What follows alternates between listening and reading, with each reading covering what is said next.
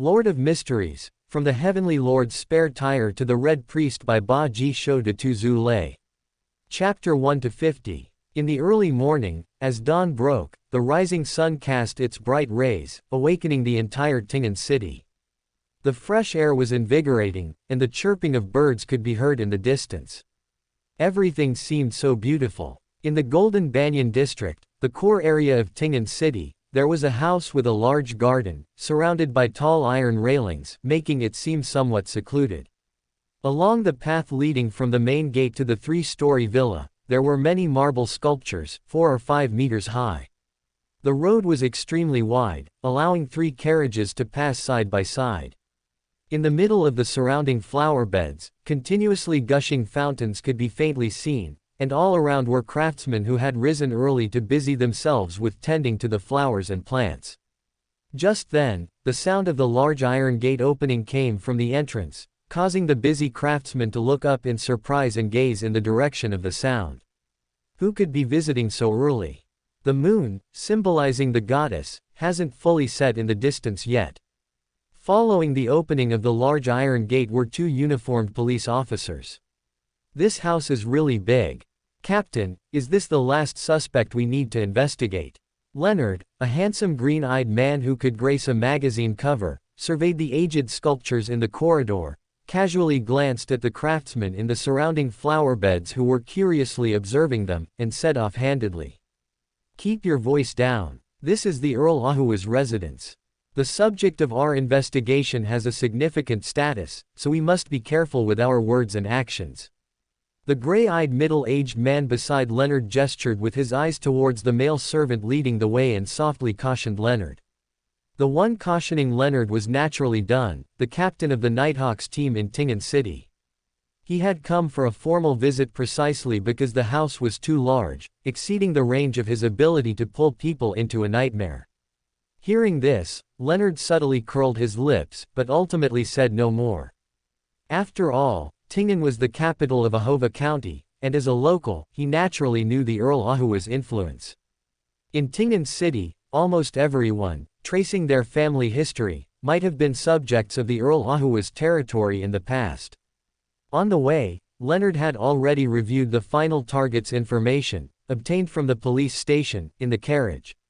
Ewan Horn, 22 years old, a native of Ting'an City, a graduate of Hoi University this year, residing at 33 Golden Apple Street, Golden Banyan District. A prominent political rising star, the younger brother of Councillor Robert Horn. He was a classmate of the victims, Welch and Naya, in the same year but different departments. He might have reviewed that notebook with them. His recent behavior has been normal, and he showed no abnormalities when attending Welch and Naya's funerals. Leonard believed that if Avon had indeed looked at that notebook and there was truly a problem, he would have committed suicide in a horrifying manner, just like his 2 unfortunate classmates, on that terrifying night, and wouldn't have survived until now. Unless he was as lucky as his new teammate Klein, but the probability of 2 lucky people appearing in one Beander incident was too small. The male servant led Dunn and Leonard to the reception room, where they met Mr. Buck, the house's butler. After explaining their purpose, Mr. Buck had a servant bring coffee for the 2, then left the reception room. After Dunn and Leonard had already refilled their coffee twice, just as Leonard was about to lose his patience, their subject of investigation, Ewan Horn, finally arrived late. Before the reception room door even opened, Dunn and Leonard faintly heard a young man's complaint. Though the voice was low, Dunn and Leonard, being Beander, heard it clearly. "What could be so important that I have to be woken up this early? I just attended Mrs. Sharon's birthday party last night and didn't get home until 3 a.m. I've only slept less than 4 hours.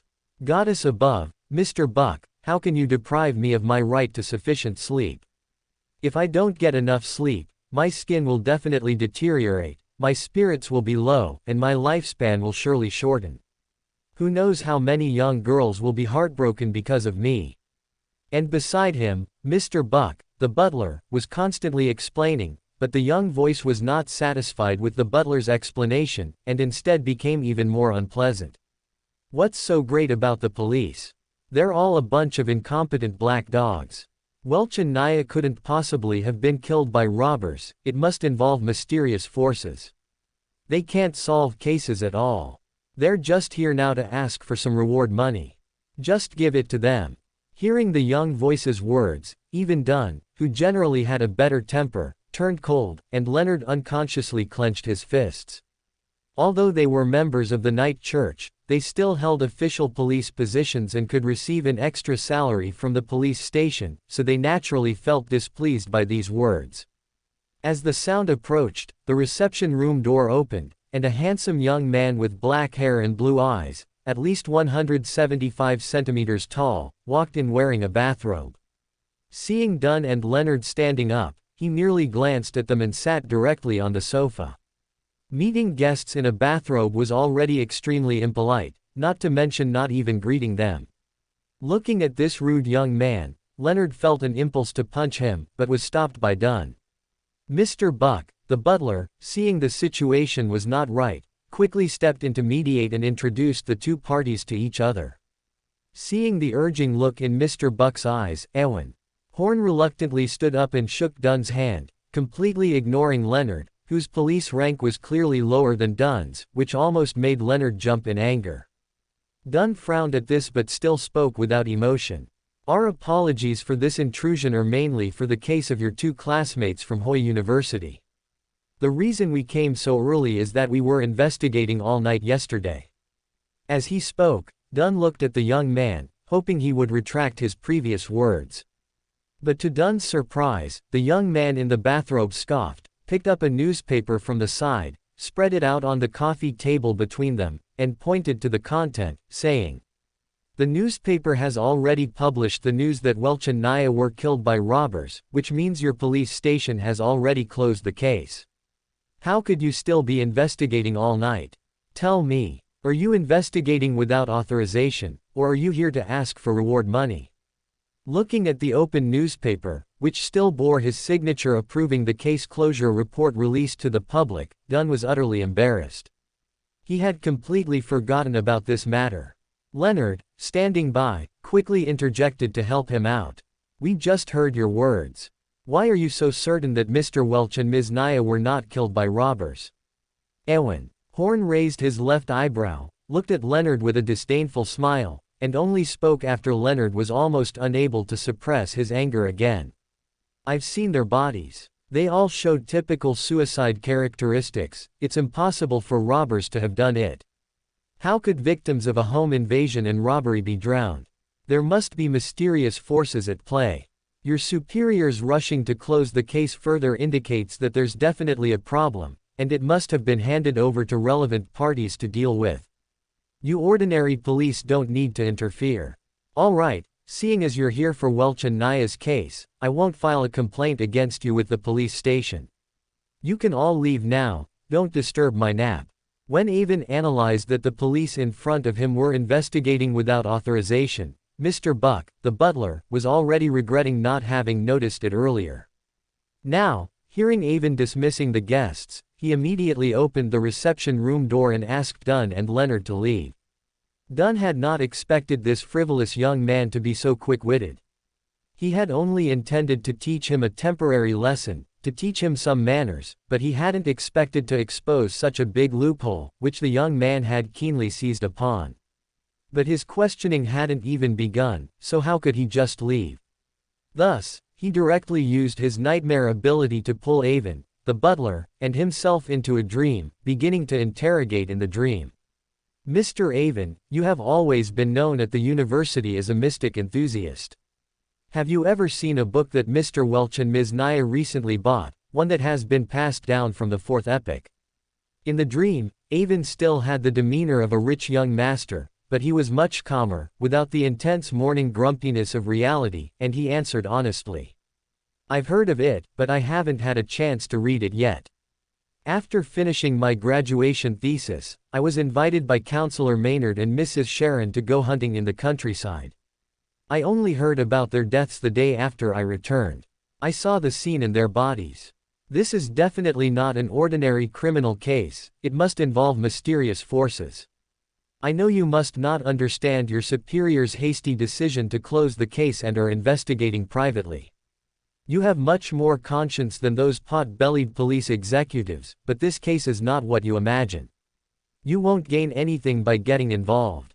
It's better to give up the investigation." Looking at Mr. Avon, who was earnestly advising him in the dream not to interfere, Dunn was somewhat surprised.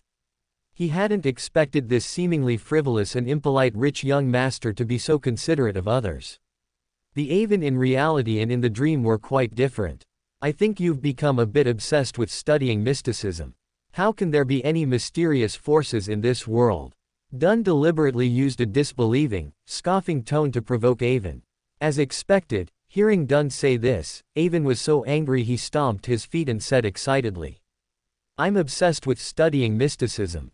I don't need to explain to a petty police officer like you. You know nothing about mysterious forces. All right, you two should leave quickly, I still need to catch up on sleep." Dunn didn't know why Avon suddenly suppressed his urge to show off his knowledge of mysticism in the dream. His eyes shifted, and he tentatively asked, "I heard your brother is Counselor Robert, a true political rising star, a real big shot. Has he revealed anything to you? He's so tight-lipped, how could he tell me anything?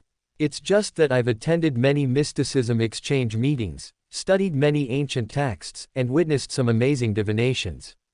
So I once tentatively asked him, but he didn't admit anything and even told me to stay away from these things. However, he's just trying to cover up. The more he denies it, the more it proves it's real. I'll find this mysterious power sooner or later, and once I learn it, I'll definitely give him a fright." Dunn merely smiled at Avon's ambition and continued to ask, "Why do you think the police station's quick closure of Mr. Welch and Ms. Naya's case necessarily means that relevant individuals with mysterious powers have intervened? I've been in the police force for many years and have never heard of any team specifically handling such mysterious cases. Of course, your police station can't control or manage people with these mysterious powers, but they definitely exist. And they are right before our eyes, the 7 major Orthodox churches on the continent. If the official government possesses mysterious powers, it must come from the churches. Never mind, I won't say more, you wouldn't understand anyway. I'll find these people sooner or later. All right, you two should leave quickly, and don't continue investigating Welch and their case. It won't do you any good." Dunn hadn't expected this young man to be so perceptive. It seemed he needed to warn the people at the police station not to let this young man find any relevant clues. Seeing that there was no more information to ask, Dunn left Avon's dream.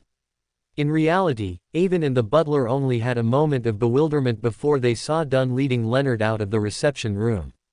Just as Butler Buck left the reception room to continue urging the servants to clean the house, Avon stood in front of the large floor-to-ceiling window in the reception room, still in his pajamas, watching Dunn and Leonard being led away by the servants.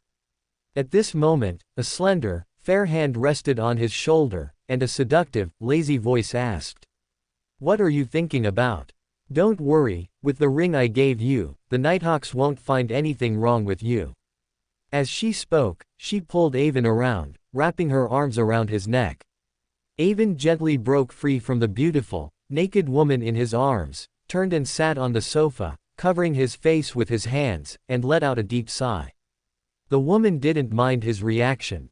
She walked to the full-length mirror in the corner, posing her body, and at the same time, showed Avon her smooth back, filling the entire room with an alluring atmosphere. "I know you're not happy, but I've already promised on Mother's behalf that as long as you complete the mission, you will have the opportunity to become a man again in the future. After all, the demonesses of our Theosophy order are not like those perverts who are dedicated to making men suffer the same pain as them.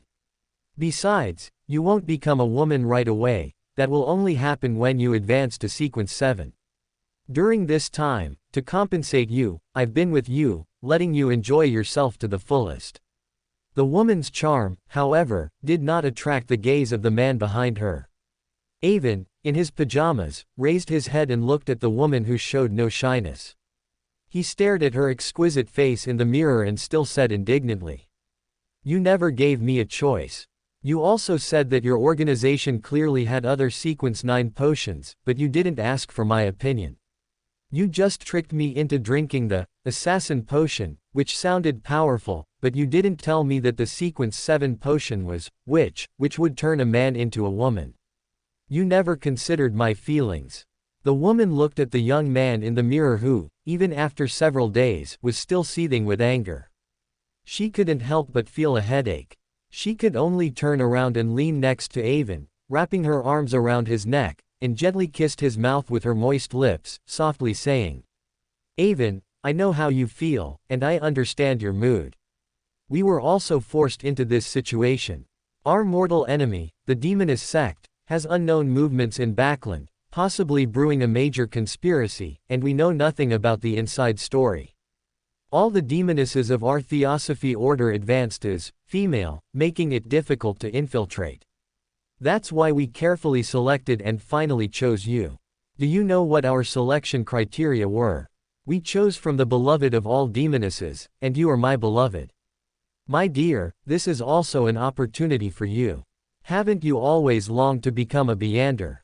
Mother has already promised that as long as you can find out what conspiracy the Demonist sect has in Backland, she will definitely help you restore your male body. You should know that restoring a male body is only possible after becoming a high-sequence Beander, and with the role-playing method I taught you, you can advance quickly. This is a God-given opportunity for you. Avon. Horn listened to these words, looking at the woman who was still clinging to his neck, her expression sincere and seemingly delicate. He finally let go of his anger and nodded, saying with difficulty, "Helen, I can help you gather information. I'm doing all of this for you, and I hope your mother will keep her word, otherwise, I will fight to the death." Helen was naturally very happy to hear Avon say this. She immediately offered her kiss, their lips intertwined until Avon was almost out of breath. And a demoness's kiss is always so alluring. Avon's body gradually responded. Helen noticed and just smiled gently, then became even more proactive, intertwining with Avon. "Your brother's reply should be arriving in Tingen soon. I should also go to Backland to make some preparations in advance. The golden gaze is still for your use, after all, it's very helpful for hiding your identity and avoiding detection by other Beyonders. So, I'll see you in Backland, my little lover." A long time later, a flushed Helen put on her clothes, then kissed the equally sweaty Avon once more, teasing him. Then, with a turn of her body, she vanished from the room, clearly having departed. Looking at the empty reception room, the young Avon remained impassive. After a long while, he twisted the yellow gemstone ring on his left index finger, revealing a wicked smile, and softly chuckled. "The great emperor truly didn't deceive me, the taste of a demoness is really good." Avon got off the sofa, put on his slightly marked pajamas, and walked to the large floor-to-ceiling window. Watching the busy gardeners outside and the servants walking back and forth, he couldn't help but think about what had happened in the past week. The current Avon was no longer the original Avon, but a transmigrator from Earth. His parents died in a car accident, and he was raised by his grandmother. Thanks to the compensation money and his grandmother's pension, his life wasn't too difficult. After graduating from university, his grandmother passed away from illness, leaving him alone, officially becoming a transmigrator candidate, single. On February 24, 2023, he lay in a hospital bed, on a ventilator, holding an ordinary Xiaomi phone, and with deep regret, rewatched the finale of Lord of the Mysteries and the preview interface of Lord of the Mysteries 2, finally closing his eyes unwillingly. But unexpectedly, he closed his eyes and then opened them to find himself transmigrated into a young man who had hanged himself in his bedroom, a young man as handsome as himself. It didn't take long for Avon to understand his situation. The good news was that he had transmigrated, the bad news was that he had transmigrated into the world of Lord of the Mysteries. Even as a die-hard fan of Lord of the Mysteries, Avon truly couldn't accept the fact of transmigrating into the world of Lord of the Mysteries. If he had a choice, he would rather die than come here. Because he had integrated the original body's memories, and the integration was quite good and complete, it took Avon an entire night to recover from the headache of memory integration. After accepting the memories of this body and completing the memory integration, Avon found that he no longer had a complete memory of Lord of the Mysteries.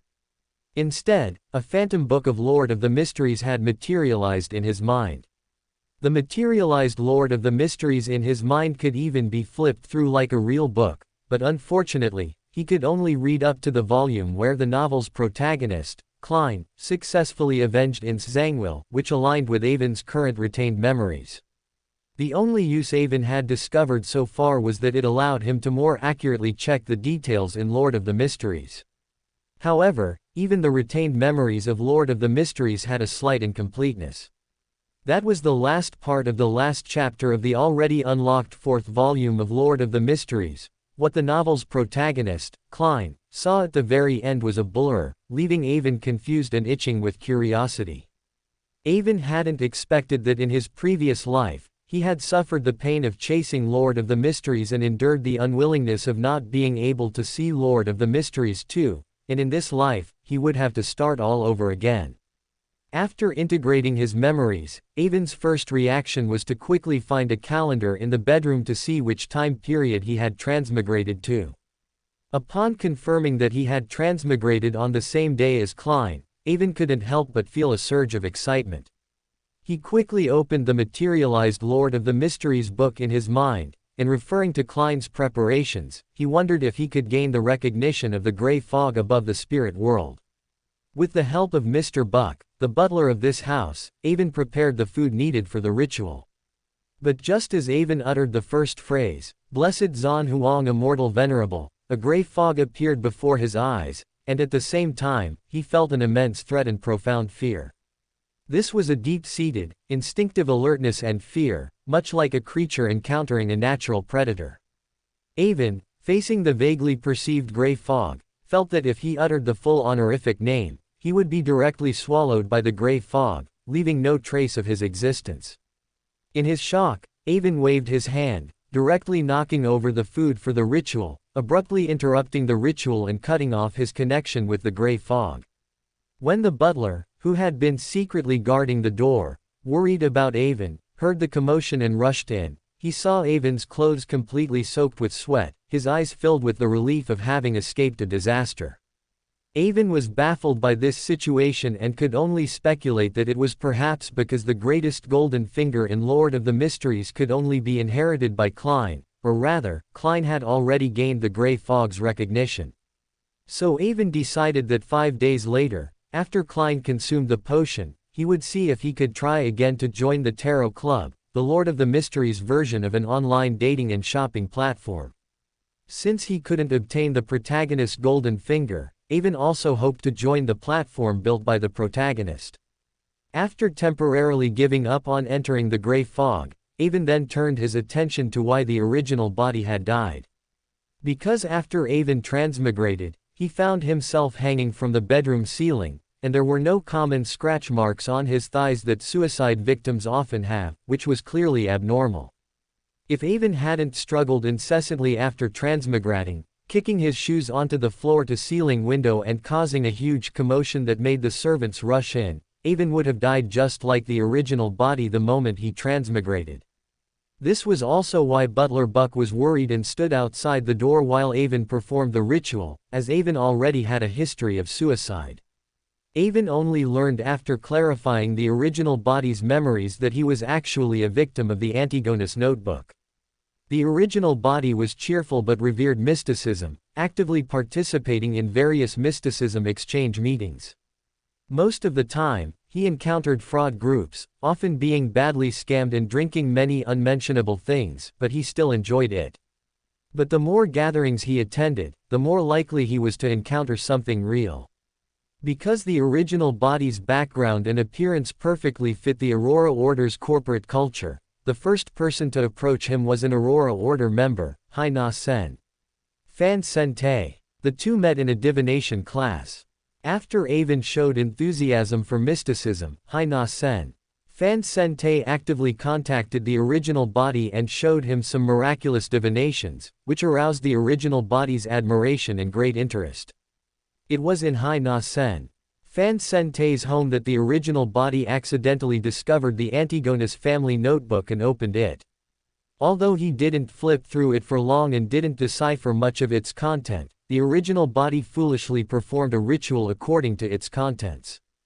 Although no problems appeared at the time, judging from the time of his transmigration, Avon basically concluded that the original body's suicide was related to the Antigonus family notebook's act of silencing him, which was similar to Klein's experience. Thinking of this, Avon couldn't help but rub his tightly furrowed brow. Hai na sen. Fan Sen Te's matter was only the smallest trouble the original body had stirred up for Avon. The original body not only met Hai na sen. Fan Sen Te at a divination exchange meeting, but he also met the demoness he had just spent a night with, Demoness Helen, at other mysticism exchange meetings. Not long after meeting Helen, Avon's original body was so captivated by her charm that he lost all sense of direction, completely transforming into a bootlicker, allowing her to manipulate him. It was also under her instigation that the original body truly began to delve into mystical knowledge. Initially, the original body thought he had found true love and agreed to all of Helen's requests. Even Avon, having transmigrated here, only with an objective perspective, managed to discover Helen's guidance and exploitation of the original body.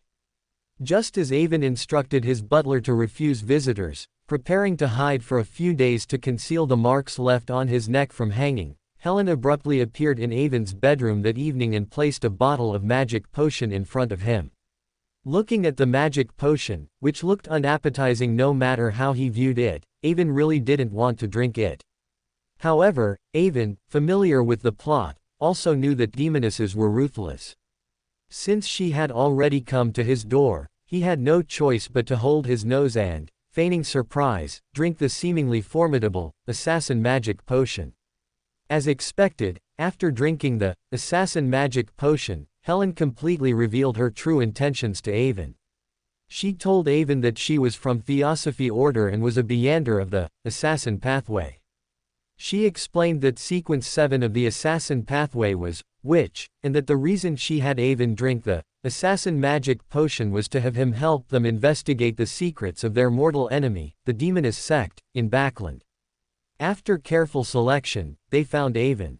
The reason they chose Avon was not because he had the talent to become a demoness and was easy to control, but because Avon had caught the eye of Mrs. Sharon, a member of the demoness sect. Mrs. Sharon's interest in Avon wasn't just because Avon, a young puppy, fit her aesthetic, but also because Avon's brother, Robert Horn, was a rising star in low-end politics and extremely valuable for exploitation. Thinking of this, Avon couldn't help but touch his nose again, lamenting the original body's bad luck. With various demonesses approaching him, he was already pitiful, but what was even more pitiful was that the reason behind it could be traced back to his brother, with little to do with him personally. From the original body's memories, Avon easily understood why his brother didn't want him to reunite in Backland, but instead had him stay in their hometown of Tingen. It was primarily to protect his naive younger brother, who was easily exploited. But despite all precautions, as Robert Horn's status grew higher, Avon inevitably became a target for those with ulterior motives. Mrs. Sharon had been very interested in Avon for a long time. After Robert Horn, along with others in Parliament, abolished the grain bill, this interest grew even more, leading to several invitations to balls and dinners for Avon. It was just that Avon had previously kept his brother's admonition in mind, staying away from political figures. Thus, he had kept his distance from Mrs. Sharon, a socialite connected to various political factions in Tingen. He hadn't expected that this would only increase Mrs. Sharon's interest in Avon himself. It was only when Helen continuously guided Avon to interact with Mrs. Sharon that he truly discovered her problem. After all, Avon knew very well that Mrs. Sharon was the highest-level demoness that Klein confronted in Tingen, and possibly even the head of the demoness sect in Tingen. During this time, Helen had been guiding Avon to act as a mystical enthusiast, which indeed successfully attracted Mrs. Sharon, who had always wanted to win Avon over. Under the guise of mystical exchanges, their relationship grew increasingly intimate, deeply affectionate and indistinguishable. Finally, yesterday, Avon was enticed by Mrs. Sharon to drink a second, assassin magic potion, becoming an peripheral member of the demoness sect. This was also why Avon had been unhappy all morning today. Because the persona Avon had cultivated in front of Helen was that of a young puppy, who had been deceived by her, still loving her, forgiving her deception, but ultimately feeling discontented. Moreover, Avon's discontent was genuine. Having just transmigrated, he was forced to drink 2 assassin magic potions. Avon wasn't a bootlicker like the original body. It was false to say he harbored no resentment, so he appeared especially authentic. But at present, he was outmatched. Besides trying to gain some ground in bed, he could only continue to maintain his previous persona. High-level hunters often appear in the form of prey. Avon deeply believed this statement, first playing the role of a young puppy, then slowly getting his revenge later. Of course, Avon did this not only to get revenge on Theosophy Order and the Demonist sect later, but also because Avon had awakened his golden finger after drinking the first magic potion. At this moment, Avon raised his right hand, looking at the faint black light emanating from it, recalling the hallucination that appeared after he drank the first magic potion.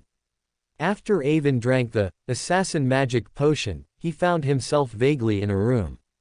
The entire room was empty, with only one door and 2 windows. 2 different colored lights shone into the room from outside the 2 windows. Avon vaguely stood up and walked towards the window emitting black light. Looking out of the window, Avon realized that he was actually in the highest building of a 20th-century-old Shanghai-style city. He saw a bustling crowd outside, rickshaw pullers with towels around their necks, faces rotting to the bone, oozing pus, pulling rickshaws Avon had only seen on television in his previous life. There were women sitting in rickshaws, graceful in tight cheongsams, but with swollen, blackened skin, adorned with gold and silver. At the same time, there were trams coming from afar, ringing their bells, connected to overhead wires, and running on tracks below. Just as Avon was shocked by this scene and wanted to see more clearly, Helen's call pulled him back to reality. Since then, Avon had never entered that room again, but Avon felt a sense of knowing that he could preemptively use a Beander ability of the Demoness pathway below Sequence 7.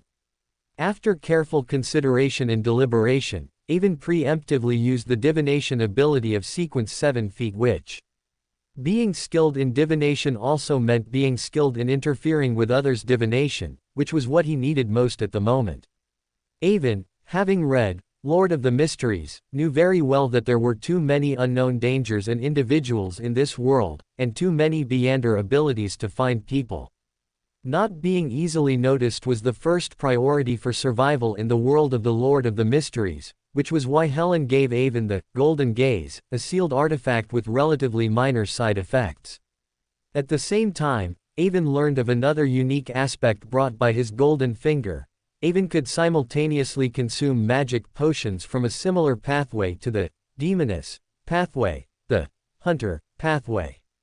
That is to say, Avon could simultaneously consume the Hunter magic potion corresponding to the Sequence 9 feet assassin magic potion. The levels of the 2 magic potions consumed could not differ by more than 1 sequence. Avon's golden finger allowed him to become a true dual pathway Beander, which also meant that Avon's initial idea of finding an opportunity to break free from Theosophy Order and the Demonist sect was directly declared bankrupt. Because the magic potion formulas for the Demonist pathway were relatively strictly controlled, if he left these 2 organizations, Avon would have difficulty finding relevant magic potion formulas in the future. This would be equivalent to crippling his golden finger and might even cause him to be unable to advance, so Avon still had to continue to feign compliance with these 2 organizations. The appearance of the golden finger was a huge surprise to Avon. After all, even though he only had half of the memories from Lord of the Mysteries, it was enough for Avon to recognize the reality of this world. Without a cheat, one cannot move an inch. Although he didn't know what hidden dangers this golden finger cheat had, having a cheat is better than not having one, which was enough to make Avon overjoyed. It's just that demonesses transform at Sequence 7, while hunters need to reach Sequence 4 to have a transformation effect. The transformation periods of the 2 pathways are not symmetrical. Do I really have to be a woman for a period between Sequence 7 and Sequence 4 in the future? Thinking of this, Avon rubbed his face with both hands in distress. He was a pure man, he had never even worn women's clothing in his previous life. The thought of possibly losing his little brother for a period made a constant flush of shame rise in his heart. Just as Avon was troubled, a knock came on the parlor door. Avon knew this was the servant reminding him that it was breakfast time.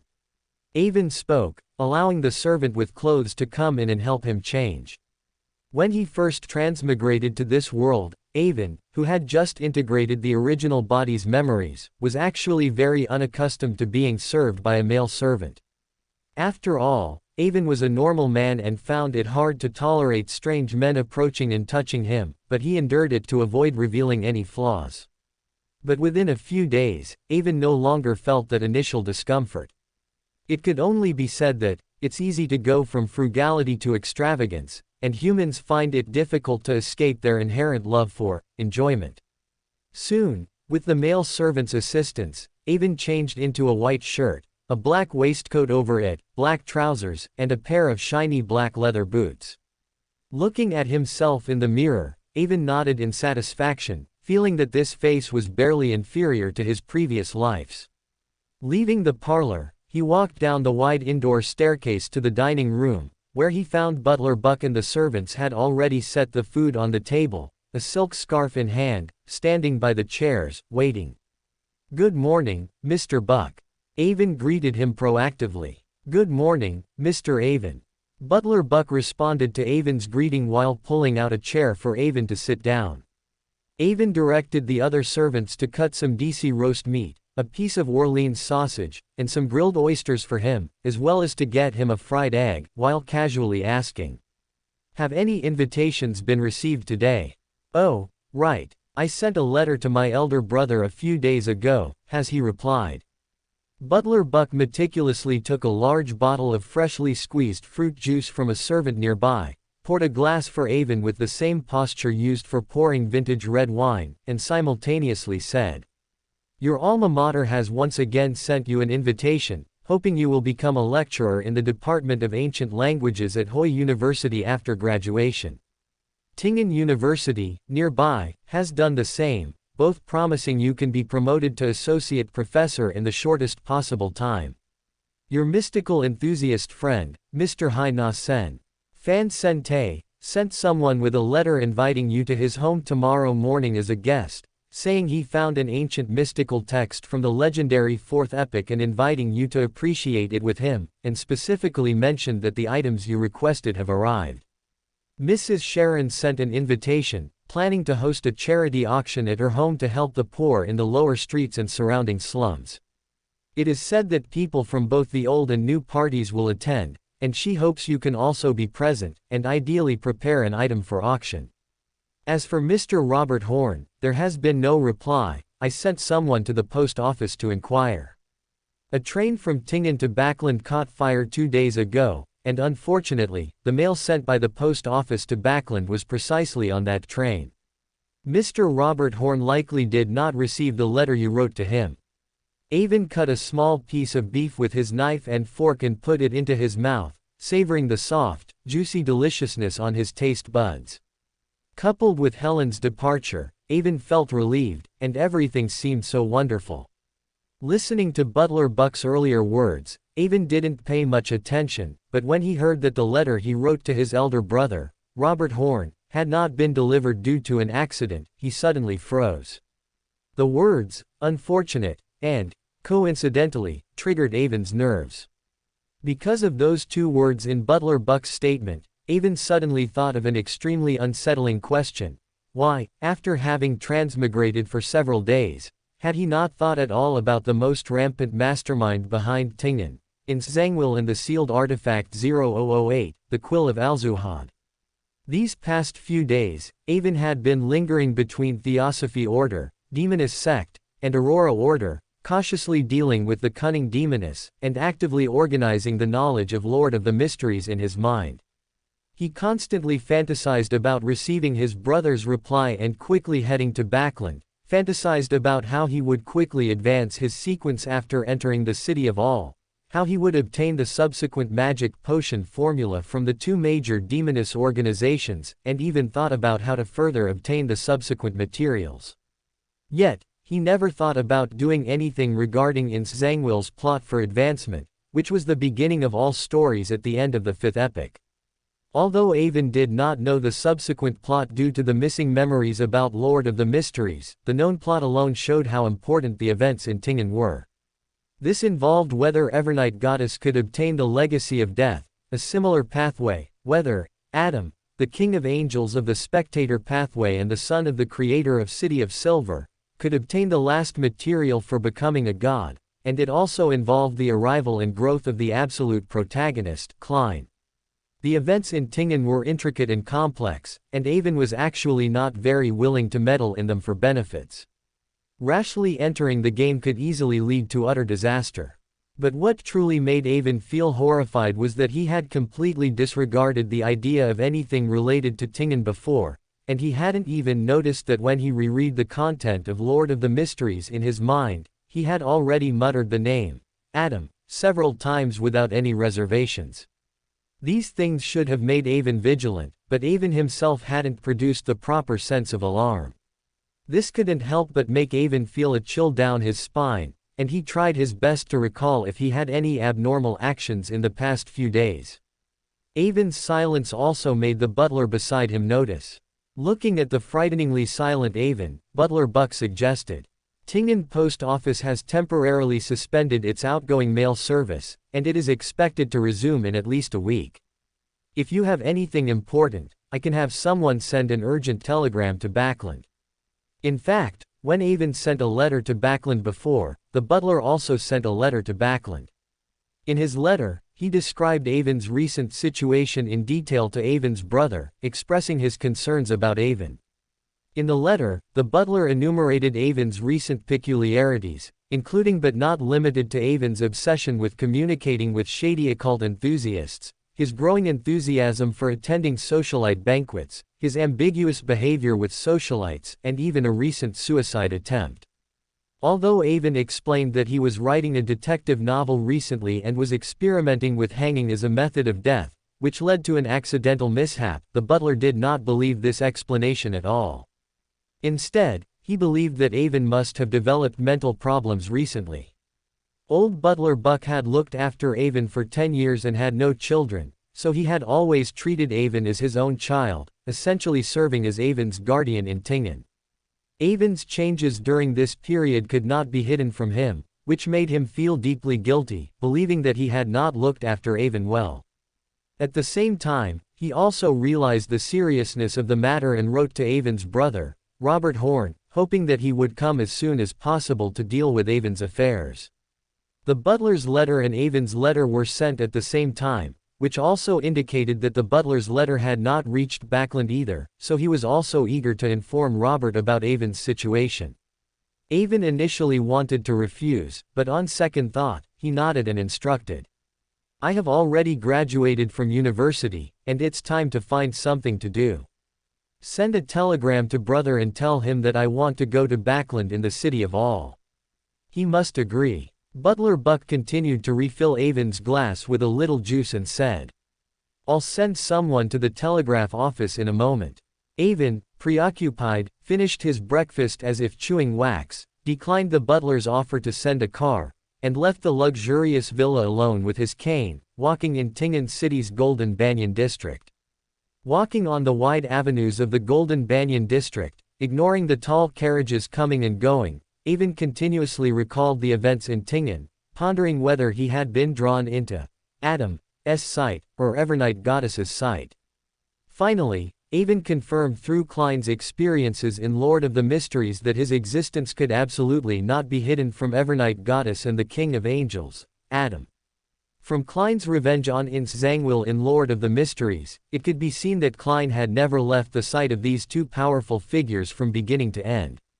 Through the limited information, Avon could easily determine that Klein's golden finger was the ultimate goal of the three adjacent pathways, Seer, Marauder, and Apprentice. Even such a top-tier golden finger could not allow the protagonist, Klein, to escape the gaze of the two powerful figures. Avon did not think he could be an exception. At the same time, correspondingly, to be able to become a meander of both the assassin and hunter pathways without risk, Avon felt that his own golden finger must also be a top-tier item corresponding to these two adjacent pathways, assassin and hunter. Since he had always been under the watchful eyes of the two powerful figures, then he probably had no secrets to speak of. Instead of being apprehensive, it was better to face it calmly, come what may. Having figured this out, Avon's mental exhaustion significantly decreased, and his taut nerves slowly relaxed. However, Avon did not give up on contemplating the entire matter. From Lord of the Mysteries, it could be seen that the two powerful figures generally would not easily interfere with Klein's affairs. Even though Klein, due to the existence of the Grey Fog, repeatedly disrupted Ince Zangwill's third-rate script, which in essence disrupted Adam's deeper script, the two powerful figures never further intervened in Klein's actions. Of course, not directly interfering might also be because the commotion Klein caused did not substantially disrupt Ince Zangwill's acquisition of the ashes from St. Selena Cathedral. At most, it only caused some delay. Evernight Goddess's goal was the death legacy behind Azek, and Adam's goal was his last material for becoming a god, the sealed artifact of sequence 0008. At the same time, if Adam wanted 008 to come into his hands without risk, he would first have to give Azek and the death legacy he controlled to Evernight Goddess. At the same time, 008 also had to be unaware that it was within the script Adam had fabricated, allowing 008 to come to him without any defenses, ultimately following Adam's script. From Klein's final battle against Ince Zangwill, it could be seen that 008 was not entirely powerless against Adam. Therefore, in the Tingen story, Adam could not act too obviously, lest 008 detect traces of Adam's intervention and thus perceive the danger. Therefore, this gave Avon the opportunity to verify his conjecture. At the same time, Avon still had doubts about whether his letter being interfered with and not reaching Backland was part of 008's script or Adam's script. If my letter was intercepted by Adam, then it means this letter of mine affected Adam's script for obtaining 008. If my letter was intercepted by 008, then it means I, a character not originally in the Lord of the Mysteries, have officially entered 008's script. The letter I sent affected Ince Zangwill's plan and 008's script. What was so special about that letter I wrote, wanting to go to Backland, that it could affect the top-tier spectator? It was just an ordinary letter wanting to go to the capital. Avon was utterly puzzled. If it affected Adam, and Adam intercepted Avon's letter outside of Tingen, Avon wouldn't care, because he was under Adam's gaze, and whatever he did was useless. It was better to lie flat, leave Tingen as soon as possible, run far away, and not hinder others' affairs. Adam would not delve deeper. But if I've fallen into 008's script, affecting 008's script and Ince Zangwill's plan, then my current situation could be very dangerous, Avon thought, his eyes narrowing slightly, sparkling with a sharp glint. From the book Lord of the Mysteries, it is known that whenever Klein, due to the existence of the Grey Fog, disrupted 008's script, 008 would erase what was previously written, making it abnormally conspicuous in the entire script. This was also why Ince Zangwill absolutely had to kill Klein in the end, but let Leonard Mitchell, who was unconscious beside him, go. In Ince Zangwill's eyes, Klein was a mysterious and dangerous individual who could repeatedly break through 008's arrangements. As long as he was alive, he would certainly fill his plans with variables. Killing Klein could eliminate future troubles. So, in his writing, in his eyes, am I also a similar trouble? Therefore, for Avon now, the top priority was to determine whether he had officially entered the sight of Ince Zangwill and 008, and what their attitude towards Avon was. Would Ince Zangwill, while continuing to implement his plan, conveniently arrange for official forces like the Nighthawks, Punishers, or Machinery Hivemind to eliminate what he considered unstable factors? Avon was deeply concerned about this, as many things about him could not withstand scrutiny. For example, his close association with Aurora Order members who had possessed the Antigonus family notebook, and being a target for their development. For example, his close relationship with the demoness, and his connection to two secret organizations closely related to the demoness, and so on. Putting himself in Zhangwei's shoes, Avon asked himself if he would do the same if he were in the same position. Thinking of this, Avon's recently relaxed nerves tightened again, and he felt an inexplicable malice all around him, with his sense of insecurity sharply increasing. Just as Avon was walking with his head down, deep in thought, he suddenly heard singing from not far away. Avon looked up and found that he had unknowingly arrived at St. Selena Cathedral in Ting'an City North District, which belonged to the Church of the Night Goddess. Listening to the choir's singing emanating from the cathedral, which brought peace to one's heart, Avon's heart stirred. Then, with a slight smile, he held his cane and walked towards the cathedral. Today was Monday, not a holiday, so the number of people entering the church for Mass was not many, even a bit sparse. However, although the quantity was not large, the quality was generally high. The coming and going believers, regardless of gender, were all impeccably dressed, fashionably attired, and most appeared to be living in good conditions. This was not surprising. The church never refused any believer, and even for the lowest class believers, the church would not close its doors to them. But the stratification of believers was still very serious. No middle-class or aristocratic believers were willing to tolerate dirty paupers and perform the same rituals with them in the same enclosed space. And obviously, the church recognized this situation, so they often provided relief to the poor on Saturdays or Sundays, giving out some food, artificially segmenting believers, so that impoverished believers would come to the church to pray at fixed times, thereby leaving other times for these relatively wealthy and respectable believers. Gradually, everyone also agreed by convention, consciously coming to pray at a certain time, and it was clear that most of those who came to St. Selena Cathedral today were of good background. But even so, Avon was exceptionally conspicuous among the believers.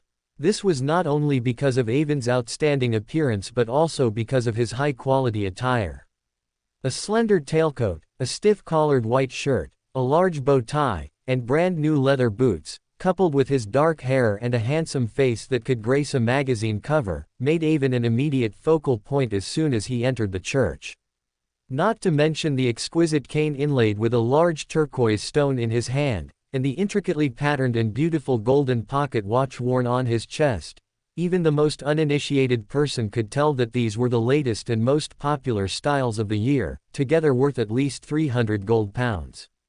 Some beautifully dressed and fashionable young women's eyes lit up, eagerly asking their parents and those around them about Avon's background, but apparently, they didn't find out anything, because Avon did not often appear in the church. In the past, he would pray in a dedicated prayer room in his own villa, rarely coming to the church. But this instead aroused the girls' keen interest, as it indicated Avon's noble status, not of the same class as them, so their gazes towards Avon became even more fervent, with a faint green glow even appearing in their eyes. After all, in this era, many girls hoped to achieve class ascension through marriage, so these girls who came with their parents not only paid close attention to Avon's movements but also subtly watched the movements of other girls, and their parents were obviously pleased with this. However, fortunately, this was a church, and the preaching bishop was about to arrive, so everyone maintained the necessary decorum, but the entire church was ultimately not as serene as before. Avon was oblivious to the gazes cast from all directions, or rather, he was already accustomed to them. Whether in his previous life or as the original body, from childhood to adulthood in school, there were always girls who wanted to be close to him, so he could be said to be accustomed to these situations, and instead, the internal situation of the church interested him more. In his previous life, as a member of the Great Foodie Empire, Avon was an atheist his entire life, knowing very little about church architecture, most of his knowledge coming from history textbooks. His contact with religion was at most going to a church with classmates on December 25, but mainly to watch the excitement, not participating in any religious ceremonies. As for the original body, he disliked large group activities, and coupled with his brother's instruction to keep a low profile, he would pray in the prayer room at home if he had religious needs, and had never been to St. Selena Cathedral. From outside to inside, Avon continuously surveyed the entire church. This church had a distinct Western Gothic architectural style from his previous life's earth, with a tall, mottled bell tower on the front, located between red and blue checkered windows and massive central buttresses, soaring into the sky. Stepping into the church, and walking along the aisle into the prayer hall, high windows inlaid with red and blue fine patterns along the way let in light stained with two colors, making the surroundings exceptionally dim. Avon found a nearby seat with not too many people around, sat down, placed his top hat and cane on the table, clenched his fists, and closed his eyes to rest, appearing like a devout believer, which also deterred others who wanted to approach him, fearing they might displease Avon. Not long after, the preaching bishop walked out. The bishop was surprised by the slightly more disturbed church than before, and couldn't help but cough. After the entire church quieted down, the bishop looked around, and immediately spotted the eye-catching Avon, not only because Avon stood out in the crowd, but also because the bishop, with his excellent eyesight, noticed many young women were absent-mindedly peeking towards where Avon was sitting. The bishop, also a man of experience, smiled lightly, said nothing more, and directly began today's sermon. Behind the bishop, on the wall directly opposite the main door, there were more than 20 fist-sized round holes penetrating inside and out, allowing the sunlight from outside to stream in. In the deep, darkness prayer hall, it was like scattered stars twinkling in a black curtain, making the preaching bishop appear even more sacred, inspiring heartfelt submission and obedience, and even Avon, who was from earth, was immersed in this sacred atmosphere. The bishop's preaching voice was not grand, but due to the special design of the church architecture, it spread throughout the entire hall, with echoes reverberating, each sound entering the ear, and Avon's spirit felt as if it had been cleansed, allowing the various emotions that had been suppressed since his transmigration to be easily released. Avon knew that Beyonder power might be involved behind this. From Avon's transmigration to now, only a mere 5 days had passed, and most of this time was under the surveillance of the demoness, Helen, engaged in a battle of wits with Mrs. Sharon, striving for trust. These past few days, Avon had been acting, living with a mask, dancing on a few eggs with shackles, with no time to attend to other matters, let alone truly examine his emotions. After all, for anyone, transmigration is a major life-changing event. Even if not for the plan he was to implement, Avon's participation in this mass and sermon today was of immense benefit to Avon, at least alleviating the complex and difficult extreme emotions in Avon's heart.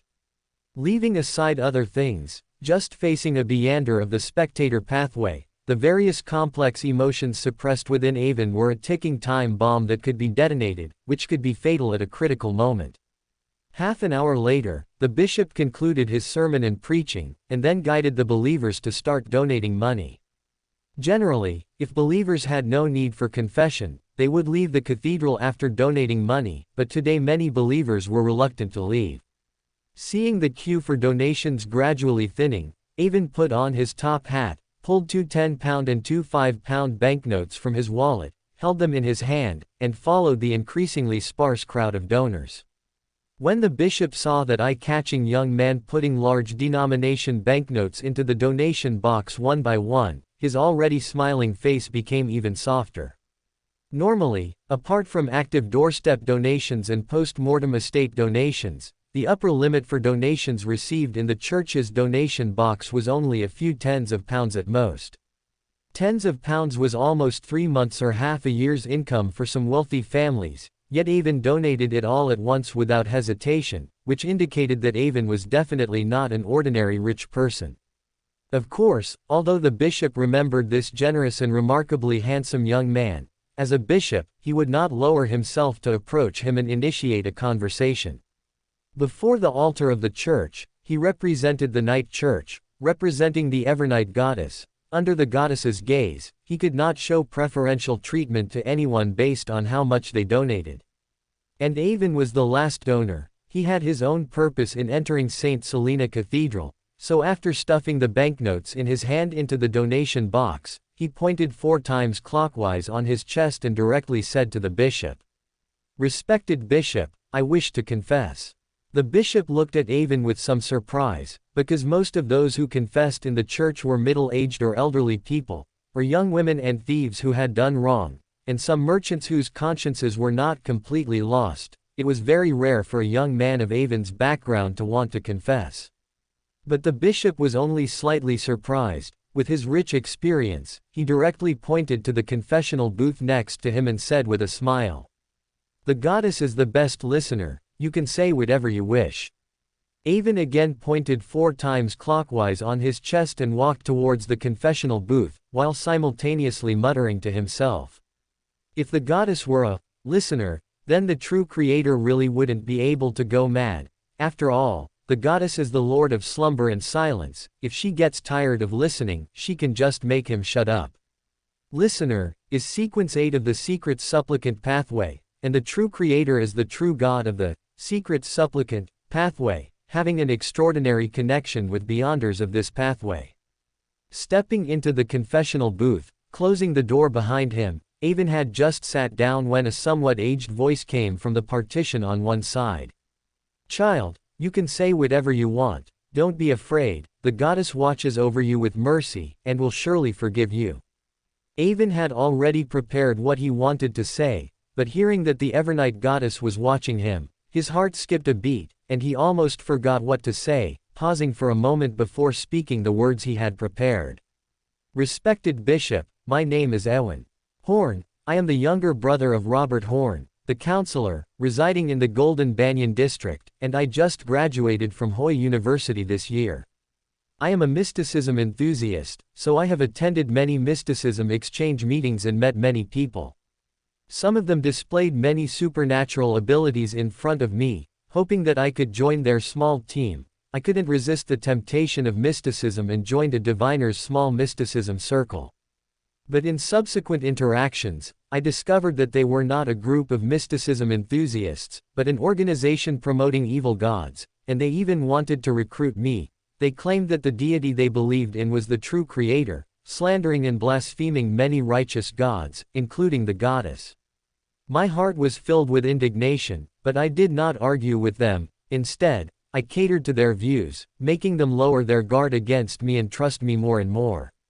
Please, you must represent the goddess and forgive my helplessness. To gain the trust of the evil cultists, I could only feign compliance with them, and only today did I find an opportunity to come to the church to report to you. Please be sure to find the police to catch these cultists who blaspheme the goddess." Avon finished speaking what he had prepared in one breath, and then eagerly waited for the old bishop next door to forgive him on behalf of the goddess. But the old bishop in the confessional was stunned, because with his rich experience, he did not believe that Avon could deceive the cultists unscathed. He was more willing to believe that Avon had already become a cultist whose mind and values had been twisted, and for a moment, the entire confessional fell silent. Welcome to Fanfic Audiobook, your go-to place for immersive audiobooks. If you enjoy the content, don't forget to like the video and subscribe to our channel for more amazing stories. And please support the author by link in description. Avon's words startled the bishop on the other side of the confessional, as the bishop in charge of the confessional was responsible for collecting intelligence on extraordinary events that might occur around believers.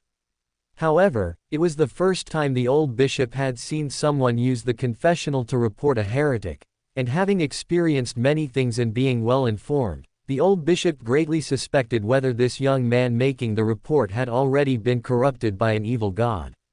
After a moment of silence, just as Avon was about to speak again, the old bishop said, "You are a devout believer of the goddess, and the goddess will surely bless you. Leave the confessional now, turn left, and you will see a door. The first room on your right after entering is my office. Please wait inside, a specialized bishop will come to find you. Remember not to wander around once you are inside." Upon hearing this, Avon knew that the old bishop wanted to stabilize him, a potential cultist of an evil god, but he didn't mind. He stood up and respectfully said, "As you command." After speaking, he picked up his cane, placed his hand on his chest, bowed slightly, performed a salute, and then left the confessional, turning into the room the old bishop had mentioned. After confirming Avon had left, The old bishop quickly pulled some ropes nearby, summoned a priest, and instructed him to notify the Nighthawks about the situation, while he himself remained calm, pretending as if nothing had happened, waiting for the next confessor. Just then, Klein Moretti had already consumed the seer potion in the morning and learned how to use spirit vision and other knowledge. He emerged from underground and saw his captain, Dunn. Captain Dunn was also giving Klein his final instructions. You must remember, curiosity kills the cat, and it also kills the Beander. Do not try to investigate whispers that shouldn't be heard or existences that shouldn't be seen. Understood, Captain. Klein knew this was another reminder from the captain about Beander losing control. But just as Klein was about to take his leave and go home for a good night's sleep to recover the mental energy he had expended from practicing spirit vision all morning, Leonard, with his poetic demeanor, rushed over and said to Dunn, "Captain, a priest from the church sent a message. A believer of the goddess wants to report a heretic who worships an evil god. The old bishop is worried that this believer might have been in contact with the heretic and could be corrupted, so he asked us to take a look." Dunn was also an experienced Nighthawk, having dealt with many Beander incidents, but this was the first time he had heard of someone who had been in contact with an evil god's follower voluntarily coming to the church to report them. After all, most people, even if they noticed such things, would likely keep their distance and avoid them, or in rare cases, actively join to gain Beander power. Moreover, cultists are usually very cautious. Those who would expose themselves are typically potential followers who have passed their tests. Dunn found it hard to imagine that an ordinary person could withstand the test of an evil god's follower without being problematic themselves, let alone dare to come to a righteous church. Dunn thought for a moment and said directly to Leonard, "It's not out of the question that this is a trap set by an evil god cultist. To prevent any accidents, you and old Neil should have the priests evacuate the relevant believers as quickly as possible, and also have the other clergy stay far away from that room, evacuating to the Blackthorn's company. You go first, I'll be right there." Leonard glanced at the weary-looking Klein, nodded in agreement, and turned to leave in a hurry. Seeing that something like this had happened at the church, Klein couldn't pretend he hadn't heard and just go home to sleep, so he proactively said, "Captain, I'll go too. Although I'm not good at combat, I have demon-hunting bullets that can cause damage. After all, the situation is unclear right now, and one more person means one more strength." As he spoke, Klein patted the revolver hidden under his armpit. Dunn hesitated for a moment but eventually nodded in agreement, then instructed, "You go to the church now and help Leonard and old Neil evacuate the crowd. I'll go to the Channy's gate to retrieve a sealed artifact and will be right there." Klein didn't waste any words and immediately went through the tunnel to the church to help evacuate the crowd. Soon, the ordinary congregants in the church were evacuated, and the clergy and bishops without Beander abilities also went through the tunnel to the Blackthorn's company, on another street. Meanwhile, Leonard, Klein, and old Neil stood guard outside the room where Avon was, carefully maintaining their vigilance. After a short while, Captain Dunn appeared before Klein and the others, holding a messy but dark clump of quiet hair and several night church robes. Sealed Artifact 30611, Quiet Hair. It can make anyone who touches it lose all desire. It won't be triggered unless it's directly touched with the flesh. Klein had just consumed the potion and didn't understand this sealed artifact, so Leonard explained it to him in a low voice. Klein looked at the gloves Captain Dunn was wearing and nodded solemnly, indicating that he understood. Captain Dunn clearly had a plan for how to handle this matter. He directly handed the quiet hair to Leonard and then said, "Right now, the situation is completely unclear. The person inside might have been in contact with an evil god cultist. He might or might not have been corrupted. If I rashly pull him into a dream, it might instead trigger the problems within him. So, we will approach him as church clergy. I will assess the situation and pull him into a dream. If there's any abnormality, Leonard is responsible for controlling him with 30611. Old Neil is responsible for quickly setting up a ritualistic magic to stabilize his condition, and if old Neil fails, Klein will fire the demon-hunting bullets. Understood. Understood. Klein and the other two said in low voices.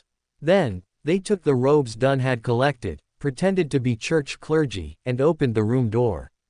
But what Klein didn't expect was that as soon as Captain Dunn and his teammate Leonard entered the room and saw the young man who had come to report, they froze on the spot, while he and old Neil were somewhat bewildered. Avon saw the four people suddenly enter the room and immediately locked onto Klein, who had black hair, brown eyes, and a strong scholarly aura.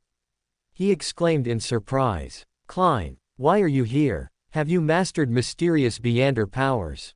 When Klein heard Avon call his name, he also felt that the person in front of him was somewhat familiar.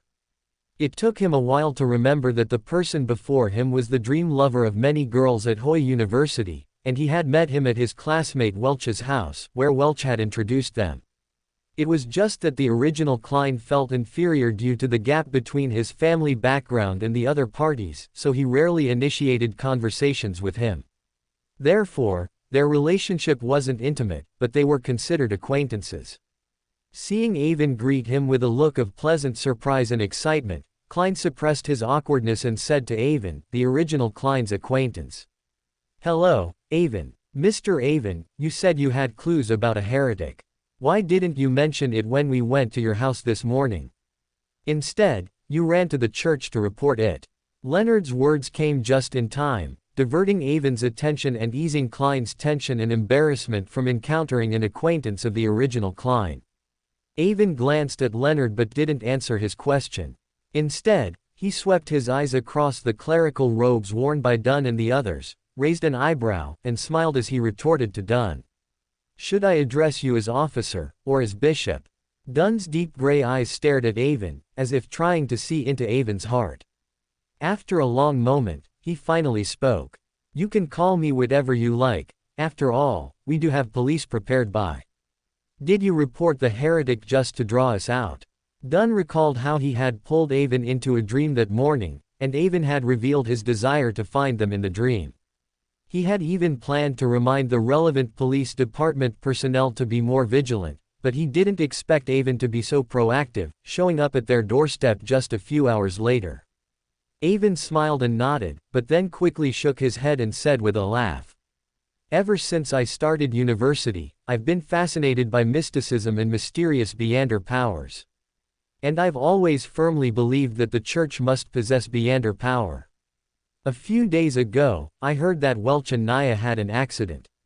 Through an acquaintance at the police station, I secretly examined their bodies myself and became convinced that they must have encountered a mysterious evil force. The obituaries and news about them published early in the newspapers proved that my speculation about your existence was correct. And this morning, after you left, the more I thought about it, the more suspicious it seemed. What kind of police officer would unauthorizedly investigate a murder case that the higher-ups had already closed? And Welch and Naya were both believers of the goddess, so I decided to come here to test you out. Sure enough, you were all tricked out by me." As he spoke, Avon's eyes playfully scanned the four people in front of him, and he grew more and more smug. Dunn and the others looked at the triumphant Avon, and all fell silent. Having hunted eagles all their lives, they were finally caught by an eagle in the eye. The Nighthawks went to great lengths to conceal their identities and Beyonder powers from the public, yet they never expected to be collectively tricked out by someone. It was truly humiliating. At the same time, Dunn felt a bit fortunate that the person who came to their door was just an ordinary mysticism enthusiast. If it had been a scheming cultist, it would have been disastrous. He decided that after this matter was resolved, he would go back and report to his superiors, admit his error, and request disciplinary action. Just as Dunn and the others were silent, Avon excitedly asked Klein. "Klein, how did you join them? What are the requirements to join? Can I join?" Klein didn't know how to answer and could only look at Captain Dunn. Dunn looked at the expectant Avon and said in a serious tone, "This is not something you should know, Mr. Avon. The Beyonder Circle is very dangerous, and I don't recommend you join it. Furthermore, it's not easy for us to recruit you because your brother once personally came to our door and specifically instructed us not to recruit you into this circle, and he did so as an official Beyonder. So, if you truly want to become a Beander, you can go find your brother, not us. Ah. Avon's mouth fell open, and he looked at Dunn somewhat dumbfounded. This answer was something he had not expected. He knew that his original client's brother was very capable, so much so that Mrs. Sharon actively tried to win him over to leverage his influence. But he really hadn't expected Robert Horn to be a Beander. Avon had previously only regarded him as a spokesperson for a political force, much like Earl Hall in Lord of the Mysteries, who, though influential and respected, was not a Beander. But he hadn't expected to hear such unexpected information from Dunn. Robert Horn was a Beander, and it sounded like he was quite powerful. This information disrupted Avon's previous assumptions. Avon had previously believed that his letter being destroyed en route might have been because Adam or Ince Zangwill didn't want him to leave, so they arranged the burning of the envelope with the aim of keeping him in Tingen for some ulterior motive. Because according to Helen and Avon's previous plan, Avon should have received a reply from his brother, Robert Horn, from Backland these past few days, instructing Avon to go to Backland. In this way, Avon could take his brother's reply and, with good reason and without arousing suspicion, report to Mrs. Sharon, requesting to leave Tingen and go to Backland.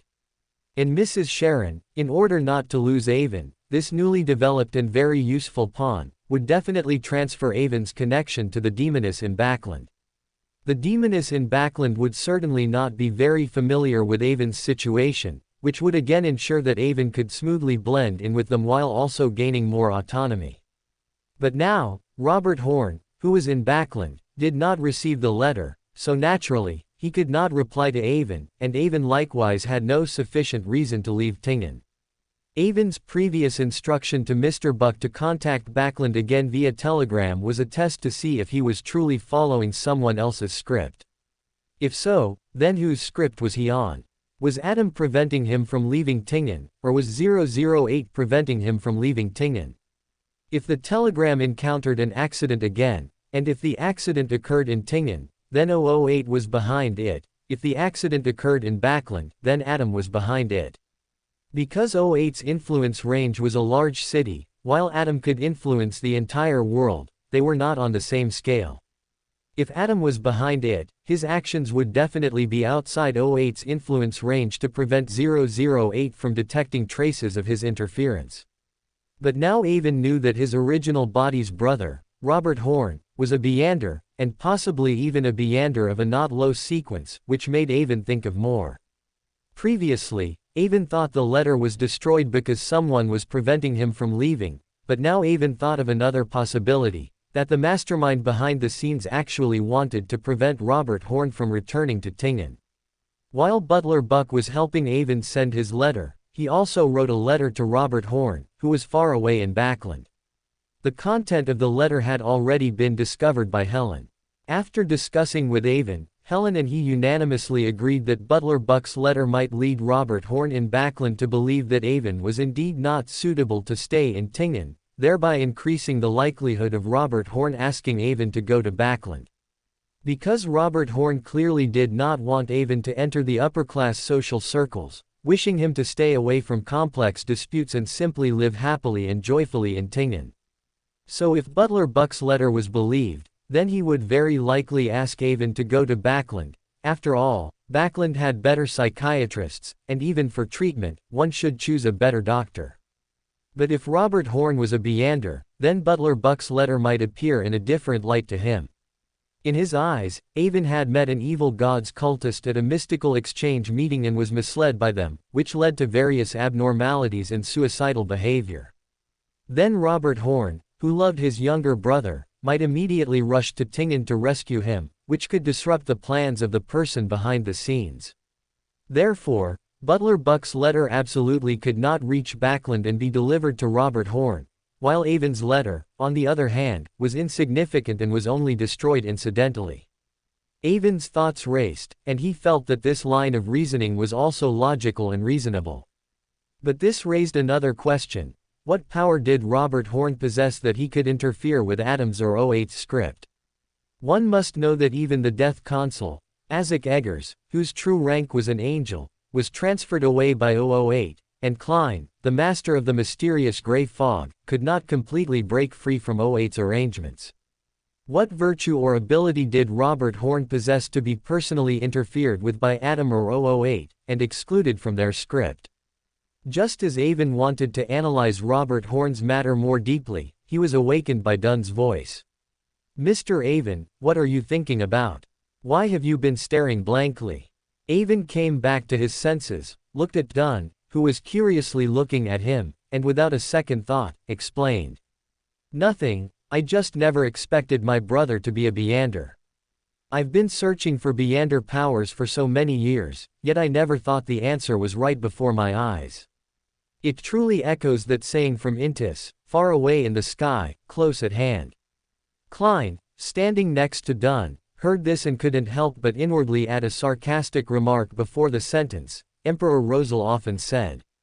Dunn responded with a smile, "All right, you've blown us all out, and you've learned everything you wanted to know. All your goals have been achieved. Considering your youth and ignorance, we won't pursue your responsibility for deceiving us this time. You should go back now, and don't do this again next time." If it were anyone else, Dunn would not have let them off so easily, but firstly, Avon's identity was not simple, and secondly, Dunn had a good impression of this person who appeared arrogant and impolite but was actually very kind-hearted, so he decided to handle it lightly. Avon opened his mouth, wanting to say something more, but in the end, said nothing. At the same time, he knew that Dunn was handling his actions with leniency, so he took off his hat, bowed to Dunn, and then left the room. Leonard, who had been tightly gripping the sealed artifact, quiet hair, had just let out a sigh of relief when he tilted his head again, as if listening to something, and then watched Avon leave with a slight frown. After Avon left, Dunn said with a sigh, "Tingen is still a bit too leisurely compared to Backland. Although we are strictly guarded, we were still too careless, allowing an ordinary person to come knocking and easily trick us. This shows that our vigilance is still insufficient, and our sense of confidentiality is still lacking. We must also improve our own qualities. I will make a self-criticism to the Holy Cathedral regarding this matter."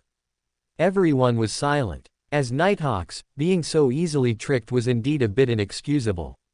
Finally, old Neil spoke up to comfort him. "You've done very well. After all, who would have thought that someone would be so bold as to cause trouble at the church? Wild Beyonders can't get away from the church fast enough, let alone ordinary people with other intentions, so it's inevitable that everyone was deceived. Moreover, even if you thought someone might be faking trouble, you couldn't not take precautions. After all, there's always a what if. So don't be too hard on yourself." Dunn nodded, then sighed again and shook his head, but in the end, said nothing more, instead turning to Klein and saying, "You just consumed the potion today, practiced spirit vision all morning, and then came to help evacuate the crowd. Your mental energy consumption is too great, and your complexion is already very poor. You should go back first. We will handle the rest, you don't need to worry about it." Leonard and old Neil both agreed, urging Klein to leave first. Klein indeed felt himself starting to feel sleepy and a bit unsteady on his feet, so he no longer stood on ceremony, took off his cassock, handed it to old Neil, and then left the church with unsteady steps. After leaving, Avon did not linger outside the church to socialize with Klein Moretti and the Great Fool, as he knew very well that today was Klein's day to drink the seer potion, and he had clearly seen earlier that Klein's complexion was indeed very poor. After leaving the church, he quickly hailed a carriage by the roadside and instructed it to go to the nearest post office. Avon was now eager to verify his conjecture, where the train carrying the letters to Backland had met with an accident. This could allow Avon to determine whether he was on a script, and whose script it was. Soon, the carriage carried Avon to the nearest post office, the Tingen City North District branch. Avon handed the coachman a £1 banknote, casually saying, "Wait for me," and then hurried into the post office. Perhaps because the post office had temporarily suspended its service for sending letters to Backland, there were many people consulting. But being handsome still had a great advantage. The busy front desk lady, after a casual glance, immediately noticed Avon in the crowd and enthusiastically asked if he needed any help. Avon gentlemanly inquired of her where the mail carriage that had an accident a few days ago had met with the accident, and for what reason. After receiving a satisfactory answer, Avon thanked the front desk lady, then left the post office amidst her blushing face and got into the carriage. In the carriage, Avon took a deep breath, firming up his conjecture, and now only needed corroborating evidence. Thinking of this, Avon took out his pocket watch from his chest, checked the time, and then instructed the coachman to drive towards his home in the Golden Banyan district. Upon returning home, he just made it for lunch. At the dining table, Avon asked butler Buck, "Oh, did you send someone to the telegraph office to send a telegram to Backland?" "After breakfast, I personally drafted the telegram and sent someone to the telegraph office. Mr. Robert should reply very soon, I imagine." Just as he was speaking, a servant greeted Mr. Buck and whispered something in his ear. Mr. Buck frowned, dismissed the servant, and came over to report to Avon. "Mr. Avon, the telegraph office sent someone to inform us that the telegrams they sent to Backland this morning did not receive a reply. Later, they learned that the telegraph machine there had a malfunction, so they did not receive our telegrams. They are asking if we wish to continue sending them." Telegram fees were relatively expensive, especially for long telegrams, so ordinary people would only use them in urgent situations. Often, a slight delay could render the telegram useless, so the telegraph office would send someone to inquire whether to resend if a transmission failed. This news confirmed Avon's conjecture. The accident of the mail train was not a true accident, it was Adam or 008 interfering. Avon knew that continuing to let the butler send the telegram that would attract Robert Horn would only harm him, so Avon gently shook his head and said, "In another month, when the Parliament is in recess, Big Brother will naturally return for vacation. There's no rush for a moment, no need to write to Backland anymore." Butler Buck nodded and continued to pour a little clear, blood-red wine, Tears of the Moon, into Avon's glass. This was a product of the Horn family's vineyard in the Tingen suburbs, unique to them, with no branches, and sold well across the continent. Even Emperor Rosal praised it back then. Avon picked it up and took a sip, feeling only its mellow and delicious taste, with an endless aftertaste, and couldn't help but narrow his eyes in enjoyment. However, even with his eyes narrowed, a faint gleam of light still shone through. After lunch, Avon returned to his bedroom, which was about 100 square meters, and entered the small study connected to it. He took down a map of the Loan Kingdom from the wall, spread it on the large, exquisite desk made of precious red leaf wood, and then found a compass to make measurements on the map. Avon first located Backland, using its city center as the focal point. He adjusted the pencil on the compass to draw a circle encompassing all districts of Backland. Then, with the adjusted compass, he used Tingen city's center as the focal point and drew another circle of the same size. Finally, following the railway markers on the map, he found the location where the mail train accident occurred.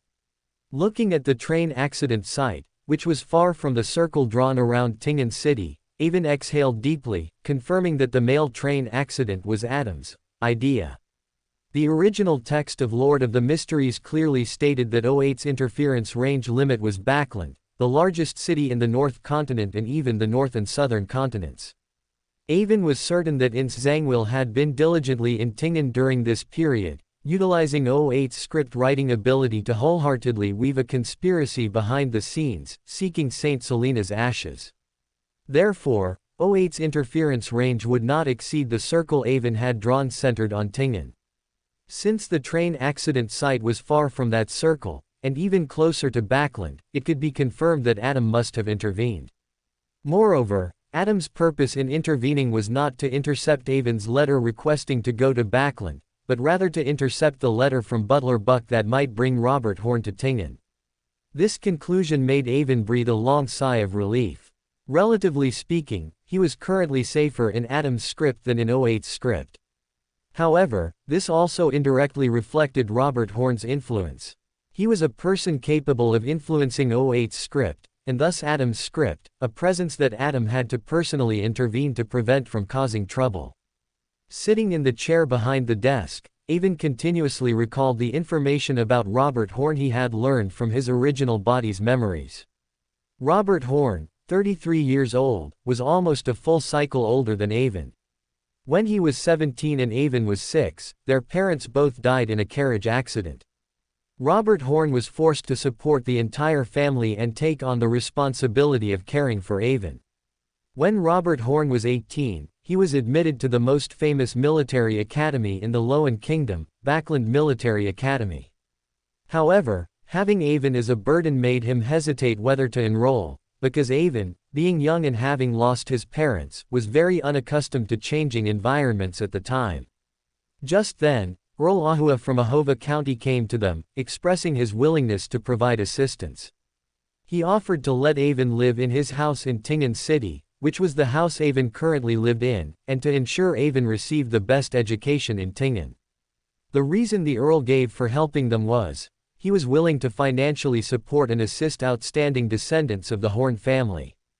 Thus, Avon moved into Earl Ahua's mansion in Tingan, receiving care from the Earl's butler and servants, while Robert Horn went to Backland and enrolled in the Backland Military Academy.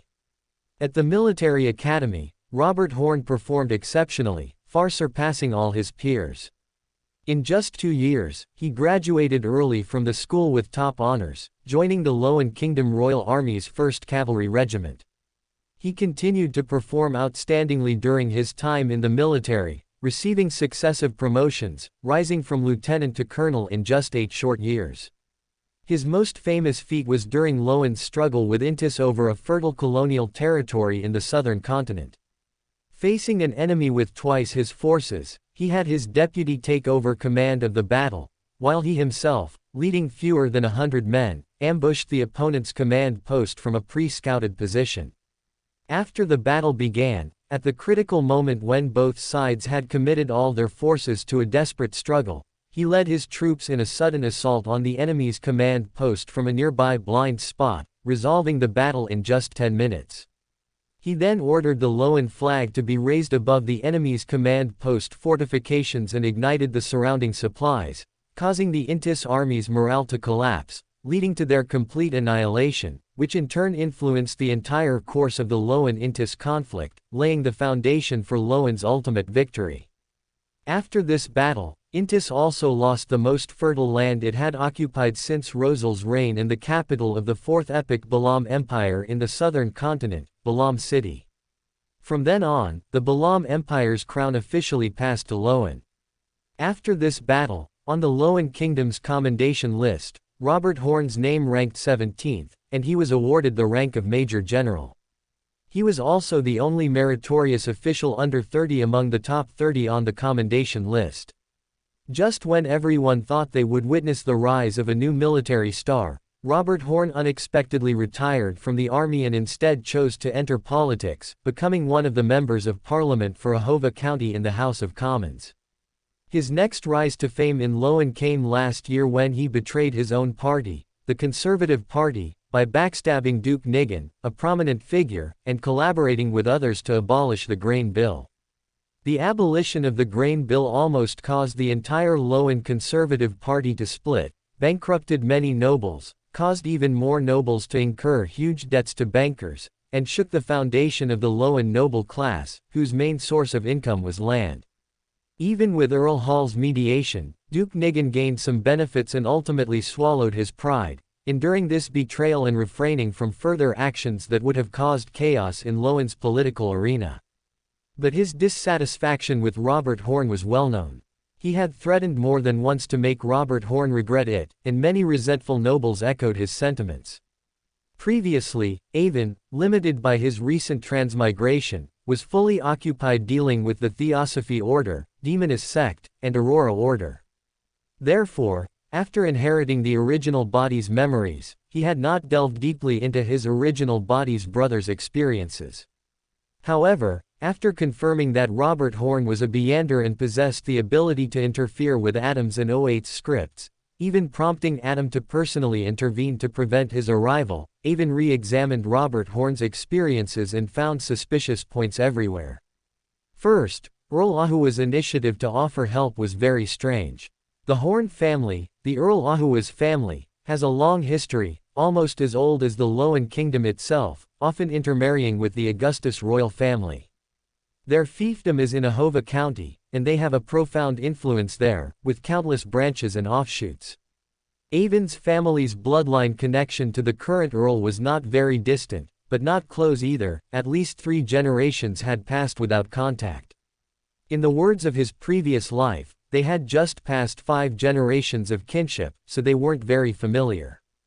Moreover, the world of the Lord of the Mysteries is not like Avon's Earth in his previous life. The relationship between family members is not very close.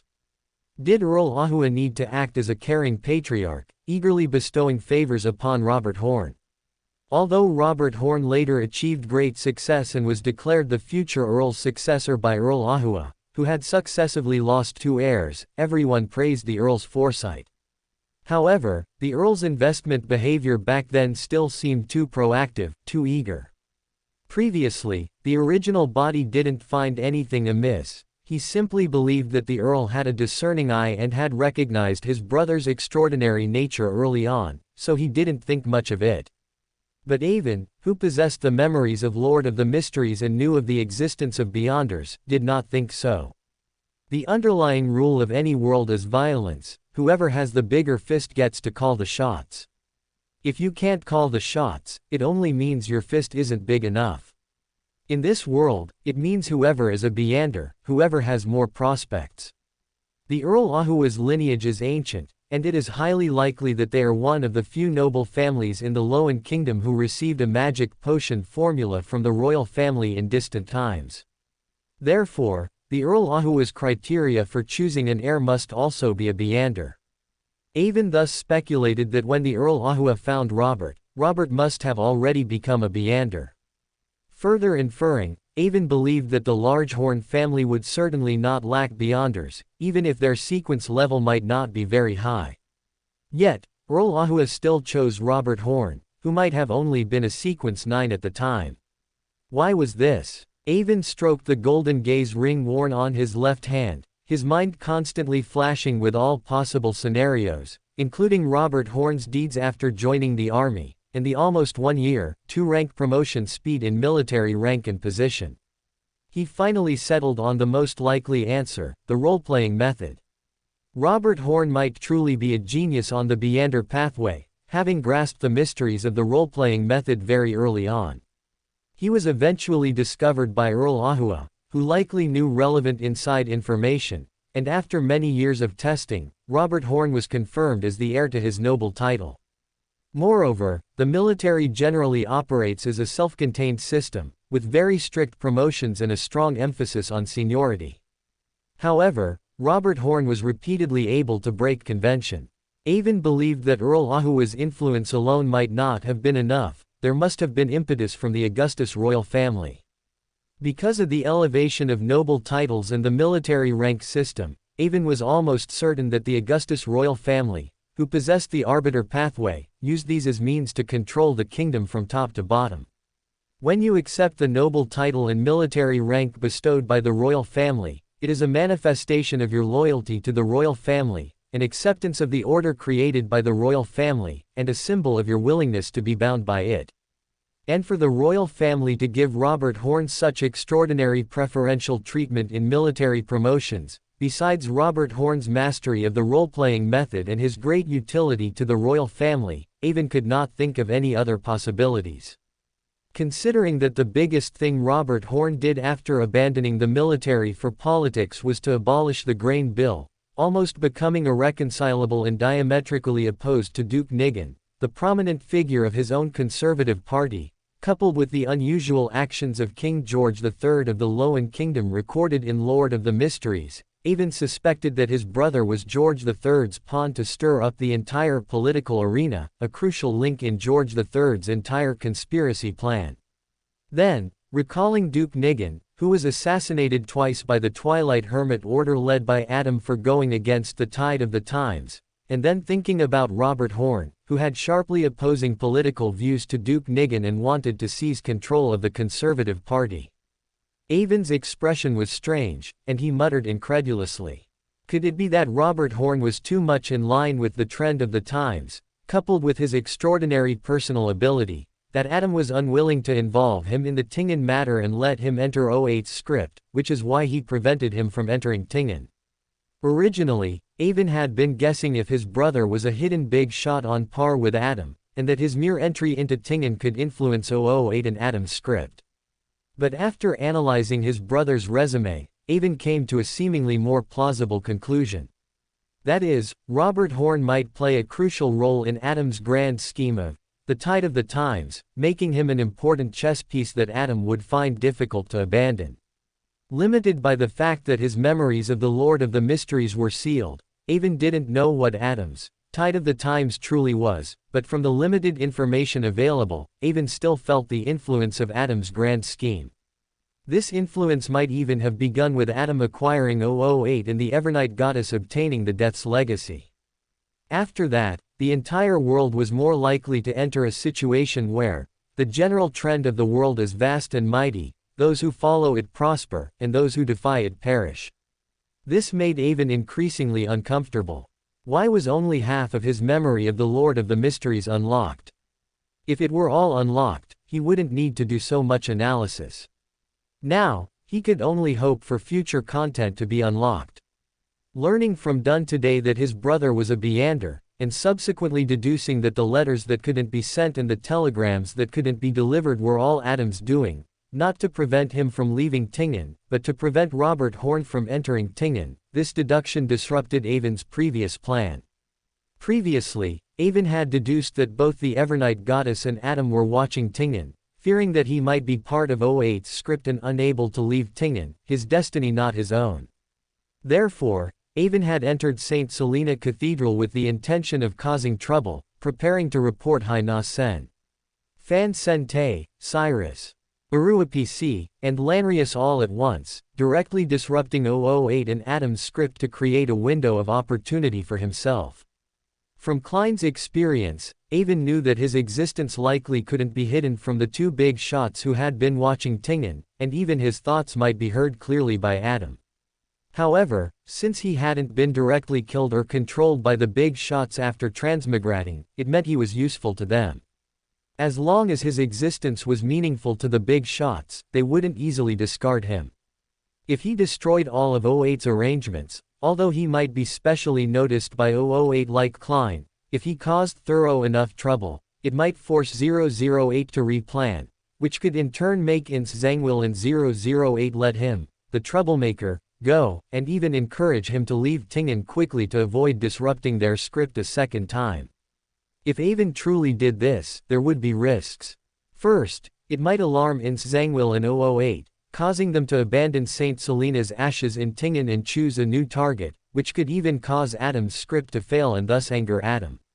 Second, even if Ins Zangwil was not vigilant enough and continued to stay in Tingen to write the script, Avon's thorough disruption might greatly extend his planning time, which could interfere with Adam and the goddess's cooperation and affect the progress of the story. The last point is that if Dunn captured Hai Na Sen, Fan Sen Te, he might learn the fact that Avon had been recruited through a dream, which would then trigger a full investigation into Avon himself. Avon doing this was telling Adam to send him away from Tingen as soon as possible, otherwise he would not obediently sit and wait for arrangements.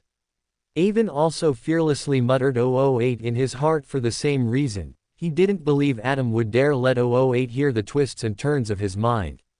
But when Avon learned from Dunn that his brother was a Beander, and deduced that he had not been specially attended to by 008, Avon ultimately swallowed the words he intended to report. After all, he wasn't Klein, who could truly sacrifice himself for others. His primary goal was to leave Tingen as soon as possible, to escape the deadly trap laid by 008 in Tingen. Since 008 hadn't paid special attention to him, he still had a chance to withdraw. Avon even felt that the news of Robert Horn being a Beander, which he learned from Dunn, might have been Adam influencing Dunn to say it, thereby making Avon swallow his words about reporting, so as not to affect the script. Thinking about it now, Dunn telling him the fact that his brother was a Beander was quite abrupt. After all, Robert Horn asking the Nighthawks not to recruit his younger brother, and not telling his brother that he was a Beander, his intentions were practically obvious. Done directly stating it actually seemed to be a bit of an attempt to stir up conflict between the brothers, which was rather unkind and didn't fit Dun's character. Shaking his head, Avon cast aside all the extra thoughts and pondered how he should leave Tingen. Actually, this problem was easy to solve. As long as Robert Horn wasn't summoned to Tingen, Avon could just send another telegram to his brother. This was also why Avon refused Mr. Butler Buck's offer to resend the telegram during lunch. Because Avon knew that as long as he let Mr. Buck resend the telegram, Mr. Buck would definitely include private information about Avon's suicide, which would certainly cause Robert Horn to rush to Tingen. Thus, his telegram would never be sent, and Avon would never have a sufficient reason to bid farewell to Mrs. Sharon and Hai Na Sen, Fan Sen Tay, and leave Tingen for Backland. So Avon decided to go to the telegraph office himself and send a telegram to his brother requesting to go to Backland.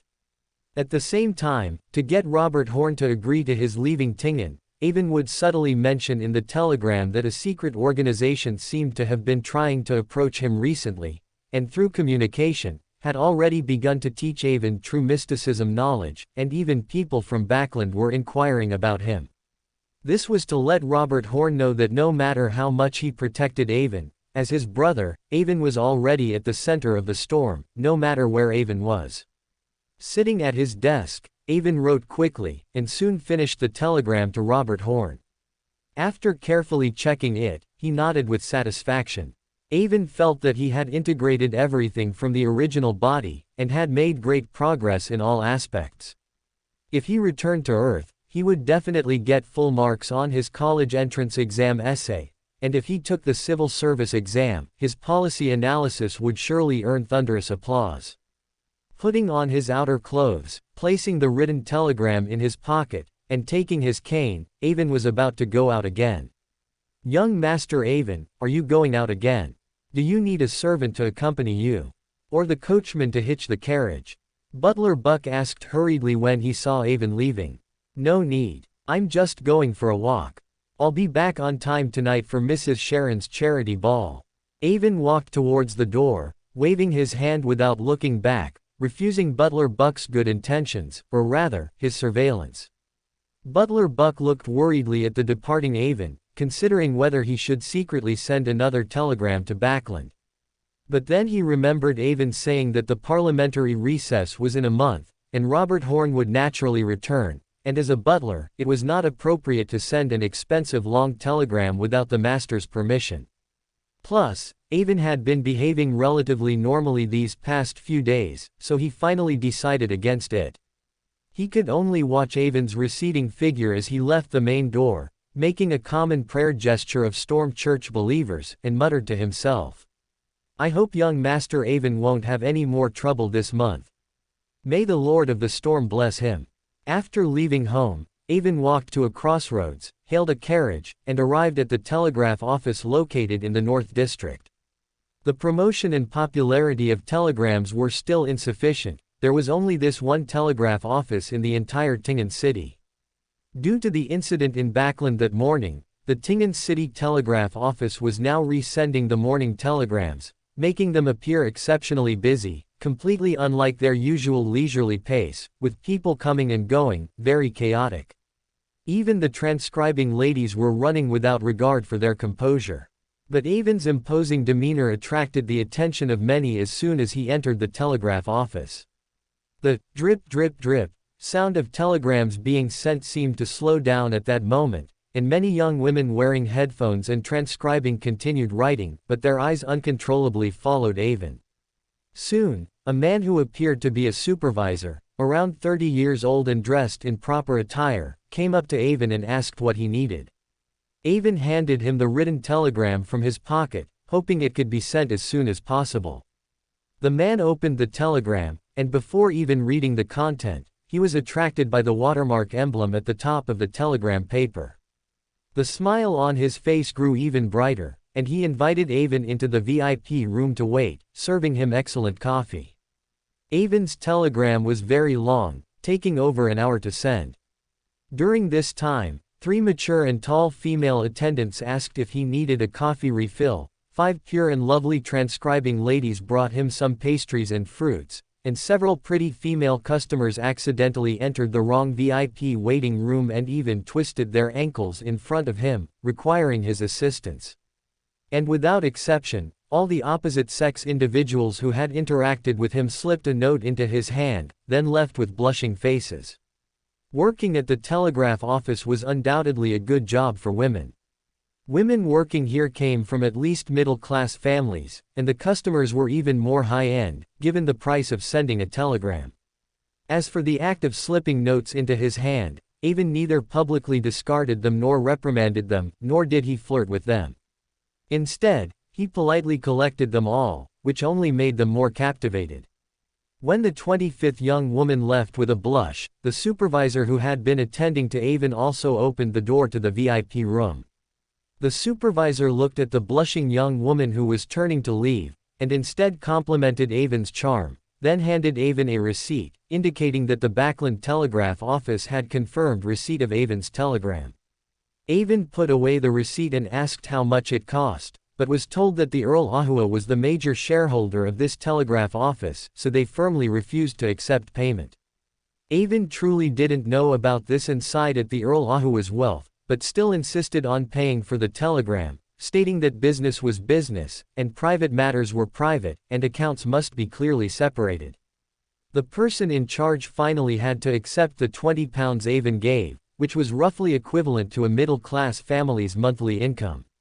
After leaving the telegraph office, Avon walked a distance, tearing up all the notes that had filled his pockets and throwing them into a trash can. Among them were innocent young women and mature women only seeking a one-night stand, but he had no intention of getting involved with any of them. It had been several days since he came to this world, and Avon, who had fully accepted the original body's memories, knew that Lowen's overall social atmosphere was actually quite conservative. This could be seen from Duke Nigan not openly having mistresses but secretly having affairs, indicating that people were still very concerned about such matters. Avon had decided to leave Tingen as soon as possible and would not cause any more trouble to avoid accidents. After leaving the telegraph office, Avon checked his pocket watch and found it was already 1:30 in the afternoon. He needed to make some preparations to see if he could contact Klein in advance and take the opportunity to join the Tarot Club. The Tarot Club meeting was scheduled for 3 p.m., so he had to perform the ritual earlier. Thinking of this, Avon hailed a carriage on the street and asked the coachman to first take him to buy some food that Klein had prepared for his first ritual after transmigrating, and then to the nearest hotel. The reason Avon didn't perform the ritual at home was mainly out of fear of alarming Mr. Buck, the butler, and causing him to write another letter to Backland. As Avon boarded the carriage, he subtly glanced at a spot not far to the side, then feigned ignorance and got into the carriage as if nothing had happened. From the moment Avon left home that morning, he knew he was being followed. He thought he was well hidden, but in Avon's eyes, they were so obvious. This didn't mean the tracker's skills were poor or bad. On the contrary, his tracking skills were very high and he was very experienced. Ordinary beyonders might not be able to detect his tracking. But Avon had his cheat. Avon even clearly knew that the person tracking him was a beyonder from the hunter pathway. Ever since Avon first drank the assassin potion and entered the top floor of that city, which greatly resembled 20th century Shanghai, Avon's golden finger also unlocked. Not only could Avon pre-access a beyonder ability from his own pathway using his golden finger, but he could also safely consume hunter pathway potions, which were adjacent to the assassin pathway, and even more, it made beyonders from both of these pathways completely exposed before Avon. In Avon's eyes, they were like fireflies in the dark. As long as Avon closed his eyes and concentrated, he could perceive all people or objects within a 100-meter radius. In Avon's mind, they were like computer models from his previous life, which Avon could explore 360 degrees, except their colors were all gray. And beyonders from the assassin and hunter pathways even had black or red auras around them, making them exceptionally dazzling. At the same time, they also evoked a hungry instinct in Avon, making him instinctively want to prey on them. Avon didn't know the limit of this detection effect, but he knew that at least Mrs. Sharon, a Sequence 6 demoness of pleasure, couldn't escape his detection. As a member of a powerful secret organization and a cunning demoness, Mrs. Sharon was extremely cautious in recruiting peripheral members. She had more than once tracked and spied on Avon invisibly, but each time, without exception, she was discovered by Avon. Therefore, in her eyes, Avon was a perfect, trustworthy, and completely controlled development target, precisely because she was unilaterally transparent before Avon. When Avon left home that morning, he already knew he was being followed by a hunter. He only had to think for a moment to deduce that this must be Hai Na Sen, Fan Sen Tei's companion. When Hai Na Sen, Fan Sen Tei tempted the original body, he revealed that he could help Avon prepare a Sequence 9 potion. The original body was naturally overjoyed by this. However, although he strongly recommended the mysticologist potion, which was better for studying mysticism, the young and impetuous original body valued the powerful hunter potion more, because the original body had wanted to follow his brother into the army, but his brother had stopped him from applying to military school back then. Hai Na Sen, Fan Sen Tei was only a minor member of the Aurora Order. After successfully recruiting Avon, he didn't know the hunter potion formula and would inevitably report to his superiors. And Avon, being such a high-quality recruitment target, could attract the attention of the demoness sect, and would naturally attract the attention of the Aurora Order. Perhaps Mr. Z had already arrived in Tingen City from Emad Port. The Aurora Order has survived for so many years under the encirclement and suppression of the Orthodox churches, so they naturally aren't lacking in intelligence. After all, they are merely mad, not idiots. So, after Hai Na Sen, Fan Sen Tei sent Avon the letter, it was inevitable that they would send someone to monitor Avon's movements. Since Avon hadn't been officially recruited yet, they couldn't guarantee his loyalty. Who knew if Avon would sell them out? But this brought trouble to Avon, and it was trouble Avon brought upon himself. Avon was distressed that morning about possibly not being able to escape Adam or O8's script, so he thought about smashing the chessboard, reporting the entire Aurora Order, and destroying all of O8's arrangements. The true creator's offspring could not descend, and 008 would never be able to write a script again. So Avon ignored the hunter tracker and directly entered St. Selena Cathedral in front of him. However, the important news Avon received from Dunn gave him hope of leaving Tingen, and finally made Avon decide to abandon the idea of reporting them. Then the hunter who had been following him was trouble and had to be dealt with quickly. He couldn't be allowed to relay the news of Avon entering St. Selena Cathedral. It wasn't urgent yet, though. This wasn't the modern world of Avon's previous life, where everyone had a mobile phone. Avon had been out and about all day, so the tracker could only follow him and had no time to transmit the information. Not to mention that Avon's activity area today was far from House Street, where Hai Na Sen, Fan Sen Tei was located. So, Avon wasn't in a hurry to deal with the tracker yet. He needed to think carefully about what to do. After the coachman dropped him off at the nearest hotel, Avon booked a room for 2 hours. This made the front desk staff look at Avon more closely, and one male attendant even suggestively mentioned that they had professional masseuses on their second floor. Avon politely declined and didn't offer any further explanation, merely instructing the attendant not to disturb him. After being led to a luxurious suite by the attendant, Avon casually tipped him 10 Seul. This was something Avon had specifically prepared before leaving. Tipping with golden pounds would have been too conspicuous, which was also due to Avon having transmigrated for too short a time and not having an intuitive feel for things. But even so, it made the attendant leave with profuse thanks and bows to Avon. One must know that his weekly wages plus tips might not even amount to that much money. This money was an unexpected joy for him. After entering the room, Avon took off his overcoat and vest, then, following the instructions from the Lord of the Mysteries that had materialized in his mind, he arranged various foods as Klein had done for his first preparations. Avon stood up, surveyed everything again, considered it, and took 4 candles from the hotel's candelabra, placing them at the midpoint between each of the arranged foods. Avon couldn't imitate Klein too closely, as this might arouse Klein's vigilance. After all, Klein's personality could sometimes be a bit too cautious. If something felt slightly off, he would retreat.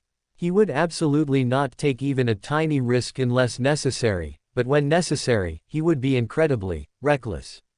After arranging everything, Avon checked his pocket watch again and found it was only 2:15 p.m. There was no rush, so he found a chair to rest for a while. At the same time, he flipped through the Lord of the Mysteries that had materialized in his mind, reviewing and learning anew, checking for any oversights. Avon was very familiar with the entire content of the Lord of the Mysteries, so he read quickly. But when Avon turned to the chapter where Klein drank the seer potion and became a true Beander, Avon stood up from his chair in shock, spitting out the coffee he had brought to his mouth, his eyes filled with horror. Avon remembered this original passage very clearly. After Klein became a seer, he followed old Neil for a whole morning to learn how to use spirit vision, which left him mentally exhausted.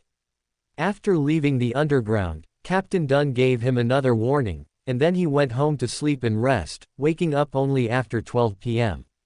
The second Tarot Club gathering was then held. Previously, when Avon had flipped through the Lord of the Mysteries in his mind, he had seen the same content. But now the content had changed. As Klein was about to leave, an incident occurred at the church ahead. Klein endured his fatigue, forced himself to help, and finally found it was a false alarm. However, Klein became even more exhausted due to high mental tension and went home to sleep until 2 p.m. The content in the Lord of the Mysteries had changed, and when it mentioned the incident at the church, it did not elaborate on Avon's situation, only referring to him as a mysticism enthusiast. The entire incident was also written very briefly and simply. If Avon hadn't been the person involved in this matter, he might have truly believed it was a simple, ordinary incident. After Avon calmed down, he thought that the changes in the Lord of the Mysteries were actually quite reasonable. After all, he was a character who had never appeared in the original work, and he had directly interacted with the protagonist and supporting characters in the first volume, affecting Klein. According to the butterfly effect, this naturally created a ripple effect. He just hadn't expected this mysterious Lord of the Mysteries to have such a close connection with reality, almost changing in real time. Suddenly, Avon thought of something. He controlled the Lord of the Mysteries in his mind to turn the page, directly flipping to the last chapter of the first volume about 08's script. He read it sentence by sentence and found that some changes had indeed occurred.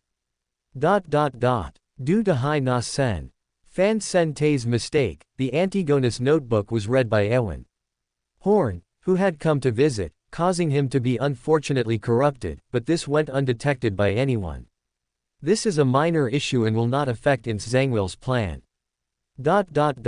It's puzzling, lacking sufficient reason, Klein Moretti did not commit suicide afterward and successfully survived. Ewan Horn was also the same, except he was never detected by anyone as being related to the Antigonus notebook from beginning to end, so no relevant Beyonders noticed that his suicide attempt, which should have succeeded, failed. Klein met Dunn Smith through Welch's case and joined the Nighthawks team, while Ewan Horn, who harbored a secret, also came under scrutiny due to his classmate relationship with Welch. Although this exceeds Ins Zangwill's description, it somehow seems to not affect the story's development. But how could the cautious Ins Zangwill allow his plan to have loopholes not under his control? Worried that his young master might attempt suicide again, Butler Buck, who had accidentally failed to send the letter, suggested contacting Backlund via telegraph. Ewan Horn was eager to go to Backlund, so he agreed to this exceptionally expensive proposal. Oh, poor Ins Zangwill, he is truly too unlucky. The Backlund telegraph office seems to have been evacuated due to a terrorist attack by the Aurora Order, which meant that the telegram Butler Buck sent to Backlund was not received. Ewan Horn was still not sent away from Tingen, which made Ins Zangwill unbearable. The script of 008 in the Lord of the Mysteries had clearly changed. Suddenly, in Avon's eyes, the words on the gray "The Lord of the Mysteries" twisted and changed again. Eowyn. Horn had planned to wait in Tingen for his brother, who would return in half a month, but his yearning for Backland and his promise to the demoness Helen still prompted him, while out for a walk, to immediately go to the telegraph office and send a telegram to Backland. This time, the telegram was sent successfully, and Eowyn. Horn would surely set off from Tingen for Backland as soon as possible. Eowyn looked at the changing Lord of the Mysteries in his mind and took several deep breaths, but in the end, he couldn't suppress the joy in his heart, laughing wildly in the room until his stomach hurt and tears came to his eyes. Ha ha ha ha ha. Ha ha ha ha ha. Ha ha ha ha ha ha ha. Finally, after an unknown amount of time, Eowyn calmed his emotions. From the altered Lord of the Mysteries, Eowyn deduced several conclusions and pieces of information. 1. The Lord of the Mysteries that materialized in his mind was not a manifestation of his past life's memories in this mysterious world, but another mysterious entity unknown to him. It was closely linked to the world of mysteries and possessed strong concealment, serving as his second cheat. He just didn't know its mystical principles. 2. High-level beyonders of the spectator pathway could still manipulate him, just like they manipulated Klein, but they actually couldn't truly see through his inner thoughts, or rather, Eowyn's inner thoughts seen from the sea of mind were interfered with. He just didn't know which of his cheats was responsible. The most obvious example was that 008 deduced his inner motives through his actions, rather than modifying Eowyn's thoughts through its ability to control his actions. His intention to go to the telegraph office to send a telegram was completely different from what 008 had written. 3. Previously, he had repeatedly muttered about 008 in his understanding of the Tingen script written by 008, while 008's script was completely unaware of this. 4. 008's unawareness of him was not due to Adam's concealment, otherwise, such interference with a character directly manipulated by 008 would certainly not escape 008's notice. 5. Ince Zangwill eagerly wanted to send him away from Tingen. He was not Ince Zangwill's target. Ince Zangwill did not want to cause trouble or get into trouble, no matter what secrets he had. 6. Adam should also wish for him to leave. His purpose was different from Ince Zangwill's, but their actions were consistent. It was highly likely that he would indeed leave Tingen soon. 7. The incident at the Backland telegraph office was surprisingly due to the Aurora Order. It was unclear whether the true creator had made arrangements because he also didn't want the Tingen script to be disrupted, or if Adam had directly borrowed the Aurora Order's pre-existing attack plan. 8. And most importantly, Adam and 008 also couldn't see through Eowyn's mind. Otherwise, Adam should have noticed that Eowyn intended to overturn the chessboard before Eowyn entered St. Selena Cathedral, instead of waiting until Eowyn was about to overturn it, then urgently and riskily interfering with Dunn to reveal important information and appease him. 9. When he first transmigrated, he kept forgetting to think about 008 and Ince Zangwill. This might not have been Adam's interference, but rather a protective mechanism from his own cheat after his transmigration. From the moment he transmigrated until Helen brought the assassin potion for him to drink, there was a full day. This day was potentially a window period when his cheat was not activated. Only when he drank the potion and truly began to come into contact with that mysterious city, and 008 could no longer see through his mind, did this protective mechanism disappear. It wasn't until he was stimulated by some sensitive words, such as, coincidentally, unfortunately, just right, etc., that Eowyn remembered these things again. From this perspective, that mysterious city seems to be a bit more powerful than the Lord of the Mysteries in his mind. After all, it appears that he forgot about 008-related matters due to the mysterious city's protective mechanism. Before I drank the assassin potion, on that one day, would Adam have been watching the Lord of the Mysteries in my mind? Eowyn paused, coffee in hand, at this thought, feeling his face stiffen. But he quickly relaxed. After all, from the content of the Lord of the Mysteries, the entire situation of the mysterious world, or the situation of LotM, was under Adam's control. It didn't matter if he saw it. At most, it would help him find a few gaps and fill in a few leaks. It was completely harmless. Perhaps Adam might even think that Adam's arrangements in the book were quite good and directly imitate them now. Ah, if that's really the case, doesn't that mean Adam's arrangements are learned from me? What exactly does this count as? Doesn't it become another chicken or egg first problem? Avon quickly shook his head, no longer dwelling on this dizzying question. Avon was very happy now, the dark clouds in his heart swept away. Through his cheat, he not only probed Ins Zangwill's true attitude towards him but also inversely measured the boundaries of his cheat's abilities through Adam and 008. His cheat was basically on the same level as Klein's, perhaps even stronger. After Avon realized that his cheat could severely confuse 08's judgment, he somewhat didn't want to leave Tingen anymore, because there was a lot of room for maneuver. However, considering that Adam was also watching, he decided to be honest and leave Tingen as planned, sooner rather than later. But during the time before he set off from Tingen, he could still borrow 08's power to do some things for himself, such as how to reasonably deal with the hunter who was still waiting outside to track him. Countless thoughts flashed through Avon's mind. Dong, dong, dong. The clock Avon had set in the room chimed, startling Avon, who was contemplating how to fuse and utilize 008. Avon looked closely and saw that it was already 2:45 p.m. Avon stood up from the sofa, recalled the excuse he had prepared and the procedure he had seen in The Lord of the Mysteries, then directly lit the candle, walked 4 steps backward around the food, and chanted in sequence.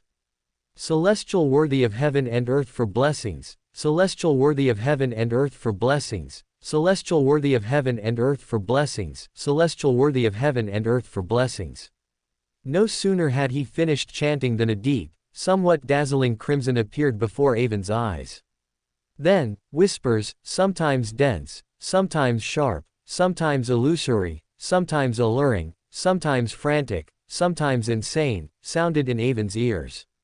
Then the deep crimson in Avon's eyes receded, turning into the expected gray fog, but no matter what, Avon could not step into it, and the surrounding gray fog seemed to have erupted, engulfing Avon, but a mysterious and illusory city appeared around Avon, protecting him and preventing the gray fog from contaminating him. This time, when Avon performed the ritual, he didn't experience the kind of fear as if encountering a natural enemy, like when he first transmigrated and performed the ritual. Instead, he felt a hunger to devour the gray fog. Only this time, it wasn't the hunger to devour the Beander characteristics of assassin and hunter brought by the mysterious city. Rather, it was the Lord of the Mysteries book that had materialized in Avon's mind, which had a hunger for the gray fog, and this hunger was not one-sided. Avon could clearly feel that it was mutual. My transmigration is indeed related to the gray fog, and to the celestial worthy of heaven and earth for blessings. Avon suppressed his hunger, thinking so. At the same time, Klein, who was flipping through his original history textbooks and notes, waiting for the 3 o'clock meeting, suddenly felt an anomaly in the gray fog, and then also suddenly felt a strong, inexpressible hunger, which instantly made his black bread less appealing. At the same time, a familiar, clear voice, distinct and fluent, rang in his ears. Celestial worthy of heaven and earth for blessings, celestial worthy of heaven and earth for blessings. The clear prayer made Klein ecstatic. More importantly, the person praying was speaking Chinese, and it was Mandarin. Does this mean this world is connected to the original Earth? Do I have a chance to go home? Resisting the hunger that assailed his reason, Klein immediately walked 4 steps backward in the room and entered the gray fog.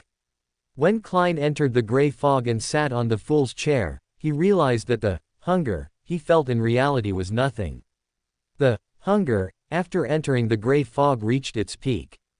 At the same time, Klein found that his entire gray fog hall was stained red by a red humanoid projection, with countless gray fogs engulfing the other party, as if to devour him. At the same time, Klein felt that the source of his so-called hunger was precisely the gray fog's yearning for this projection, especially the gray spot on the head of the opponent, amidst the glowing red light emanating from the opponent's entire body.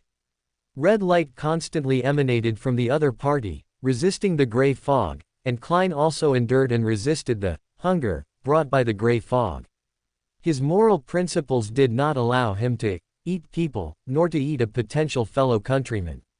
Gradually, under the suppression of the red illusory city and Klein himself, the gray fog seemed to realize it couldn't harm the red projection and gradually quieted down, and Klein's hunger also gradually receded, returning to normal. When Klein finally breathed a sigh of relief, he decisively touched the red projection with his hand. Avon appeared above the gray fog. His eyes were no longer gray. He found himself standing in a magnificent palace supported by huge stone pillars. Before him was an ancient and mottled bronze long table. When a figure shrouded in gray fog sat opposite the long table, Avon immediately bowed to him and said in a frightened tone, "Great celestial worthy of heaven and earth for blessings, I only inadvertently learned your venerable name and then spoke it aloud. Please forgive my offense." Avon spoke the words, "celestial worthy of heaven and earth for blessings," in Chinese, while all other words were spoken in ancient Giant. This made Klein, who thought he had found a fellow countryman, freeze there, unable to utter the words he was about to say, as if he had suddenly deflated. But Klein was Klein after all. He quickly adjusted his disappointment and asked in a grand and ethereal tone, "From where did you learn my former venerable name?" Upon hearing this, Avon bowed his head even lower and said respectfully and fanatically, "I dreamed of your venerable name a few days ago." Klein's mind was full of question marks. "Celestial worthy of heaven and earth for blessings, this is your revelation to me. You gave me a dream, letting me know about the great crisis happening in Tingen, and you saved my life," Avon solemnly said to the fool who was sitting on the chair. However, the fool, Klein, was already full of question marks. When did he give him a dream? Could he give dreams? Why didn't he know? He had only transmigrated a few days ago. Wait, a few days ago. Could it be the dream he had on the day he transmigrated? The fool sat upright and said casually, "I haven't interfered with reality recently. You dreamed of this honorific title, which I haven't used in a long time, on that day. It must be a great power related to you that helped me. I saw your honorific title in a mysterious notebook from the fourth epoch, and naturally, I recited your honorific title in this language I had never heard before.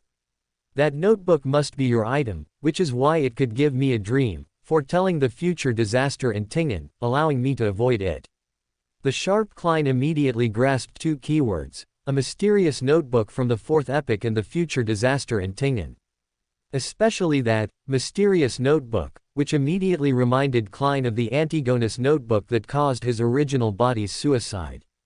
He didn't expect this Antigonus notebook to be related to the celestial worthy of heaven and earth for blessings, who caused him to transmigrate. And those who had recently come into contact with the notebook should all live in Tingen, plus Avon's description, so Klein judged that Avon was from Tingen. With this judgment, Klein re-examined Avon, and the somewhat blurry figure in front of him felt a little familiar. Klein, who had just been promoted to a seer, quickly connected the person in front of him with his classmate Avon. Horn, who had daringly gone fishing at St. Selena Cathedral that morning, and the more he looked, the more alike they seemed. This discovery made Klein frown, because Avon Horn had been personally investigated by the captain and had not come into contact with the Antigonus notebook, but now it was proven that he had directly read this notebook, which made him wary of Avon. At the same time, in his eyes, he couldn't see Avon's astral body, and the colors representing emotions on his etheric body were a mess, constantly chaotic, making it impossible to grasp Avon's emotions. The black and red colors surrounding him made Avon seem as if he was enveloped by the smoke of a battlefield. "You can now call me Mr. Fool. Where did you see this notebook, and do you know where it is now? And what kind of disaster did you dream of?" Klein tentatively asked Avon, but what Klein didn't expect was that upon hearing the title, The Fool, Avon became even more respectful. Does the title, The Fool, have some special meaning? Klein was momentarily puzzled. "I saw this notebook at the home of Hai Na Sen. Fan Sen Te, a seer I met at an occult exchange meeting. At the time, I didn't notice your great power in this notebook. After being given a dream by your power, I went to look for this notebook again, only to find out that he had sold it to my classmates Welch and Naya, and they both committed suicide on the day I had the dream. Saying this, Avon fearfully glanced at the fool sitting upright, then continued. Of course, it's not the notebook's fault. Through the dream, I learned that someone was using high-level power to create various coincidences and a huge conspiracy. That notebook was just being used. And this involved another classmate of mine, Klein. Please forgive my doubt about the dream, my doubt about your great power. To verify the authenticity of the dream's prophecy, I went to the Night Church's cathedral today and used means to draw out the Nighthawks, finding that my classmate Klein had indeed joined them and was deeply involved in the conspiracy. My 2 classmates have already lost their lives due to my oversight. Please, you must protect this classmate of mine from further harm, and keep the people of Tingen away from disaster. For this, I can offer everything I have, including my soul. By the end, Avon was emotionally agitated, almost incoherent. After speaking, he respectfully bowed his head in the magnificent and tall palace, awaiting the fool's judgment. And Klein was completely stunned, not expecting things to circle back to himself. However, Klein still clarified what exactly happened. That is, Avon had looked through the Antigonus notebook and, influenced by it, learned the honorific title of Celestial worthy of heaven and earth for blessings, and its Chinese pronunciation. Later, on the night Welch and others committed suicide, he had a dream about a high-sequence Beander causing trouble in Tingen, which involved Klein himself. After evading the Nighthawks' investigation, he immediately used the opportunity of already knowing Captain Dunn. On the surface, he pretended to be an occult enthusiast going fishing, but in reality, he was verifying whether the content about Klein in his dream was correct. After confirming Klein's situation, he firmly believed the dream was correct and thought that since the Antigonus notebook that gave him the dream could save him, preventing him from committing suicide like Welch and the others, it could also save Klein. So in the end, he placed his hope of saving his classmate Klein on the Antigonus notebook and on the celestial worthy of heaven and earth for blessings, recorded within it.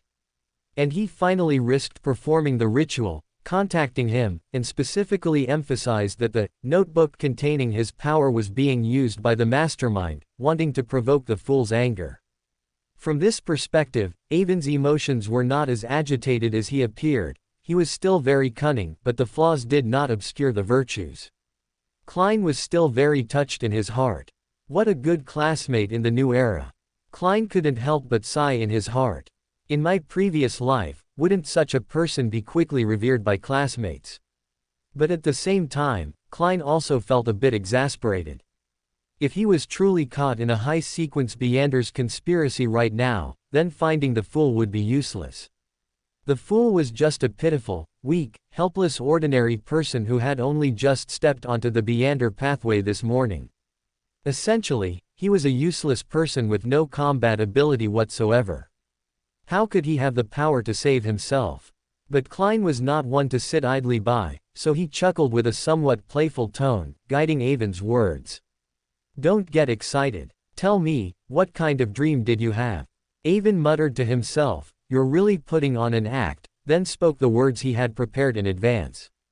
The content of my dream wasn't much, but I still saw that high-sequence Beander writing a script that could manipulate people's fates, esteemed Mr. Fool. I saw the script created by the mastermind through the dream. I wonder if you would allow me to write it down and present it to you.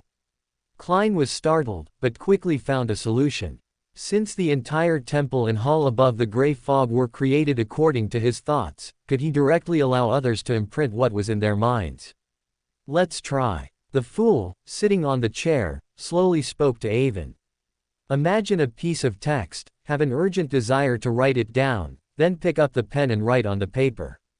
Avon did not hesitate, directly following Klein's guidance, picking up the pen that appeared out of thin air and writing furiously on the paper that also appeared out of thin air. Soon, Avon wrote down the content he had memorized earlier, only omitting Ins Zangwill's name and the information about Lanrius. Now, letting Klein know in advance that Ins Zangwill was behind it, and prematurely exposing Lanrius as a key figure, would very likely provoke Zangwill, which would be detrimental to Klein and beneficial to none. For the goddess and Adam, it would also be overturning the table, so Avon had to make some selective omissions. Klein took the content Avon had written, his eyes almost popping out. Secret Order member Rigens, under the dual influence of fatigue and hallucinations, mistakenly sold the Antigonus family notebook as an ordinary ancient book. This is a logical coincidence. Responding to the call of the Antigonus family's bloodline, the notebook quietly influenced its various owners, eventually making its way to Tingen and falling into the hands of Aurora Order member, Hai Na Sen. Fan Sen Te, who believed in the true creator. After a black divination, the power of the Antigonus family notebook was completely awakened. Welch and his classmates died. The survivor, Klein Moretti, driven by the notebook, sent it to Riel Bieber's home. This was the fated outcome. Many lines are scribbled out below, followed by new content. Inexplicably, and without sufficient reason, Klein Moretti did not commit suicide afterward and successfully survived, and Avon Horn was the same. It's just that he was never perceived to be related to the Antigonus notebook from beginning to end, so no relevant Beander realized that he should have successfully committed suicide but failed. Klein, through Welch's case, met Dunsmith and joined the Nighthawks team, while Avon Horn, carrying a secret, was also investigated due to his classmate relationship with Welch. Avon Horn originally planned to wait for his brother, who would return in half a month, in Tingen, but the longing for Backland still prompted him, while out for a walk, to immediately go to the telegraph office and send a telegram to Backland. And this telegram was successfully sent, implying that Avon Horn would depart Tingen for Backland as soon as possible. Klein was shocked, feeling a chill run from his tailbone to the top of his head. It turned out that everything his original body had experienced had been prearranged. Everything proceeded according to the mastermind's plan, with only himself and Avon as exceptions. Is this the ability of a high-sequence Beander? It truly makes one shudder. He caused a deviation in the mastermind's script because of his transmigration. Why was Avon an exception? Was it because of the black and red city phantoms surrounding him that only he could see? The mastermind's attitude towards Avon was to get Avon out of Tingen as soon as possible. What about his attitude towards himself? Would he also get him out of Tingen? But if that were the case, it didn't seem entirely unacceptable. However, Klein immediately remembered that Avon said the mastermind would cause a great disaster in Tingen. Even if he was arranged to leave, what about his brother and sister? What about Captain and old Neil? Klein fell into deep thought and dilemma. Klein Moretti was Klein Moretti after all. Being kind-hearted, he really couldn't bring himself to abandon the family he had already formed emotional ties with, not to mention the guilt he felt for occupying the original body. He wanted to see if he could turn the situation around. After all, from what Avon revealed, he still had a cheat like the gray fog that could interfere with the opponent's arrangements. So Klein Moretti continued to guide Avon in the fool's profound and mysterious tone, saying, "Aside from here, did you see anything else in your dream?" Avon seemed to have had fearful memories stirred by the fool's words. In Klein Moretti's eyes, Avon's body seemed to start trembling, and it was a long while before he said, "I saw blood, a city full of blood, dead bodies everywhere, whales everywhere. The entire Tingen city was destroyed." Seeing Avon's description, Klein Moretti took a deep breath. At this moment, he no longer had any thought of escaping, only the courage to contend with the mastermind. He found it hard to imagine a city being destroyed overnight, and he couldn't stand idly by. Then Klein Moretti began to ask Avon about the relevant details. "You also saw the mastermind's arrangements regarding the notebook. Did you look for the person who ultimately got the notebook?" "I did, but there was nothing of value left in their house except for a corpse. And that corpse was Riel Bieber's mother. Riel Bieber himself, a jeweler, had gone missing." Avon, who was familiar with the plot, answered Klein Moretti's question without hesitation. "You also know Hai Na Sen. Fan Sen Te, who sold the notebook to your classmate. He deliberately sold it to your classmate. Didn't you think of taking revenge?" Avon gritted his teeth and finally, honestly, said to Klein Moretti. Hai na sen. Fan Sen Te is a believer of the true creator, an evil god. He wants me to join their organization, the Aurora Order, and promised to provide me with the Sequence 9 Hunter potion. He has already informed me that I can pick up the potion tomorrow. I plan to write a report letter to the Storm Church after getting the potion, to capture him and his companions in one fell swoop. Klein Moretti shook his head silently. As far as he knew, joining a secret organization would inevitably put one under its control. Although Avon showed deep research into mysticism, he knew too little about secret organizations. Not all secret organizations were as flimsy as the Tarot Club. I'll find a way to report it to the captain later and find these cultists of the Aurora Order. Knowing their names makes finding them incredibly easy. At the same time, it can be considered revenge for Welch and Naya, and for my previous self. As for your hunter potion, you'll just have to work hard to find it through other pathways. This is also for your own good. Do you know what's going on with your special condition? Can you see the phantom city that is closely connected to your astral body, even capable of confusing your mind body and ether body? Avon pretended to be greatly surprised and said, that illusory city, wasn't it a gift from Mr. Fool to me in my dream? If it was from me, there'd be a ghost. That illusory city can clash intensely with the gray fog and can disrupt the mastermind's arrangements just like the gray fog. It's clearly very powerful. How could I give it to you? I haven't even figured out the essence of the gray fog yet. Upon hearing Avon attribute his abnormality to him, Klein Moretti couldn't help but inwardly complain, but he still spoke. This is not my grace. Tell me the specific situation. Avon appeared very fearful and recounted what he saw, which seemed to be a scene of old Shanghai. Although Avon's words were vague, Klein Moretti still heard that the city Avon described was very similar to the image of old Shanghai on Earth, but the descriptions of the people within it made Klein Moretti frown. But no matter what, Klein Moretti was still exceptionally happy. This was the second time he had found traces of his hometown since coming to this world, besides the senior transmigrator Rosal. This also made Klein Moretti determined to invite Avon to join the Tarot Club. So, after listening to Avon's narration, the fool did not comment but instead said, I am a fool who is accustomed to equivalent exchange. To gain, there must be pay. You performed the ritual and chanted my ancient honorific name, so you must have a request. But what can you offer in return? At this point, Klein Moretti was actually a bit nervous. He worried that Avon would make a request he couldn't fulfill, but to maintain the fool's image, he had to speak. At least he shouldn't ask me for money, right? After all, he's much richer than me. For other things, I might be able to write an empty check, but for money, I really can't do anything. Klein Moretti couldn't help but complain to himself inwardly. Avon was overjoyed to hear this and immediately said, Can you bless my friend Klein Moretti in my hometown Tingen City? I would do it even if you didn't ask. Klein Moretti thought to himself, but still maintained his prestige, and retorted. Then what can you offer in return? Avon secretly glanced at the pretentious fool, then said, I can dedicate my flesh and soul, and I can dedicate my friend Klein Moretti's faith. You must be a deity who has just awakened from a long slumber in ancient times. I believe you will definitely need believers to handle some trivial matters for you. Klein Moretti is humble, cautious, loyal, and brave. He is a trustworthy and good believer. Klein Moretti almost spat out a mouthful of blood upon hearing this. Why does this person have to drag me into everything he does? However, putting himself in Avon's shoes, Klein Moretti quickly understood Avon's thinking.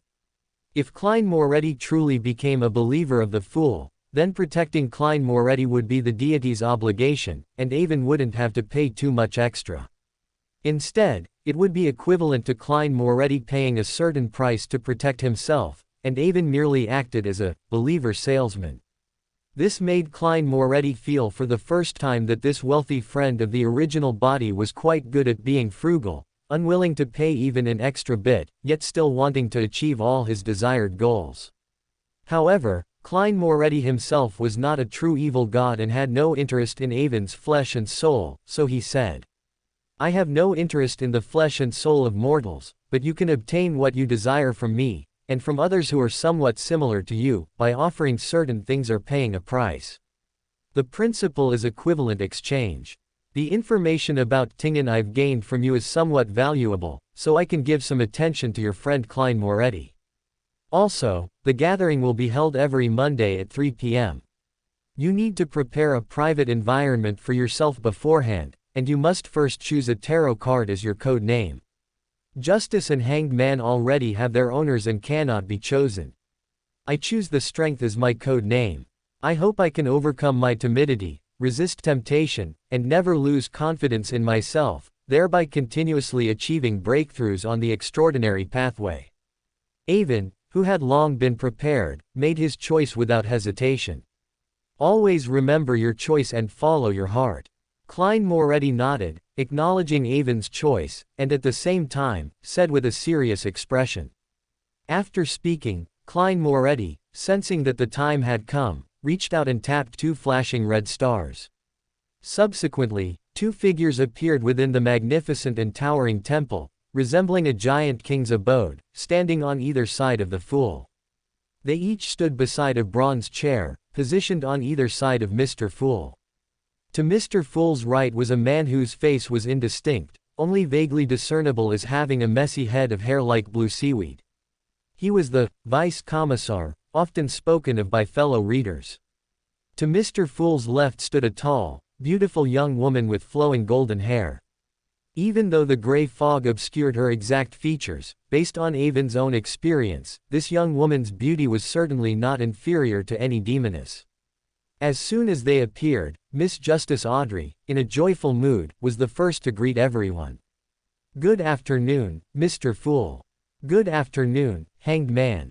At the same time, Miss Justice Miss also noticed Avon standing not far from the bronze table, but not yet seated, and for a moment didn't know how to address him. Mr. Fool, of course, wouldn't let the atmosphere go cold and immediately began the introductions. "This is a new member of the Tarot Club, the Strength. These 2 are Hanged Man and Miss Justice. Good afternoon, the Strength." Knowing Avon's code name, Miss Justice Miss immediately greeted him, making sure not to miss anyone. Following Mr. Fool's introduction, Avon made a gesture as if holding a top hat, exaggeratedly waving it twice in the air, then bowed deeply, and greeted them with a slightly exaggerated tone. "Good afternoon to you, Hanged Man and Miss Justice." Miss Justice Miss then curtsied to Avon, and the Hanged Man, who was scrutinizing Avon, also nodded in acknowledgement. The Strength's performance is very exaggerated. I wonder if it's his true nature or if he's deliberately acting this way. The Hanged Man and Justice had this thought simultaneously. "Since you've already met each other, the Strength, please take a seat." Seeing them exchange greetings, Mr. Fool casually pointed to the chair next to the Hanged Man and said. Avon bowed to Mr. Fool once more, then walked to the chair next to the Hanged Man and sat down. As Avon took his seat, Miss Justice Miss eagerly inquired of the Hanged Man. "Hanged Man, I wonder if you received the box of ghost shark blood I sent you." The Hanged Man had received very high-quality materials, so he was in a good mood. He smiled and said to Miss Justice Miss, "It perfectly met all my expectations. I didn't expect you to send it so quickly, after all, it's not an ordinary Beander item." Then the Hanged Man Alger began to teach Justice Audrey how to make the potion, and Avon knew that Miss Justice Audrey was a novice who was new to the mysterious world and greatly needed Alger as a beginner's mentor, so he simply watched everything with a smile. When Alger recited the spectator sequence potion, he subconsciously glanced at Avon, clearly not wanting Avon to hear it. However, since Mr. Fool said nothing, and he would appear unfriendly if he suddenly made such a suggestion, Alger could only endure the heartache and let Avon listen for free. And Avon, who was right next to him, naturally noticed Alger's dilemma and found it somewhat amusing. During this time, as Miss Justice Audrey diligently memorized the order of all the materials and knowledge, Klein Moretti eagerly instructed her to use the brain imprinting ability he had just experimented with and developed with Avon, astonishing Miss Justice Miss once again. Finally, when Alger spoke of meditation, The fool, seated at the head of the table, knocked on the table again. It's not about mastering, it's about digesting. It's not about excavating, it's about role-playing. The name of the potion is not just a symbol, it's an imagery, and even more so, a key to digestion. Miss Justice Audrey, a novice who had just entered the mystical domain, felt both bewildered and helpless upon hearing Mr. Fool's words, unsure what Mr. Fool was talking about. But when she looked inquiringly at the seasoned and capable hanged man, and the strength, whom she had only met today, she found that both of them seemed to be stunned on the spot, even appearing subtly flustered. And the strength even stood up with a swish, bowing excitedly to the fool and saying, "Great fool, the hints you have given us are truly too important. They have answered doubts I've had for many years and, furthermore, have cleared away significant obstacles for our meander paths in the future. You are truly too generous." Avon's intense movements and the meaning in his words immediately prompted Hanged Man, who had some grasp of the role-playing method, and Miss Justice Audrey, who was still a bit ignorant but also realized the importance of the information just given, to stand up. Together, they bowed and thanked the unfathomable and exceptionally generous fool. "This is just a prepayment of remuneration. You don't need to be like this. Please all sit down." Mr. Fool was very pleased with the success of this pretense, and at the same time, he made a downward pressing motion with both hands, signaling the three standing individuals to sit back down. Prepayment of remuneration, understanding, Audrey immediately followed up on Mr. Fool's words, asking, "Fool, what do you want us to do?" Alger, opposite Audrey, also quickly followed up, asking, "Do you have anything you need to entrust us with?" And Avon even more exaggeratedly said directly, "Please command us with anything you need." He had the demeanor of someone ready to go through fire and water for the fool, which made Hanged Man and Justice glance at him sideways. The fool Klein leaned back slightly, glancing at both sides, and said in a deep, authoritative voice, "Help me collect Russell Gustav's diary, even if it's just one page." Just as Alger wondered why Mr. Fool would confirm Rosel's notes as a diary, Avon appeared exceptionally shocked, involuntarily raising his head to look at Mr. Fool, then quickly reacting and shifting his gaze away. Alger and Audrey wondered about the strength's reaction, unsure why he reacted so strongly. Klein suddenly remembered that Avon had once learned the honorific name and Chinese pronunciation of celestial worthy of heaven and earth for blessings from the Antigonus family notebook, so it was very likely that he had seen the square characters of celestial worthy of heaven and earth for blessings. Could it be that my mention of Rosel's diary just now made him connect the square characters inside it with the square characters he had seen? He wouldn't think I'm Rosel himself, gradually reviving, would he? Klein found this both amusing and frustrating, but on second thought, he felt that such a misunderstanding actually benefited him more than it harmed him, as it helped maintain his mysterious image in Avon's mind. Klein was actually quite apprehensive about his role-playing as a deity, as he had only just transmigrated a few days ago and had only become a meander that morning. And facing Avon, who seemed to know a lot about mysticism, he actually felt even less confident, not to mention that he knew the other party in reality, which made him even more cautious and careful to prevent his identity from being exposed. As Mr. Fool was lost in thought, Miss Justice Audrey hesitated for a moment but still cautiously asked the strength, the newcomer. "The strength, can you tell me what you understood from Mr. Fool's words? I can pay you for it, how about £500? £500? Klein and Alger exclaimed in their hearts simultaneously, wishing they could answer the question themselves. However, Klein himself didn't fully understand the role-playing method, and Alger had only vaguely touched upon its true meaning. He dared not show any weakness in front of the strength, whom he had only met today, so he ultimately gave up, watching the strength make this big deal. Avon looked up at Miss Justice Miss and Hanged Man, and said with a disdainful and arrogant expression, "In the field of mysticism, money might be the most useless thing. There are many things that cannot be bought with money. You're full of shit." Klein and Alger cursed excitedly in their hearts simultaneously, but they were, after all, people who could conceal their thoughts and did not lose their composure on the spot. Audrey had never seen such a direct refusal, and having just prepared to enter the Beander domain, she truly believed what Avon said. She awkwardly picked at her fingers, saying sheepishly, "I didn't mean that, I just." Audrey hadn't finished speaking when Avon continued. "But as a newcomer to the Tarot Club, I am still willing to provide some answers. Consider those £500 as a credit you owe me. When you become a Beander, you can help me collect some materials. As for Hanged Man, you can also listen in. Consider it compensation for me having learned about the Spectator potion from you for free. As for the price difference, let's just call it a discount." Although he could be considered to have sold another Spectator potion, and could also learn the strength's views on role-playing. But Hanged Man couldn't help but feel uncomfortable no matter how he thought about it. Was the strength being so blunt subtly implying that his previous thoughts were too petty? Although he suspected the strength was subtly mocking him, Alger was an adult after all and would not be controlled by so-called minor emotions. In the end, he held his nose and expressed his gratitude to Avon. Mr. Fool's words reminded me of many things. In North Continent, there are many wild Beyonders. Most of them hide among people, acting low-key, hoping not to be noticed by official Beyonders to avoid bringing about their own demise. However, there are still many Beyonders who commit crimes wildly and are exceptionally high-profile, as if afraid others won't find them. Moreover, their methods are bloody and cruel, causing intense public unrest.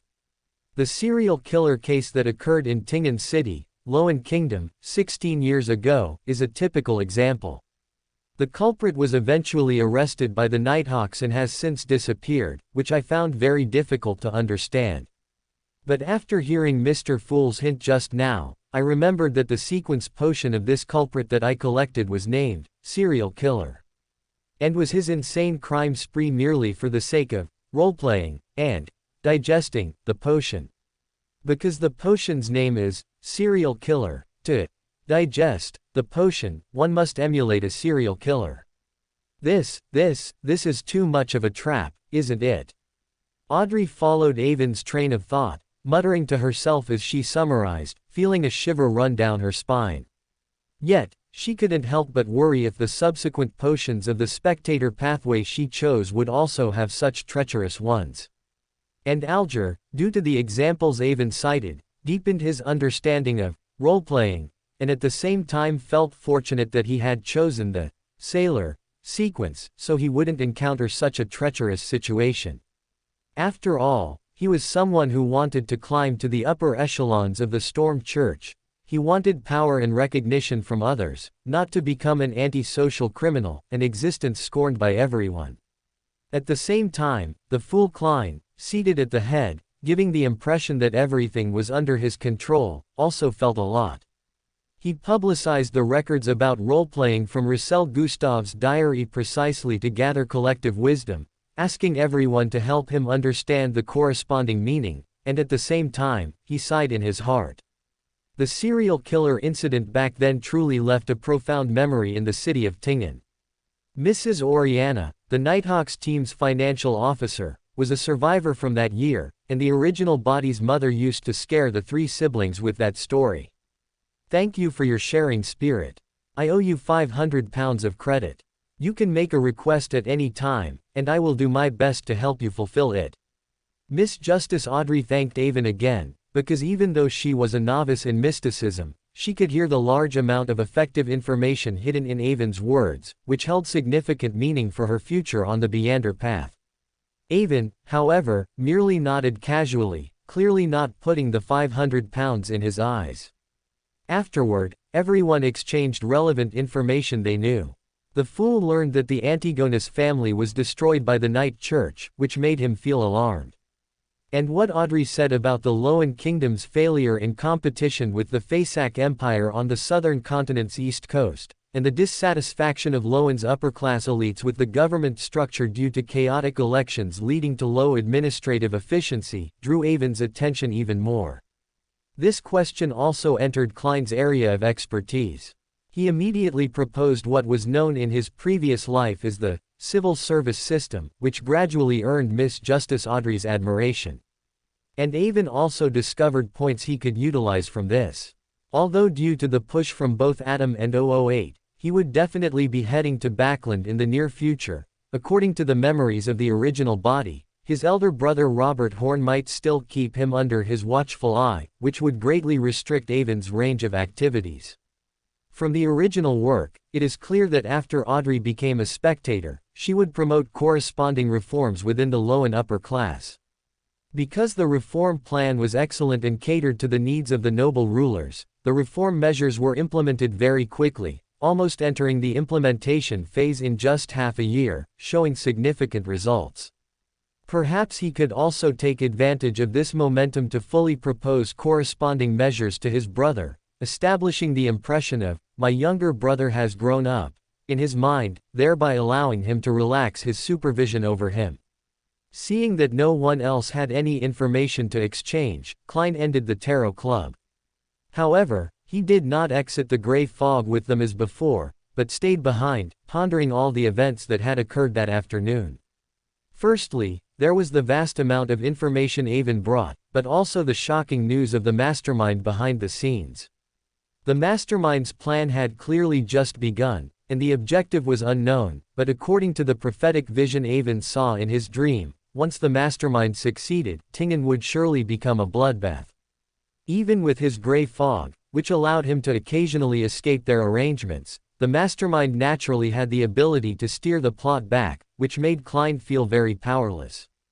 The ability to arrange everyone's destiny without anyone noticing, this was clearly a power only high-sequence Beyonders could possess. Why would such a powerful being plot in Tingen? Was there something in Tingen that he needed? Or was this merely a demand of role-playing? Thinking of the example Avon had just given, Klein couldn't help but make such a guess. Could it be that the name of a certain high-sequence potion is screenwriter, or director? After much thought, Klein realized that with the enemy's scheme only revealing the tip of the iceberg and still in its early stages of implementation, he actually had no better way to deal with it, and couldn't even warn his captain. The only thing he could do at this stage was to quickly summarize the role-playing method principles, digest the potion within him, and quickly raise his sequence. At the same time, he needed to heighten his vigilance, pay attention to whether there were any more coincidental Beyonder events occurring around him, and see if he could deduce the mastermind's goal or purpose in reverse. Moreover, all of this should be completed as much as possible within the gray fog, to minimize the mastermind's interference. Additionally, he needed to do his best to strike down cultists of evil gods in Tingen City, preventing them from being exploited by the mastermind. Regardless, the harm caused by the mastermind manipulating Beyonders far exceeded that of manipulating ordinary people. Even some harmless wild Beyonders should be brought into their sights as much as possible. Thinking about all this, Klein felt his head ache, but for Tingen, for Benson and Melissa, and for his Nighthawks teammates, he couldn't afford not to act. "I am bearing a responsibility that my sequence should not bear," Klein couldn't help but lament in his heart. How wonderful would it be if someone could help me share a little of this burden? Klein had considered keeping Avon in Tingen to help him and share his pressure, but in the end, he gave up on the idea. Because Klein couldn't bring himself to knowingly pull someone into a fiery pit that went against his principles as a person. After finalizing his future course of action, Klein began to ponder Avon's matters again, especially the gray wisp in Avon's brain that could trigger a gray fog riot. That wisp of gray must be related to the gray fog. The hunger brought by the gray fog riot still made Klein feel lingering fear. Moreover, the time Avon mentioned about receiving the so-called celestial worthies blessing and obtaining the mysterious city closely connected to him was too close to and too coincidental with his own transmigration time. Avon's description of the internal situation of the mysterious city was also too similar to Shanghai in the last century of his previous life. This made Klein, who had many conjectures about his own transmigration, wonder if the world he was currently in might be a parallel world to his previous life, and if he had transmigrated through some passage connecting two parallel worlds, such as the mysterious city connected to Avon. There's still too little information known right now. Even divination probably wouldn't have enough prerequisites. I can only observe it slowly as time passes. The most important task now is to quickly find a way to locate Riel Bieber and at the same time report Hai Na Sen. Fan Sen Te, who sold the ancient book to Welch. When Klein woke up in his room, he realized that he had actually stayed on the gray fog for a full half-hour. Klein also had a daily task of retracing his path of arrival, which meant retracing the path from his home on Iron Cross Street to Welch's house every day. Captain Dunn asked Klein to retrace the path, hoping it would help Klein recall more memories from that day, thereby gaining more clues. Because the original living environment was not good and the entire road was not short, Klein changed into his old linen shirt and worn leather shoes to avoid sweating and staining his expensive formal wear. As Klein arrived at Slim's Bakery, on Iron Cross Street and chatted with the gray-haired Mrs. Wendy, he suddenly heard a voice from behind. "Klein, I knew I'd find you here. But I didn't expect to run into you before even reaching your house." Hearing the familiar voice, Klein's heart skipped a beat, feeling the awkwardness of being caught red-handed. He stiffly turned around and indeed saw the strength, Ewan Horn, who had just been in the meeting on the gray fog with him.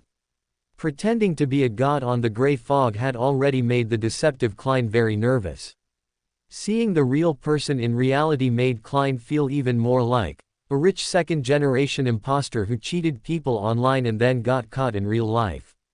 The brightly dressed Avon stood out unusually on Iron Cross Street. Everyone on the street secretly sized up Avon, and incidentally, Klein, who was embraced by Avon. "This morning I forgot to ask you where you live, but I thought you'd probably come here, so I came to check, and I really did run into you. With your current income, you shouldn't be living here anymore, right? Where do you live now?" Listening to Avon's rambling, Klein asked with some confusion. "I have indeed moved, but how did you know I would definitely come back here?" Avon laughed heartily, somewhat triumphantly but also somewhat sadly, and said, "Your captain came to my house this morning to investigate me. This kind of dragnet-style investigation indicates that Welch's case is very complicated and likely involves a very high level of Beander power. Not solving the case for so long must be because there are no more clues. And you were preparing for the lecturer interview at our alma mater before, but then you quickly joined the Nighthawks. I guessed that you were actually a party involved in Welch's case, which is why you were recruited. If I were your captain, in a situation where there are no clues to continue the investigation, I would ask you to come here every day, to frequent Welch's and Naya's homes, to see if you could discover any new clues. Of course, I didn't expect to run into you right away. I just wanted to try my luck. My main goal was to inquire if anyone knew where you moved, but I was lucky and bumped into you right away." After listening to this clear and logical analysis, Klein couldn't help but praise Avon's extremely clever mind. Handsome, rich, and so smart, no wonder so many girls liked him in college. Because of Avon's warmth and the original body's familiarity with Avon, Klein gradually let down his guard. However, Klein didn't know that Avon wasn't analyzing at all but directly cheating. He knew Dunn's arrangements and Klein's actions after the meeting directly from Lord of the Mysteries, in his mind, and then specifically sought him out. Avon seemed to be a natural at making friends and immediately started chatting animatedly with Klein. "Since we met, tell me about Welch's case. After all, he's my good friend, and I want to help with his case too. You are not a Beander, nor are you an internal member of the Nighthawks. Without the captain's permission, I have no comment. That's not fair. There's no one else around right now. Even if you tell me secretly, your captain won't know. I'm sorry, we have regulations. No comment. All right, if you don't want to tell me, then so be it. I was going to tell you that someone close to you is going to die, but since you won't tell me, I won't tell you either." "What?" Klein stopped, looking at Avon in surprise, then asked seriously. "Is that true?" "Of course it's true, but I'm not going to tell you now, unless you can help me with something." Avon continued to pull Klein forward, his mouth moving incessantly, but his face remained fixed on the front. It was then that Klein realized he was being led by Avon towards the more chaotic lower streets. "Help you with what?" Klein felt that the rhythm of their conversation had always been dominated by Avon, and he couldn't help but heighten his vigilance. "It's nothing much, just help me kill someone." Avon said words that made Klein's hair stand on end, looking at his classmate in disbelief. At this point, Avon led Klein to a street corner, made a wide turn, and simultaneously said, "Secretly look at the man buying a newspaper to your left rear." As the two of them turned the corner, Klein secretly glanced at the man buying a newspaper to their left rear and noticed that although the man's attire wasn't as striking as Avon's, it still seemed out of place here. "That man has been following me since I left this morning. He doesn't know that I actually recognize him. He's a member of a cultist group that sold a fourth epic ancient book to Welch, ultimately causing the deaths of Welch and Naya. I think you should have seen this ancient book too. You know, I often attend various mysticism gatherings to gain access to Beyonder powers, so I know many people. I originally wanted to bring him to St. Selena Cathedral and hand him over to the Nighthawks, but then I suddenly thought that your captain can enter dreams, and your teammates might be able to commune with spirits.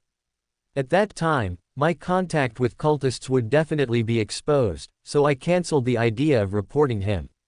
How about it, are you willing to help me solve this problem and also avenge Welch and them?"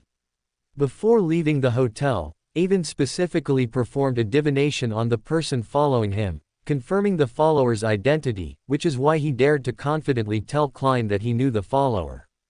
Klein looked at Avon, who was speaking nonsense with a straight face, and couldn't help but feel annoyed. "You just said in the gray fog that you went to the church to verify the accuracy of dream prophecies. Now you're saying you went to the church because you wanted to report cultists. How many of your words are true, and how many are false? You were just curious about mysticism, which is why you accidentally met cultists. This is not a big deal. You just need to pass the review, and your brother is a big shot, so the captain and the others definitely won't make things difficult for you." Avon shook his head and said, "It's not as easy as you think. My brother charged forward last year, leading the repeal of the grain bill, and has now become a thorn in the side of many nobles. We are currently in a sensitive period. Any flaw or oversight could become an excuse for others to attack him, let alone something like his own brother contacting cultists. Emperor Rosal once said, to condemn a person, one can always trump up a charge. I can't help my brother with anything, but I also can't cause him trouble.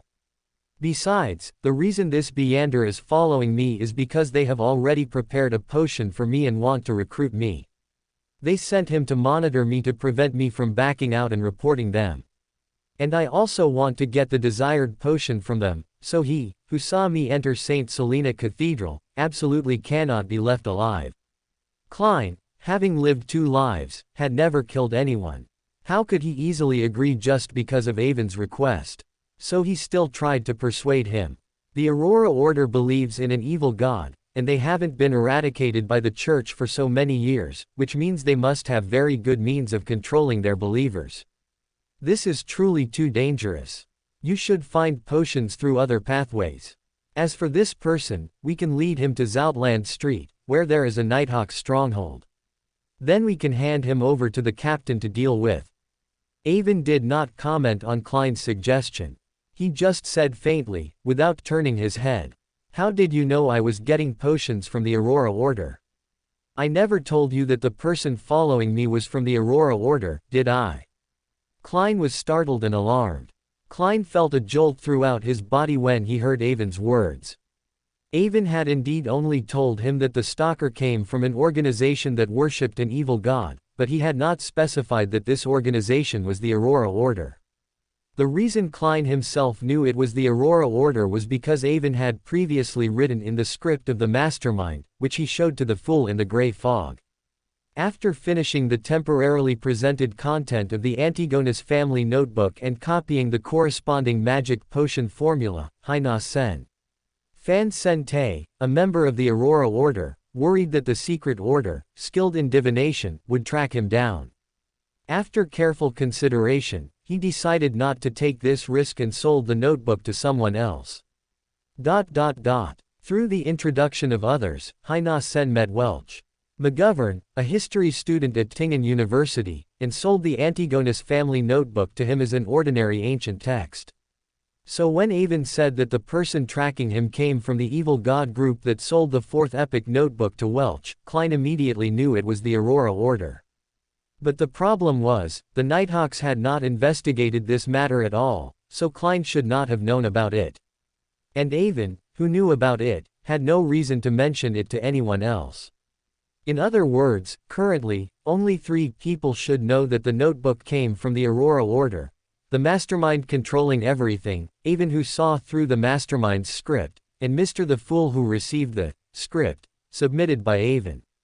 Klein now had only one thought: his identity as the Fool was about to be exposed. Klein's expression changed, and he hesitated, not knowing what to do, when he heard Avon say with a triumphant laugh, "As expected, Klein, you survived the incident a few days ago. It must be because of Mr. the Fool's blessing. You should now be considered Mr. the Fool's spokesperson walking in the mortal world, right?" Klein's mind went blank. Did I not expose myself? He didn't connect me with the Fool himself, he just thought I became a believer of the Fool during the life and death crisis a few days ago. Seeing Klein remain silent, Avon twitched his mouth and said discontentedly, "I'm not an outsider. I can now participate in the Divine Council. The person who sold the ancient book to Welch was a member of the Aurora Order. It was information I provided to Mr. Fool. Otherwise, how could you possibly know such important news? If Mr. Fool didn't tell you, who else could have told you? Stop pretending in front of me. We're all on the same side now, why bother pretending?" Klein adjusted his mindset, knowing that his identity as Mr. Fool had not been revealed, and his heart settled. At the same time, his sharp intelligence took over, and he savored Avon's previous words, directly blurting out in anger, "Were you just testing me? Was that intentional?" Avon, who was being glared at by Klein with wide, angry eyes, smiled back, taking pride in it rather than shame, and asked, "How was it? Did I act well?" Klein's chest heaved, and he pointed at Avon, unable to speak for a long time. Avon also did not speak or apologize, walking ahead triumphantly, while Klein could only follow.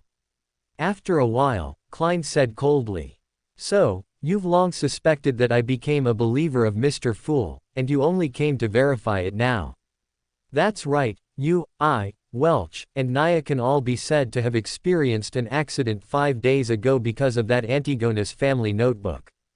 The difference is that those 2 died, while the 2 of us survived. I saw Mr. Fool's ancient honorific name on that notebook, so I thought it was Mr. Fool's blessing. Of course, Mr. Fool has already denied it, so why did you survive? It couldn't possibly be just good luck, could it? So I guessed that you might have become a believer of Mr. Fool and received Mr. Fool's blessing. After all, the source of that notebook's power ultimately lies with Mr. the Fool." Hearing the first part of the conversation, Klein understood, and at the same time, he sighed inwardly at Avon's meticulous and cunning mind. He could often deduce many major events from small details, and even subtly set up probing traps. But what did his last sentence mean? What did he mean by, "The source of that notebook's power comes from Mr. Fool"? Mr. Fool himself doesn't even know he's that awesome. Seeing Klein's bewildered look, Avon could only explain further. That notebook comes from the Antigonus family, a great noble family of the fourth epoch. And the Antigonus family held the magic potion formula for the divinator pathway. I have researched many historical documents about the Antigonus family, and some mention that the ancestor of the Antigonus family was called half a fool. I don't think this is a coincidence. Klein felt as if he had been awakened by a loud bell and drum. He thought of the seer pathway he had chosen, the diary of Rosal, the senior transmigrator who had prompted him to choose the seer pathway, and his own transmigration and resurrection. He suddenly felt as if he was bound by a web woven by fate, like a moth caught in a spider web. The more he struggled, the more he could not break free. But Klein was Klein after all. He quickly broke free from this futile emotion and instead strengthened his resolve to return home. At the same time, He also realized that he had been ambushed by Avon today and was constantly at Avon's mercy, so he directly asked. You went to such lengths, planting traps and fabricating stories, just to test if I became a believer of Mr. Fool. What's in it for you? Of course there are benefits. You should also know from Mr. Fool that I am also a person with secrets, which makes it difficult for me to trust others in the mystical world, lest I expose my own secrets. Sometimes I can't even tell everything to my closest people, which you should understand. But Emperor Rosal also said, a fence needs 3 posts, and a good man needs 3 helpers. In the mystical world, if you don't have some friends, it's inconvenient to do anything. Just like the person tracking me, I wouldn't have been able to deal with him without your help. Avon brought the conversation back to the matter of him being tracked. I can't tell which of your words are true and which are false anymore. How do I know the person tracking you isn't another official Beander? Besides, why don't you ask others for help? Why do you have to ask me? You attend so many mystical gatherings, you should be able to find some people who can help you. Klein had been greatly frightened by Avon today, and he had never killed anyone before, so he didn't want to help him with this favor. The main reason I'm looking for you is that you're trustworthy. With Mr. Fool as a witness, I definitely won't trick you. Moreover, you are a Nighthawk. If you kill the stalker, it can also reduce the Aurora Order's suspicion of me, and it must be you who kills him, because there are too many ways in this world to verify who the killer is. The last point is that you are the best person to handle this matter. You can use this opportunity to connect it with the matter of Riel Bieber. Just say that you communed with the stalker and found that he and others sold the notebook to Welch. Don't expose Haina Sen. Fan Sen Te yet, to buy me time to get the magic potion. At the same time, you can also say that he discovered the Beander power of the notebook and tracked it to Riel Bieber's home, which can also allow you Nighthawks to continue the clues. And his ambush at your original home at this time also has a reasonable explanation, so the whole thing is best done by you. Hearing Avon's words, Klein suddenly realized and looked around, finding that Avon had led him in a big circle and they were back near his original home. If Avon were to commit a crime, he would definitely be a master criminal. Originally, someone was tracking him, but he managed to arrange for them to track me instead. He's right, if I kill this stalker, not only can I reconnect the relevant clues, but I can also have a reason to report directly to the captain after finding Haina Sen. Fan Sen Te. No matter how I look at it, it's very helpful for disrupting the mastermind's plan. It's really hard to refuse, isn't it? Seeing Klein remain silent, Avon thought for a moment and continued. I know you haven't killed anyone, and neither have I, but we all have to go through this. When we embark on the Beander pathway, these things will eventually have to be faced, not to mention that we have already joined secret organizations, and you have even become a believer of a secret deity. I can do it, but there's also a problem. I just became a Beander this morning and only learned spirit vision. I haven't learned communion at all, and the magic potion I took doesn't improve combat power. Can the two of us deal with the stalker? Hearing Klein agree to help him, Avon was very happy. As for the problem Klein raised, Avon had already thought of a solution for him. Did you forget that I've been attending mystical gatherings for a long time and have learned all sorts of hodgepodge mystical knowledge?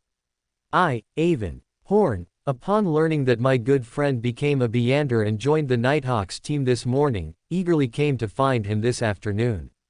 I just happened to encounter someone tracking him, and I promptly found an opportunity to warn him, eventually accidentally killing the stalker. How exciting is this battle shoulder to shoulder? What do you think of this story? As for how to get rid of him, that's my business. You just need to hold your gun and give him the final shot. Klein looked at Avon, who was speaking in an exaggerated tone and winking at him, and for the first time, he discovered this side of the young master in the original body's memory. All right, since you already have a complete plan, I'll just do as you say. Good, you go out from here now and walk towards your home. When he sees only you leaving, he will definitely come in here to look for me. You don't need to worry about the rest, just listen for the sound of a struggle and run over to deliver the final shot." Klein nodded, not expressing much of his own opinion, and turned to leave the alley. Not long after Klein left, the hunter who had been tracking Avon all day indeed arrived, but he cautiously hid at the entrance and exit of the alley and did not step inside. What he didn't know, however, was that Avon, hidden in the shadows, saw his every move clearly. Hidden in the shadows, with his eyes closed and his mind focused, Avon, leveraging his external cheat, clearly watched the red glowing tracker making various probes at the alley entrance, as if he could see all the traces of people entering and exiting the alley. Finally, after seemingly confirming that Avon had not left the alley, he ambushed himself at the entrance, waiting for Avon to reappear. Seeing this, Avon couldn't help but re-evaluate his opponent and sighed inwardly. He truly is a qualified hunter. He never acts rashly without understanding the situation, preferring to lose track of the target rather than advance recklessly. But for someone of my status to come to this messy Iron Cross Street in such an illogical manner, aren't you truly curious as to why? Can you really bear to give up this opportunity to uncover my secret? Avon twirled the yellow gemstone ring on his left hand and continued to wait. This was a test of patience, and Avon certainly didn't lack it. As expected, after a short while, the hunter, seeing that Avon had not left the alley for so long, became somewhat anxious. It was already frustrating for the target to be out of his sight and control, and the prolonged wait for the target only intensified his urgency. Finally, he pulled a blow dart from his clothes, held it in his hand, and carefully walked into the alley, following Avon's footprints, which were invisible to ordinary people. But just as he was tiptoeing forward, he suddenly felt a dangerous intuition, an intuition that had saved his life many times. He barely hesitated, immediately lay down on his side, and simultaneously aimed the blow dart in his hand towards the direction of the perceived danger and blew. To his disappointment, however, his blow dart did not hit the figure emerging from the shadows. Instead, he saw a pair of golden eyes that did not belong to a human. Seeing those vertical pupils, which resembled those of a beast rather than a human, the hunter felt as if he had encountered his natural predator. His heart was filled with fear and panic, as if he had met his father who, when he was a child, would beat him whenever he was in a bad mood, regardless of whether he had been drinking. The deepest fear hidden in his heart burst forth, and he clutched his head with both hands, crying and shouting, "Don't hit me, Father! I won't make you angry again. Please don't hit me, Father!" Facing the hunter who had effectively given up resistance, Avon showed no hesitation or sympathy. Instead, with a body as light as a feather, he swiftly and gracefully moved in front of him, then gathered all his strength into his right fist and delivered a fatal blow to the back of the hunter's head, causing half of his skull to indent and even shatter into small pieces, with red and white brain matter splattering onto the alley wall. Even so, the hunter was still not dead and struggled to get up from the ground, showing his remarkable vitality.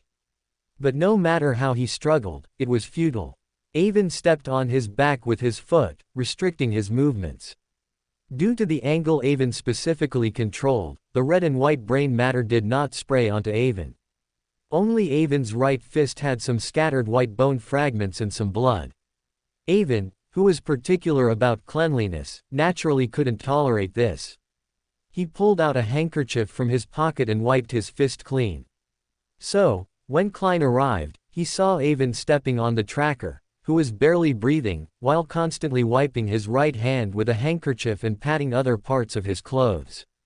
To Klein, this scene looked utterly abnormal. "All right, my part is done. It's your turn." Seeing Klein arrive, Avon removed his foot from the hunter's back and said casually. Klein took a deep breath, finally drew his revolver from under his armpit, and fired a shot each into the head and thigh of the dying hunter. At the same time, he fired all his remaining bullets into the alley wall, emptying the revolver. After Klein had done all this, he suddenly started gasping for air, sat on the ground, with large beads of sweat appearing on his forehead. He also began to unbutton his collar, taking deep breaths of fresh air, as if he had just been through a life and death struggle. Avon knew this was a normal reaction after Klein's first kill. In fact, he wasn't much better off, but his experiences in his previous life made him relatively harsher. In Avon's previous life, his parents died, and he was raised by his grandmother. Although he never lacked food or clothing, a child without parents was often a target for bullying by peers, and even the school teachers treated him differently. So, Avon learned to protect himself with his fists from a very young age in his previous life. If he couldn't win a fight, he would use bricks, bite, or fight with his life on the line. Anyway, children don't bear legal responsibility, and everyone knows that. Once his reputation was established, very few people dared to bully him again. Although it was still daytime, this area was populated by people barely making a living, so Klein's gunshots didn't attract many people, but they did draw 2 police officers. Avon then directly pulled out an identification from his pocket, flashed it in front of the 2 patrol officers' eyes, lifted his chin, and then said in a commanding tone, "I am Inspector Horn from the Special Operations Department of the Ahova County Police Department. I tracked a suspect here. The criminal attempted to resist arrest by taking a hostage and was rightfully executed by me. You 2 maintain order now and report the situation here to Captain Dunn of the 7th Action Team at the police department." As he spoke, Avon also pointed to Klein, who had calmed down considerably, leaving Klein speechless. The 2 patrol officers didn't clearly see what Avon had flashed in his hand, but Avon had a grand demeanor, and his clothes were very refined, clearly expensive. Coupled with Avon's arrogant tone, which perfectly matched their imagination of a prominent figure, they saluted Avon without hesitation. Then one person left to report to the police department, and the other blew his whistle to cordon off the onlookers. Taking this opportunity, Avon sprinkled some spiritual pure dew around the corpse, fabricating a false spiritualistic illusion. Klein looked at Avon effortlessly directing the patrol officers and asked in confusion, "How do you have a police badge?" Avon didn't explain. He casually tossed the small bottle in his hand, then pulled out something from his pocket and handed it to Klein, smiling as he said, "It's not a police badge at all, just a wallet I took from this hunter. I often attend mystical gatherings and have thought many times about how to deal with being caught. One of the ideas I came up with was to put on airs and pretend to be a high-ranking police officer to bluff my way through." Klein looked at the wallet in his hand and, hearing Avon's words, felt even more speechless. "Do you spend all day pondering such things? Why do you seem so skilled at it?" Just then, spiritual light gradually gathered on the corpse of the hunter, killed by Klein, slowly condensing, and finally forming a dark red object. "What is this?" Klein asked. "The Beander potion we drink originates from the Creator and does not belong to us. When a Beander dies, the substance where the Beander potion accumulates extraordinary power will precipitate out. However, these substances are often uncontrollable due to various reasons and will eventually become sealed artifacts. If they are controllable, they are roughly equivalent to Beander potions and can be consumed by people, as long as some auxiliary formulas are collected and blended." Klein's face turned pale, and a strong wave of nausea suddenly surged in his throat. He couldn't help but dry heave a few times, and he gained a deeper understanding of the phrases, "To resist the abyss, one must endure the erosion of the abyss," and "We are all guardians, and also a group of poor wretches constantly fighting against danger and madness." In silence, half an hour quickly passed. Closing the pocket watch in his hand, Avon said to Klein, "By my reckoning, your captain should be arriving soon. I won't stay. I have a banquet to attend tonight, and if I don't go back now, I might not make it in time. You can tell your captain the results of your spiritualistic findings. I imagine you'll all be busy again tonight. However, your captain and his team are beyonders of the sleepless pathway, so they'll certainly be fine, but you, a seer, will have a tough time. Who caused all this trouble? How dare you say that?" Listening to Avon's teasing, Klein, whose mood had just started to improve, felt his teeth itch with anger. Just as Avon was about to leave, he suddenly turned back and said to Klein, "Oh, I almost forgot to tell you, the old man who was standing with you this morning, his situation might be a bit off. Remember to pay attention. I have naturally high spirituality, so I can detect such things. You are now a seer skilled in divination, so you should be able to sense more anomalies than I can." After saying that, Avon ignored the onlookers and left. And the crowd that had been watching the spectacle and the police who had been maintaining order all acted as if they hadn't seen Avon, ignoring his departure as well. This scene left Klein even more dumbfounded. Avon said he would only get the Beander potion from the Aurora Order tomorrow, which means he isn't a Beander yet. And for him to so quickly deal with a Beander who seems very skilled in combat, it must be because he has a very powerful sealed artifact. People ignoring his departure could also be the effect of the sealed artifact. I just don't know if it was given to him by his brother or if he acquired it himself. It should be something he acquired personally. His brother clearly doesn't want him to come into contact with the Beander world, otherwise, he wouldn't have specifically come to the Nighthawks to prevent them from recruiting Avon. Also, the old man Avon mentioned should be Old Neil. Is there something wrong with Old Neil? Klein involuntarily recalled that morning, when he had just consumed the Beander potion and learned spiritual perception. When he observed Old Neil, he saw a pair of emotionless, cold, and almost transparent eyes with no eyelashes appearing in the void behind him, as well as the nearly transparent, silently standing figure he saw at the location of the secret door beneath the church. Now that he thought about it, Old Neil's explanation at the time was very flimsy. It might not have been his own illusion. Hiss. Could Old Neil really be in trouble? The captain once said that many Beander incidents handled by the Nighthawks were related to their own teammates. Could Old Neil be at risk of losing control? Klein made up his mind that after he finished dealing with Riel Bieber's matter tonight, he would report Old Neil's situation to the captain. Not long after Avon left, almost immediately, the Nighthawks Captain Dunn arrived at the scene with Leonard, Cohen Lee, and Frey. Upon arriving, Dunn noticed traces of mystical potion sprinkled around the corpse, so he looked at Klein, who wasn't wearing his formal attire. Klein quickly recounted the story Avon had taught him earlier. The tracker had intended to attack Klein, but was discovered in advance by Avon, who had come to find Klein. The two engaged in a fierce battle and eliminated the tracker. Later, under Avon's guidance, he managed to perform a rudimentary spiritual mediumship on the tracker and discovered that this person and another unknown individual had sold the ancient book from the fourth epoch to Welch and his companions. This person might have realized the Beander nature of the ancient book and wanted to retrieve it. He eventually found his way to the home of Riel Bieber, the final owner of the ancient book, only to find the place empty, with only a corpse remaining. Captain, through spiritual mediumship, I learned the home of the ancient book's last owner, Riel Bieber, and I also know he currently resides in House Street. Let's split into two groups and investigate. Klein proactively suggested at the end. Dunn surveyed the battlefield around him, noticing traces of Klein's revolver shots everywhere. He felt it was truly fortunate that Klein, a novice, could hit the tracker's back of the head, so he said.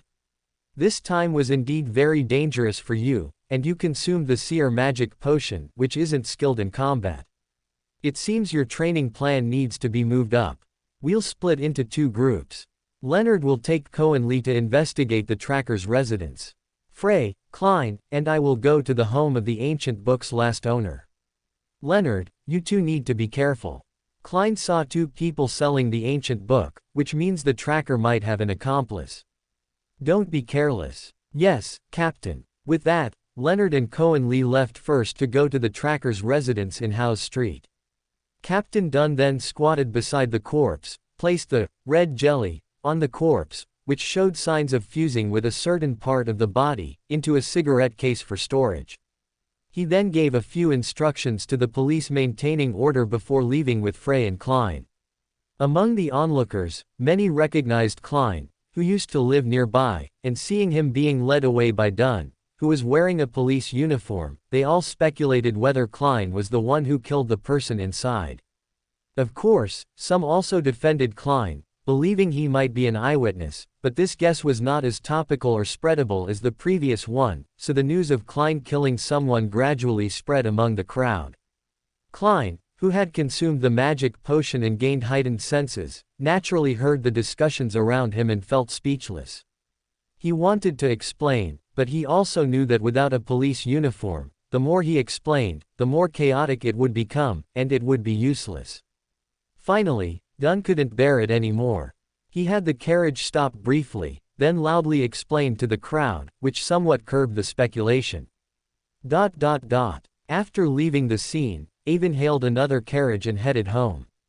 Tonight, there was a charity auction dinner hosted by Mrs. Sharon, and he couldn't be late. This also concerned the solution to the negative effects after he used the golden gaze. Sitting in the carriage, Avon continuously reviewed the events of the day in his mind, feeling that everything had gone smoothly and all his objectives had basically been achieved. Through the day's actions, Avon had basically confirmed that he was a psychological information black hole for 008 and Adam. They could influence his actions but could not know his true inner thoughts. Through limited information, he had initially gained the trust of the fool Klein and successfully joined the Tarot Club. Through his performance in the Tarot Club and in reality, he had also basically established in Klein's mind the fact that he was not a transmigrator, and had also formed a connection with Klein in reality, which would be beneficial for his future actions. At the same time, Avon also had some guesses about his own cheat, but he couldn't confirm them. In fact, it wasn't just Klein who felt an impulsive hunger when facing Avon. Avon also had this feeling and confirmed that it was the Lord of the Mysteries in his mind that was interacting with Klein's gray fog. Avon was unsure whether this interaction was good or bad, but it didn't prevent him from making some advance arrangements for it. For example, tomorrow, Avon would officially visit Klein's home and establish contact with Benson and Melissa. Although Avon liked Lord of the Mysteries and the protagonist Klein in his previous life, transmigrating here didn't mean Avon had to unconditionally grovel to him, not to mention that Avon now dared not be 100% sure whether he and Klein were friends or foes. Just as Joe Mingrui transmigrated into Klein Moretti and had to bear everything of the original body, he transmigrated into Ewan Horn and naturally had to bear everything accordingly. If his previous guess was true, and his original body's brother, who was also his own brother, was truly a part of the historical trend, then the two sides might clash in the future. Thinking of this, Avon increasingly resented why the latter half of Lord of the Mysteries was sealed in his memory, leaving his actions somewhat at a loss. But Avon quickly discarded these useless thoughts and focused on the present. Although I prepared many reasons, before this, I actually had no confidence in convincing Klein to intentionally kill someone. After all, in the original work, Klein's first kill was a magician from the Secret Order a few days later. But that was a kill under critical circumstances, where Klein actually had no choice, whereas this time was to make him actively kill someone. There's a fundamental difference between the two. He was ultimately convinced by me, which was actually beyond my expectation, as I myself wasn't optimistic about my incitement succeeding, and thus had prepared a second plan. That was, if Klein was truly unwilling to act, I would settle for doing it myself, only asking Klein to help with some concealment. But I didn't expect Klein to actually agree to help me kill someone in the end. Was 008 interfering behind the scenes? Was it because my suggestion to Klein actually pushed 08's script forward? Were 008 and Ince Zangwill eager for me to leave, so they actively pushed it? Thinking about it, it makes sense. My suggestion to Klein effectively pushed the Nighthawks to discover the whereabouts of the Antigonus notebook earlier, preparing for the next step of using the notebook to pollute Dunn. If I'm not mistaken, there should no longer be the tobacco merchant looking for a detective to rescue his kidnapped child, nor the widow of Counselor Manazan seeking out Blackthorn Security Company due to its reputation, and naturally, Klein would not investigate Mrs. Sharon's matter. This won't do. I was still counting on exposing Mrs. Sharon's identity in advance and using the Nighthawks' hands to eliminate the hidden dangers in Tingen. Forget it, I'll consider this matter later. There will be many more opportunities in the future, no need to rush at this moment. If Klein unexpectedly agreed to help me kill, and it was 008 pushing for me to leave Tingen as soon as possible, does that mean that whatever I do in the next few days will become unusually easy, just as easy as convincing Klein today? If that's the case, I must make good use of this opportunity in the next few days to seek more benefits for myself, starting with Mrs. Sharon, whom I'll see tonight. There's always a way to get the Hunter magic potion formula, but the Demoness magic potion formula won't be so easy.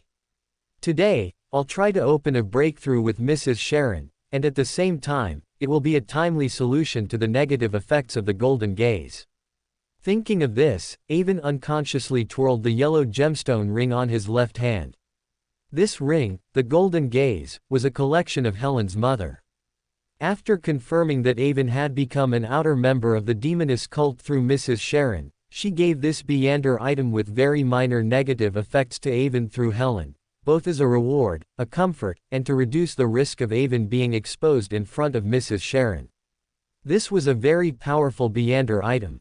Avon, through his knowledge of Lord of the Mysteries, basically determined that it must have been made by a very good craftsman using a hypnotist Beander characteristic, because both the abilities and side effects of this ring were very practical, as if intentionally made this way.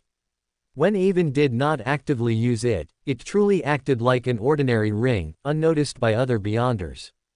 The Golden Gaze possesses many skills. By using it, Avon can directly see others' psychological states, accurately grasp changes in their emotional colors, and perform certain psychological suggestions on opponents.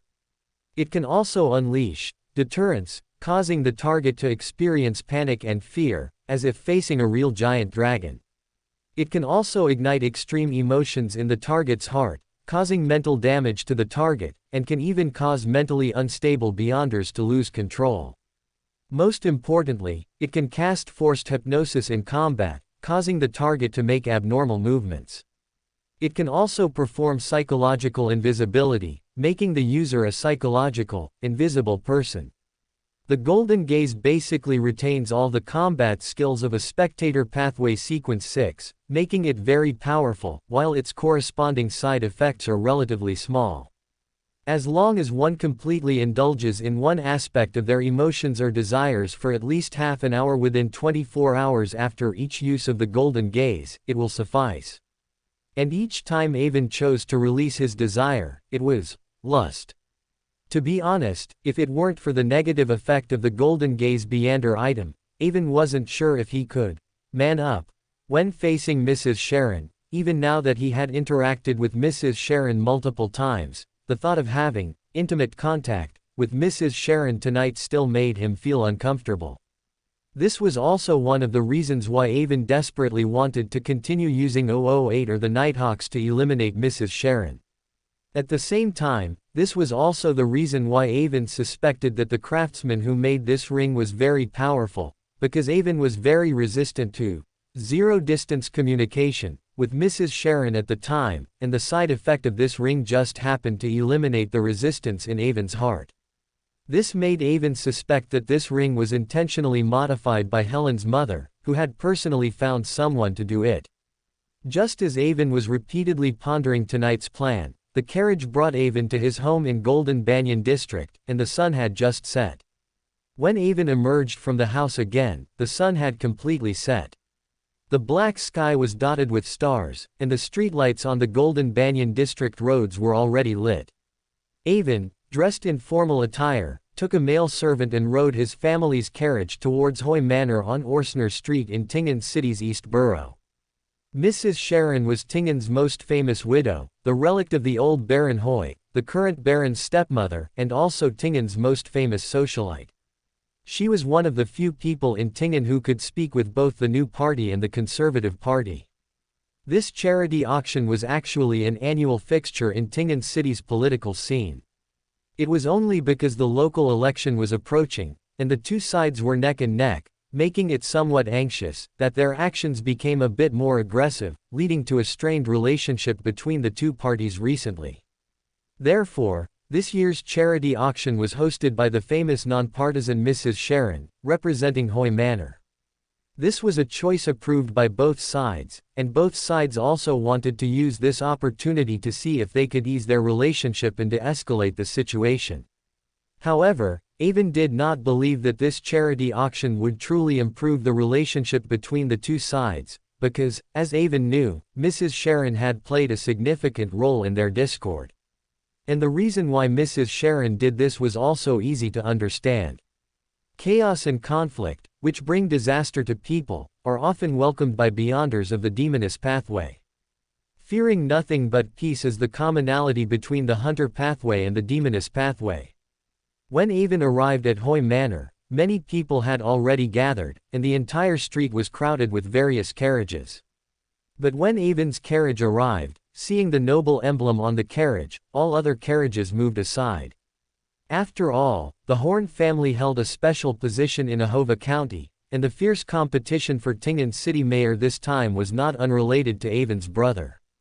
Ahova County had long been a stronghold of the Conservative Party, but Robert Horn, the heir of the Horn family, who represented Ahova County, now leaned towards the new party's policies. Ever since Robert Horn, as a Conservative Party member, betrayed Conservative Party policies and abolished the grain bill in the parliament last year, the entire political climate of Tinghan City had changed. Many people were wavering over which candidate to support because of this incident, yet Robert Horn had never endorsed any candidate, including the incumbent Mayor Dennis, a Conservative Party member, and Councillor Manazan, the new party's rising star. Now everyone was guessing Robert Horn's stance, and even the Backland political scene was paying attention to this election in Tinghan City. They all viewed the outcome of this election as a barometer of whether Robert Horn would remain within the Conservative Party or join the new party. And the two candidates naturally wanted Robert Horn's endorsement, and even the Horn family's endorsement. Robert Horn was difficult to fool, but wasn't his younger brother easier to deal with? When Avon's carriage arrived at the entrance of Baron Hoy's residence, Baron Hoy, who had received the news, hurriedly came forward to greet him. Looking at Baron Hoy, who warmly entertained him, Avon always felt strange, because the two of them were actually fellow travelers, or rather, many gentlemen present could be considered fellow travelers.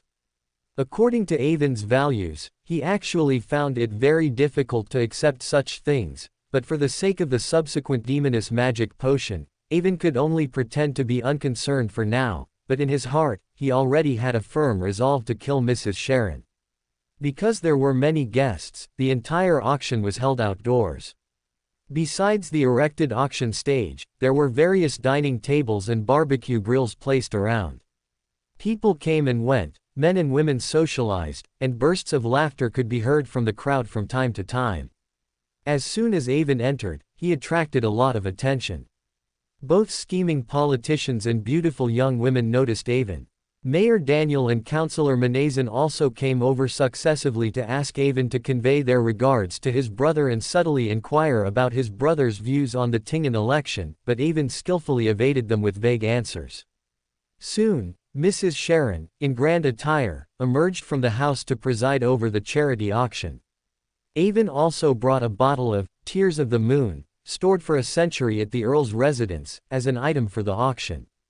Although Baron Hoy's residence was used as the venue, and Mrs. Sharon's name was used to gather members of both parties, the protagonists were the two candidates participating in this year's election.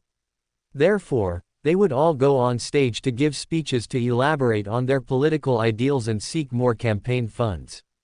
So, after Mrs. Sharon finished her opening remarks, the two candidates, without hesitation, went on stage to express their emphasis on charity, and their support for it, thereby leading to the policies they might implement if they came to power.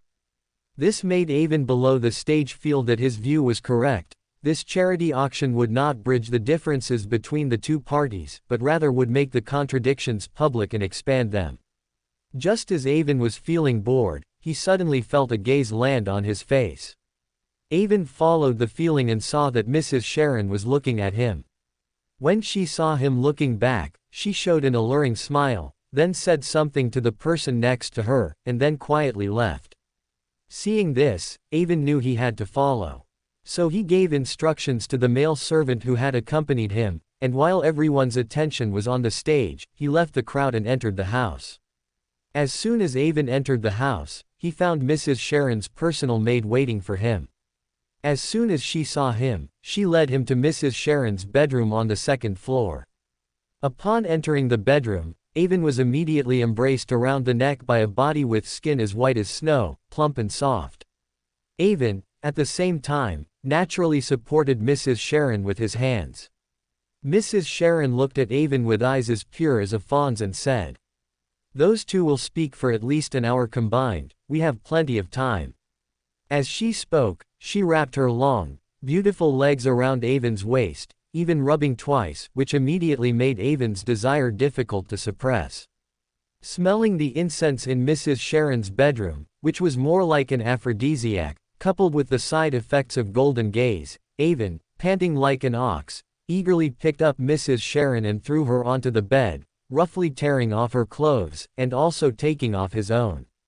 And Mrs. Sharon, facing Avon's rough treatment, not only did not resist but immersed herself in it, twisting her body to cooperate. Soon, alluring moans filled the entire bedroom. On the bed, on the sofa, and even on the balcony window, Avon's struggling figure was left everywhere, while the speech downstairs still continued. After a long while, Avon, completely naked, sat on the bed, kneading Mrs. Sharon's gracefully curved thighs. Mrs. Sharon no longer had the delicate, maiden-like demeanor from before. Instead, she propped her head with her hand, equally naked, with a rosy, alluring complexion, looking at Avon charmingly, exuding the allure of a mature woman, and occasionally teasing various parts of Avon's body with her feet. "Have you found out what I asked you to inquire about a few days ago? What is your brother's attitude towards the Tingen City election?" Avon's body reacted again to Mrs. Sharon's teasing, but it did not delay him from answering Mrs. Sharon's question. "My brother currently has no intention of leaving the Conservative Party. Although he supports the new party's policies more, the Conservative Party is the Horn family's traditional stronghold. This is a valuable political asset that should not be easily abandoned. But my brother also doesn't want to support the current Mayor Daniel." In his words, Mayor Daniel's political achievements in the past 8 years might not even be as much as what a baboon could accomplish in 8 years. So he doesn't want to support anyone, and he told me not to make any rash statements. Mrs. Sharon, hearing Robert Horn's evaluation of Mayor Daniel, laughed heartily and also praised Avon's ability to obtain information, preparing to reward Avon further. However, Avon's next words made her frown involuntarily. "Mr. Buck, the butler who has looked after me since I was young, wrote a letter to my brother, telling him about the changes in me recently, including my closeness to you. Given my brother's personality, he might be displeased, so he is very likely to send me to work in Backland. At that time, we might be forced to separate." Mrs. Sharon's mood instantly plummeted. Avon was the most valuable peripheral member she had developed over the years. Her mother had asked her to hand over the right to use Avon, and she had not wanted to, but now it seemed that she had no choice but to hand him over, because it had truly attracted Robert Horn's attention, and her current identity would not be safe. She was very clear about this. However, this did not prevent her from increasing her influence over Avon. So she looked at Avon's face with hazy, pained eyes, and tears streamed from her deep brown eyes, making Avon even more distressed and comforting her repeatedly. Gradually, they became entwined on the bed again, indulging in their desires, and only stopped after a long time. Hearing that the speech downstairs was about to end, Avon and Mrs. Sharon got dressed again with the help of the maid. During this time, Avon also requested to obtain the Assassin Pathway Sequence 8 Instigator Magic Potion formula in advance, and Mrs. Sharon agreed without hesitation. When Avon and Mrs. Sharon reappeared downstairs, the two politicians had finally finished their speeches. But it was clear that everyone disliked them using this occasion to promote their political ideals, so the applause was not enthusiastic. Mrs. Sharon then quickly went on stage to announce the start of the auction. Many observant people had noticed Avon and Mrs. Sharon leaving the venue earlier. Most men gave Avon ambiguous, teasing glances, while most women glared angrily at Mrs. Sharon on stage, cursing each other with the most venomous language. However, it was strange that they would only think that Mrs. Sharon had seduced the Golden Bachelor, Ewan Horn, and cursed her, but showed a strange tolerance towards Avon, as if as long as Avon opened his arms to them, what had just happened was nothing at all. Avon chose to directly ignore the various gazes constantly drifting towards him. After bidding £500 for the antique pocket watch contributed by Mrs. Sharon for the auction, Avon directly left Baron Hoy's residence. This greatly disappointed Mayor Daniel and Councillor Manazin, who had originally wanted to communicate with Avon. When Avon returned home, his elderly butler, Mr. Buck, was still awake.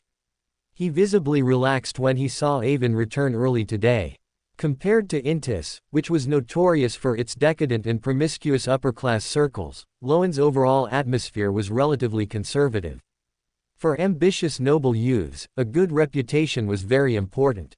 Those who indulged in hedonistic pursuits were often abandoned by their families. While they might not be immediately affected due to their parents' favoritism, their descendants would almost certainly be excluded from the core noble circles, and their families would decline rapidly.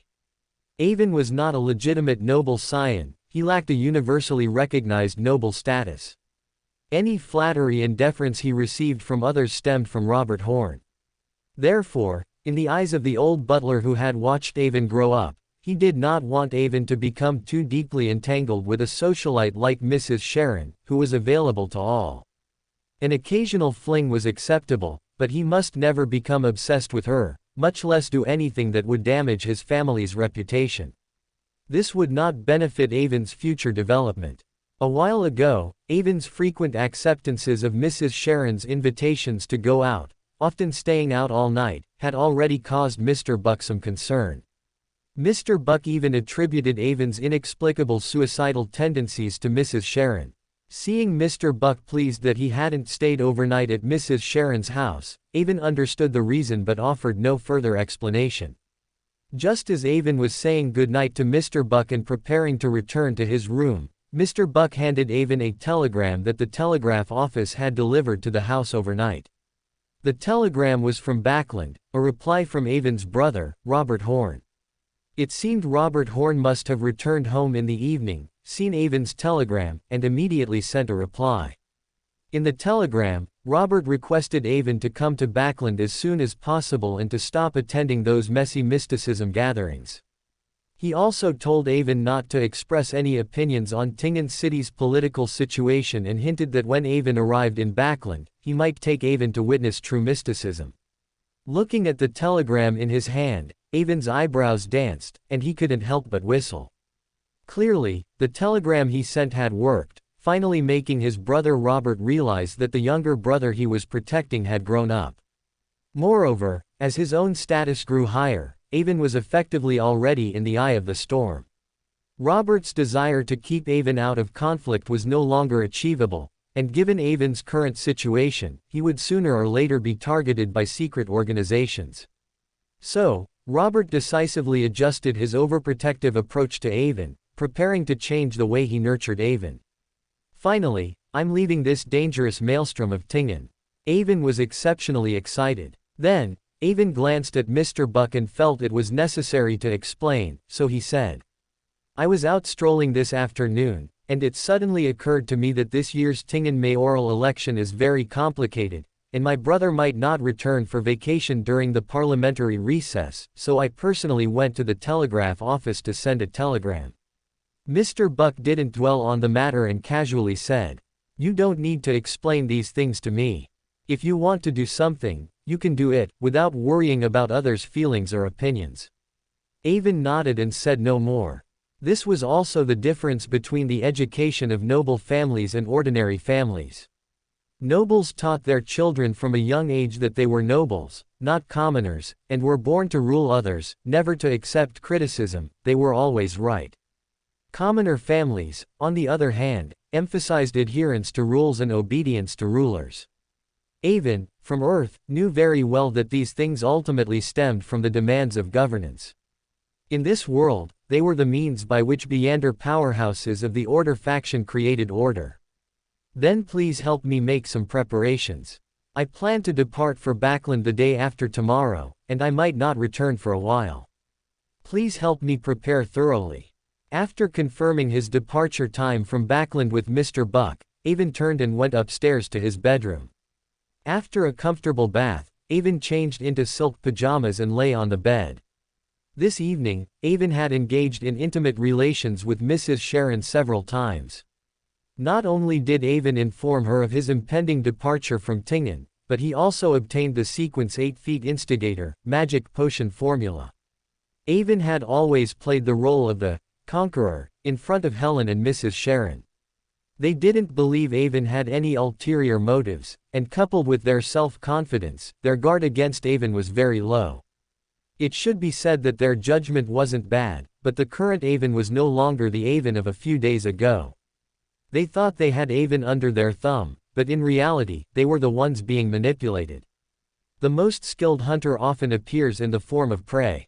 Although I haven't yet consumed the corresponding hunter magic potion, with the mysterious city, which is connected to both the hunter and assassin pathways, I can clearly feel that my role-playing is on the right track. I expect that after drinking the hunter magic potion, there will be significant digestion. As for assassin, these past few days have summarized 2 corresponding role-playing principles. First, harvester lives, and do not easily reveal your identity. Second, sometimes to eliminate a target, you can use others' hands. Assassination is merely a means, successful assassination is the goal. The main reason Avon summarized these role-playing principles was that after Klein shot and killed the hunter tracker, his assassin magic potion received a huge boost, almost half digested. Avon didn't kill anyone throughout the process, but he ultimately achieved his goal, handled all hidden dangers, and successfully instigated a Nighthawk to cover for him and deal with the aftermath. If it weren't for the need to have Klein fire the final shot, that hunter might have died without knowing who gravely wounded him. Otherwise, this would have been the most perfect assassination, where even the target wouldn't know why or by whom he was killed. At the same time, Avon also summarized 2 role-playing principles for his sequence 8 feet instigator. First, use language to persuade people to break through their own restraints, release the evil thoughts hidden within them, and turn them into action. Klein was a person who abided by order and law, but he was ultimately persuaded by Avon to help him kill, and even help him cover it up. This contained Klein's subconscious desire to personally avenge the original body. He had the impulse to kill. Second, the best instigation comes from the perspective of the instigated, making the instigated genuinely believe that doing so is correct. A key reason Avon could persuade Klein was that Avon gave him the best excuse to report Riel Bieber, the last owner of the Antigonus family notebook, allowing the Nighthawks to continue the case's lead, and thereby disrupt the mastermind's plan. This was what Klein wanted to do most at this stage. Avon estimated that after digesting the assassin magic potion and drinking the instigator magic potion, he should also be able to digest a lot immediately. This might not only be because Avon successfully instigated Klein and completed an assassination, but more likely because the gray fog associated with Klein increased Klein's weight, which led to such a good magic potion feedback. And this is reflected in the Lord of the Mysteries. When Klein finally killed Ince Zangwill, there weren't many spectators, but one atom was worth thousands of spectators, allowing Klein to successfully advance even without being in his best state. Therefore, the instigator role-playing principle should also have a third rule: instigate high-ranking individuals as much as possible, and cause a greater impact as much as possible. Besides summarizing several role-playing principles today, the close interaction with Mrs. Sharon tonight also allowed Avon to confirm some things he had discovered earlier. 008 indeed hoped for Avon to leave Tingen City as soon as possible, so it tried its best to provide convenience for some of the things Avon wanted to do. For example, regarding the instigation of Klein, even Avon didn't expect it to be so easy. Another example, Avon asked Mrs. Sharon for the instigator magic potion formula in advance, and Mrs. Sharon agreed without hesitation.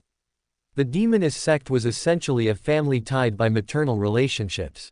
Assassins, without the primordial demoness's bloodline, were always outsiders. To obtain a formula, One had to make contributions, just like the most famous demoness later on, Triss.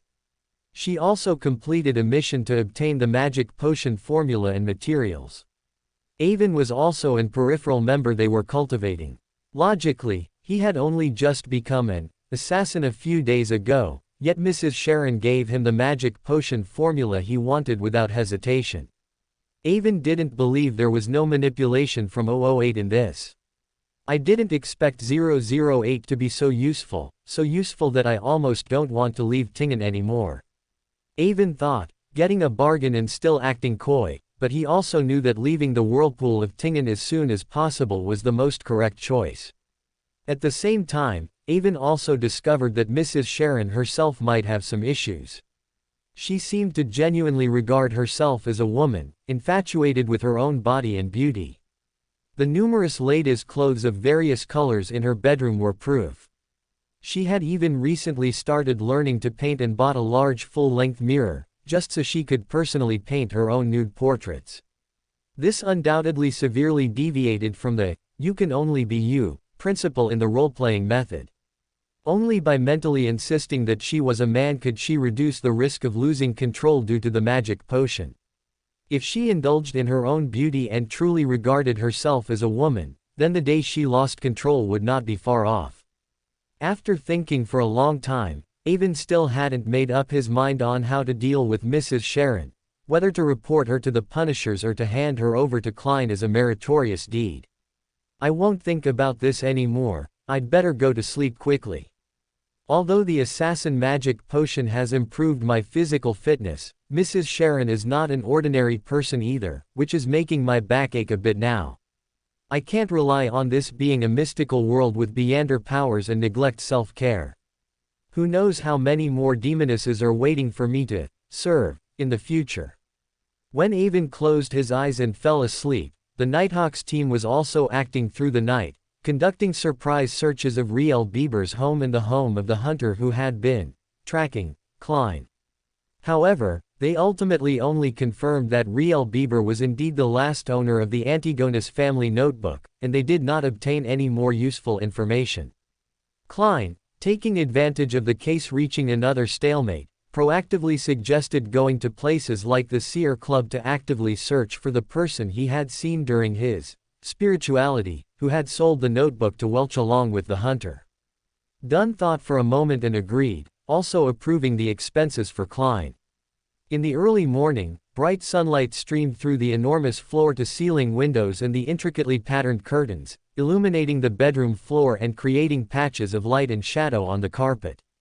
Avon woke up on the large bed that could fit several people, stretching his arms towards the sky and arching his back to stretch. Finally, I got to sleep alone. It's truly refreshing. I don't know how I even survived the past few days. It was Helen during the day and Mrs. Sharon at night. I'm just a small assassin, how could I possibly serve two demonesses? If they hadn't known that the assassin potion doesn't boost physical constitution as much as potions like warrior or hunter, and had been a bit more considerate, I would have been ruined these past few days.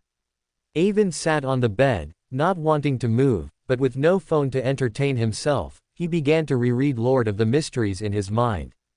As expected, even after the Nighthawks found Riel Bieber's home, they didn't find any useful clues and could only issue a wanted poster. Dunn also sent a telegram to the cathedral, requesting support.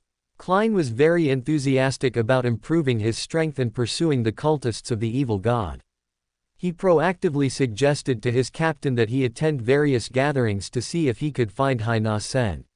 Fan Sen Te. Avon, rereading the chapter where 008 describes the script, found a description about himself.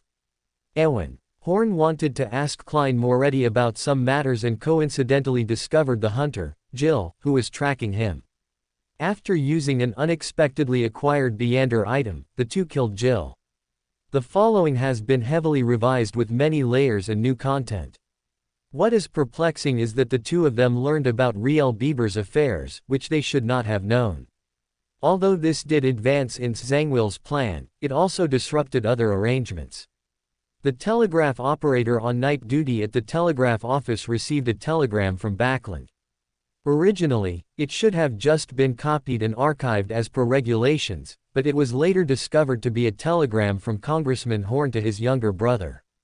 So, he had someone deliver it to a Hova Earl's court overnight. Avon, who received his brother's telegram asking him to go to Backland, was overjoyed. As this was the telegram he had long desired, he instructed his butler to prepare his luggage as quickly as possible. Mr. Buck, who also wished for Avon to go to Backland as soon as possible, prepared Avon's luggage for his trip to Backland overnight and personally called the station to book a first-class ticket for Avon. Hai Na Sen. Fan Sente discovered that police had been in and out of the house he arranged for Jill. He rushed to find his insider at the police station and learned that Jill had been unexpectedly killed by a nighthawk and that he had not been implicated. Only then did he relax and wait with Mr. Z, who had specifically come from Enmad Port, for Avon, who was about to arrive. Avon, who longs to become a hunter, will successfully obtain what he desires.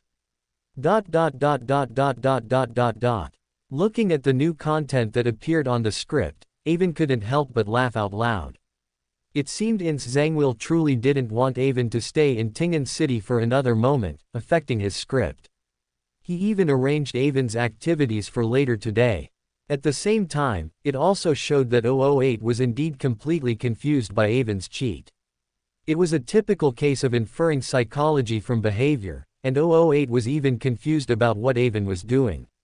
However, it was precisely because of the chaos surrounding Avon that he stood out so much in Tingen. If Avon didn't leave Tingen soon, it was not impossible for Ince Zangwil to resort to desperate measures and forcibly eliminate Avon, this variable. I'd better not lie in bed anymore. There's a lot to do today. When Avon went downstairs for breakfast, he saw that Butler Buck's eyes were indeed a bit red, which made Avon secretly amused. Sure enough, as Avon ate breakfast, the butler began to report on his preparations and asked if leaving at 11 a.m. tomorrow morning would be acceptable. Avon, of course, agreed. After breakfast, Avon went out alone again, heading towards St. Selena Cathedral. He wanted to pray once more. Since he had already joined Theosophy Order, the Demonist Sect, and the Tarot Club, and was about to join the Aurora Order, then joining another Righteous Gods church was nothing. Moreover, joining a Righteous Gods church might make him safer in the future. Furthermore, from the known Lord of the Mysteries, it could be seen that the Evernight Goddess had always been Klein's main investor. Since the Evernight Goddess was willing to invest in Klein, she might also be willing to invest in him. HMPH, how am I inferior to Klein? He transmigrated, and so did I. He has a cheat, and so do I. And I'm even more handsome than him. There's no reason for the goddess to ignore me, right? Avon thought to himself. Entering St. Selena Cathedral, the same bishop from yesterday was still preaching. He noticeably stumbled when he saw Avon enter, clearly recognizing Avon as the one who had caused such a stir throughout the church yesterday. So, he preached while warily watching Avon. Avon had something to ask the Evernight Goddess today, so he didn't bother with the bishop's suspicious gaze. He casually found a seat and sat down, drawing a circle on his chest, then focused his mind and silently recited the Evernight Goddess's honorific name. Evernight Goddess, more exalted than the cosmos, more ancient than eternity, you are the Lord of Crimson, the Mother of Concealment, the Empress of Calamity and Fear, the Lord of Serenity and Silence. Your faithful believer implores your gaze, implores your blessing, implores you to protect me from being corrupted by the evil god when I join the Aurora Order. Avon originally thought he would have to repeat it 7 times, but to his surprise, after only reciting it once, he felt a calming gaze, watching him from the ethereal realm. Before Avon could even explain why he was joining the Aurora Order, he suddenly gained a third-person perspective, able to see himself devoutly praying, surrounded by a vast darkness with only scattered stars. And just as Avon was at a loss, he found that the surrounding darkness all curled inward, eventually transforming into a curtain that completely covered Avon, who was praying. Avon also instinctively knew that he had been blessed by the Evernight Goddess. From then on, any honorific name of a true god he recited would not be heard by them, and all abilities related to slumber and dreams would be unable to interfere with him, just like Klein. This filled Avon with heartfelt gratitude. He sincerely drew a circle on his chest again, thanking the Evernight goddess for her benevolence and favor. After the bishop's sermon ended, Avon approached again, and under the bishop's wary gaze, he finally slipped at least £100 in banknotes into the donation box, drawing a circle on his chest once more. And for the sake of the banknotes, the bishop also drew a circle on his chest and said, "The goddess will bless you. Of course the goddess will bless me." Avon put his top hat back on and chuckled to himself, then left the church. After Avon exited the church, he didn't hesitate, immediately hailing a carriage and heading towards Howe Street. On Howe Street, Avon familiarly knocked directly on Hai Na Sen Fan Sen Te's door. Hai Na Sen Fan Sen Te welcomed Avon in, quickly closing the door and cautiously observing the surroundings through the peephole. "The police were lingering around here this morning, so it's not wrong to be careful," Hai Na Sen Fan Sen Te explained proactively, seeing Avon's slight surprise. "Why are you opening the door for me today? Where are your servants?" Avon naturally knew why the police were on Howe Street, so he didn't ask further. Instead, he placed his cane by the door and, without ceremony, took off his outer coat. The July weather was already a bit warm, and Avon had worked up a sweat on his way there. Hai Na Sen Fan Sen Te took on the role of a maid, hanging Avon's coat on the hanger while explaining. "Not only did the potion you wanted arrive today, but I also need to introduce someone to you, so I sent all the servants away yesterday in advance." Oh. Just then, a young man walked out. He had blonde hair and black eyes, with a gentle smile, and proactively shook Avon's hand, saying, "Hello, you must be Mr. Avon. I've heard much about you. You can call me Mr. Z." Avon shook the man's hand while looking at Hai Na Sen Fan Sen Te. "Mr. Z is the one responsible for your assessment. The principals of our organization are designated by 26 letters, and Mr. Z is mainly responsible for the affairs of Ahova County." Once the pleasantries were over, Mr. Z didn't waste any time and immediately had Hai Na Sen Fan Sen Te arrange the living room. In complete darkness, Mr. Z lit a few candles and took out the pre-prepared flesh and blood from the kitchen to perform the ritual. During the ritual, Mr. Z solemnly asked Avon if he was willing to join the Aurora Order, if he was willing to believe in the omniscient and omnipotent Lord, and if he was willing to dedicate everything to spreading the Lord's glory. Avon, who was well prepared, also solemnly answered everything. Finally, under Mr. Z's guidance, he recited the true Creator's honorific name and sacrificed all the blood offerings. Watching all the blood offerings turn into blood and eventually disappear, the entire ritual proceeded without any incident. The true Creator did not send down divine punishment upon Avon, which indicated that Avon was indeed a devout believer of the true Creator. Mr. Z's gaze towards Avon became even more satisfied. "Mr. Avon, from now on, you are a member of our Aurora Order. We must exert our strength to spread the Lord's faith," Mr. Z said with fanatic eyes. Avon, even more excitedly, nodded heavily. "I will fight for the spread of the Lord's faith for the rest of my life. Let the world know the Lord's greatness." After Hai Na Sen Fan Sen Te removed the ritual items from the living room, Mr. Z took out a leather case and, one by one, pulled out items and placed them on the table, introducing each material to Avon. In a short while, Mr. Z had finished concocting a potion and placed it in front of Avon. Avon looked at the red potion, which resembled lava, and without the slightest hesitation, poured it into his mouth. When Avon drank the entire potion, the mysterious city he had seen when he first drank the assassin potion reappeared in his eyes. It was still on the highest floor of the city, still an empty room with no decorations, and still windows emitting black and red light. But this time, Avon was well prepared. He was no longer as confused as he was when he first drank the magic potion, but instead woke up immediately. Avon was the first to get up and went to the black window he had peered out of last time, wanting to look closely at the scene he had seen before, but to his surprise, Avon only saw his own black reflection on the window glass and could not see the outside. Avon understood that only when he advanced to Instigator would he be able to see the outside again. Avon did not dwell on it. He knew time was limited and he could not stay here for too long. So, when he could not see anything valuable from the black window, he immediately turned and went to the red window, looking out.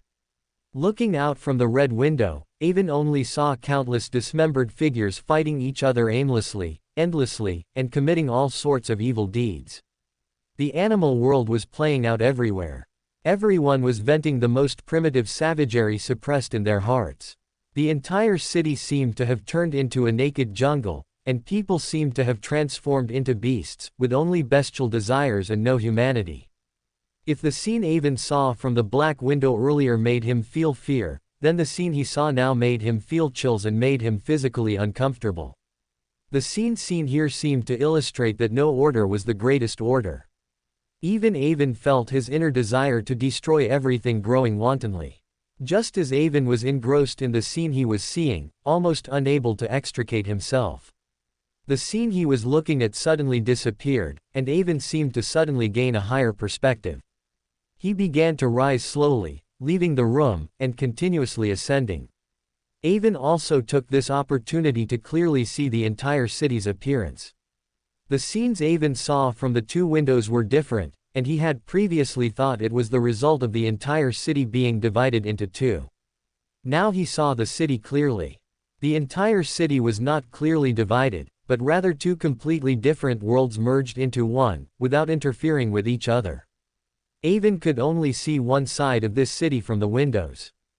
Just then, all the figures stopped and looked up at Avon, who was flying at the highest point, as if sensing something. At the same time, Avon also felt something and shifted his gaze to himself, realizing that his body was actually still inside that room, but it had already lost its head, revealing a large hole at the neck, which looked bottomless from above. And Avon's head, with a long spine, slowly flew up. When Avon woke up, he felt that he had established a deeper connection with the mysterious city in the ethereal. He also saw the floating image of the mysterious city shrouding him, as Klein had mentioned, and even saw it more clearly. The floating image of the mysterious city connected to him was like the smoke of a battlefield, isolating him from the erosion of other powers. In Avon's perception alone, he detected the gray fog above the spirit world, a river like a rushing torrent within the spirit world, and so on, various powers influencing the world. Everyone lived in a balance of Beyonder powers. But apart from the gray fog and a certain place in the astral world having a deeper connection with Avon, other Beyonder powers that had an impact on Avon were basically cut off by the mysterious city. Some were even targeted by the mysterious city itself, wanting to infiltrate it. For example, that pen, which was not actually far from Avon. The floating image of the mysterious city even wanted to use 08's interference with Avon to infiltrate it in reverse, but it did not succeed. But it can be imagined that the more 008 interfered with Avon, the greater the possibility of it being infiltrated by the mysterious city. No wonder 008 always wanted to send me away from Tingen. It turns out it wasn't because Ins Zangwil couldn't tolerate unexpected factors that weren't under his control, but because 008 itself sensed danger, so it followed Ins Zangwil's intentions and urgently wanted to send me away. This discovery greatly moved Avon, and he even considered staying in Tingen, but then he remembered that Adam and the mysterious Evernight goddess were still watching, and he quickly dismissed that idea. At most, I'll provide Klein with more information and let Klein cause trouble. Anyway, he can revive. With my small arms and legs, I'd better stay away from Tingen. When Avon opened his eyes, he found that Mr. Z and Hai Na Sen Fan Sente were both far away from him, even pointing guns at him, watching his condition vigilantly. Avon looked around and then found that the living room of Hai Na Sen Fan Sente's house was covered in burn marks everywhere, and even the large coffee table where Mr. Z's suitcase had just been placed had turned into ashes. It turned out that after Avon drank the magic potion just now, his whole body suddenly caught fire, burning everything around him. Although it was only for a moment, it caused considerable damage. Avon scratched his head, not knowing how to explain it. Instead, Mr. Z, after confirming that Avon was not out of control, believed that this must be the true creator's blessing to Avon and told Avon to feel if there was any difference in himself. Mr. Z is so kind. I hadn't even thought of this reason, and he thought of it for me first. But that's good, this way I can show my newly acquired fire ability, and maybe even gain more importance from the Aurora Order. Avon pretended to feel himself, then said happily, I feel like I can use the power of fire. As he spoke, Avon conjured a small fireball in his hand. The fireball seemed to be alive, dancing in Avon's hand, making Hai Na Sen. Fan Sen Te, who was beside him, incredibly envious.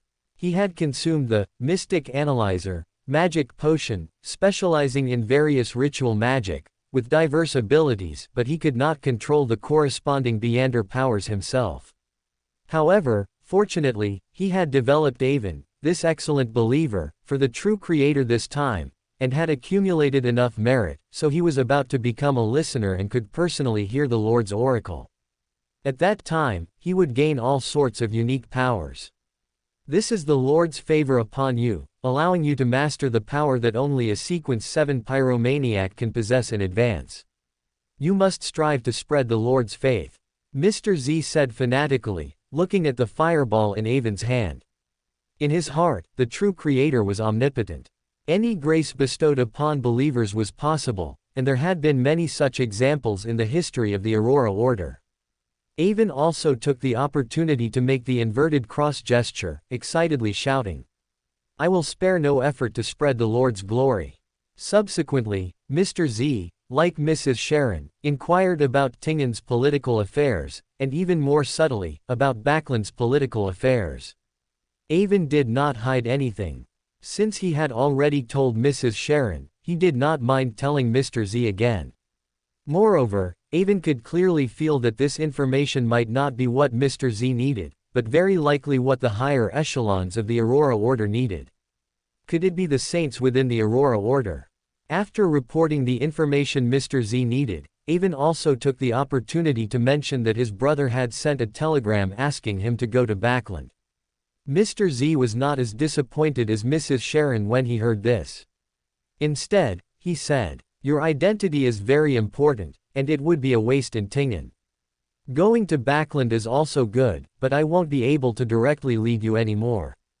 The Backland area is mainly handled by Mr. A. I will report your situation upwards. After you arrive in Backland, pay attention to someone contacting you. Alright, one of our companions just had an accident yesterday, and things are a bit tight, so you should leave first. Avon nodded, put on his coat, but then thought of something as he was leaving and said to Mr. Z. When I first received the Lord's grace, I saw a scene, a ship with a bloody incident arrived at a port. I had seen that port before and it looked familiar, and now I suddenly remembered, that is Enmat Port. This might be the Lord's revelation, please pay close attention. Mr. Z listened to what Avon said and also made the inverted cross gesture on his chest, saying, I will pay attention to this. Watching Avon leave, Mr. Z turned to Hai Na Sen. Fan Sen Te and said, You have developed such an excellent believer as Avon, and with the Divinator Pathway Magic Potion formula you submitted last time, you have accumulated enough merit. Now I will help you concoct the Listener Magic Potion. Hai Na Sen. Fan Sen Te was equally excited and made an inverted cross on his chest, praising the true creator. After leaving Hai Na Sen, Fan Sen Te's home, Avon hailed another carriage and went directly to Tingen's East Borough. He still had many things to do today and no time to waste. Sitting in the carriage, Avon recalled the scene he had seen in the mysterious city, and at the same time, he couldn't help but touch his head with his hand. Now he somewhat understood why 008 was completely unable to grasp his psychology. Because his connection with the mysterious city was beyond imagination, it could almost be said that they were one, at least much stronger than Klein's connection with the Grey Fog. From Lord of the Mysteries, it can be seen that Klein's control over the Grey Fog gradually strengthened with his sequence advancement. And the mysterious city's status was clearly very high, so it was no wonder 008 was helpless against Avon. I left a part of myself in the mysterious city forever. It turns out I was already a monster. Well, a transmigrator who occupies another person's body, which one isn't a monster. Although he knew that transmigrating to this world would inevitably lead to all sorts of strange and bizarre occurrences, what he saw and heard today still exceeded Avon's imagination, making him feel depressed inside. However, Avon quickly shifted his attention, thinking about the truly powerful new skills he had acquired. Fire control ability is the core ability of the Hunter Pathways Sequence 7 Pyromaniac. Even if Avon had a cheat that allowed him to pre-access it, he could not fully master it and could only choose two of the most useful fire spells. One was the ability to compress flames and use them as fireballs to harm enemies. The longer the compression time, the greater the power. The other was the ability to have a layer of flames burn on his body surface, resisting ice-type abilities and damage from gases like poison. Avon chose the latter because he anticipated that he might encounter opponents skilled in these abilities when he went to Backland. Not long after, the carriage brought Avon to Vlad Street in Tingen City's East Borough. Avon paid the fare but did not ask the coachman to leave, as he would not be staying there for too long. Counting the houses, Avon found the shop at 18 Vlad Street, with a sign that read, Rosen's Folk Herb Shop, above it. After confirming it was the right place, Avon took his cane and squeezed into the small shop. The shop was not large, it had various herbal scents, and an apprentice was processing different medicinal ingredients. A man who looked to be around 30 or 40, with very short black hair and a round face, was wearing the attire of a rural witch doctor embroidered with many symbols, idly fiddling with medicinal ingredients behind the counter. Seeing a customer enter, the rural witch doctor merely glanced, knowing immediately that a big client had arrived. He instantly straightened up and proactively asked, "Honored guest, welcome to my humble shop. How may I be of service?" In reality, Rosen knew from the moment Avon entered that the customer had been indulging a bit too much recently, but he couldn't say it outright. After all, these wealthy people were quite concerned about their reputation, and if he exposed them and they became enraged, the business would be ruined. Avon looked at Rosen's somewhat lewd smile and retorted, "You are both the boss and the apothecary. Don't you know what medicine I need?" As expected, upon hearing Avon's words, the boss Rosen chuckled, didn't even look, and directly took out a packet of herbs wrapped in black paper from under the counter, saying, "According to my professional diagnosis, you definitely need this. Rest assured, it's guaranteed to be genuine and will satisfy both you and your female companions. I'll tell you quietly, don't tell anyone else, it contains mummy powder. Nobles and wealthy merchants in Backland are all using it, and the effect goes without saying. Legend has it that Rosal the Great maintained his vigor by consuming this daily. How about it? For only £20, you can enjoy extreme pleasure without any side effects.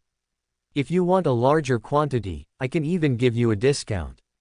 How about a 10% discount?"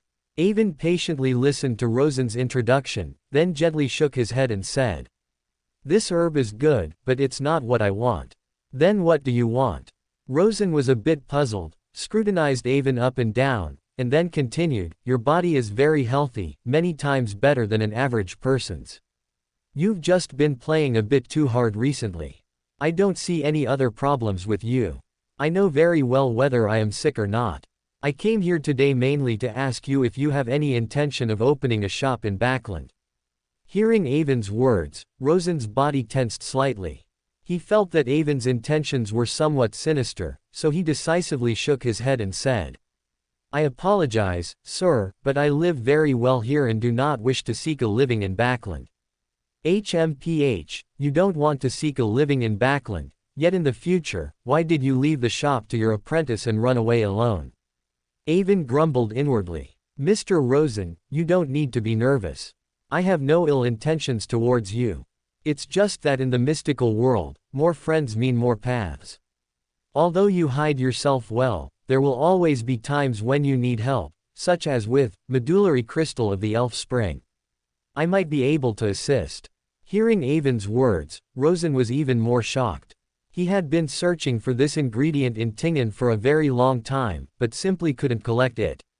If he still couldn't collect it after a while, he was prepared to go to Backland. However, he never expected that his search for this ingredient would be known by someone he was meeting for the first time. The other person had already investigated him thoroughly, while he remained completely unaware. Thinking of this, cold sweat broke out on Rosen's back. Avon saw that Rosen did not immediately deny it, knowing there was a chance, so he continued. If you've thought it through, just publish a message in the Backland Post stating that Rosen's herb shop needs to collect medicinal ingredients, and then go to Braveheart's bar in the East Borough the next day and wait. After speaking, Avon lifted his foot, preparing to leave. But just as Avon was about to exit the door, he suddenly turned back and asked, "Am I the first one to come looking for you because of your reputation?" Rosen, who was very wary, thought for a moment and decided to honestly say, "The 15th. Then wait until the 17th before leaving. It will be good for you." Avon said something profound and then left the pharmacy directly. After confirming Avon's departure, the round-faced Rosen couldn't help but sigh in relief, putting the medicine bottle he held back, and wiping the sweat from his forehead. Originally, he wanted to close the shop and leave Tingen immediately, but remembering Avon's profound words, he ultimately didn't dare to leave. Treat the 17th person, then immediately leave Tingen. Leaving the herb shop, Avon got back into the carriage. This time, he was going to Greenhalgh Asylum to meet with Duster Gudrian, a doctor there. The main reason Avon wanted to contact these people was to leave a connection for future events. He contacted Rosen because Avon knew that he was actually Dayquil, who had a decent frequency of appearances in Lord of the Mysteries. He later adopted a very foul-mouthed owl, tormenting each other, and participated in the mission to escort the uniqueness of the Snake of Fate pathway, the Dice of Fate. More importantly, Dayquil was actually under the gaze of the Snake of Fate, Will Osepton, an angel of Sequence 1 of the Snake of Fate pathway, otherwise it wouldn't have been his turn to transport the Dice of Fate with Klein. Avon mainly wanted to test whether the big shot was interested in investing in him. Judging from the interactions between him and Klein in the original work, this angel was quite approachable. If this one was willing to invest in him, then his future actions would be much more convenient. After all, they were the true god who wielded good luck, unlike a certain false god, who only had good luck in their title but was very unlucky themselves. As for Duster Gudrian, Avon just wanted to take the opportunity to get to know him. He wouldn't expose his identity, nor would he reveal his own. He just hoped to become vaguely familiar. The reason for contact was easy to find. He would say he recently had suicidal urges, which was why he was seeing a psychiatrist. In the future, Klein would recruit Duster Gudrian as a Nighthawk's informant. When Klein died, and his identity was reset, he could try to take over the relationship, which would be effortless. Because the asylum was built far from residential areas and the city center, the journey was quite long. By the time Avon left the asylum, it was already almost dark, and Avon's face was starting to ache from pretending. Due to the Golden Gaze's suppression of the spectator pathway, Duster didn't realize Avon was faking illness. He even believed Avon was a very rare early-stage psychiatric patient, so he was exceptionally excited. Because people often, for various reasons, do not admit that their family members have a mental illness, doctors often only come into contact with patients who are already completely insane or close to completely insane. Psychiatric patients in the early stages of illness, like Avon, were rarely seen by them. So, for an entire afternoon, Avon was excitedly studied by Duster Gudrian, making Avon regret why he pretended to be a patient. Finally, Avon politely declined the doctor's enthusiastic invitation to stay, on the pretext of going to Backland for treatment. Even so, when Avon left, Duster Gudrian was still somewhat reluctant. Even the nurses, who had long-term contact with psychiatric patients, regretted that Avon, this not-so-crazy patient, did not choose to be hospitalized. Because they had faced too many lunatics, and it was rare to meet a handsome psychiatric patient who looked like he could make one happy, yet he didn't choose to be hospitalized. Of course, they regretted this. With a strange mood, Avon finally had the coachman take him to 2 Daffodil Street, Klein Moretti's home. Since he was going to a classmate's house and it was his first visit, it wouldn't do to go empty-handed. So, when Avon passed Boss Bakery, he bought a cream cake as a gift. When Avon rang the doorbell, a youthful, slender, and somewhat pale-faced girl opened the door. Avon knew in his heart that this girl was Klein's younger sister, Melissa Moretti. Before Melissa could even ask, Avon spoke first. "Excuse me, is this Klein Moretti's home? I am Avon Horn, his university classmate. I heard you moved, so I came to visit." "Avon, why are you here?" Before Melissa could speak, Klein's voice came from inside the house. He was very surprised, not expecting Avon to actually come to his house to find him. At the same time, Klein was also very nervous. He was worried that Avon didn't know the Nighthawks rules and would talk about Beander matters in front of his brother and sister, so he was ready to grab his coat and take Avon outside to talk. And Klein's brother, Benson, obviously heard the commotion at the door and also walked over, saying, "Since you're Klein's classmate, please come in. Our previous home was small and couldn't host guests, so Klein never brought classmates home." Avon took off his hat and handed it to Melissa, who reached out to take it. He handed the cake in his hand to Klein, then while taking off his coat, he said to Benson, "It was truly impolite of me to visit without prior notice, but it was sudden, and I made the decision to visit on the spur of the moment. It's my first visit, and I didn't know what you all liked, so I just bought some cake when I passed the bakery. Please accept it. You are too kind." Benson was clearly very happy that Klein's classmate had come to visit. Upon learning that Avon hadn't had dinner yet, he invited Avon to join them for dinner. Avon knew after one bite that tonight's dinner was cooked by Klein himself. The familiar taste almost brought tears to Avon's eyes. The chefs at the Earl's mansion were all exceptional, and their cooking was delicious, but it could never compare to the taste of home. Being able to eat the taste of home in another world was truly a blessing. After dinner, everyone shared the cake Avon brought and chatted happily together. Avon and Benson talked about Lowen's politics, mocking politicians who were worse than baboons. He and Melissa discussed higher mathematics and mechanical creativity. Overall, everyone enjoyed themselves. When it was time for Avon to leave, Benson and Melissa personally saw him to the door, clearly having a very good impression of Avon. After leaving home, Klein walked Avon part of the way. Only when he couldn't see the house he rented did he directly ask Avon beside him, "Why did you suddenly come to my house? Is something wrong? As a classmate, I heard you moved, so I should at least come and acknowledge your new address. Are you saying that because you're a Nighthawk and I'm a wild Beander, you're the police and I'm the thief, you're not going to acknowledge me as your classmate anymore?" Avon covered his chest with his hand, feigning sadness as he looked at Klein. Klein rolled his eyes at this. "I helped you kill someone, and you say that? You're truly heartless." However, Klein still noticed the key point in Avon's words. "You've already obtained the potion and become a Beander."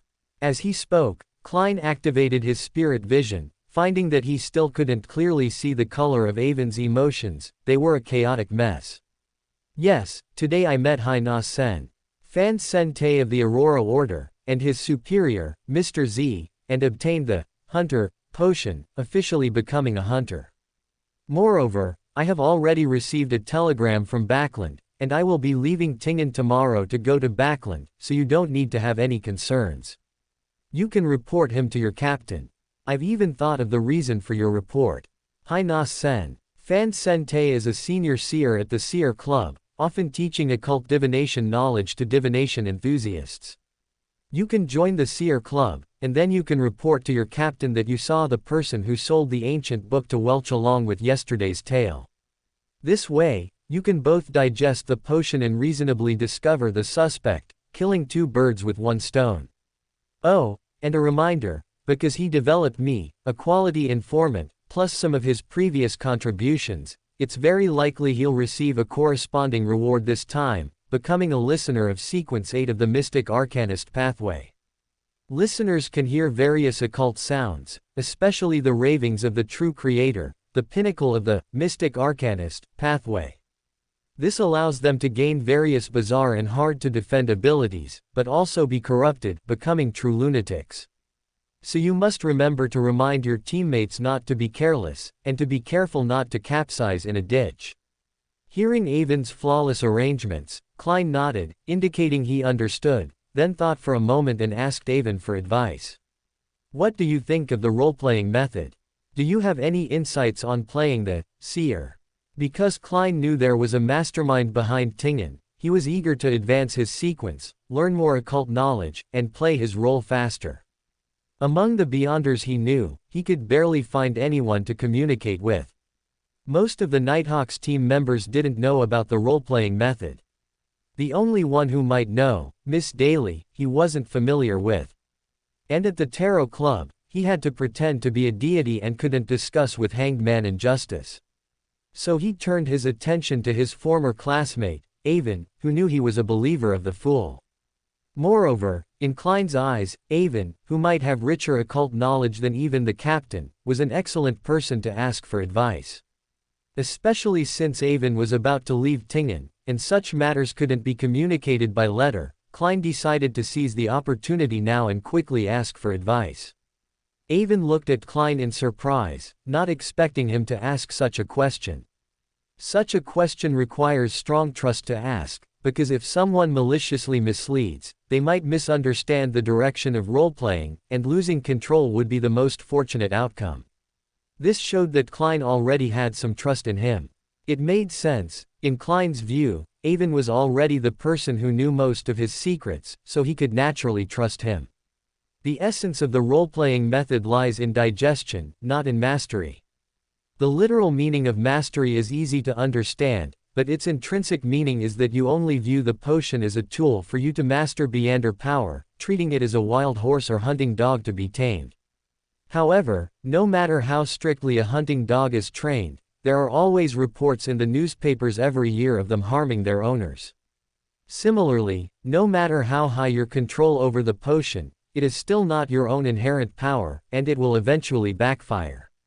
Digestion, on the other hand, is treating the potion as a source of energy and food for your body, eating it, breaking it down, integrating it, absorbing it, truly turning it into your muscles, your strength. This point is actually easy to understand, but why does the role-playing method help Beyonders digest potions? Klein, who was listening intently, saw Avon stop and couldn't help but roll his eyes. I'm asking you for advice, and you're asking me now. Seeing Klein's eye roll, Avon laughed heartily, then stopped keeping him in suspense and continued. The reasons preventing Beyonders from digesting potions mainly come from two influences. One is inherent in the potion itself, an influence from its source, which almost no one can do anything about. The other is the mental imprint left by the previous owner on the Beyonder characteristic. You know that a Beyonder characteristic is roughly equivalent to a potion. In my opinion, the role-playing method is about deceiving the various mental imprints in the potion and the will of the creator, making them believe you are one of them, accepting you, recognizing you, and no longer rejecting you. And you, from within, slowly conquer the potion, digest it, and finally replace and break these mental imprints with your own mental imprint.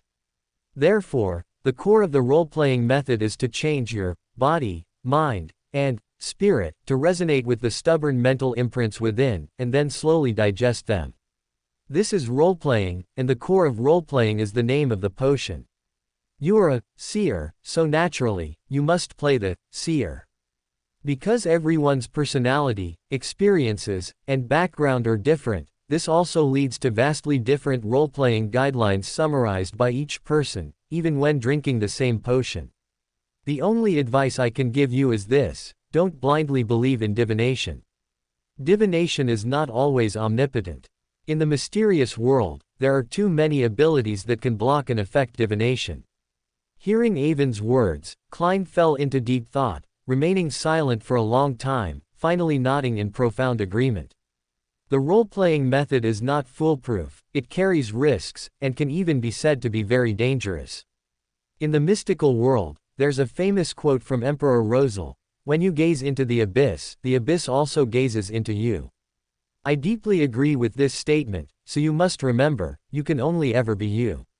Seeing that Klein understood his words, Avon exhorted. Klein frowned, somewhat unclear about the meaning of this sentence.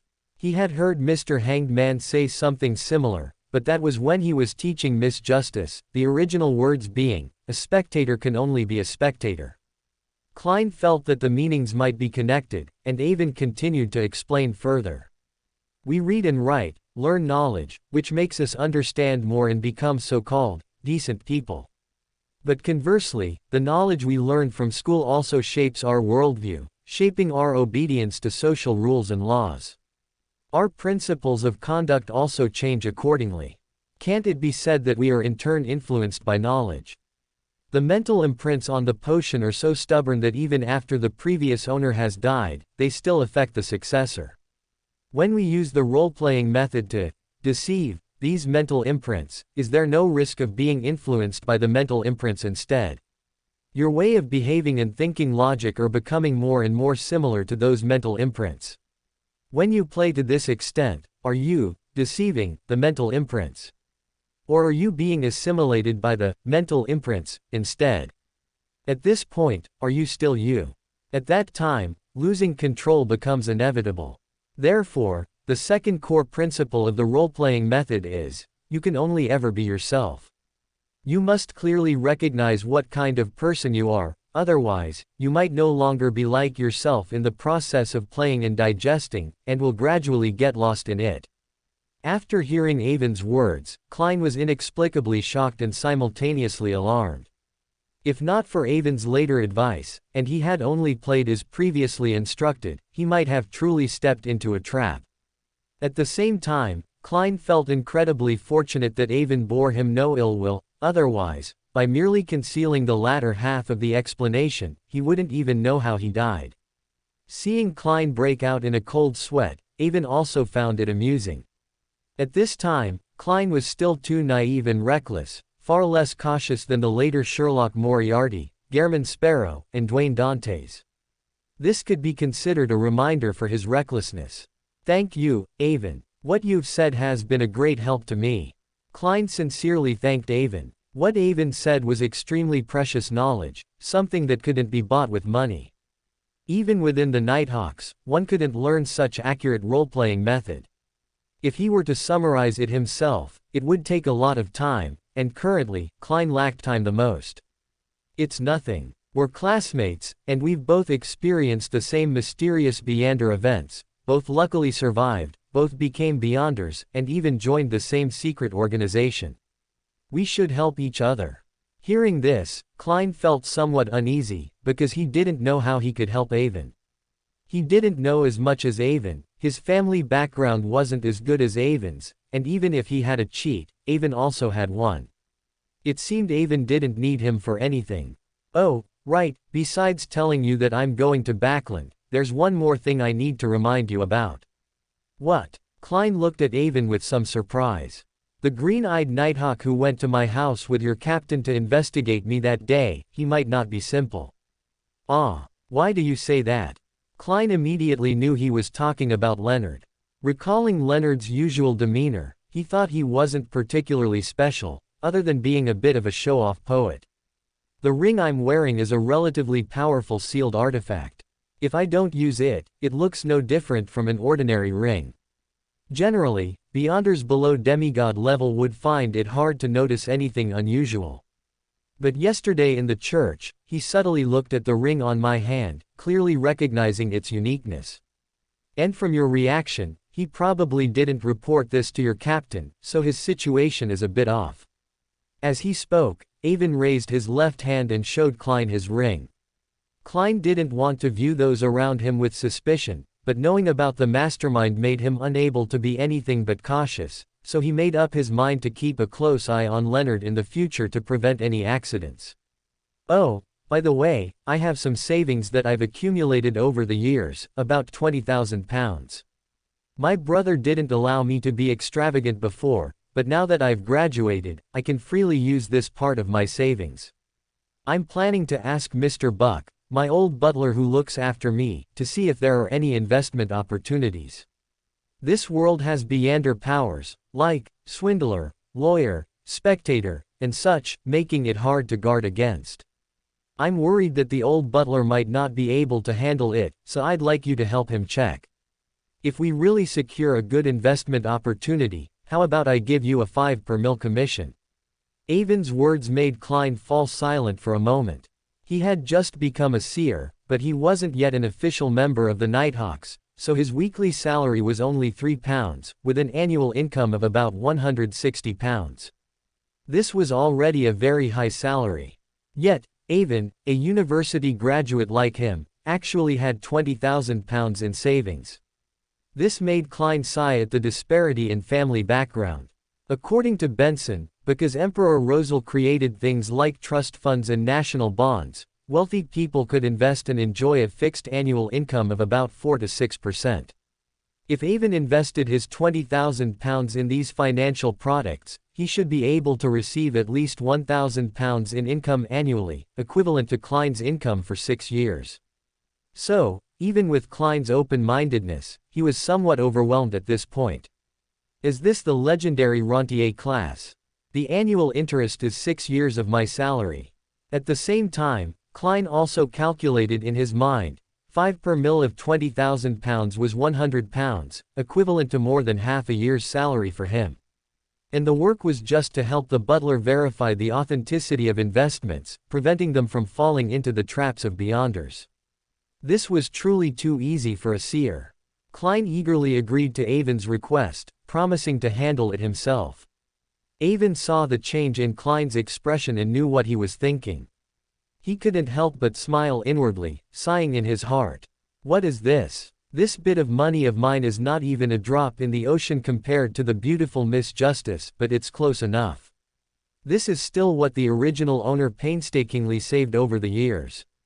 After discussing the matter, Klein also escorted Avon to the carriage and watched as the carriage carried Avon away into the night. Having Klein oversee his investments wasn't a spur-of-the-moment decision for Avon, but something he had planned for a long time. It was Avon's last effort regarding Migos. In Ince Zangwill and 08's script, anyone could be missing, but Migos, who was pregnant with the true creator's child, was indispensable. Without her conceiving the evil god's child, Dunn could not be induced to take Saint Selena's ashes from behind the Channy's gate. Avon also didn't dare to rashly interfere directly with Migos' fate, otherwise he would be directly targeted by the true creator. Thinking of Mr. A's madness, Avon dared not imagine what would happen if he were completely targeted by the true creator. So Avon could only use this circuitous method to see if he could interfere with Lanrius's plan. This was Avon's last bit of conscience. Moreover, he indeed needed to make some arrangements in advance for his future promotion, and no matter what kind of arrangement, money was indispensable, so making some investments in advance was also necessary. Inviting Klein as a contract quality inspector was also making the best use of his talent. Although he was later tricked by a lawyer, the Nighthawks' identity still had a strong deterrent effect on Wild Beyonders. After running around for a whole day, even with a hunter's physical fitness, Avon was a bit tired. He adjusted his body, then leaned back against the carriage wall and closed his eyes. And just after Avon left, Klein, who was about to open his door, slapped his forehead. Oh no, I forgot to tell Avon some things about old Neil and ask for his opinion. My memory. Am I infected by the captain? Originally, after searching Riel Bieber's house, Klein wanted to report some of old Neil's conditions directly to the captain, but he thought about it and felt the reasons were insufficient, and his state of spiritual perception was not good at the time, so he decided to learn more from the side before reporting to the captain.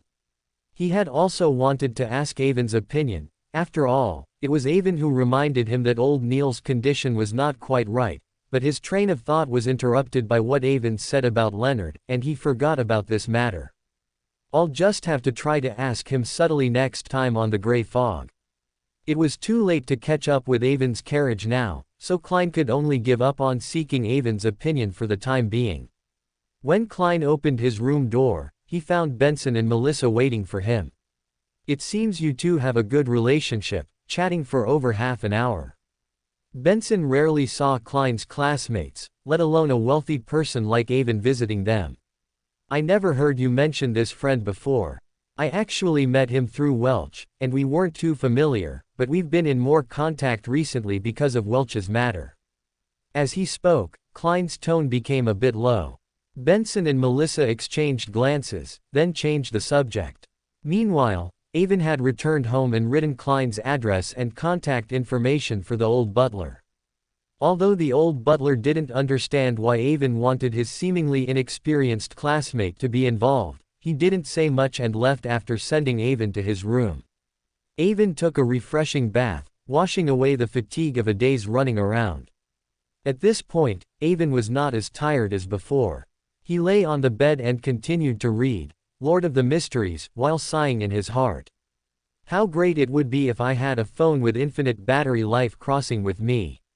That way, I could play a couple of rounds of Three Kingdoms Kill before bed every night, unlike now. Avon casually flipped through Lord of the Mysteries, in his mind, mainly to see if the Tingen script had changed. Sure enough, Avon found that the tobacco merchant's incident of having the butler find a security company to rescue his child had disappeared, and Riel Bieber's plot had been significantly advanced. Other than that, there were no major changes. However, Avon knew that Klein might join the Seer Club in the next few days, thus completing the groundwork for reporting Haina Sen. Fan Sente. And at the same time, Lanrius's fraud financing plan should have taken shape. With the Horn family's connections in Tingen, old butler Buck should eventually learn of this investment plan. Avon wondered if Lanrius would have the guts to defraud the Horn family. Given the madness he displayed, Avon estimated that he would not be afraid and might even make things bigger. With his thorough preparation and complete planning, even the experienced Mr. Buck might not see through his deception. And if Mr. Buck gets involved, representing my investment, it could attract other wealthy people and nobles who hear the news to invest together. At that time, my insurance, Mr. Klein Moretti, should come into play. He will perform a divination on the entire investment and thus be able to uncover the entire scam. Will Ince Zangwill and 08's plan for the true creator's child to descend, with Lanrius as the executor, still be able to succeed then? You must know that once Lanrius's plan involves too many people, even 008 will not be able to control the situation. This isn't because 008 is too incompetent, but because Ince Zangwill is too weak. Although 008 has the attribute of being alive and can weave stories on its own, once an accident occurs, it still needs the holder's spirituality to support it in writing illogical things. Just like when Klein learned that Triss had been renamed Cheek by the demoness sect, 008, under Ince Zangwill's alteration, immediately summoned a meteor shower. Looking at the entire Tingen script written by 008, because of Klein's constant intrusions, Dunn's mental state became better and better, and the script underwent more and more revisions, ultimately forcing Ince Zangwill to constantly personally revise the script and add content, just like film investors in his previous life, completely disregarding the actual situation and arbitrarily changing the script. If Lanrius's fraud case escalates, the Punishers, Machinery Hivemind, and Nighthawks might all get involved. Just dealing with one Klein has already exposed Ince Zangwill's many flaws. Once the three major Orthodox churches are involved, will Ince Zangwill still have such great control over the situation? In any case, Avon was not optimistic, and by then, Avon would have already left Tingen, watching the clouds gather and disperse. To be honest, Avon truly didn't want to interfere with Tingen's matters anymore, but the experience on the Grey Fog made him have to make more preparations. After all, the reaction between Lord of the Mysteries, in his mind and the Grey Fog was too great, and Avon was a person who cherished his life. He had to strengthen his influence on Klein. The most effective means of influencing Klein were to befriend him and to give him more people to care about. This was both despicable and helpless. When Avon turned to the chapter that showed Ince Zangwill's script, Avon frowned again, because the content about the tobacco merchant was gone, but there was new content about Old Neil. Klein wanted to report his suspicions about Old Neil's condition to Captain Dunn, but after much thought, he felt his reasons for suspicion were insufficient, so he didn't speak, planning to observe for a few more days before saying anything. Why did 008, or rather Ince Zangwill, personally influence Klein to prevent him from reporting Old Neil's condition in time? Avon was completely puzzled, because Old Neil's plot in the original work was one of the few major events in the first volume that occurred without 008's script, and although there was no 008's interference, it involved the personified evil god, Hidden Sage. The impact of this event was very far-reaching, directly affecting the growth of the protagonist, Klein.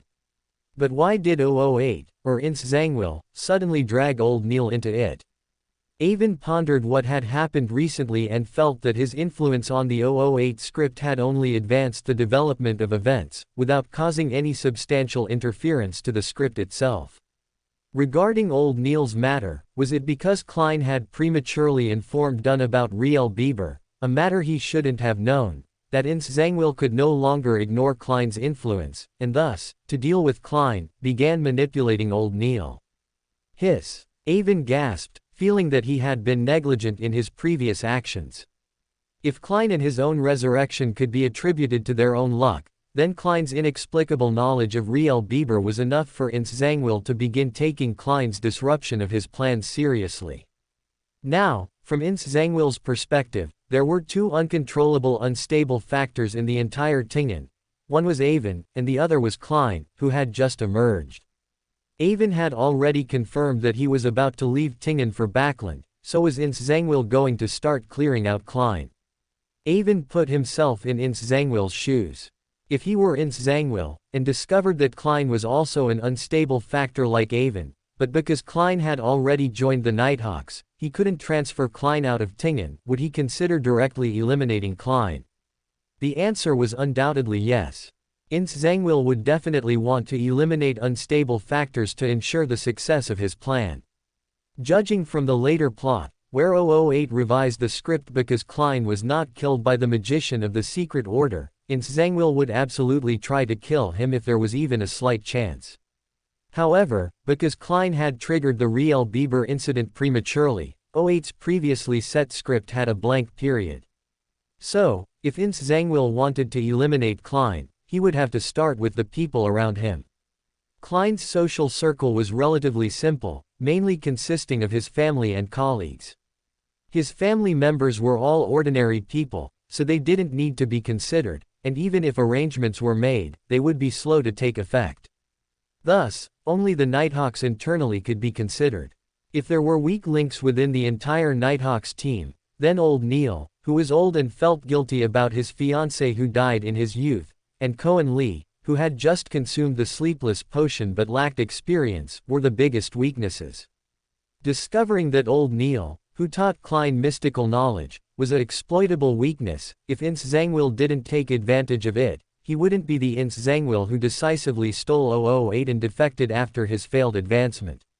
Avon put himself in Ince Zangwill's position and concluded that if he were Ince Zangwill, he would definitely use Old Neil's weakness to resolve the unstable factor that was Klein. Not much needed to be done. Just a small mistake when Old Neil taught Klein mystical rituals would be enough to take both of them out. Of course, doing so carried too much risk. After all, Old Neil was also a veteran Beander, and making a low-level mistake would arouse suspicion, which would be unfavorable to subsequent plans. So, take a detour. Simply let Old Neil lose control directly and kill Klein in a confined environment. Old Neil was already old, a high-risk potential uncontrolled individual, and had a sad past in his youth. Furthermore, preparations for the life alchemy ritual had already begun in his home, which could easily be found out with a casual investigation afterward. If you think about it from this perspective, Old Neil was a natural scapegoat.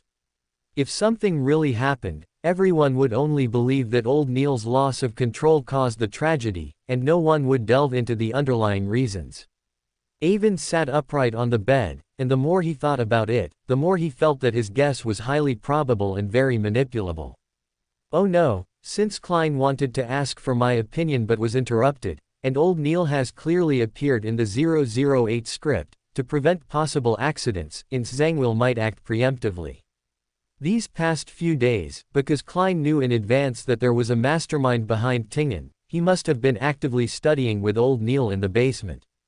There were too many similar opportunities. No, I need to quickly warn Klein, but it would be too abrupt and obvious for me to go out now. How should I inform Klein? Avon thought for a moment and decided to notify him through the fool above the gray fog. Without hesitation, Avon got out of bed immediately and began arranging his bedroom while still in his pajamas. Although Avon knew that Klein didn't care about the accuracy of the ritual, Avon still had to put on a show. So he asked the servant next door to prepare the corresponding food for him, then arranged the ritual site according to the previous standard, and finally, wearing pajamas, he prayed in Chinese. Celestial worthy of heaven and earth for blessings, celestial worthy of heaven and earth for blessings, God Almighty of heaven and earth for blessings, celestial worthy of heaven and earth for blessings. Klein, who had just fallen asleep and was still somewhat groggy, had spent the entire day studying mysticism with old Neil and was very tired. All he wanted to do was sleep. However, when he sensed someone praying to him, just like Avon's prayer last time, although he was so angry he wanted to curse, he dared not slack off. He could only force himself to wake up, take 4 reverse steps into the gray fog, and see what was happening. Mr. Fool had just pulled Avon, who was wearing pajamas, up when Avon eagerly spoke first. Mr. Fool, I just had another dream similar to the previous one. The dream showed that the high-sequence Beyander has acted again. Upon hearing this, Mr. Fool Klein's heart also sank, but he had to maintain his image, so he spoke in an understated tone to comfort Avon, saying, "Don't worry, the sky won't fall. Tell me slowly what you dreamed of." The fool's comfort seemed to truly work. Avon gradually calmed his emotions, organized his words, and said, "I dreamed that the mastermind once again arranged the actions of my classmate, your believer Klein. I believe he is about to make a move against Klein. Please be sure to notify Klein as soon as possible and tell him to be careful and on guard." Upon hearing Avon's words, Klein's heart was even more alarmed than Avon's. "What? I've been arranged by the mastermind again. How come I don't know?" Klein quickly recalled his actions for the day. Most of his time had been spent studying mysticism with old Neil and observing his various situations. He felt that nothing particularly special had happened that would require specific arrangements by the mastermind. To understand the situation in more detail, the fool instructed, "You should write down what you dreamed of." Avon had long anticipated this and immediately began to imagine it in his mind. His inner imagination materialized above the gray fog as a fountain pen and paper. Avon directly wrote down the content he had memorized before his prayer on the appearing paper. Klein wanted to report his suspicions about old Neil's condition to Captain Dunn, but after much thought, he felt that his reasons for suspicion were insufficient, so he didn't speak, planning to observe for a few more days. Nighthawk old Neil is advanced in age and has recently frequently dreamed of his fiancée who died unexpectedly in his youth. He believes this is a premonition that his own life is also nearing its end. He never married in his life and was still filled with love for his fiancée, Celice. Coupled with his regret over a mistake he made when performing a ritualistic magic in his younger years, his heart has been tormented for many years. So he finally decided to no longer hesitate, no longer wait, and formally begin performing the unexpectedly acquired, life alchemy, ritual to resurrect his beloved. No matter what, he wanted to see his fiancée one more time, even if he couldn't return to God's kingdom after death. Because the image of his fiancée in his dreams became increasingly vivid, old Neil firmly believed he could succeed and became more eager to complete the ritual. This led to him collecting more and more blood from himself, and his physical and mental state deteriorated to the extreme. While teaching mystical knowledge to Klein Moretti, a seal behind the Chinese gate unexpectedly loosened slightly, and the aura of the sealed artifact leaked out, directly affecting old Neil, who was in extremely poor condition. This led to his loss of control, transforming him into a monster that frantically attacked everything around him. Klein Moretti, who had always been very lucky, no longer had his previous fortune and ultimately met a tragic end, following in the footsteps of his two classmates. Klein looked at the content Avon had written in his hand, his heart shaking. He hadn't expected that what he had forgotten to say due to Avon's interruption was actually an arrangement by the mastermind, and he had been completely unaware. This sent a chill down Klein's spine. And old Neil's situation and the mastermind's arrangement for his own fate enraged Klein even further. Previously, the mastermind's arrangements for Klein were actually for the original body, and Zhou Mingrui didn't have a direct feeling. But now, realizing that he was truly becoming a fish to be slaughtered by others, the anger that filled his entire body was impossible to suppress. Even Avon, who had been respectfully waiting for the fool to read his written content, seemed to feel the anger emanating from the fool and couldn't help but click his tongue, thinking, I can't let Klein find out that the latter part of the content was made up by me. That's right, the latter part of the content was not in Zhangwill's and O8's script at all, it was all made up by Avon. However, Avon's fabrication was not without basis. Avon was not sure what Zhangwill and O8's intentions were in incorporating old Neil into the script. Even the conjecture that it was to eliminate Klein, who had been exposed as an unstable factor, was ultimately just Avon's unilateral conjecture and had no real factual basis, although Avon himself believed this conjecture to be highly probable. And as long as he was included in the script, coupled with old Neil's own issues, it would definitely not be a good thing. For people like old Neil and Captain Dunn, who could form close ties with Klein, Avon was determined to find a way to protect them. This was Avon's established policy, so no matter what Zhangwill wanted to do, Avon had to interrupt his spellcasting. However, Avon found it difficult to intervene directly in this matter, as it might alter his plan to leave Tingen.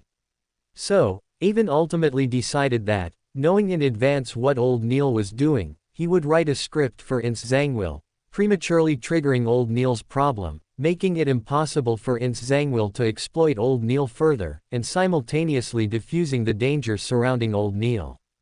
Moreover, doing so had another benefit. It could prompt the Night Church's cathedral to dispatch a mystery prior in advance, which would be beneficial for the entire Nighthawks team.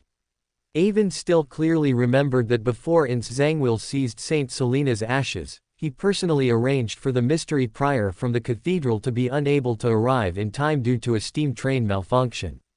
This indicated that whether the Nighthawks team had a mystery prior or not influenced the overall development of the situation. If the Nighthawks team gained a powerful mystical expert again due to old Neil's situation, who knew where O8's script would lead? The fool looked at the script in his hand, speechless for a long time. He hated the mastermind for disregarding human lives and hated his own weakness. For the first time, he had a reason and impulse to pursue promotion, other than going home. But these were matters to consider later. The question was, what to do now?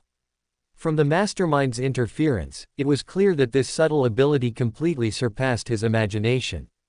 Klein was very worried that even if he left home now to report to the captain, he would be delayed by various things. Klein completely didn't know how to respond. However, Avon already had a contingency plan for these matters. Seeing that the fool didn't speak, Avon feigned panic and said, "This mastermind is too rampant. He actually targeted your believers. This matter absolutely cannot be left unresolved." The fool looked at Avon, who seemed righteously indignant but was actually trying to provoke him, and felt a headache.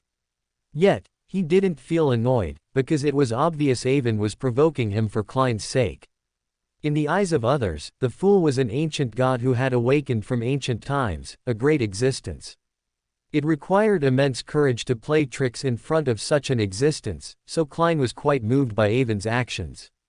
But it was still the same problem, he was a fake god. Apart from the gray fog being able to interfere with the mastermind's arrangements and having some effect, he himself was just a seer who wasn't skilled in combat.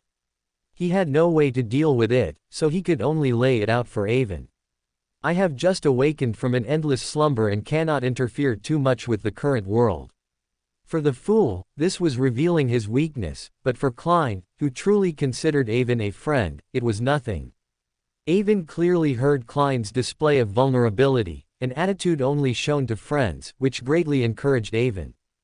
Being Klein's teammate was always the most comfortable. He would not hold you back and often provided the most reliable help.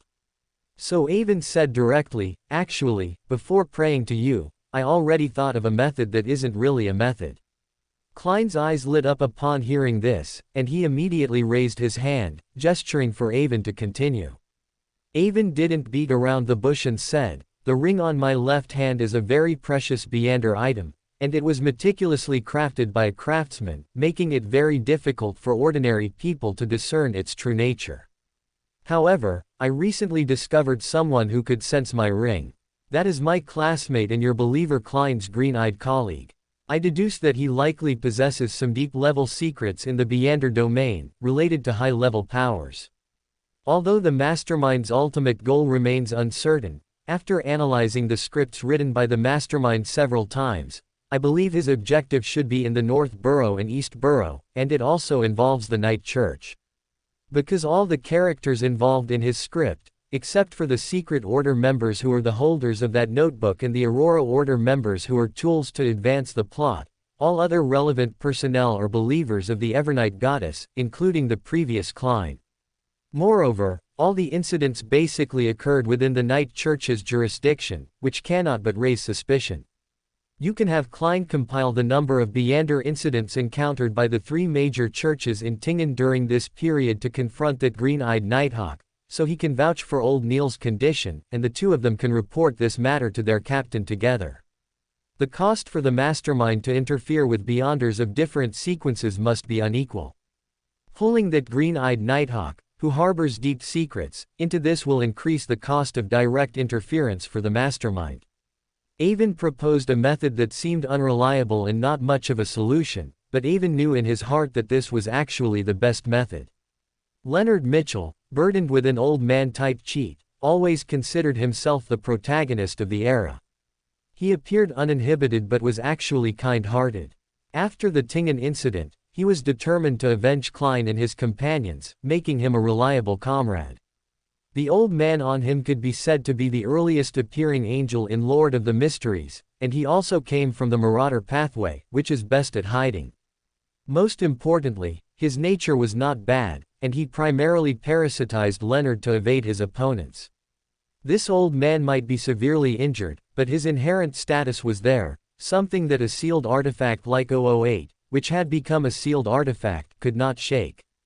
In the final battle of Lord of the Mysteries, Ince Zangwill had the full ability and time to kill the unconscious Leonard, but he didn't act.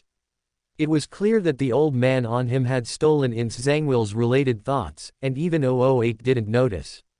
With such a powerful figure providing protection, reporting old Neil's condition would not lead to any trouble at all. However, Klein didn't know any of this. He was still very hesitant about whether to drag Leonard into this. He himself was also a person with secrets, so he didn't want to expose others' hidden secrets. But the crisis for old Neil and himself was already imminent, and he couldn't think of any other solutions. In the end, Klein decided to adopt Avon's idea. So the fool nodded gently and said to Avon, "I will convey your meaning to Klein." Without waiting for Avon's reaction, Klein ended the communication. Klein, having left the gray fog, had no intention of sleeping. He put on his coat, picked up his cane, and immediately headed to Leonard's home that night, even finding a carriage that operated at night for this purpose. Although Klein had never been to Leonard's home, he knew where it was. This was information every Nighthawk had to know, because Beander incidents could happen at any time, requiring immediate reinforcement. It would be terrible if, at a crucial moment, one couldn't request backup because they didn't know a colleague's address. Leonard's home was a bit far from Klein's. The carriage took an hour to deliver Klein.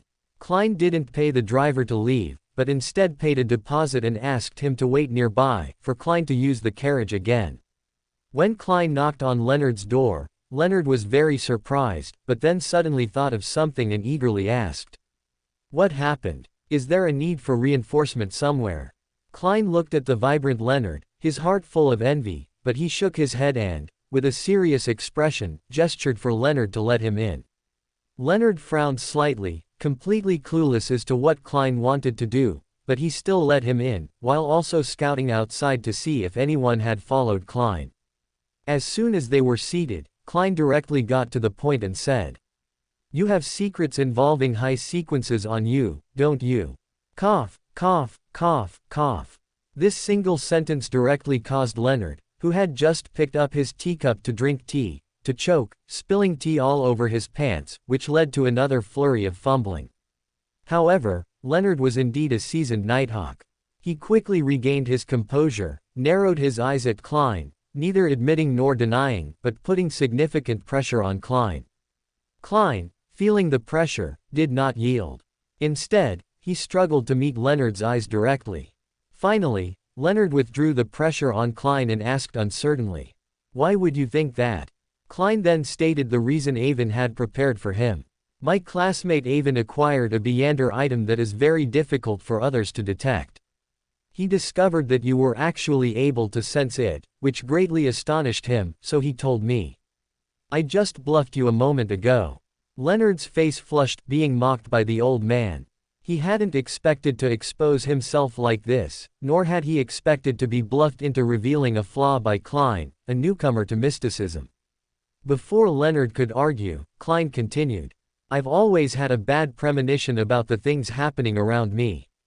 These past few days, I heard the captain say that the recent Beyander incidents are several times more frequent than usual, which made me even more alert. I always feel like someone is plotting something. Yesterday, after I advanced to Seer, I noticed some abnormalities on Old Neil, which also made me uneasy. Adding these two together, I feel that this matter cannot be delayed any longer, so I hope to get your endorsement and report this matter to the captain with me. I don't want to pry into your secrets. As long as it doesn't harm others, I can even help you keep them. For now, I only ask you to help me this once, for Old Neil's sake." At first, Leonard scoffed at the idea of someone plotting in the shadows, but then his expression grew increasingly serious. After Klein finished speaking, he muttered, "Perhaps you are right. Too many things have indeed happened recently." Then Leonard came back to his senses and said with a solemn expression, "Tell me in detail about the abnormality you found in Old Neil, especially what you saw after activating your spiritual perception." Klein had no need to hide anything and explained the situation in meticulous detail. The more he spoke, the darker Leonard's expression became. As a newcomer, Klein hadn't even attended many mysticism classes, so he naturally didn't know what pupils without eyelashes represented. But Leonard, with his old man, knew perfectly well what it was. That was the symbol and emblem of the hidden sage, a malevolent god from the mystery prior pathway, and Old Neil was precisely a mystery prior. So Leonard no longer hesitated and immediately began to put on his coat, walking towards the door, while Klein quickly followed. Thanks to Klein's foresight, he and Leonard took a carriage, which was hard to find at night, and sped towards the Blackthorn Security Company. It was Captain Dunn's night shift tonight. When Dunn heard Leonard's account, he didn't hesitate at all. He immediately opened the Chinese gate and once again retrieved sealed artifact 30611, the powerful sealed artifact known as Quiet Hair. This time, they were not dealing with rogue Beyonders, nor were they facing heinous enemies, so, Quiet Hair was the most effective sealed artifact. Because the Nighthawks, exclusive coachmen, had not left tonight, they would take their own carriage to Old Neil's house. When Klein wanted to pay the coachman he had hired earlier, he realized that he had left in too much of a hurry tonight and only had 1 Soul on him, which was not enough for the fare. He could only look at Leonard with pleading eyes. The carriage fare could be calculated by kilometer or by time. Because the matter was urgent and required acceleration, and the coachman needed to wait, Klein chose the distance as the charging standard. Moreover, usually at night, the fare was doubled, so Klein was at least 1 Soul short. Seeing Klein's embarrassment, Leonard didn't mind taking out 10 Soul and throwing it to the coachman, saying there was no need for change. Then he motioned for Klein to quickly get into his company's carriage, while Klein's mood was unusually complex, swallowing the words, "Keep the change." Sitting in the carriage, Dunn looked at Klein and Leonard with a worried and solemn expression, and instead, he comforted them. "You don't need to be so solemn. Your report this time was very timely. I believe we still have a chance to save old Neil. After all, he survived it once when he was young. Klein and Leonard nodded, but their solemn expressions did not ease at all. The night grew darker and darker, and there were few pedestrians on the road. Coupled with the city's well-developed road infrastructure, the carriage traveled very fast. It wasn't long before they arrived at the detached house where old Neil lived. Dunn's gray eyes were deep. He held the quiet hair and walked towards the main door. Klein and Leonard followed behind their captain with serious expressions, passing through a garden planted with roses and golden mint.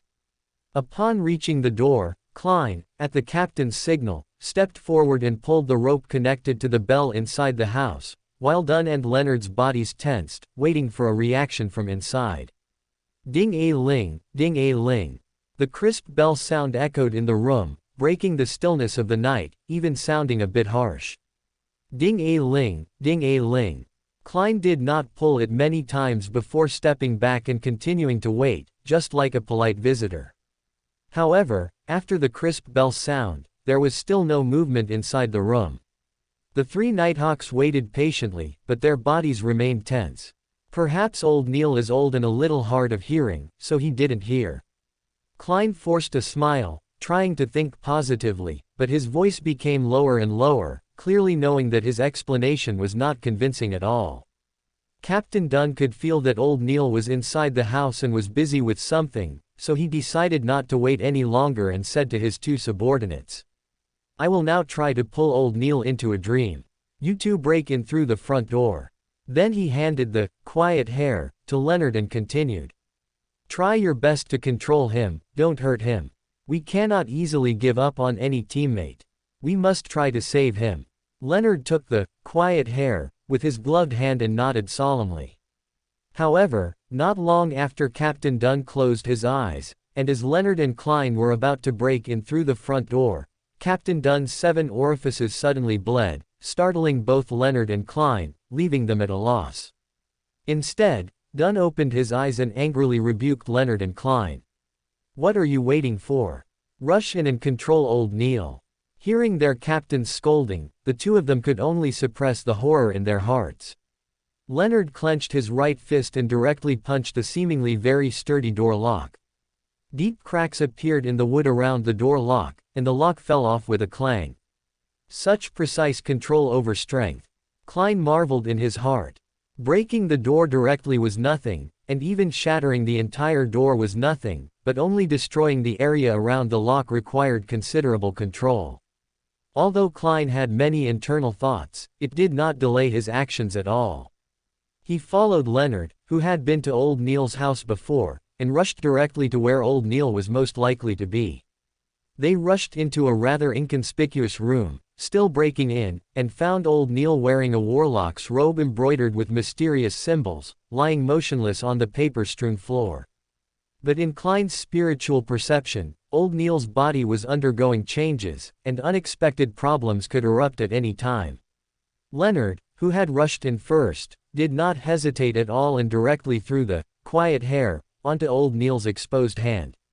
In just an instant, Klein felt that everything around old Neil had become calm.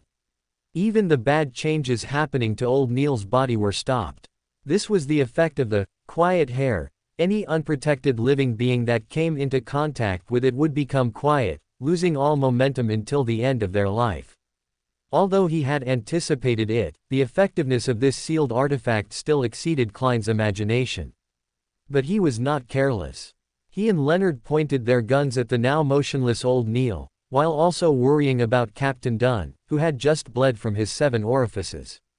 Just as Leonard and Klein's minds were in turmoil, they heard approaching footsteps, which slightly eased the stone in their hearts. The blood on Dunn's face had already been wiped away.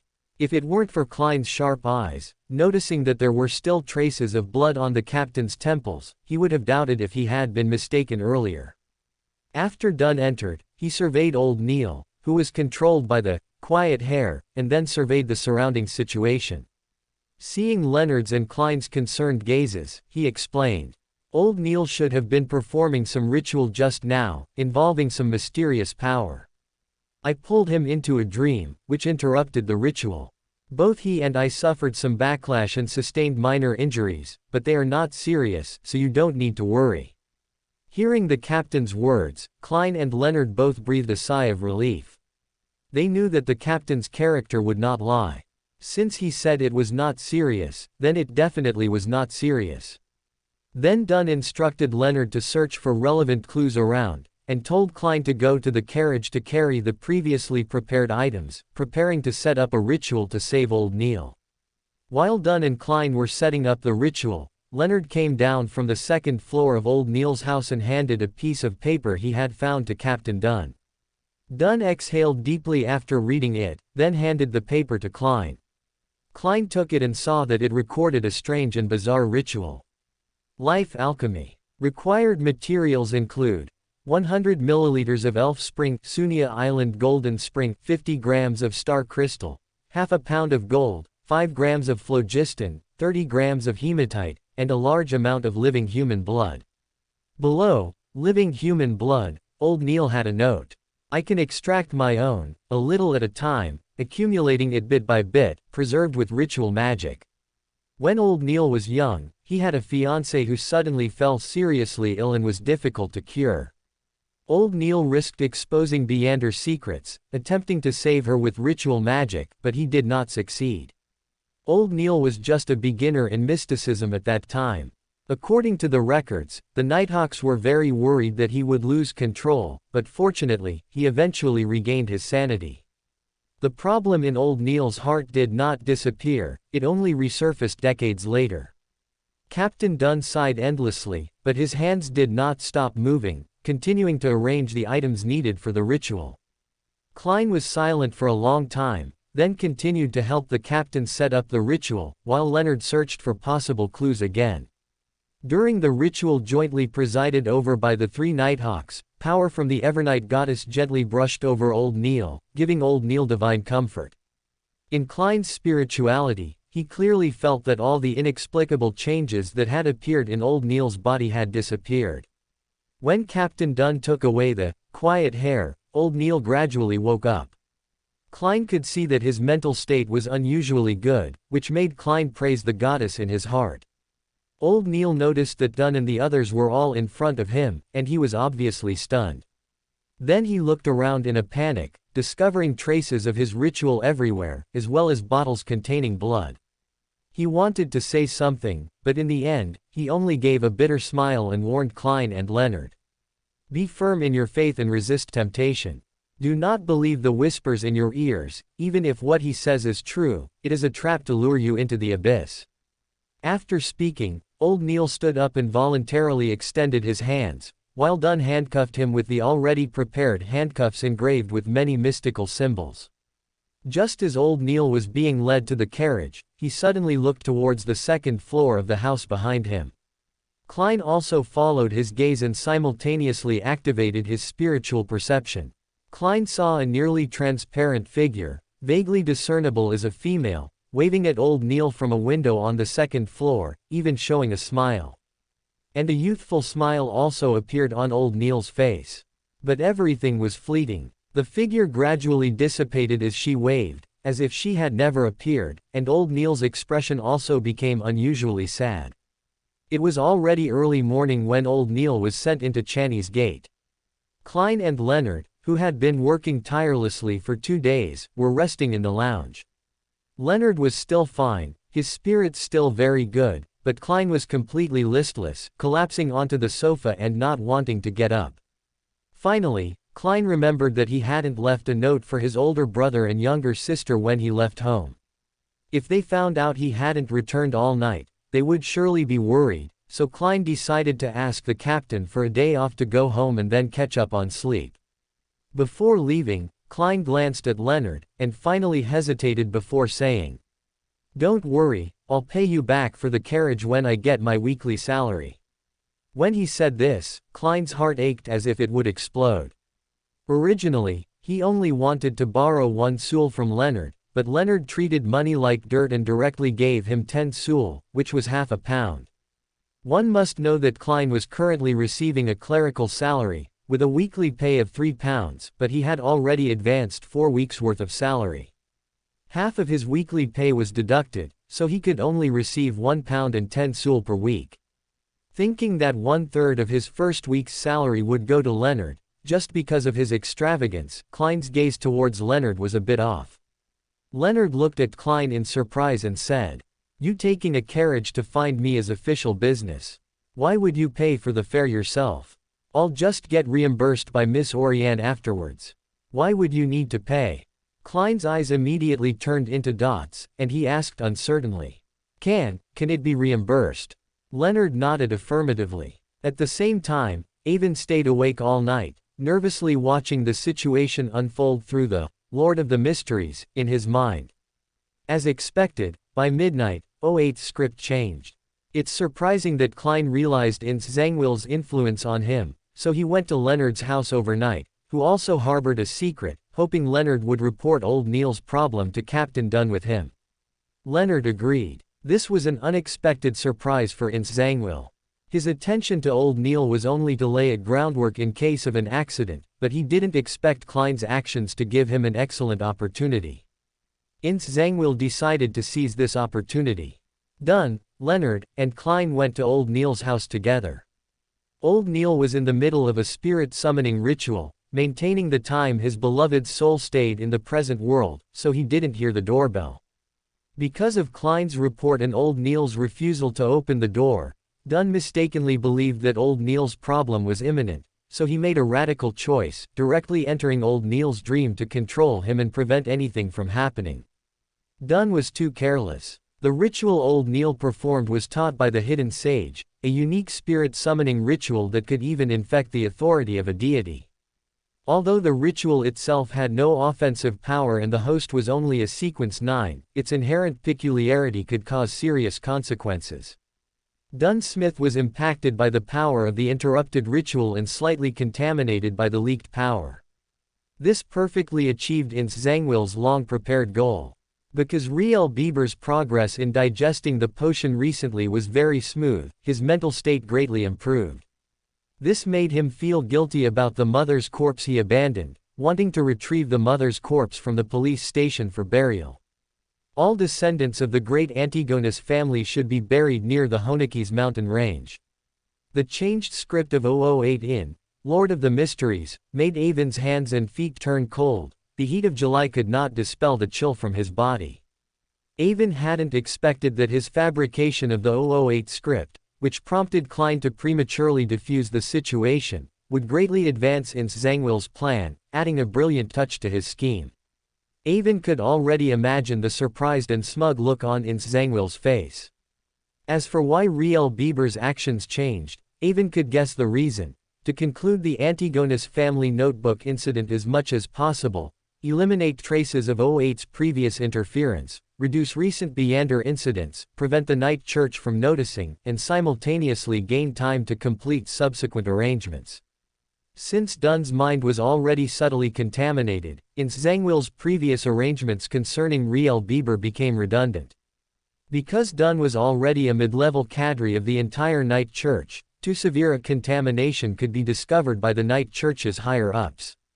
In the original timeline, Dunn was severely wounded after seeing the true creator's image in Hai Na Sen. Fan Sen Te's dream, but 008 specifically emphasized that he was not contaminated because of this reason. Therefore, for a period recently, to ensure Dunn's mental contamination continued, 008 would instead make the Nighthawk's surroundings quiet, and turn to other arrangements, such as Lanrius. Now Avon was in a bind. He had previously discovered that due to his cheat, 008 was almost powerless against him, and coupled with the recent smooth events, joining the Tarot Club, getting closer to Klein, receiving investment from the Evernight Goddess, and moving away from the troublesome Tingen. Things went so smoothly that Avon had the misconception that he was the protagonist of a novel, feeling that whatever he did, he would succeed. So, Avon, upon merely discovering old Neil's involvement, rashly wrote the 008 script, directing Klein to defuse the situation, yet he didn't expect that doing so would greatly advance 008's script, making him Ins Zangwill's de facto helper, which Avon found hard to accept. Avon gritted his teeth, both annoyed at himself and gaining a clearer understanding of this world for the first time. Sometimes, even with a cheat, one must act cautiously, as the world does not revolve around one person. Soon, Avon suppressed his emotions and continued to ponder what he should do next. After much deliberation, Avon decided not to interfere with O8's script anymore, at least not for the next 1 or 2 months. Because Avon and Klein's intrusion advanced Dunsmith's contamination by at least a full week.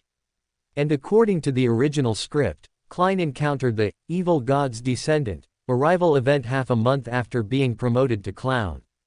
Avon was worried that if another accident occurred and greatly pushed ins Zangwill and O8's script forward, Klein would have to face the evil god's descendant with only the strength of a Sequence 9 seer, and he might not even have bone fragments left at the end. Avon had at least half of his Lord of the Mysteries memories sealed, and he truly didn't understand the principle of Klein's resurrection. He was very worried if Klein's body didn't even have bone fragments left, would he still have a chance to resurrect? If the protagonist was gone by then, Avon would be completely stuck, and the Lord of the Mysteries golden finger in his mind would be largely useless. After reviewing the plot again, Avon made a plan for Klein's upcoming actions, with the core requirement being for Klein to do everything possible to improve himself and accelerate the digestion of the potion as much as possible. After sorting out the plot, Avon had no more sleepiness. He stood in his pajamas by the French window, looking at the crimson moon in the sky, which was different from Earth in his previous life, and sighed deeply. When Klein cautiously walked into the house, intending to quietly enter his bedroom and pretend he hadn't left, he happened to encounter Melissa, who was up at night. "Klein, why are you out so late? What time is it now?" Melissa rubbed her eyes to confirm she wasn't hallucinating, asking in surprise, and then looked at the only clock in the living room. Klein felt helpless. Melissa rarely got up at night, but today he happened to encounter her. He could only vaguely say, "I couldn't sleep earlier and wanted to go for a walk outside, but I happened to meet a colleague from the security company who said a large batch of cultural relics and ancient books had arrived overnight, and I needed to urgently inventory them. So I worked overtime through the night." Melissa frowned, looking at the tired Klein and said, "Then you should go to sleep quickly. You have to go to work tomorrow, and not getting enough rest is very bad for your health." Klein heard his sister's concern, felt a warmth in his heart, and then said, "Don't worry about me. The security company's leader is very considerate to his subordinates. He gave me a day of paid leave. I can have a good sleep tomorrow, today, and don't have to go to the company." Melissa was genuinely happy for Klein to have found such a good job, hearing that his superior was so considerate to his subordinates, even giving paid leave. "Why are you up in the middle of the night? Don't you usually sleep until dawn?" Melissa had very good and regular living habits. It was rare to see her up in the middle of the night. Melissa froze for a moment, then prepared to explain a few seconds later, but was interrupted by the rumbling of her stomach. "I just wanted to go to the toilet, nothing. I'm going back to sleep, good night." After saying that, Melissa, blushing, pulled up her nightgown and ran back to her room. This is a sign of indigestion. Watching Melissa run off like a rabbit, Klein chuckled, never expecting the usually sensible and obedient Melissa to have this side to her. But at the same time, a sense of tenderness welled up in Klein's heart. Last night, Avon brought a large cake as dessert after dinner. Melissa might not have eaten this kind of cake before, and because it was too delicious, she ate a bit too much, which directly made her digestive system uncomfortable, ultimately leading to indigestion. "When I get paid in a few days, I must take Melissa out for a good meal, and the future food standards must also be raised. I can't let her live such a frugal life as before." Klein made up his mind, then returned to his room, lay down on his bed, and slowly fell asleep with a smile. Regardless, for Klein, he had once again changed the script of the mastermind, saving old Neil's life and his own.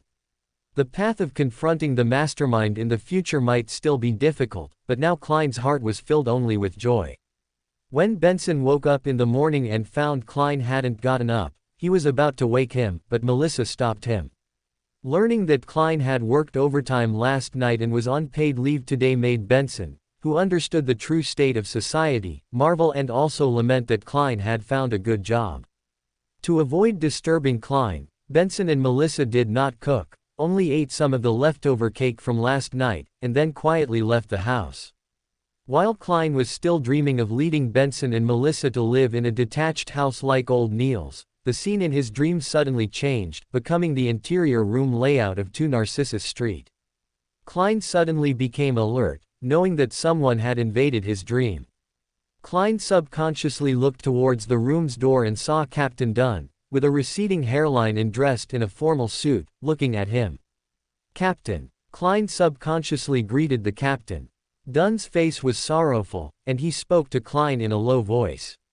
"Old Neil just passed away, returning to the goddess's divine kingdom. Come over as soon as you can." After saying that, Dunn Smith left Klein's dream, apparently still needing to notify other off-duty members. Klein suddenly woke up from his dream, finding it incredibly hard to believe. He had just changed his and Old Neil's fate and caused his physical hidden dangers to recede. According to the church's regulations, Old Neil could go to the sanatorium at the headquarters of the Quiet Church. Everything seemed to be developing for the better, so why did Old Neil die? Klein even wondered if he had just had a nightmare due to his inner worries, but his rationality told him that it was all true. Klein was shocked by Old Neil's death. He felt he had done everything he could. He went to Leonard to confront him, successfully implicating the high-sequence power related to him, hoping to maximally counteract the manipulation of the mastermind. He had thought he succeeded, confidently leaving Old Neil in the Blackthorn Security Company's underground, but he never expected Old Neil to still die in the end. "No, I don't believe it. I need to go to the company and see for myself. Maybe this is just a nightmare I'm having, because Captain's dream entering ability left too deep an impression on me, which is why I'm having such an absurd dream. Yes, it must be like this." Klein thought this, then quickly got up, took off his old pajamas, grabbed the white shirt nearby, and began buttoning it from top to bottom. But when he reached the bottom, he found that one side had an extra button. It was then that Klein realized he hadn't aligned the buttons correctly from the start, meaning all the buttons had to be unbuttoned and rebuttoned. Klein, annoyed, re-unbuttoned, but because his hands were clumsy, he couldn't undo a single button, which angered him so much that he violently tugged at his collar a few times, wrinkling it. Fortunately, this white shirt was a good quality item Klein had bought with an advance on his salary a few days ago, and it didn't get damaged despite his rough treatment. Klein sat on the bed, slowly taking deep breaths to calm his emotions, even using some meditation techniques to barely suppress his feelings. Finally, he redressed, picked up his top hat and cane, and left the house, even hailing an expensive taxi carriage on the roadside, just to get to the company as quickly as possible. Klein arrived at the company and immediately saw Roseanne, who had arrived before him, crying, while the slightly older Ms. Oleana comforted Roseanne, wearing a black veiled hat. Seeing this scene, Klein's heart sank, knowing his last shred of hope was shattered. Klein didn't greet Roseanne and walked straight to the underground, where he found bishops praying around the deceased Old Neil, sprinkling holy water. Old Neil was already dressed in a clean, neat suit, lying there quietly, without a trace of pain, as if he were asleep, with Leonard and Frey guarding him.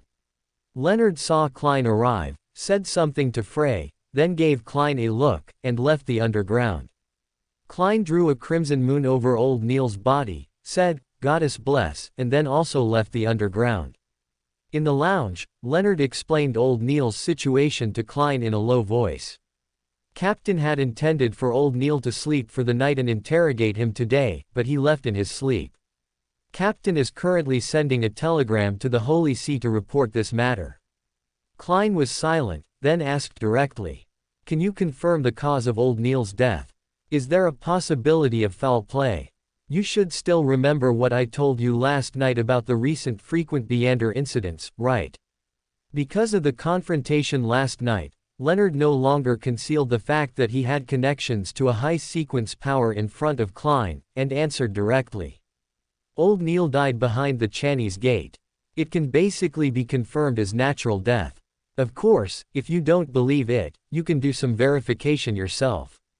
Leonard didn't believe that Klein had discovered his secret because of Avon. Klein remained silent, and after a while, he spoke. It's not that I don't believe you, but too much is happening right now, and I can't be anything but cautious. Help me cover for a bit, I need to go out. Leonard had no reaction to Klein not believing his words, merely nodding silently. After leaving Blackthorn Security Company, Klein checked his pocket watch and found it was already 10 o'clock, and Avon's train to leave Tingen was at 11 o'clock. He wanted to see Avon. So Klein once again hailed an overpriced carriage, rushing towards the station. Klein hurried and finally arrived before the steam train blew its first whistle, urging passengers to board, and before it had even departed. After Klein rushed into the station, he found Avon saying goodbye to an elderly man who looked like a butler. He was also surprised to see Klein approach, but then his eyes lit up, and he said something to an accompanying servant. After the servant left, Avon introduced Klein and the butler to each other. Klein shook hands with Butler Buck, then looked at Avon with anxious eyes. Avon calmly gave his final instructions to the butler and saw him off, then received a ticket from the recently returned servant and handed it to Klein, saying, "I bought you a train ticket from Tingen to Aleppo. Let's get on the train together and talk. I also have a lot to tell you." Klein was stunned, not expecting Avon to do such a thing. Although he didn't know what Avon meant, Klein still took the ticket and boarded the train with Avon. What the steam train called a first-class seat did not refer to a seat, but to a compartment. Guests who purchased first-class tickets would have a compartment with a bed for rest, and could also dine in the specially set-up luxury train restaurant. First-class tickets needed to be booked in advance, so Avon bought Klein a second-class ticket, but this didn't prevent Avon from bringing him to his own compartment. Upon entering the compartment, Klein was eager to speak, but was interrupted by Avon's gesture. "Don't say anything now. Wait until the train has been moving for 20 minutes. Klein still didn't understand Avon's meaning, but decided to obey, opened his pocket watch to check the time, and then waited patiently. When the train had been traveling for 20 minutes, Avon, as if he had a clock in his head, spoke directly. "The power that can interfere with your thoughts, words, and actions, its coverage is a large metropolis. I had to get you on the train in a certain distance away from Tingen before I could tell you some things." Klein looked at Avon and asked expressionlessly, "You know the truth behind Tingen. But you haven't told me everything." Previously, Klein hadn't thought of this, but Avon's words just now had explained everything. Avon looked at Klein calmly. He knew Klein would eventually discover that he knew a lot about Tingen's affairs, so he was already mentally prepared and said without changing his expression, "I can't say I know everything, but I do know a lot. I also gradually obtained some information and, through investigation, learned part of the truth of the conspiracy behind Tingen, and I also know who the mastermind is, but I cannot tell you, because, if you know him, he also knows you, and you have no secrets before him. So even now, there are still many things I cannot tell you, because you will eventually return to Tingen." Klein was somewhat numb. He knew the mastermind's power was formidable, but he didn't expect it to be this formidable. What's the point of struggling then? This is almost one-sided transparency. But this was not a reason for Klein to give up struggling. He knew his time was limited and he also needed to reserve time to return to Tingen, so he adjusted his mindset and asked, "Is old Neil's death a result of the mastermind's manipulation?" Klein had thought this was an easy question to answer, but to his surprise, Avon didn't know about it and instead asked in astonishment. "Old Neil died. Tell me what happened." Avon was genuinely surprised, because the script he read last night didn't mention old Neil's death, but today Klein told him old Neil had died. This news was somewhat startling to Avon. Klein told Avon about old Neil's passing. Avon was silent for a long time. He once again felt that he was not the child of the world, and this was not a dragon and phoenix world. Once a mistake was made, there would be consequences, and old Neil was the consequence of his mistake. Facing Klein, the strongest future seer, Avon decided not to conceal his mistake and told the truth directly, because such things could not be hidden in the future, so it was better to be honest now. I can see Tingin's script through some means. When I discovered old Neil was on the mastermind's script, I worried it was an arrangement targeting you, so I took the liberty, through Mr. Fool, to provide you with a piece of content I had fabricated, hoping it would allow you to clear minds and eliminate hidden dangers in advance. But I didn't expect that this actually further helped the mastermind. This is my mistake, and I will request punishment from Mr. Fool afterward. Avon's words left Klein stunned. The script he read last night was actually written by Avon. A surge of anger flared in Klein's heart, and he stood up excitedly, but it quickly extinguished, and he sat back down, because regardless of the outcome, Avon's motive for doing so was for his own good and for old Neil's good. Moreover, he also understood that since old Neil was on the script, the possibility of misfortune in the future was very high. After all, from what he understood of the script, besides himself, very few people survived, so he couldn't blame old Neil's death on Avon, who had tried to save him. After all, in some sense, old Neil was also pulled out of the 008 script, it's just that his death was still too unexpected. Klein knew that old Neil's death was not directly related to the mastermind, which ruled out the possibility of murder. Thinking back to the dissipating phantom he saw when he left old Neil's home last night, he understood old Neil's true cause of death. He had lost the will to live, lost his spirit, and that's why he died in his sleep. After a long while, Klein looked at Avon again and said, "Since you didn't know about old Neil's death, but you actively helped me buy a ticket and travel with you, is there something you want to tell me?"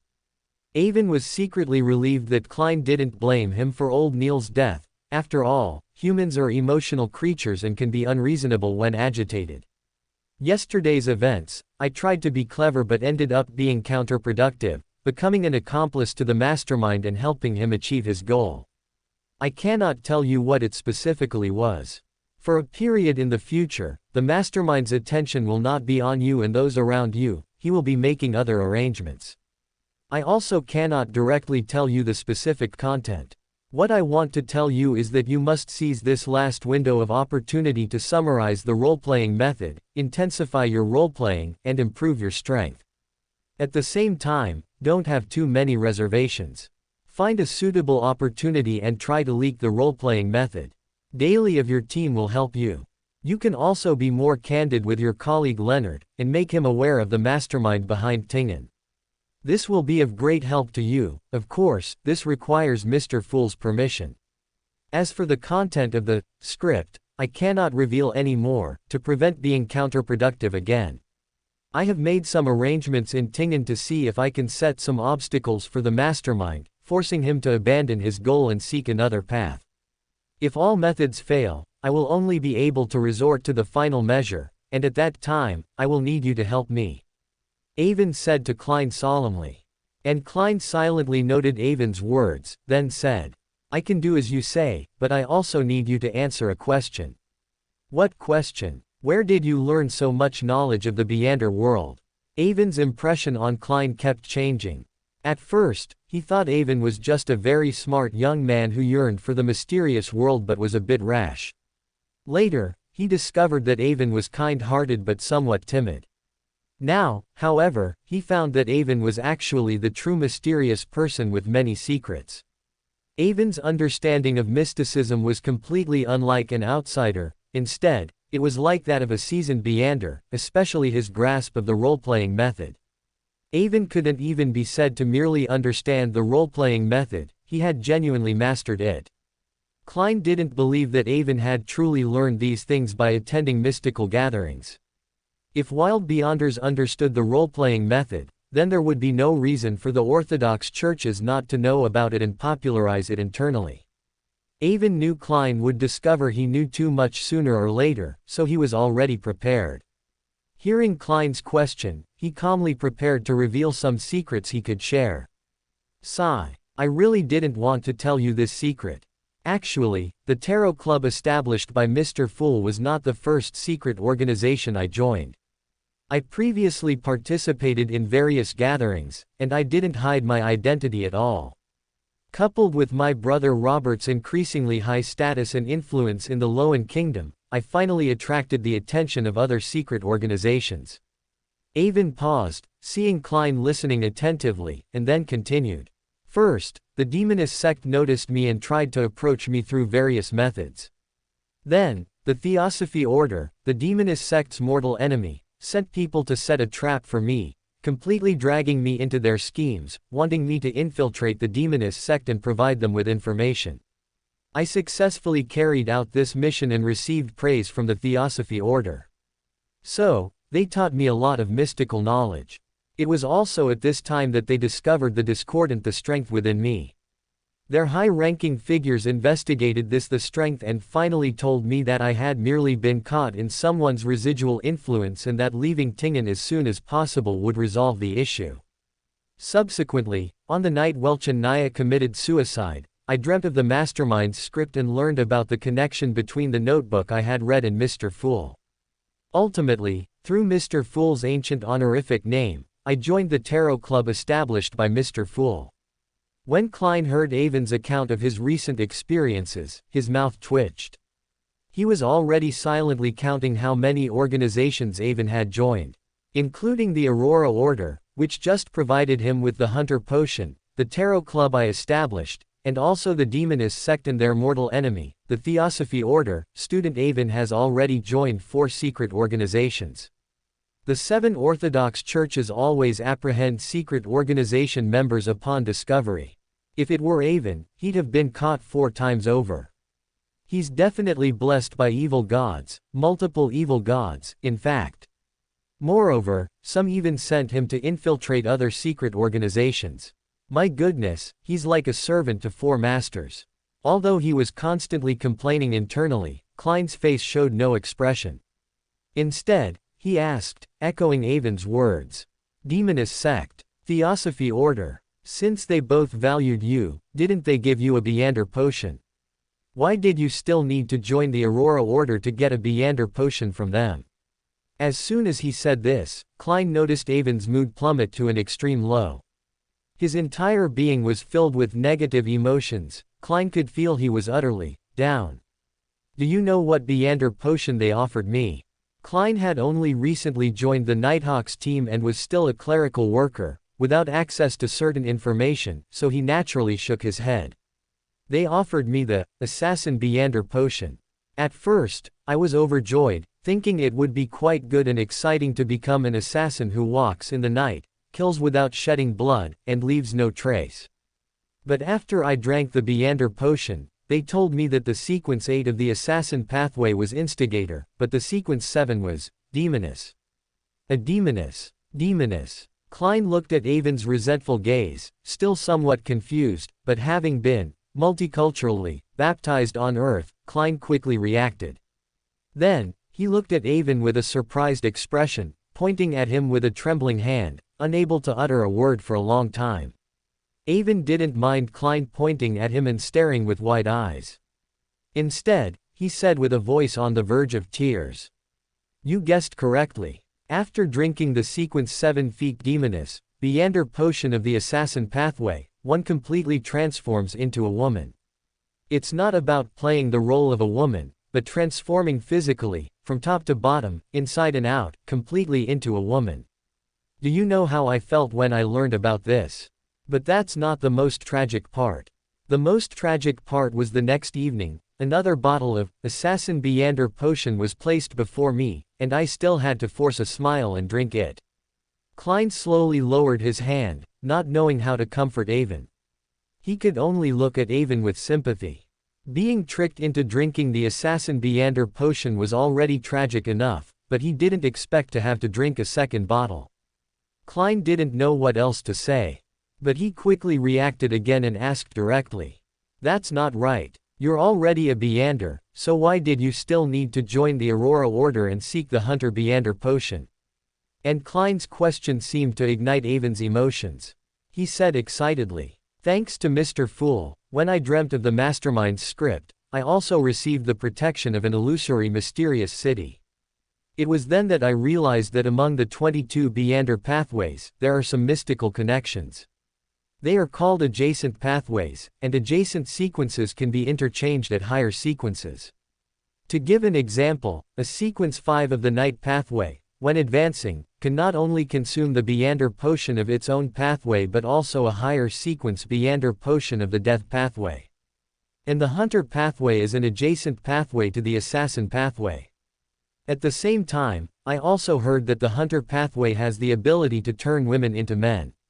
Because of the protection of this mysterious city, I can unconditionally consume Beander potions from 2 pathways simultaneously.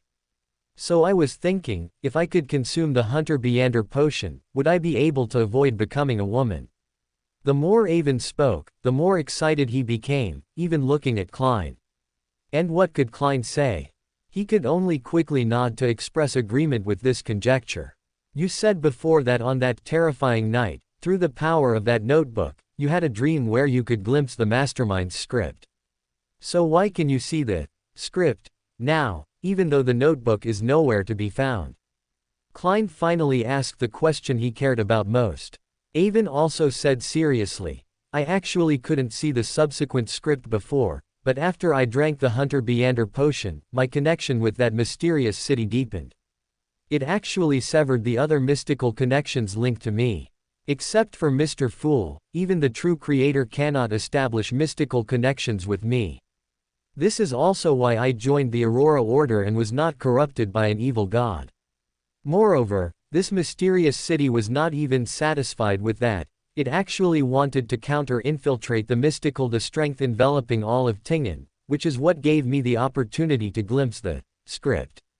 Klein knew that Avon was protected by an illusory city similar to old Shanghai, which was one of the few traces of Earth Klein found in this world, but he truly hadn't expected it to be so powerful. Mystical, the strength that could influence people's destinies and subtly direct their actions seemed very high-end to Klein, but he hadn't expected the old Shanghai illusion on Avon to actively infiltrate the other side, allowing Avon to glimpse its secrets. Presumably, the mastermind was also flustered facing such a situation. This also reminded Klein of the collision between the gray fog and the mysterious city when Avon first ascended to the gray fog. Is this a manifestation of mutual infiltration? Klein speculated in his mind. Just then, Klein felt the steam train slowing down. Evidently, the train was about to arrive at Aleppo station, the first stop after leaving Tingen for Backland.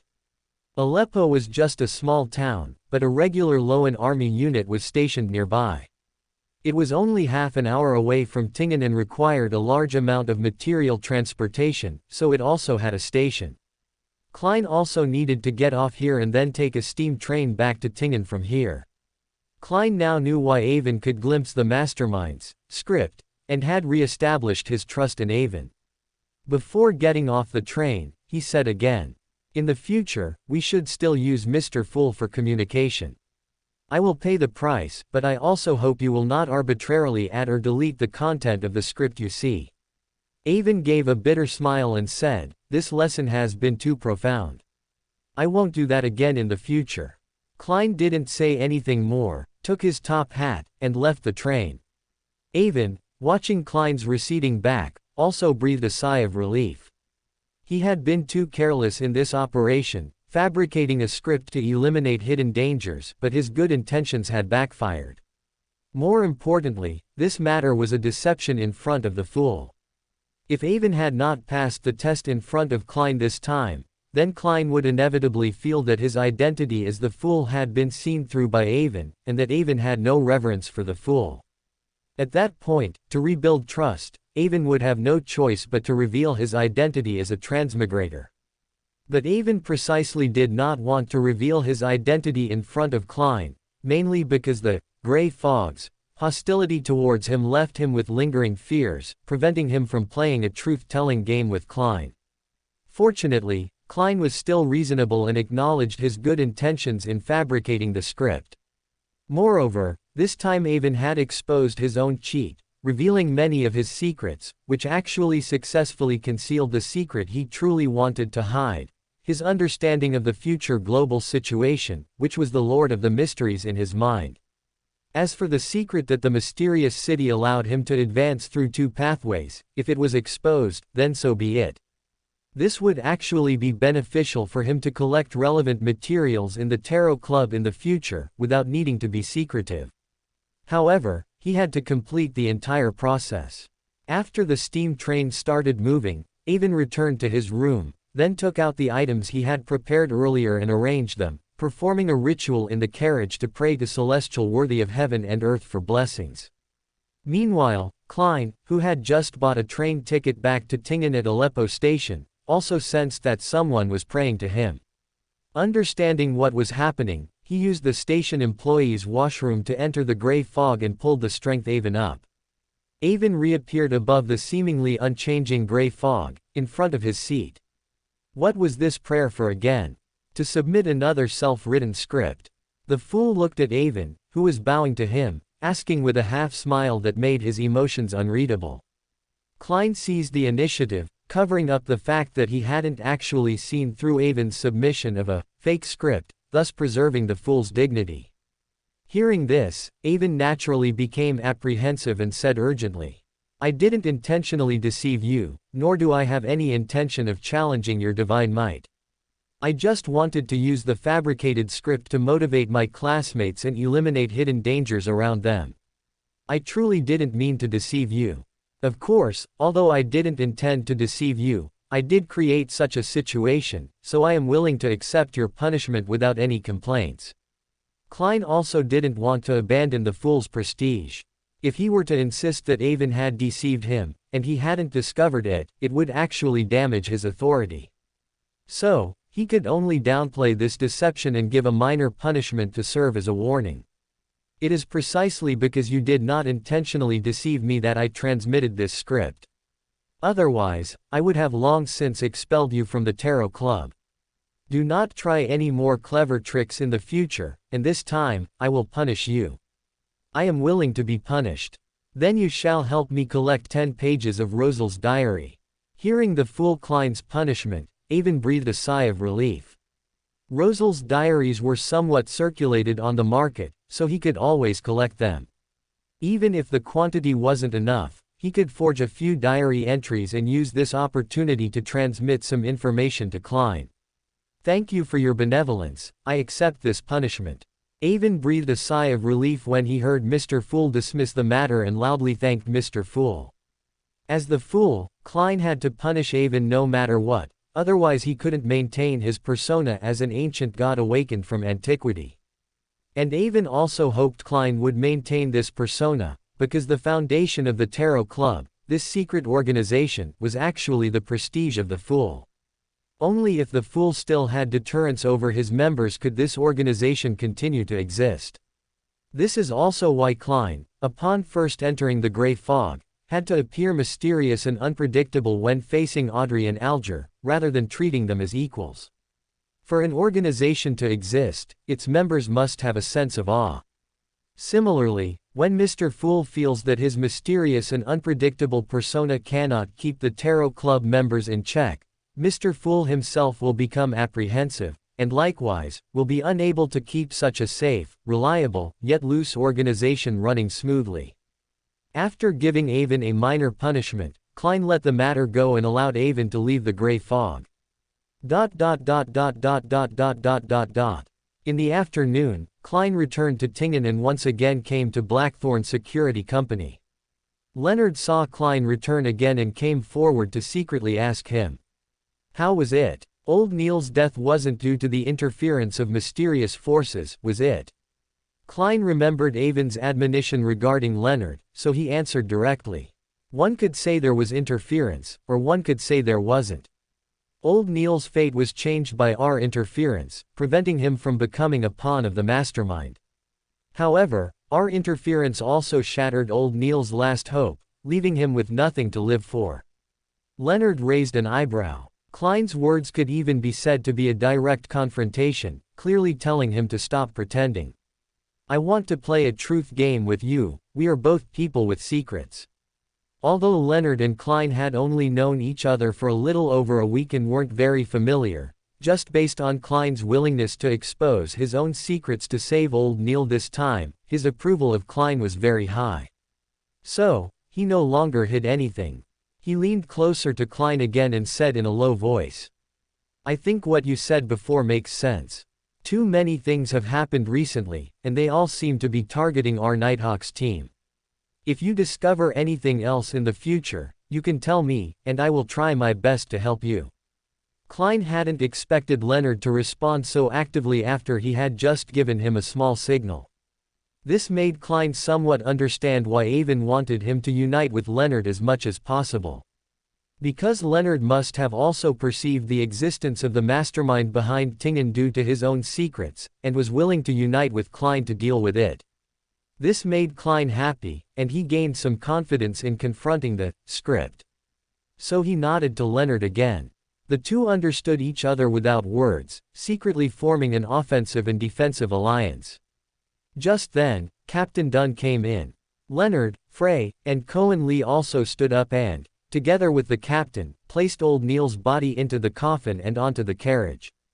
According to the doctrines of the Evernight secret manual, the deceased are generally buried as soon as possible. They were now going to take old Neil to the cemetery. Whoosh, whoosh, whoosh. The loud whistle reverberated throughout the platform, and the huge steam locomotive stopped at the Backland train station platform. Avon, dressed in a formal tailcoat and wearing a top hat, stepped off the train, officially entering Backland, the city of All, the largest city on the North Continent with a population of 5 million. Avon looked around and only felt that the surroundings were filled with a pale yellow mist. The PM 2.5 in the air seriously exceeded the standard, making his nose itch and making him want to sneeze. Passengers from the first-class carriage and second-class carriage disembarked onto different platforms. When Avon discovered this, his eyes nearly popped out. Even in his previous life, such precision docking only appeared in the high-speed rail era. He hadn't expected the seemingly unsophisticated steam train to be able to achieve this. But when he thought that this world had the god of steam and machinery, and that the patent for steam locomotives was also in the hands of the steam church, Avon felt relieved. The combination of technology and mysticism, even steam machine guns could appear, so a small precise stop was nothing. As Avon was lost in thought, a 40-year-old man in a neat tailcoat, with his hair meticulously combed and heavily greased, appeared before Avon with several servants. "Mr. Robert received a telegram from Butler Buck, knowing that you would be on this train, so he sent me to pick you up. Fortunately, I wasn't late." While speaking, the middle-aged man also took a small tag from Avon's hand and handed it to a servant who had followed him. Butler Buck had packed too much luggage for Avon, all piled up in the last carriage of the train specifically for first-class passengers, luggage, so naturally, someone needed to collect it. "Mr. Hope, you could have just sent someone. You didn't need to specifically come to the station to pick me up, after all, my elder brother can't do without you." Avon also politely exchanged greetings with Mr. Hope. Although Avon had never seen Mr. Hope with his own eyes, the original body had, and knew that although Hope was nominally Robert's personal valet, he was actually Robert's most important assistant and secretary, as well as a comrade in arms. Many people did not understand why Robert Horne gave up his promising career in the military to enter politics back then, but Mr. Hope also resolutely retired from the military and followed Robert Horne to Backland. And Robert Horne's high regard for him was well known. In Lowen's political circles, he was often referred to as Robert's left hand. Even though Avon was Robert Horne's younger brother, he dared not neglect Hope. However, Robert sending Hope to pick up Avon also demonstrated his pay attention to for his younger brother. After picking up Avon, Hope then took Avon to a nearby subway station. They would take the subway together to Empress Borough in Backland. Avon was unfamiliar with Backland, so everything was naturally arranged by Hope. After a half-hour subway ride, Avon finally arrived at his destination, Empress Borough. Exiting the subway station, he saw a large carriage in the distance, which Hope had prepared in advance. After another half an hour's ride in the tall and luxurious carriage, Avon finally arrived at a villa larger than the Earl Ahua's mansion. Even from Avon's perspective in his previous life, he felt a bit dazzled. There were exquisite murals everywhere, and sculptures that clearly looked ancient, making the entire villa appear luxurious yet profound. After entering the house, Hope first helped Avon settle into his room, and then said to Avon, "The Earl Ahua is not well and is recuperating in the countryside. He hasn't returned for more than half a year. Mr. Robert is currently discussing policies with other members of Parliament this afternoon and will return home around 7 in the evening. He plans to have dinner with you. Before then, please rest in the guest room." Avon had no objections and directly went into the room to rest. Lying on the soft, large bed in the room, Avon thought about his future path. Hunter is a pathway of war. This is clearly stated in Lord of the Mysteries. Avon, both in his previous and current lives, was a pure man and was unwilling to undergo gender reassignment to become a demoness, so he would definitely lean towards the Hunter pathway, at least leaning towards it. So Avon's short-term goal was to quickly use Robert Horn's connections to establish ties with the military, preparing the way for his acting. Of course, Avon, after all, did not graduate from a regular military academy, so directly taking command of an army would be relatively difficult. But taking a detour would be easier, and this detour was Military Intelligence Section 9, which was famous in the mysterious world. Military Intelligence Section 9 was an agency nominally directly under the royal family, but in reality, many forces were involved. The royal family had the greatest influence on Military Intelligence Section 9, but there were still many other influences within it. For example, a portion of Military Intelligence Section 9's funding actually came from the Military Intelligence Committee of the Parliament. The military also often interfered, and most of the people inside had military ranks. And Robert Horn was a member of the Loan Kingdom's Parliamentary Military Intelligence Committee and also one of the military's spokespersons in Loan's political arena. This is also the true reason why Duke Nigan, after Robert Horn pushed for the abolition of the grain bill last year, was never able to retaliate. Robert Horn was not a soft persimmon to be manipulated. He had his own political base and did not entirely rely on the Earl Ahua's support. If he could persuade Robert Horn to arrange for him to join Military Intelligence Section 9 and obtain a military rank, then the possibility of transferring into the military in the future would greatly increase. The only problem now was how to persuade Robert. It was already quite late when Avon arrived at Earl of Ahuova's villa in Empress Borough.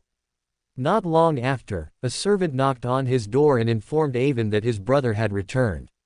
Upon hearing this, Avon straightened his clothes and, feeling a bit nervous, followed the servant downstairs. It was Avon's first time meeting his original body's brother, and he was quite nervous, especially since he knew from others' descriptions that Robert Horn was a very formidable person. Avon also felt somewhat apprehensive about occupying his brother's body, so his heart was inevitably uneasy. When Avon reached downstairs, he saw a handsome man, just turned 30, dressed in a formal suit with short hair, taking off his overcoat and handing it to Hope, who was standing nearby. "Good evening, Robert. Thank you for sending Mr. Hope to pick me up, otherwise, I really wouldn't have known how to find my way here." Robert stepped forward and embraced Avon, saying, "You only came to Backland when you were little, and Backland has changed a lot over the years. If I didn't send Hope to pick you up, I'd really worry about you getting lost. Brother, I've already graduated from university. Why do you still treat me like a child who hasn't grown up?" Robert's words somewhat relaxed the nervous Avon, but he couldn't help but retort to Robert's statement. Robert laughed heartily, unconcerned, and pulled Avon towards the dining room. In the dining room, tableware had already been set and food served. Avon glanced around and saw a table laden with salmon, lamb stew with peas, ham, salad, foie gras, baked lobster, and the famous Ormur red wine. After Avon sat down, Mr. Hope assumed the role of a waiter, pouring wine for Robert and Avon. When pouring for Avon, Hope specifically remarked, "This bottle of 50-year-old Ormur red wine was a gift from Earl of Eastchester to Mr. Robert when he became a councillor. It was specially brought out tonight for your arrival." Looking at the blood-red wine in his glass and listening to Mr. Hope's introduction, Avon suddenly paused, then remembered that Earl of Eastchester was none other than Miss Justice's father from the Tarot Club. This circle is truly small. Robert cut a piece of steak and put it in his mouth, chewing a couple of times and nodding in appreciation, clearly satisfied with the chef's skill tonight. Then he said to Avon, "Earl Hall is one of the few intelligent and open-minded nobles, and he has great foresight. He's very worth befriending and learning from. I'll take you to meet him in a few days." Avon took a sip of the red wine, which came from Intis and was famous across the North Continent due to Emperor Rosal's marketing, then commented, "I used to think that Tears of the Moon After, produced by Tingen Manor, was the best wine, and Ulmir red wine was overrated. Now I realize that vintage is truly too important. There shouldn't be much Ulmir wine of this vintage left on the entire continent, right?" Robert Horn laughed. "Who knows? Anyway, century-old wines appear at auctions every year. I wonder if people 100 years ago predicted today, so they collectively didn't drink wine that year, stored it, and are selling it now." Avon also chuckled. This marketing tactic felt familiar to him, making him think it must be Rosal's doing again, but he didn't say so out loud. What you said might just be the truth. After all, there are long-lived races like vampires in the world. It's not impossible to hoard a batch of things 100 years ago and sell them now. Robert's action of cutting meat with his knife and fork paused, but immediately returned to normal, and Mr. Hope had already dismissed the few waiters from the dining room. When all the waiters had left and only the three of them remained in the vast dining room, Robert Horn also put down his knife and fork, picked up a napkin to wipe his mouth, and said with a sigh, "I had hoped you would live a peaceful life, marry a beautiful and virtuous wife, have a bunch of lovely children, and live carefree. That way, I could account to our deceased parents. But I didn't expect you to still embark on the Beander's path of no return." Avon also put down his knife and fork and said to Robert, "Brother, my life should be mine to decide. What's more, given your position, it's impossible for me to stay out of it. I'm already in the storm." Before Robert could respond, Avon continued, "Since I started attending mysticism exchange meetings last year, I've clearly felt a certain group of people paying special attention to me, inquiring about my information everywhere, wanting to pull me into their small circle. In the Tingen City local elections, candidates, unlike in previous years, were all actively visiting the Earl's mansion, trying to sound out your opinions from me. There were even people from Backland who wanted to influence you through me, some with good intentions, and some with malicious ones. Brother, I have grown up. I shouldn't always be hidden under your wings. I should also face the harsh storm directly." Robert Horn looked at Avon with a complicated expression. Seeing Avon's firm gaze, he said with an unreadable tone, "Yes, you've grown up after all, and you'll have to experience the storms outside. I really shouldn't impose my ideas on you. Which magic potion did you drink?" When Avon first heard Robert's words, he wanted to comfort Robert, who had a big brother complex, but hearing the last sentence, he became embarrassed and silent. "I don't mean to blame you. In fact, when I received your telegram saying someone was tempting you with a magic potion and starting to teach you true mysticism knowledge, I was already somewhat prepared for you to become a Beander.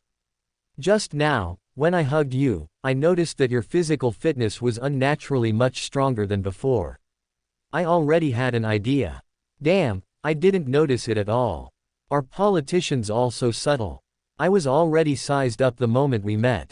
Avon was surprised, feeling like a small sparrow in front of Robert Horn. If Robert hadn't said anything, he wouldn't even have realized he had been assessed. "I hope to achieve military merits like my brother, so after much verification, I found the hunter formula of the pathway of war and became a hunter." Good, good. Robert Horn also breathed a sigh of relief. It was better than he had imagined. His biggest worry was that his brother had drunk a magic potion like that of a secret supplicant, directly becoming a follower of an evil god. If that were the case, he would regret it to death and wouldn't know how to explain it to his deceased parents. The magic potion formula for the hunter pathway is not difficult to collect. When the Sauron family royal family of Intis was hunted down by Emperor Rosal, many things were lost, including the Hunter Pathway formula. I will have Hope help you collect the corresponding formulas. Actually, for you, the main thing is not the acquisition of magic potion formulas and magic potion materials. The most important thing is, to reduce the negative impact of the magic potion on your own mental state. Robert Horn spoke hesitantly, as if he was considering something. But Avon understood immediately what Robert was trying to say, and it also confirmed his initial judgment. The reason Robert Horn was chosen by Earl of Ahuova as the heir to the peerage was because Robert himself had grasped the true meaning of the role-playing method and had become a Beander with great prospects. Brother, are you trying to say that one should digest the magic potion before contemplating advancement, right? Robert Horn's eyes widened. He looked at Avon in disbelief, then received Avon's confirming nod. Robert Horn couldn't help but burst into laughter. It took a while for him to calm down, then he said, I was very worried about how to bypass the restrictions and teach you the role-playing method. After all, the treaty I signed back then was very binding. I didn't expect you to already know the role-playing method. That's great. Since Avon understood the role-playing method and had great prospects, Robert Horn naturally wanted to pave the way for him. However, Avon's request was difficult to arrange because Avon was not a noble and could not enjoy the preferential treatment of nobles joining the army. He was not a military academy graduate either, so he could not take that path of promotion. How could he let his younger brother be a common soldier? What a joke. But Robert Horn had been in Backland for many years and was familiar with various overt and covert rules. He immediately thought along the same lines as Avon, and it just so happened that this was also within the scope of his influence.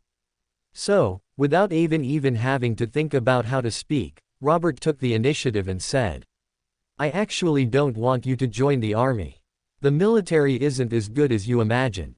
But since you've already made your choice, I won't stop you. Given your situation, even with my influence, you'd at most be a second lieutenant. And with you having drunk a magic potion, you'd at most become a captain, not amount to much. Since the regular path isn't feasible, we'll take a roundabout way. You'll first join Military Intelligence Section 9 and become a team leader. At least that will give you military rank and status. You can accumulate seniority first, avoid making mistakes, and at the same time learn relevant military knowledge. When an opportunity arises, I'll help you arrange something. Avon was naturally overjoyed upon hearing this. He didn't expect Robert to have planned everything for him before he even opened his mouth. Even Avon felt a surge of emotion. He was an orphan in his previous life, so his thoughts were more sensitive. He hadn't felt someone care for him so much in a long time, which Avon greatly appreciated, and his complex emotions towards Robert Horn gradually began to change.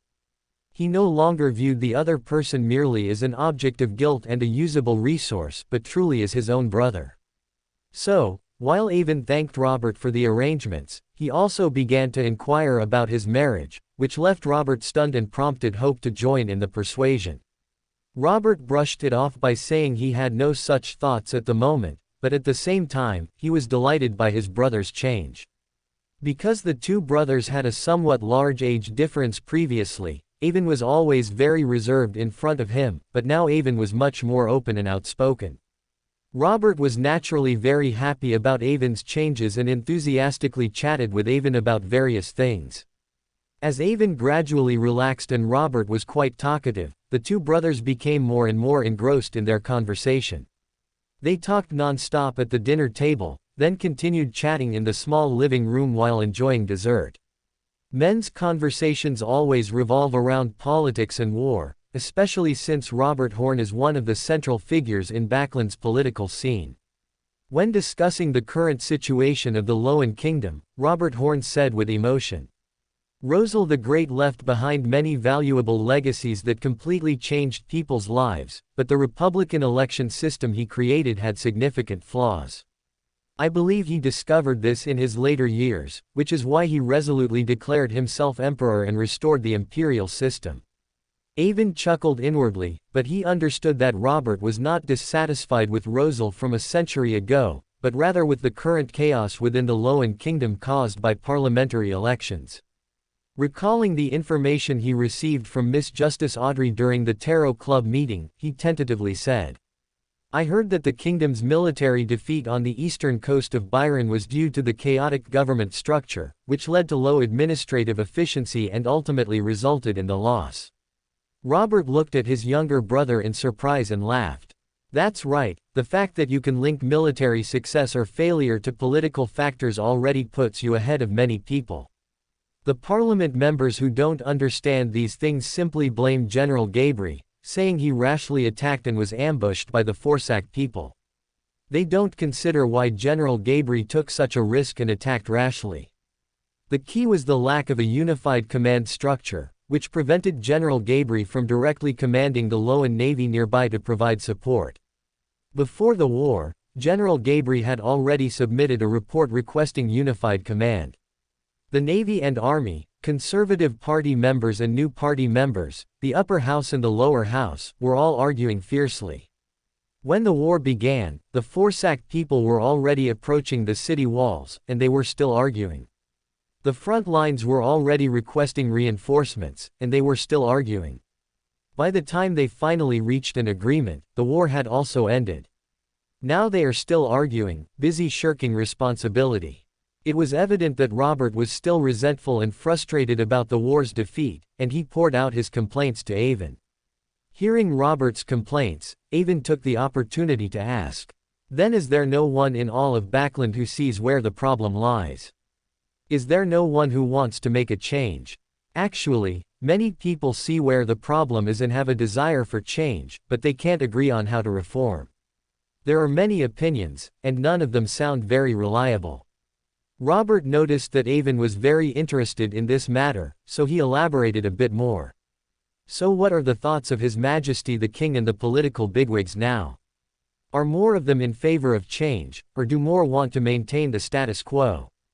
Avon continued to ask. "Although the directions and measures for reform are different and full of contradictions, everyone is generally supportive of reform. After all, the defeat in the southern continent has made many people reflect." "Why are you asking about these things?" Robert was a bit confused about why Avon was asking about these things. Hadn't he said he was going to develop in the military? So, because of the war's defeat, from the king to the prime minister, and even to the members of parliament, everyone is under pressure and has ideas for reform, but they don't know how to reform, is that right? "You're right. Do you have any thoughts on reform?" Robert finally figured out Avon's thoughts and looked at Avon with a hint of disbelief, because he remembered that Avon had never been interested in these matters before. At the same time, he felt a bit amused and secretly shook his head. Avon, a fresh graduate, wanted to solve a problem that so many experienced gentlemen couldn't. He didn't know whether to call it ignorance is bliss or the clear stupidity of a college student. Avon also saw Robert's amusement at his intention to offer suggestions, but he calmly said, "This is actually very simple. Reform the kingdom's personnel appointment system. The government structure is too chaotic. Every time a political party changes, it always leads to personnel reshuffles, with people being replaced from top to bottom, leading to mutual blame and internal friction. This not only causes severe internal consumption and delays in major national affairs but also causes great inconvenience to the public, who are full of complaints. Given this, why not categorize members of parliament and ministers as political officials and those who do the actual work below them as administrative officials? Political officials would be responsible for decision-making, and administrative officials would be responsible for execution. Political officials would be determined by election, while administrative officials would be selected through examinations. This would also maximize the screening of social elites and gather collective wisdom. Moreover, different positions could have different examination questions for selective assessment, as professional matters should be handled by professionals. And the greatest benefit of implementing this system is that it can maximize government stability and improve efficiency during election seasons, preventing anyone from taking advantage. Robert Horn's eyes grew brighter and brighter as he listened, and his mouth opened wider and wider. At the same time, he quickly evaluated the possibility of implementing it in his mind, then slowly said, "This is actually a disguised weakening of the power of members of parliament and local mayors. However, this weakening is positive and can curb election trading. This is indeed a good reform measure. Moreover, this reform can be implemented gradually. For example, an examination could be held every 3 years, gradually replacing personnel. Quotas could be planned based on the kingdom's expansion needs, government employee resignations, and retirement situations. And to reduce resistance to reform, it doesn't have to be a one-size-fits-all approach. Some positions can still be appointed in the old way, but if they are inefficient, they should be severely punished, and this should be publicized to make people aware of the pros and cons of the two appointment systems. After all, only with a comparison can differences be seen, and this can also increase support for the reform." Robert Horn looked at his eloquent younger brother with a complex expression, realizing that he seemed to not know his brother anymore, suspecting that he hadn't cared enough about his brother before. If Avon had only proposed some good reform measures, Robert might have just thought he was sharp-minded, quick-witted, and had broad ideas. But Avon not only proposed a reform plan but also recognized the difficulty and challenges of reform, and specifically offered solutions. This was truly remarkable, not to mention that these solutions sounded very effective. As a semi-bigwig in the political arena, Robert knew that sometimes a plan was one thing, but implementing it was another. In Robert's eyes, Avon seemed to have become like some of his colleagues in Parliament, mature and experienced. Robert kept tapping lightly on the armrest of the sofa with his left hand, pondering repeatedly, and finally made up his mind. There was just one problem. Last year, Robert had angered Duke Nigan and some members of the upper house over the grain bill. If Robert himself submitted this proposal, it was hard to guarantee that these people wouldn't target him personally and sabotage it, which could actually make things worse. So, to avoid this situation, Robert needed to find an influential big shot to co-sign the proposal and also appease Duke Nigan. Such people were not many in Backland. Hope, contact Earl Hall's secretary immediately to confirm Earl Hall's schedule. I need to meet with Earl Hall as soon as possible. Mr. Hope heard Robert's command and turned to leave without hesitation, clearly going to contact Earl Hall's itinerary secretary. Watching Hope leave, Robert turned to Avon and said, "I really didn't pay enough attention to you before. I didn't expect you to have such insights into governing the country. That's my fault. I actually only started to understand these things because my brother entered politics, and I also thought about school exams, which is why I had these ideas," Avon said, meeting Robert's gaze and steeling himself. In fact, giving Robert advice like this was also a risk for himself. However, Avon also needed to quickly make Robert realize that his younger brother had truly grown up, so he could only act this way, striving to impress him to gain more approval and facilitate his future actions. Not long after, Mr. Hope returned to the small living room, standing by and reporting to Robert. "Earl Hall will be hosting a dinner party at his home on Saturday evening. He will meet with you during the intermission. Also, upon learning of Mr. Avon's arrival in Backland, he has also invited Mr. Avon to attend." Robert nodded and said to Avon, "These next 2 days, help me organize the reform plan you just mentioned into a written document. I will give it to Earl Hall then. If we can get Earl Hall's support, we might be able to try to pass it before the parliamentary recess. Time is a bit tight." Avon was naturally fine with this and was also excited to see Backland's beautiful Miss Justice Diamond in person. The two brothers chatted for a while longer. Robert told Avon to go back to his bedroom to rest. Avon hesitated, wanting to bring up moving out, but felt the timing wasn't right yet, so he didn't say anything. Watching Avon leave the small living room, Robert's smile faded, and he frowned deeply, saying to Hope, "What do you think of Avon's performance just now?" Mr. Hope collected the coffee cups from the coffee table, and without lifting his head, said, "Mr. Avon has grown up and is starting to have his own thoughts and opinions." Robert pinched his brow, nodded in agreement, and then instructed, Send someone to Tingen as soon as possible to investigate where Avon got his potion from, and also investigate Avon's movements over the past 6 months to see who has deliberately approached him. If you find anything, don't alert them yet. Investigate who is behind them. I will make them pay a bloody price for daring to scheme against my brother. Rosal the Great was right. If a tiger doesn't show its might, people will treat it like a sick cat. If I don't act ruthlessly this time, they'll dare to ride on my head next time. Yes, sir. Mr. Hope stood at attention and replied firmly. The next morning, Avon felt a little unaccustomed to the lack of sunlight in his bedroom right after dawn. Backland's climate was changeable, often raining. Yesterday it was sunny, but today it was drizzling, which made Avon feel a bit moldy. Avon took a quick shower, changed into clothes he had brought from Tingen, and went downstairs for breakfast, only to learn from a maid who was cleaning that Mr. Robert had already left for work early. So, Robert goes to the Parliament Building's restaurant for breakfast every morning, doesn't come back for lunch, and only returns for dinner on a few evenings. Sitting at a dining table large enough for a 10-person banquet, Avon broke off a piece of bread, put it in his mouth, and ate while talking to a tall, imposing, square-faced middle-aged man who stood stiffly to the side like a statue. He was the butler of this villa, Butler Walker. Their family had served Earl Ahua for generations, for at least 200 years. Butler Buck, who oversaw the Earl's mansion in Tingen City, was in a similar situation.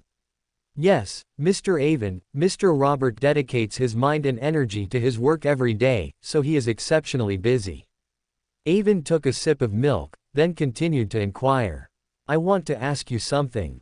It's well known that my brother has been designated by the Earl as the next Earl Ahua, but why does Robert still not have a baronet title? A baronet, also known as a baron, is a lifetime title like a knight. It is usually held by the younger sons of nobles who cannot inherit titles, or by those who have rendered great service on the battlefield but not enough to receive a fief. Butler Walker's expression finally showed emotion, and his eyes flickered slightly, as if he was quite displeased about this matter. Mr. Robert rendered great service in the war to seize Byron City in the southern continent for the kingdom and secure the Byron crown. He should have been ennobled as a baronet, but Mr. Robert, with his noble character, used his status as the future heir to the Earl Ahua to politely decline and gave the honor to his deputy instead. Last year, according to Old Earl's application, Mr. Robert should have been ennobled as a baronet by His Majesty the King. However, suddenly, several members of the Horn family, who were actually more closely related by blood to Old Earl, sued Old Earl and Mr. Robert, arguing that the title should be inherited by the closest blood relative according to the laws of the kingdom. This matter has not yet been resolved. Although Butler Walker's speech was not fast, Avon could tell he had a bias in this matter. He clearly supported Robert, the successor designated by Old Earl, rather than others. Avon, however, smelled something different. Why did they not sue earlier or later, but precisely at this time did someone cause trouble? Moreover, Old Earl's desire for Robert to be his successor had been public for several years. Old Earl should have made many preparations in advance, so how could he not have appeased potential troublemakers beforehand? Old Earl was also a well-known great noble in Loan. Without someone supporting them from behind, others would not dare to cause trouble in such matters. Considering what Robert did last year, and who was backing those troublemakers, it seemed self-evident. Although this matter might not have been orchestrated by Duke Nigan, he must have been behind it, pushing it along. Others don't have that much power. HMPH, I originally thought it was a bit pitiful that you were inexplicably killed for unintentionally blocking someone's path, but now it seems you deserved it. Although Avon guessed that Duke Nigan might be involved in this matter, he did not plan to do anything, because this matter could be resolved simply by letting nature take its course. Even if Duke Nigan was the secular spokesperson for the Storm Church in the Loan Kingdom, he could not stop the killing intent of a king of angels from the spectator pathway. That was an enhanced version of 008. Duke Nigan was probably the first ordinary person Adam personally targeted and pushed to kill. At the same time, Avon also lamented the original owner's carelessness and Robert's care for his younger brother. This matter was so important, yet the original owner knew nothing about it, which made Avon sigh. No wonder the original owner so easily fell for the demoness of Theosophy Order's honey trap. After breakfast, Avon told Butler Walker he wouldn't be having lunch, then left the villa and walked towards the subway station, following yesterday's memory. Today, he intended to familiarize himself with the entire environment of Backland, as this would be his main area of activity for some time to come. Moreover, he also wanted to meet some people in advance and expand his network in Backland, which would be essential for him to collect materials and intelligence in the future. Avon first arrived at the Backland Bridge district. This area was primarily inhabited by the poor, but the living standards here were higher than in the East Borough. At least each floor of the buildings had public restrooms, which was much better than the East Borough, basically on par with Iron Cross Street where Klein lived before moving. Avon easily rented a room here because the people here could easily fall back into poverty. If the economic situation was slightly bad, or a worker was slightly injured or sick, and couldn't work for half a week, they couldn't afford to rent a room here. And coincidentally, due to the Loan Kingdom's defeat in the southern continent, which affected import and export trade, the number of people falling into extreme poverty in Backland surged, and more people moved out to the East Borough. Avon did not sign a rental contract with the landlord. Instead, he found people who had signed rental contracts with the landlord but were about to be forced to move out. Avon agreed with them to rent their houses at a price half again as high as the original rent, on the condition that they could not inform the landlord that the tenant had changed, and they had to remember to pay the landlord rent every week. Avon did this, of course, not out of kindness, or rather, not entirely out of kindness, but to minimize the possibility of anyone tracing this safe house. Because of the full-scale cleanup by the Orthodox churches, gatherings of wild beyonders often took place in the East Borough and near the Backland Bridge district, so Avon also needed a place where he could change clothes and disguise himself. Of course, sometimes commoners are more swayed by power than by virtue, so Avon once again used his wallet, impersonating a police badge, to scare the family, and then let them leave. Otherwise, Avon was truly afraid they would run away with nearly half a year's rent. Losing a little money was nothing. If the landlord came knocking because they hadn't received rent, Avon's previous arrangements would have been in vain. After disguising himself in the safe house, Avon looked at himself in the mirror, wearing a blue worker's uniform and a peaked cap, feeling that his stunning good looks were barely concealed. Then he picked up a shovel and went out. After walking a few streets, Avon arrived at Iron Cross Street in the same district and saw the somewhat quiet bar from a distance. Although most bars here are open 24 hours, it was clear that few people came here to drink during the day. There were no gang members even standing outside as doormen. Upon entering the bar, as expected, there were hardly any customers inside. Rubbish from last night's revelry was scattered everywhere, and the air still carried the smell of vomit, making Avon feel a bit nauseous. At the same time, several rough-skinned maids who looked to be in their 50s and a few short boys were together tidying up the large bar, cleaning the floor, while the bartender at the counter was lazily wiping glasses. Avon sat in front of the bartender and said, "A glass of Southern beer. 5 pence. Avon took out the coins he had prepared in advance and placed them in front of the bartender.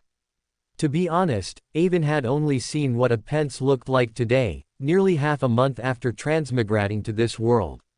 He also learned that 1 pound equals 20 Seul, and 1 Seul equals 12 pence. Although he knew about this anti-human conversion from reading Lord of the Mysteries, Avon had never had a concrete concept of it. This led to him nearly astonishing a newsstand owner and making a big fool of himself when he tried to exchange 1 pound for pence just now. Taking a sip of beer, Avon actually found it better than he imagined, crisp and refreshing, sweet with a hint of bitterness, a taste of malt, and a lingering sweetness. Avon even felt it was more satisfying than drinking precious red wine, as refreshing as eating barbecue on earth in the evening. He took another big gulp, dispelling some of the heat from his body. Backland, which had been drizzling earlier, was now under a bright sun, and Avon was sweating a bit. Putting down the glass, Avon casually looked around without directly looking at the bartender and asked, "Where is Kaspar's Kanlinen? I have something to discuss with him." The bartender, who was wiping glasses, stopped his movements and scrutinized Avon, who had picked up his glass again. After a long while, the bartender said, "I'll go ask for you." After a while, a half-old man with a large, gaping scar on his face followed the bartender to Avon and directly asked, "Who are you, and what do you want with me?"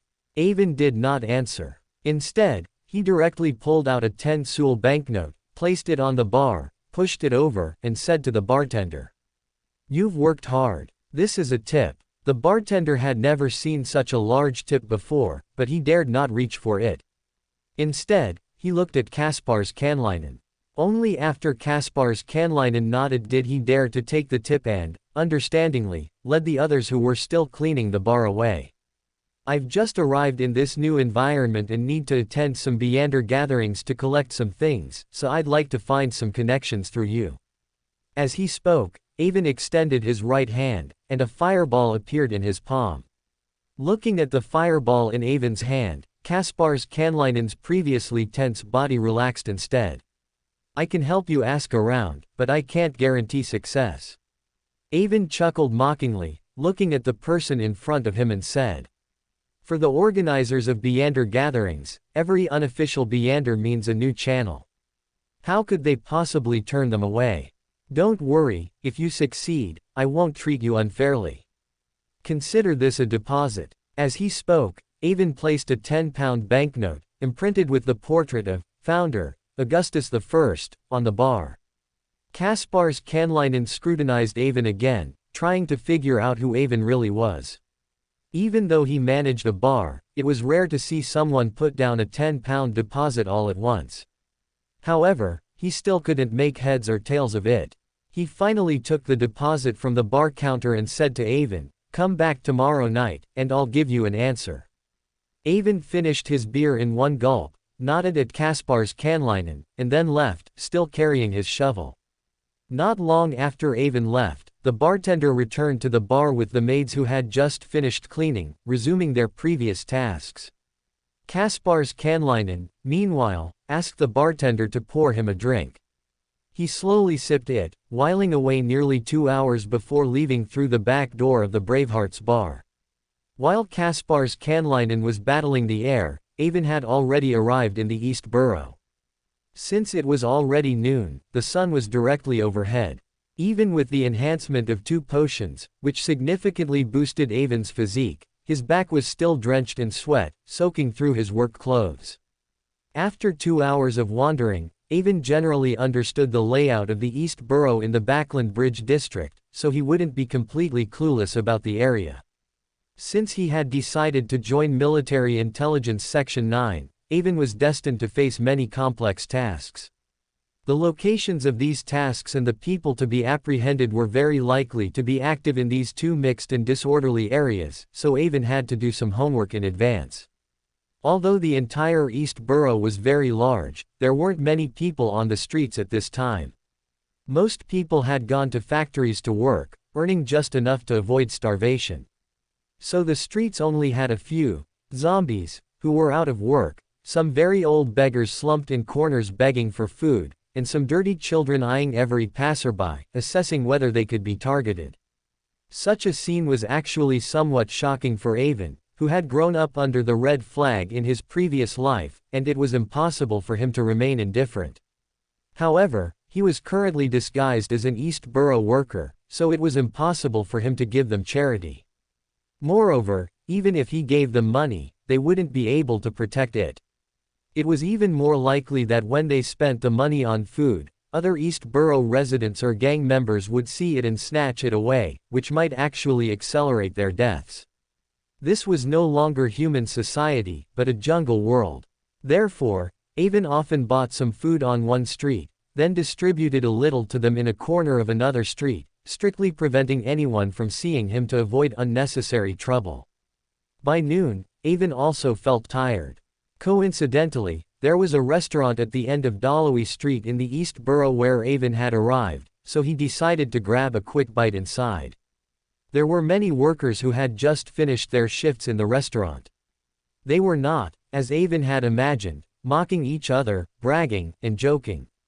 Instead, they were all quietly enjoying their lunch. Clearly, after a morning of work, they didn't have much energy to talk. Avon casually ordered 2 slices of bread, a sausage, and a glass of beer, then found a spot to start eating. But after just 1 bite of bread, Avon couldn't eat any more, because the bread was as hard as a brick. It was hard enough to chew it into pieces in his mouth, but then it felt even more like eating wood. Avon had never eaten this kind of bread in either of his lives, so of course he couldn't eat it. He could only force himself to finish the sausage, then plan to finish the beer and leave. Just as Avon was about to leave the restaurant and find a safe house for himself in the East Borough, the restaurant's door was suddenly pushed open, immediately drawing everyone's attention. A girl, short, at most 5 feet tall, with delicate and gentle features but unopened eyes that made her look quite green, dressed in a knight's uniform, led another girl who looked no older than 20 but was heavily made up and covered in injuries. They burst in. Although the shorter girl had messy, shoulder-length yellow hair, she possessed a commanding presence that inspired respect. Wherever her gaze swept, the workers who had been looking at her quickly lowered their heads, not daring to meet her eyes. Avon raised an eyebrow, realizing who he might have met. He couldn't help but feel a little happy, never expecting to meet Zio Derecha on his first visit. What a coincidence. After Zio Derecha burst in, she immediately asked the waiter, "Where is Canis?" The waiter stammered, unable to speak, because Canis was his boss and also one of the spokesmen for the nearby gang.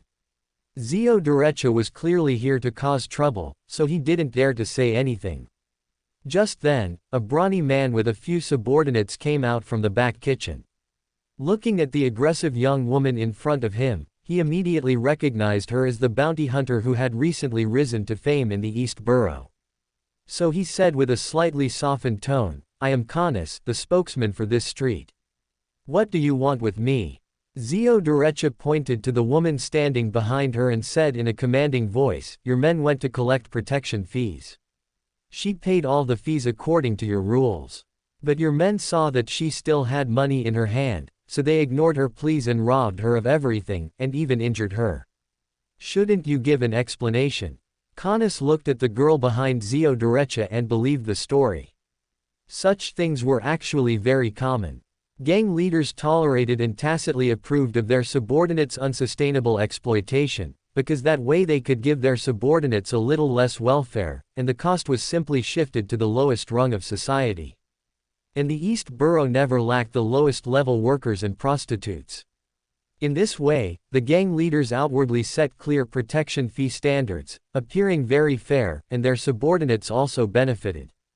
The lowest level people, intimidated by the enforcers' violence, could only endure, but they would still obey the gang's spokesman. But unexpectedly, today it backfired. Someone directly spoke out in front of everyone. If he didn't give an explanation, then he wouldn't be able to manage others in the future.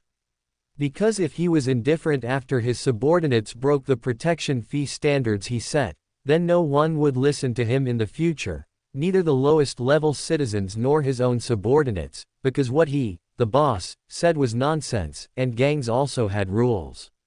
So Canis coughed, looked at his subordinates behind him, and asked kindly, "Who among you collected money from this lady today? How much extra did you collect?" One subordinate trembled as he stood up and said, "I collected 3 soul and 7 pence from her in total, 1 soul extra." Before he could finish speaking, Canis had already picked up a wine bottle nearby and smashed it directly onto the subordinate's head. The bottle shattered, and his subordinate's head immediately bled, covering half of his face, yet he dared not dodge, nor even make a sound. Putting down the broken bottleneck, Canis turned to Zio Derecha and said, "This lady can pay 1 week less in fees. Consider it my apology. What do you say?" Canis thought he had been generous enough, but Zio Derecha merely shook her head slightly and said, "Not enough." Canis never expected to receive such an answer. His already fierce face immediately darkened, appearing even more menacing and terrifying. This lady's extra money was already stolen by your subordinates, so it's only right that you reduce her protection fees for 1 week. Moreover, now her face is injured, and she won't be able to work for at least 2 weeks, losing her source of income. If there's no compensation, she might starve to death. So, besides waiving her protection fees for 2 weeks, you should also give at least 5 sul for medical expenses and lost wages, plus the 1 sul she needs to pay me for helping her. Therefore, you should give her 6 sul. Ignoring Canis's increasingly grim expression, Zio Derecha calculated the amount on her fingers, then delivered her final arbitration. After Zio Derecha finished her calculation, Canis's face could be described as beet red. Having been in the gang for so many years, this was the first time he had seen someone demand medical expenses and lost wages from him. And you're arbitrating for her, and you expect me to pay. Canis was so angry he almost lost his temper on the spot, but facing Zio Derecha, who looked at him with great confidence and no fear, he ultimately chose not to act immediately. Because he had a feeling that even though he was a hunter, he might not actually be able to defeat her, so he chose patience, and directly reached out to the bartender, who was stunned on the side. It was only then that the bartender came to his senses. He quickly counted 6 sul from the day's meal money and handed it to Canis. Because most of it was in pence, the money looked like a lot, a whole handful. Canis handed it to Zio Derecha without counting. Zio Derecha, in front of Canis, meticulously counted it twice before handing it to the girl behind her, asking the girl to count it again. After confirming it was correct, Zio Derecha left the restaurant with the girl. Canis stood there, his face grim, watching Zio walk away, then glared fiercely at the diners who were all staring at him. Seeing this, the diners all lowered their heads, pretending they hadn't seen what had just happened. Send Parker to the hospital. Canis merely gave this instruction before leaving the restaurant. Finishing the remaining beer in his cup in 1 gulp and holding the bread he had only bitten once, Avon also lowered his head and left the restaurant.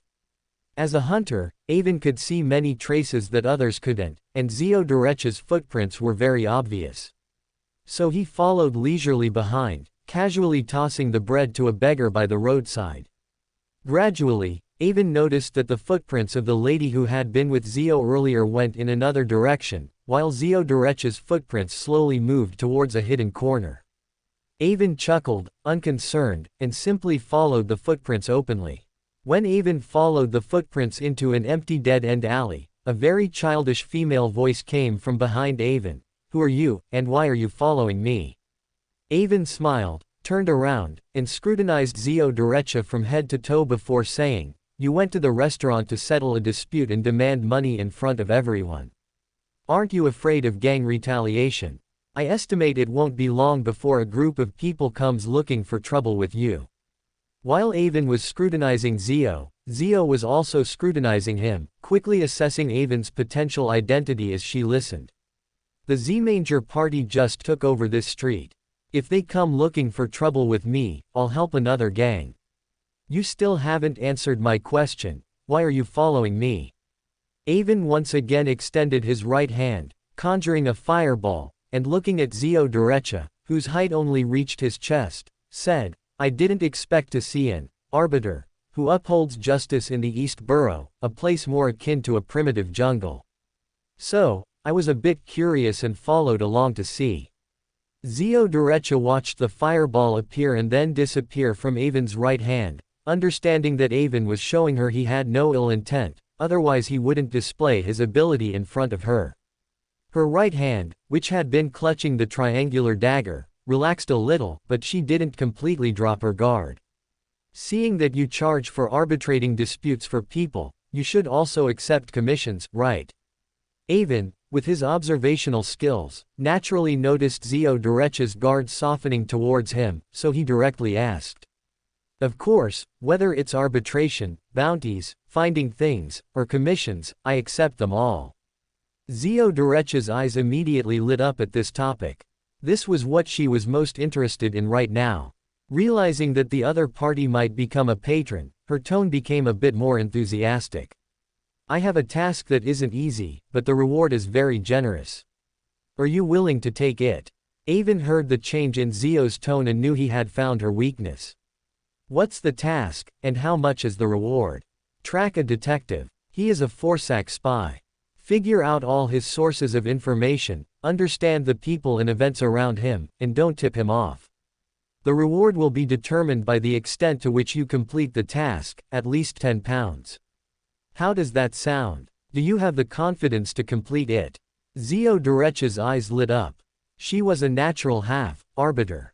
Coming to Backland alone, the money she had was already spent on buying magic potion. Her current operating expenses were borrowed from her roommate, and she was now in debt, so she was very eager for a task. But she quickly frowned again, looking at Avon with a wary expression and asking doubtfully, "How do you know that detective is a spy? Since you know he's a spy, why don't you report him? And who are you?" Avon knew that Zio had misunderstood him, thinking that he was also from another country's intelligence agency, planning to use her as a tool to kill someone, or even to make her take the blame, so he explained, "I won't tell you how I know that detective is a spy. The reason I'm not reporting him but having you watch him is because I want to use this person as a stepping stone for my advancement, and I don't want others to know. Do you understand what I mean?" After all, Zio Derecha had once been a noble, and her father could even access the highest levels of the kingdom, so she instantly had many guesses about Avon, but she didn't have enough information to confirm which guess was correct. After much consideration, Zio Derecha still couldn't resist the temptation of a task with a minimum reward of £10 and said, "Okay, I'll take this task. Who do I need to investigate?" Hearing that Zio had, as expected, accepted the task, Avon couldn't help but smile and said, "Detective Z Rui Wei K Tuo. Lee, residing at 138 Rose Street, Backland Bridge District. I'll remind you of one thing, he seems to adopt children to help him gather intelligence. So, you need to be extra vigilant about children appearing around him or his residence, and don't expose your whereabouts. If you expose your whereabouts, are detected by the target, and the fish gets away, then this mission will be considered a failure." "No problem, right. No problem, but after I complete the task, where do I find you, and what should I call you?" Zio Derecha, hearing that she had the target's name and address, couldn't wait to start the task and try to get this large reward as soon as possible. "You don't need to know my name. If you have a report, give it to Kaspar's Canlinen at Braveheart's Bar on Iron Gate Street in Backland Bridge District, and just say it's the child's stuff. If you need to contact me urgently, make a cross mark at the lion stone sculpture at the east gate of Central Park, and I will go to Braveheart's Bar to find you as soon as possible." The task Avon assigned was complicated, and he estimated that Zio wouldn't be able to complete it in a short time. He planned to ask Kaspar's Canlinen to help him receive things tomorrow night. Zio carefully wrote down Avon's words, and after discussing some things with Avon, the two parted ways. Then, Avon once again began to familiarize himself with the situation in the East Borough and also found an inconspicuous house there to serve as his safe house. After doing this, Avon returned to his safe house in Backland Bridge District, changed into his going-out clothes, and then went home. He had been out all day today, and the civil service reform plan he promised Robert had not yet been written. Avon didn't want to drag it out until the last minute. Meanwhile, in an apartment in Sherwood Borough, Ms. Furs Wall, the famous best-selling author of Wuthering Heights, who often delays updates, was surprised to find that her roommate, who usually only came back at night, had returned to the apartment early today.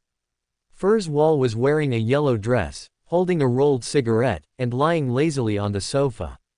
Zio Derecha walked into the apartment with a paper bag containing a Dixie pie, casually put the paper bag down, and smelling the lingering cigarette smoke in the air, said, "Smoking is harmful to your health." Furs Wall didn't argue with her but looked at the clock in the corner of the living room and asked strangely, "Why are you back so early today, and you even bought me dinner? Did something good happen?" Zio glanced at the desk, where the blank paper she had left that morning hadn't been touched. There was still not a single word on it. She couldn't help but shake her head inwardly but still excitedly talked about today's encounter. After I arbitrated for someone today, I met a person who gave me a task with a reward of at least £10. The task content is relatively simple: to monitor and investigate a Fasak Empire spy and figure out his intelligence sources, but I don't know if there are any other additional risks involved. After listening to her friend's narration, the experienced author Furs Wall picked up her coffee from the coffee table, took a sip, and said, "I feel the biggest risk is that you'll mess it up, letting the target detect your investigation and ultimately tipping them off. But why would this person give such an important task to you? You don't have anything that he could covet, do you? You're decent looking, but too short, and only your life is worth some money. By the way, what's this person's identity, and is he reliable?" Zio Derecha was used to her friend's teasing and directly ignored the first half of her sentence, instead talking about her own feelings. "I feel this person should be a rich young master with a background. Although he was dressed as a worker, his speech and demeanor were too different from a worker's. Although he was disguised, I could still tell that he should be very young. And he explicitly told me that he wants to use the target as a stepping stone for his advancement, and he can also use fireballs, so he is a Beander." Furs Wall narrowed her eyes, flicked ash into the ashtray, and analyzed. "The kingdom just lost the war against the Fasak Empire in the southern continent. If a Fasak spy who has been hidden for many years can be caught, it would alleviate the pressure on the big figures and indeed be a great achievement. And the person who issued the task is very young, so it's possible that he didn't discover this spy himself, perhaps his background provided it to him. Plus, he's a Beander."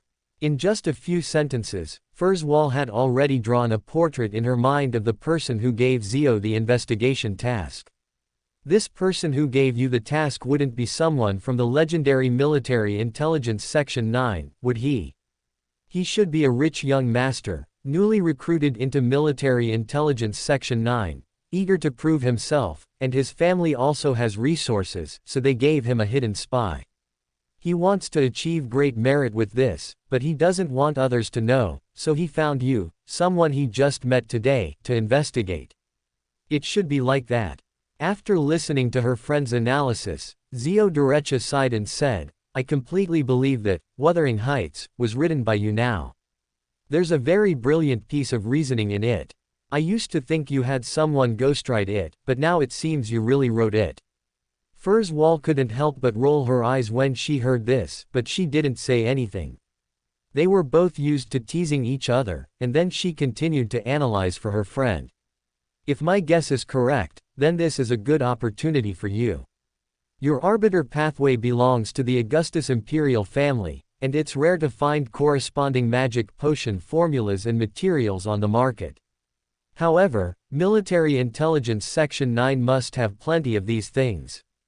If you can complete the task outstandingly and make that person look at you in a new light, he might even recruit you into Military Intelligence Section 9.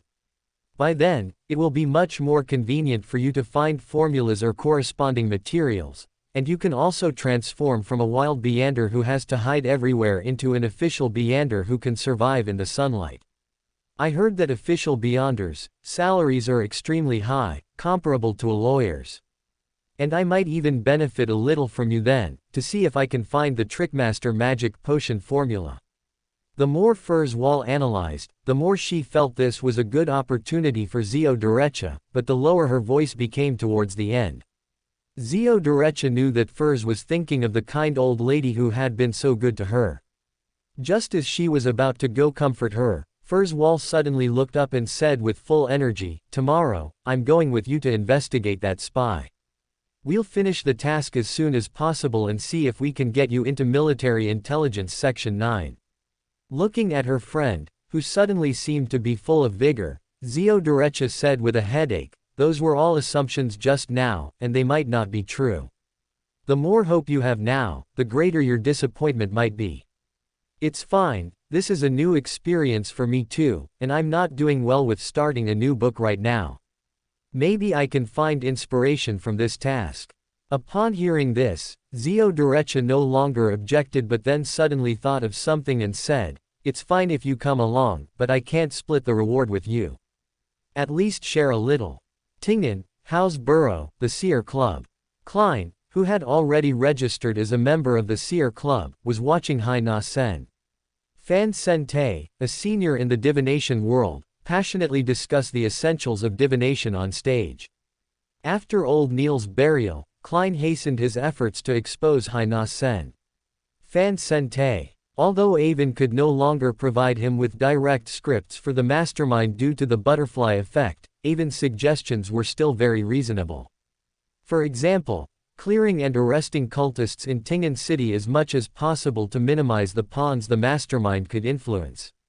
After all, using Beyonders as pawns is completely different in script complexity from using ordinary people. This is the correct way to contend with the mastermind on a grand scale. Furthermore, Klein had come to understand that all conspiracies cannot be exposed in the open. Regardless of the opponent's goal, he would not dare to act directly and could only hide in the shadows. Therefore, he was certainly safe in the open, as long as he was careful to guard against accidents. Not to mention, the gray fog, which was closely related to his transmigration, could interfere with the opponent's script. Just as Klein was lost in thought, Hai Na Sen. Fan Sen-tae had finished explaining his latest research achievement, astrolabe divination, and stepped down from the stage to analyze insights with others. Klein directly stepped forward and, in the tone of a beginner, said, "Hello, Mr. Hai Na Sen. Fan Sen-tae, your understanding of mysticism, especially divination, is truly astonishing. I am also a divination enthusiast. May I ask you some questions?" Hai Na Sen. Fan Sen-tae, with dark circles under his eyes and thick, stiff brown hair that made him look like a hedgehog from a distance, naturally wouldn't refuse and directly motioned for Klein to ask his questions. Klein then began to consult Hai Na Sen. Fan Sen-tae using the half-baked divination knowledge he had learned from old Neil 2 days prior. Hai Na Sen. Fan Sen-tae was also very surprised that someone could ask such profound divination questions and enthusiastically explain things to Klein. The two gradually became more engrossed in their conversation until reminded by others. Hai Na Sen. Fan Sen-tae was very surprised by Klein's understanding of divination and directly invited Klein to his home as a guest on Sunday, an invitation Klein, of course, did not refuse. After leaving the Seer Club, Klein did not walk towards home but instead headed directly to 36 Zuideland Street. He had specifically chosen this day to report because Leonard Mitchell was on duty. Earlier, Klein had reached an agreement with Leonard to jointly clear out the cultists in Tingnan. "Captain, I saw the person who sold the notebook to Welch with the person who tracked me before." When Klein burst into the captain's office, he found that the captain was also slacking off, reading a magazine. Klein caught a glimpse of the magazine's content with the corner of his eye. The Donningsman tree sap from the southern continent rainforest has a significant effect on promoting hair growth. Klein withdrew his gaze with pity but couldn't help but sneak another look at the captain's receding hairline. Dunn Smith evidently didn't notice his subordinate's disrespectful little action and, after a moment of thought, hesitantly asked, "Welch, that classmate of yours who has already been buried?"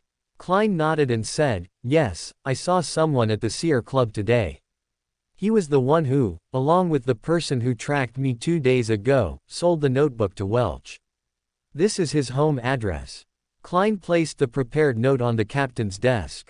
Because Klein hadn't closed the captain's office door when he burst in, Leonard, who had already known something was happening, appeared at the doorway, whistled, and chuckled, saying, "It seems Klein's application fee to join the Seer Club wasn't wasted, he actually found a broken lead." Dunn Smith picked up the note from the desk, glanced at it, and immediately stood up, saying, "Leonard, explain things to Loyal, and then we'll depart together." "When I saw Klein rush in so frantically, I guessed something was up, and I've already explained it to Loyal," Leonard said unhurriedly. Dunn Smith looked at Leonard's already donned top hat in surprise, nodded with satisfaction, picked up his cane, and was the first to walk out of the office, with Klein and Leonard following close behind. By the time the Nighthawks' 3-person team arrived at Hai Na Sen. Fan Sentei's home, the sun had already set, and the gas lamps on the roadside had been lit. The carriage stopped near the residence in the alley. Dun Smith sensed slightly and said, "There are 3 people in his house in total. Besides himself, the other 2 should be servants. I will pull them into a dream simultaneously, and you 2 will go in and subdue Hai Na Sen." Fan Sentei. "Yes." Leonard and Klein responded in unison. Just as Dun was about to put the target into a dream, Leonard suddenly spoke. "Captain, that notebook is very sinister. Since Hai Na Sen, Fan Sentei once possessed it, even if he didn't commit suicide, we can't be careless. Moreover, his accomplice has been confirmed to be a Beander, so there's no reason Hai Na Sen. Fan Sentei isn't one, and we can't even rule out that he's a cultist, so be careful." Dun Smith was visibly stunned by Leonard's words, then said with relief. "Leonard has matured, he's no longer that bad boy who used to write poems and tease female students. He'll soon be able to handle things on his own." Leonard's face went blank, then turned beet red, unsure what to say. Klein, on the other hand, secretly chuckled, as this was also Leonard's dark history. Leonard had once investigated a mysterious incident at Tingen University where a female student summoned a spirit. To learn more about the case, he relied on his handsome face to chat with female students everywhere, charming many and breaking up several university couples. He was eventually reported directly to the police station for seducing female university students. Leonard, of course, was not disciplined, but he became the subject of everyone's teasing ever since. Klein also learned about this from Roseanne. He hadn't thought much of it before, but after learning about the role-playing method, Klein wondered if Leonard had been trying to digest the potion at the time. Because sequence 8 of the Sleepless Pathway is Midnight Poet. "All right, that's enough. I'll be careful, and you 2 get ready to go in." After teasing Leonard, Dun indeed became extremely vigilant and, at the same time, seriously instructed his 2 subordinates before closing his eyes and entering a dream. But just as Leonard and Klein got out of the carriage, preparing to sneak into Hai Na Sen, Fan Sentei's house, Dun Smith suddenly opened his eyes, grunted, and fell backward, his face pale. Leonard and Klein quickly helped him up. Dun, supported, sat in the carriage and, ignoring the blood flowing from the corner of his mouth, urgently shouted, "Quick, rush in. Hai Na Sen. Fan Sentei has lost control. Subdue him and protect the innocent inside." Klein and Leonard reacted, turned, and got out of the carriage. Leonard led the way, shattering the house's door with a single punch, and then they both rushed towards the 2nd floor, revolvers in hand. Before they even reached the 2nd floor, a large green figure charged down. Leonard directly grabbed Klein, turned sideways, crashed through the railing of the nearby staircase, and jumped down. It was then that Klein finally saw what the figure charging down from the 2nd floor looked like. It was a humanoid monster with a wrinkled head, no longer possessing normal facial features. Its ears, in particular, were larger than its head. Its entire body was devoid of skin, revealing bright red flesh, and fresh, red, viscous liquid constantly dripped from it onto the ground, but new muscle simultaneously regenerated, a cycle repeating endlessly. The monster had lost its sanity and rushed towards the 2 at extreme speed, only wanting to vent its desire for slaughter.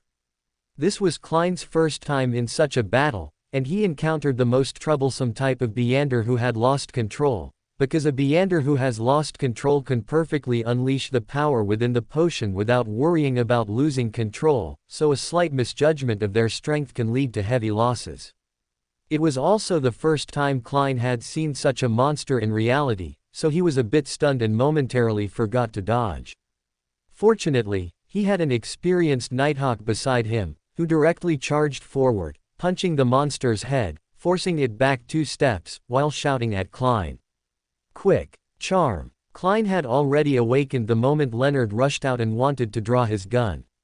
Hearing Leonard's shout, he unhesitatingly pulled out a charm he had found while sorting through old Neil's belongings, throwing a silver charm the size of a baby's palm at the monster, while shouting in ancient Hermes. "Night!" The silver charm in the air suddenly burned, emitting a faint crackling sound. A deep, tranquil power diffused invisibly. The monster, which had been pushed back, found its movements to charge forward again, becoming extremely sluggish. And how could Leonard possibly miss this opportunity? When he called for Klein to use the charm, he had already drawn his pistol and aimed it at the monster. When Klein's charm took effect, he unhesitatingly fired 6 shots, all hitting the monster's face, causing fragments of flesh and blood to appear on its face. The monster's defense was also astonishingly strong. It was hit repeatedly by demon-hunting bullets but never had its head pierced through. Instead, it tried to push through the bullets and attack again.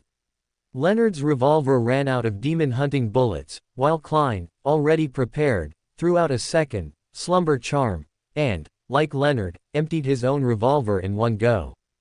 Unfortunately, the shooting effect was not satisfactory. Only 3 demon-hunting bullets hit the monster, but fortunately, his luck was good, and 1 demon-hunting bullet hit the monster's mouth, finally piercing through the back of its head, causing the monster to finally lose its life.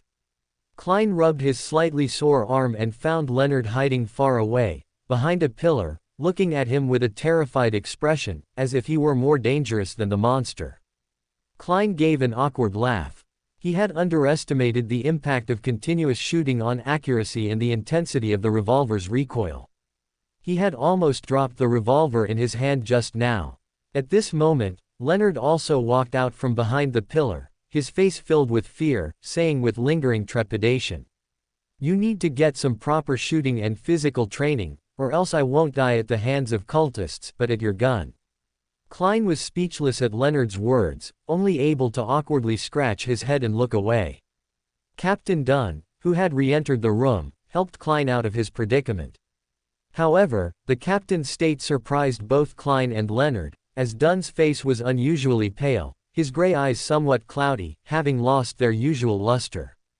His spirit seemed to have withered instantly, as if he had aged 10 years in a moment.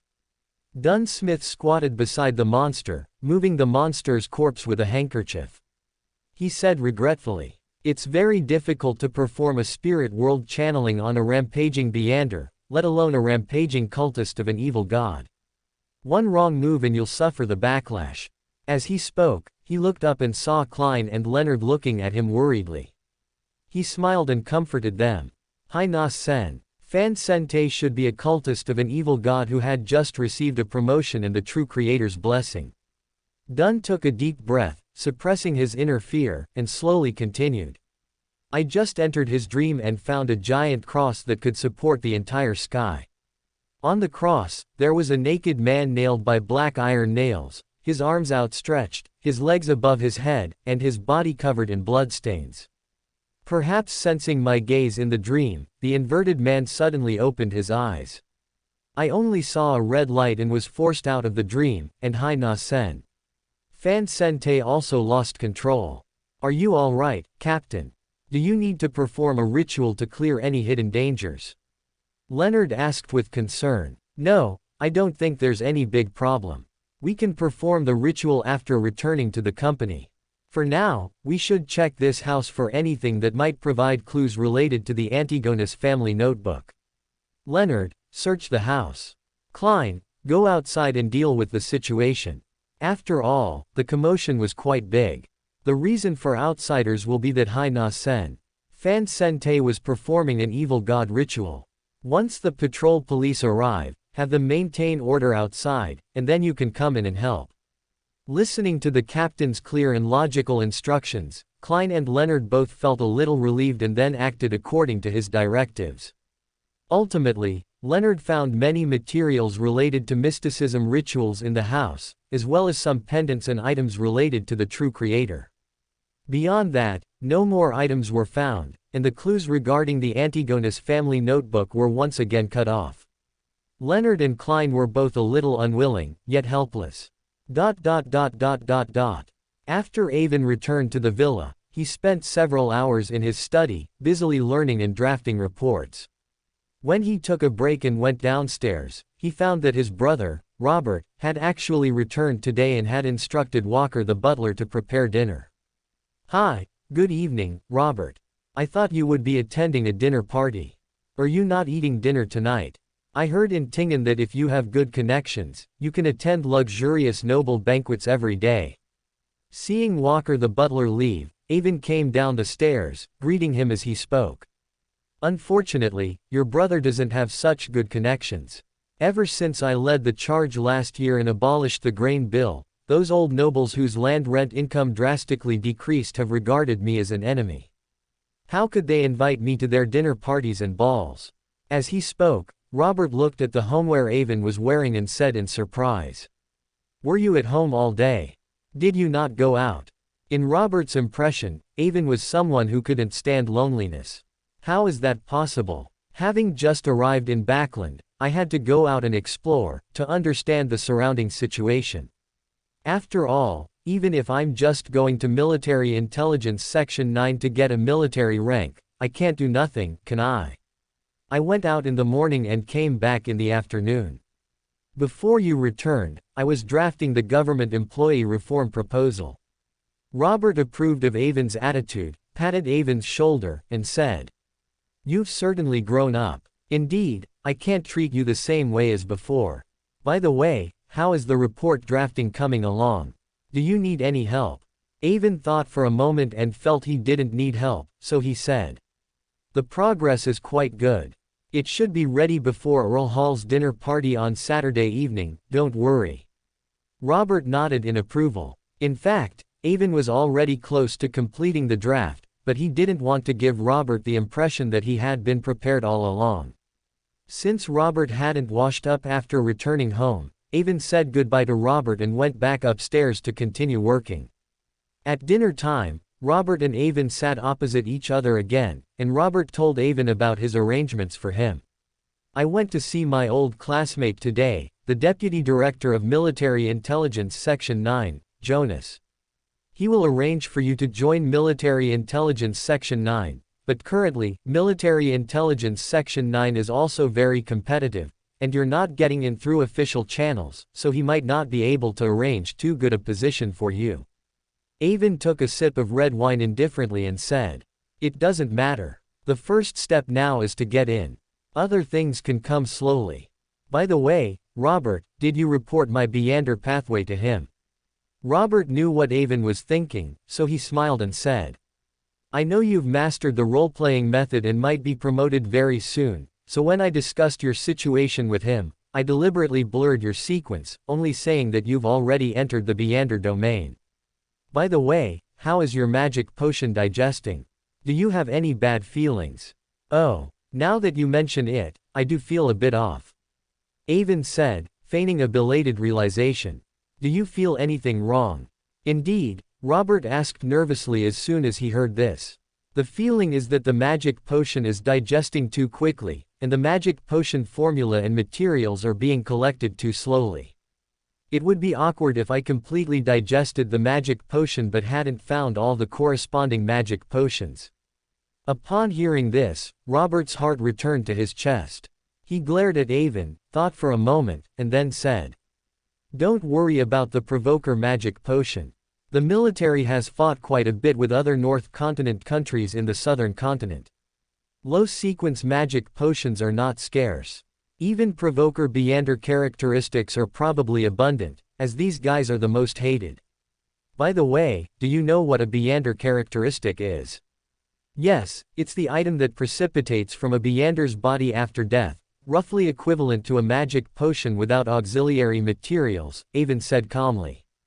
This made Robert even more convinced that the one who lured his brother into becoming a Beander must be a cult organization, otherwise, how could so much useful mysticism knowledge have been taught to him?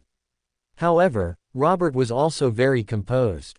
He would wait for the investigation results from Tingen before deciding what to do. After dinner, Robert had some documents to handle. Avon still had to continue drafting the government employee recruitment proposal, so both returned to their respective studies. "Oh my God, I'm finally done. Writing my graduation thesis in my previous life wasn't this tiring. With so much content, it should be enough to fool Earl Hall, right?" Avon casually placed the pen on the table and stood up, stretching. Avon glanced at the large grandfather clock in the corner of his bedroom and saw that it was already 1 in the morning, time to go to bed. Avon shuffled into the bathroom connected to his bedroom, splashed some water on his face, brushed his teeth, and lay down on the bed. As usual, he prepared to flip through the Lord of the Mysteries in his mind. When he turned to the page describing the 008 script again, Avon found that the content of the script had changed. Klein Moretti, who frequently loses control, joined the Seer Club. Although he reported to Dunn Smith that he was looking for possible Beyonders, he actually had a clear goal. After Klein Moretti met Haina Sen Fan Sente, he went to Blackthorn Security Company to report him to Dunn Smith. Although Klein Moretti claimed it was a chance encounter, Ince Zangwill absolutely did not believe it.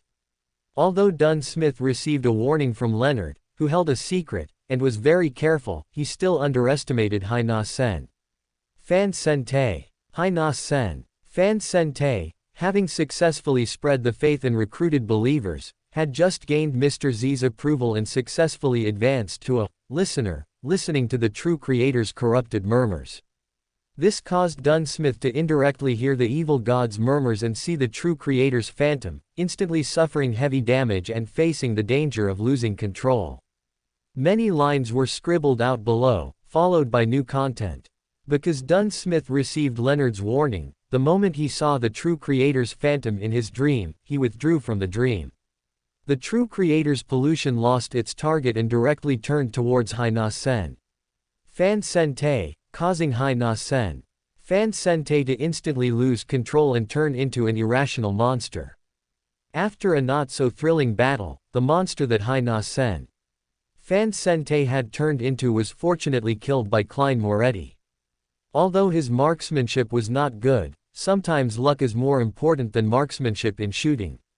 Moreover, it is well known that Beyonders corrupted by evil gods cannot be channeled, so the Nighthawks could not obtain more information from Haina Sen Fan Sente, and the related clues were once again cut off. This time, the content primarily concerned Klein's actions against Haina Sen Fan Sente. However, the operation had many twists and turns, and Dunn Smith almost failed, if not for Ince Zangwill's intervention. That's right, this time the scribbling on the script wasn't due to Klein's gray fog, but Ince Zangwill himself had personally intervened. Avon only needed to connect the plot to guess why Ince Zangwill wanted to save Dunn Smith. Because his evil god offspring descent plan had not yet begun, and all other preparations had not yet been made. If Dunn Smith had died this time, then all of Ince Zangwill's previous arrangements would have been in vain. So Ince Zangwill could only actively wield the Quill of Alzuhad, saving Dunn Smith from the true creator's murmurs, and at the same time using the pollution to make Haina Sen Fan Sente lose control, cutting off the Nighthawks' possibility of finding his accomplices through spirit world channeling, as this matter concerned Lanrius. However, according to Avon's understanding of the plot, Ince Zangwill would pay a great price for forcibly wielding the Quill of Alzuhad like this, not to mention that 008 had the urge to write its holder to death. Indeed, when Avon turned a page, he saw the following description. Ince Zangwill overestimated himself, daring to manipulate the Quill of Alzuhad with Sequence 5 strength to save someone from an evil god's murmurs. His courage is commendable, but he also paid a huge price. Spiritual exhaustion is just the most basic. Because of Ince Zangwill's gatekeeper characteristic, in his weakened state, a powerful spirit world evil spirit found him and emerged from the spirit world, snorting and biting at Ince Zangwill. Although it did not take Ince Zangwill's life, it caused him to permanently lose a leg. Ince Zangwill became a cripple. Became disabled. Avon could barely believe his eyes. What kind of spirit was this? Ince Zangwill actually paid the price of permanently losing a leg to save Dunn Smith. Saying he was like a second parent wouldn't be an exaggeration. But after thinking about it, it also seemed reasonable, because the core purpose of Ince Zangwill and 008 weaving the script was to pollute Dunn's mind, causing his mental state to have problems, so that he could make an error decision at a critical moment. Anyone could die, but Dunn Smith could not, so Ince Zangwill forcefully changing fate with the Quill of Alzuhad was inevitable. However, he was still only a sequence 5, without divinity, and even with O8's assistance, the damage to him was immense. Moreover, from the original work, it was very likely that the true creator saw traces of O8's interference through Hai Na Sen. Fan Sente and Dun Smith. Adam, who formed the Twilight Hermit Order, and the true creator were mortal enemies. 008 was the last short board on Adam's path to godhood, and this evil god was very interested in getting involved with 008's affairs. So Ince Zangwil wasn't contending with the true creator's pollution, he was directly contending with the true creator. Not dying on the spot was thanks to the quill of Alzuhad being powerful, and also because the true creator was sealed by the 7 gods. At this time, 008 took advantage of his weakest moment to scribble and alter things. Ince Zangwil only losing a leg to save his life was already fortunate. After a moment of silence for Ince Zangwil, Avon began to analyze the impact of this event on the subsequent Tingen incident. Firstly, having suffered such a heavy blow, Ince Zangwil would very likely settle down for a period, as the damage he sustained this time was indeed quite severe. Given Ince Zangwil's current injuries, he might not be able to control 008, let alone the fact that 008 had a tendency to write him to death. Therefore, the Tingen script might stagnate, or even be abandoned by Ince Zangwil for a new one, as without 008 manipulating behind the scenes, everyone still had their own lives. For example, Lanrius might not come into contact with the ritual for the birth of a divine offspring. He might just swindle some money to complete his role-playing method and quickly leave Tingen. But Ince Zangwil would definitely not give up on obtaining the Nightwatcher, Beander characteristic in Tingen. Avon had checked the history of St. Selena Cathedral and the deeds of St. Selena, and also the situations of other cities at the same level as Tingen. Furthermore, considering the debate within the Night Church about whether to replenish a sealed artifact of level 1 for Tingen after the Tingen incident in the original work, Avon could basically confirm that St. Selena's ashes being stored behind the Chinese gate in Tingen was a special case, not a standard configuration. St. Selena was a native of Tingen and played an important role in protecting Tingen 1,000 years ago. She was canonized for this reason, so it was very likely that she had given instructions during her lifetime, hoping her ashes would remain in Tingen to continue protecting it, which allowed Tingen to possess a level 1 sealed artifact it shouldn't have. Therefore, Ince Zangwil coming to Tingen was also inevitable. In his eyes, the Tingen Nighthawks team was like a 3-year-old child hugging a gold brick. There was no easier place to obtain a high-level Nightwatcher, Beander characteristic. So the development of the Tingen story still depended on Ince Zangwil's injuries and whether he would continue to center the evil god's offspring descent plan around Lanrius. But no matter what, the progress speed of Ince Zangwil and 008's script would be delayed due to this accident, which slightly relaxed the anxiety Avon had been feeling. He was truly afraid that his previous actions would force Klein to face the chaos in Tingen as a Sequence 9 Grand Completionist, ending up without a corpse and unable to resurrect. Just as Avon was about to sleep, he suddenly felt the familiar gray fog appear before his eyes, realizing that Klein wanted to talk to him. So he perked up. Soon, Avon reappeared in the unchanging gray fog palace, where time seemed to have frozen, still standing before the chair he sat in during the tarot club. Avon looked at Mr. Fool, shrouded in gray fog, blurry and with an indiscernible face, and respectfully bowed with trepidation. "May I ask what instructions Mr. Fool has for summoning me?" Mr. Fool gently shook his head, motioning for Avon to sit down, then said in an indifferent tone, "It's not that I have something for you, but your classmate has something for you." As he spoke, a piece of paper appeared on the bronze table in front of Avon, a letter written in Klein's tone to Avon. In the letter, Klein recounted everything that happened to him today, including the matter of him and Leonard working together to expose and kill Hai Na Sen. Fan Sente. He didn't write any other extra words, nor did he mention Avon's name. In fact, the tone of this letter wasn't even a letter. It was more like a diary Klein wrote himself, to guard against the mastermind. Putting down the letter, Avon thought for a moment, then requested the Fool to let him write a reply to Klein, and the Fool naturally wouldn't refuse. Avon picked up the materialized fountain pen and told Klein in the letter. The mastermind was severely injured because he forcefully interfered with Hai-Na-Sen. Fan Sen-Tai's loss of control and was discovered by the true creator. Therefore, Tingen would have a period of stable development. He asked Klein to not slack off, to quickly summarize the seer's principles, digest the potion as soon as possible, and publicly reveal the role-playing method as soon as possible, because Daly was about to leave Tingen and come to Backland. At the same time, the matter of clearing out the evil god cultists in Tingen could not be relaxed and had to be expedited. Avon also explained Mrs. Sharon's situation, asking Klein to have Leonard expose her. Then Avon drew a picture, asking Klein to be sure to mix it in with the physical evidence when handling Mrs. Sharon's case. Finally, Avon also mentioned his investment in Tingen, asking Klein to pay more attention to his investment. Actually, as Avon wrote furiously, the content he was writing appeared in the fool, Klein's, mind. Avon's description of the mastermind and the evil god's struggle during their capture of Hai-Na-Sen. Fan Sen-Tai made Klein feel a chill of fear and cold sweat, realizing for the first time how close he had been to death without knowing it.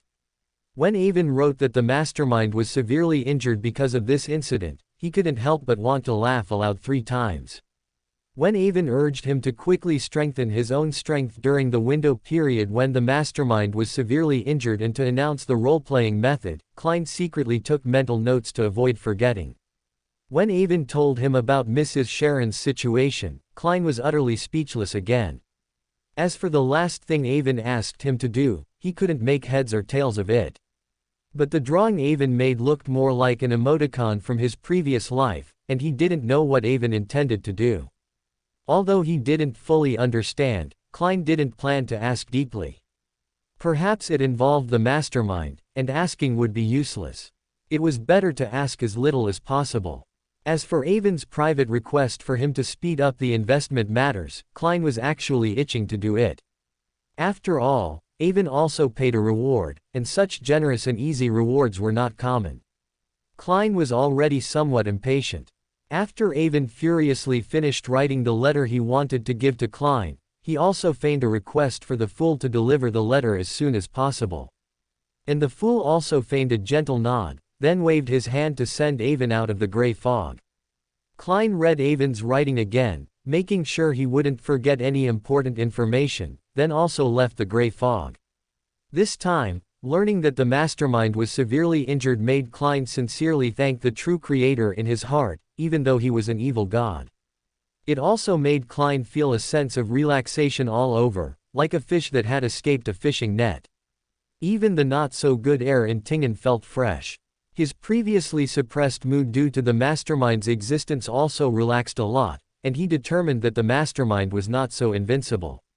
He was no longer just pessimistic about the future but much more optimistic.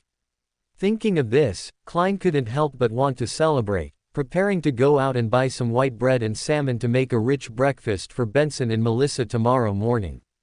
Without further ado, Klein put on his clothes, preparing to sneak out to buy them and give Benson and the others a surprise the next day. Just as Klein bought cakes and salmon and was walking on the sparsely populated street, he brushed past a person coming from the opposite direction. At first, Klein didn't feel anything was wrong, but after walking a dozen meters, Klein felt that the person he had just brushed past looked a little familiar. He stopped, turned around to look. And that person also felt Klein looked familiar, also stopped and turned around, and the two faced each other. Klein stared at the person, finding that they had deep-set eyes, blue eyes, black hair, and a high nose bridge. They looked familiar no matter how he looked. Suddenly, memories in Klein's mind flashed as if freed from confinement. He instantly remembered how he had once led the captain to his home under the guise of a tracker, drawn his portrait, and then had him wanted. He was the last holder of the Antigonus family notebook, Riel Bieber. At the same time, Riel Bieber also recognized Klein as the young man who had been driven to his home by the ancestor's notebook a week ago.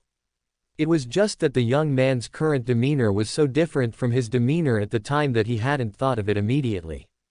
Just as Riel Bieber was about to say something, Klein directly threw the bread and salmon in his hand at him, then quickly ran away, shouting, "Murder! Murder!" Although there weren't many people on Tingen's streets at night, there were still some passers-by. Instantly, Riel Bieber and Klein became the focus, and even the windows of the buildings along the street opened, with many people sticking their heads out to see what was happening. Riel Bieber hesitated at the sight, but finally quickly ran towards the nearest dark alley. After all, he still had unfinished business and didn't want to expose himself too early. And Klein, after seeing Riel Bieber flee, also breathed a sigh of relief. He also found an alley to stop in, where he gasped for breath. "I was too confident in myself, thinking I could quickly get a recommendation, so I didn't listen to my friend's advice and updated 6,000 characters daily instead of 4,000.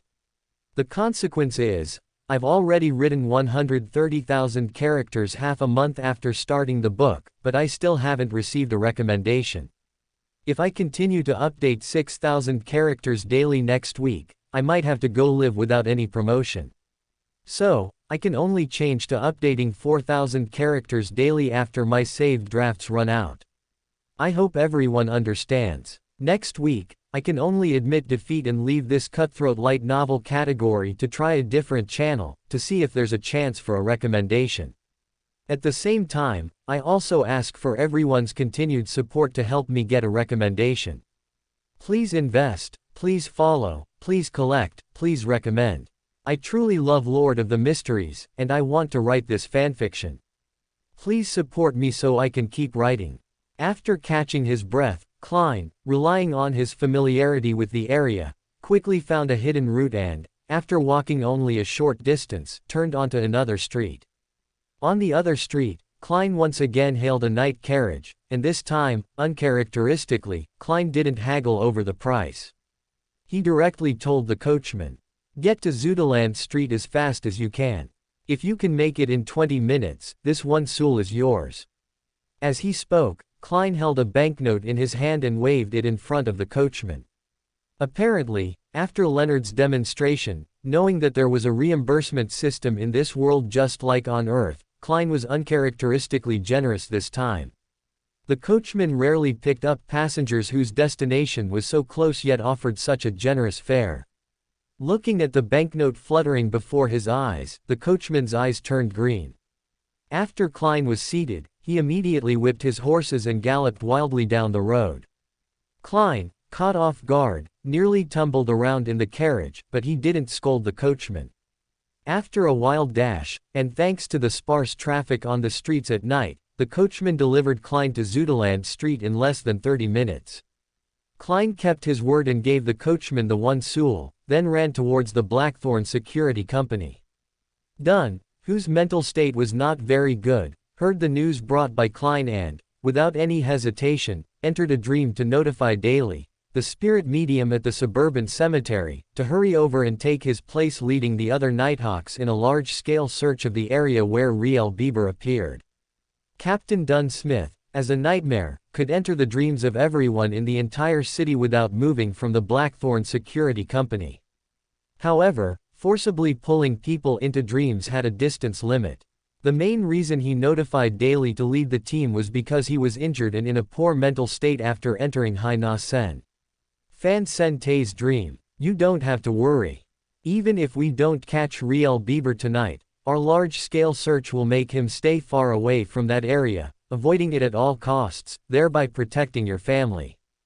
Furthermore, I've already sent a telegram to the Holy Cathedral, and the reinforcements are arriving soon. They will bring the Antigonus family's artifacts. As long as Riel Bieber hasn't left this city, we will catch him sooner or later. To be on the safe side, I'll have Leonard temporarily rent a house near your home to secretly protect your family for a few days." Dunn Smith looked at Klein's worried expression and comforted him. "Thank you, Captain." Klein thanked the captain with gratitude. This was the problem he had been most worried about. When he encountered Riel Bieber, he was holding the freshly bought white bread and salmon, making it easy to deduce that he lived nearby. Therefore, Klein was very worried that if Riel Bieber's whereabouts weren't found this time and he got away with it, Benson and Melissa would be threatened by him. Just now, Klein had even been thinking of reasons in his mind to persuade Benson and Melissa to temporarily move elsewhere and hide for a while, but he hadn't expected the captain to have already thought of it for him. How could Klein not be moved? Your encounter with Riel Bieber today proves that you and the Antigonus family notebook indeed have a deep mysterious connection. Furthermore, the case involving you and your classmates is basically clear. You looked through that notebook, awakened the power within it, which ultimately led to the deaths of your 2 classmates, and you were also influenced to deliver the notebook into Riel Bieber's hands. You were just lucky enough to break free from the notebook's influence and survive.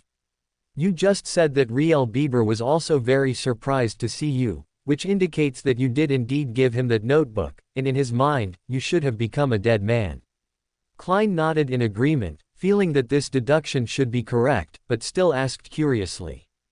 So what is so special about Riel Bieber that the notebook would compel me to deliver it to him? Dunn thought for a moment and said, perhaps Riel Bieber is a bloodline descendant of the Antigonus family, or perhaps Riel Bieber's birth numerology aligns with the notebook. There are too many possibilities, everything can only be known once we find the person. Soon, Daly, the spirit medium, arrived at the scene, directing the other Nighthawks and ordinary police officers who had arrived to search the area, and they made a considerable commotion. Klein, assisting with the investigation nearby, knew that this must have been a special instruction from the captain to Daly. This moved Klein even more. At this moment, Klein thought of Avon's constant emphasis on the open role-playing method, the emphasis that Daly was about to leave Tingen for Backland, the fact that Daly had long dealt with spirits, and was a true spirit medium, and then he considered Daly's not-so-advanced age. Klein had a bold guess. Could Daly be someone who truly understood the role-playing method? Is that why she progressed so quickly on the Beander pathway? Is that why Avon emphasized her imminent departure from Tingen, urging him to quickly publicize the role-playing method? Klein couldn't help but inwardly curse himself for being so dense, only now grasping the deeper meaning of what Avon had said. After Daly assigned tasks to the others, Klein stepped forward to ask Daly for advice on the secret to continuing on the Beander pathway, and he once again brought up the Mystery Prior Pathway's motto, "Do as you wish, but do no harm," asking her if he should summarize his own seer motto.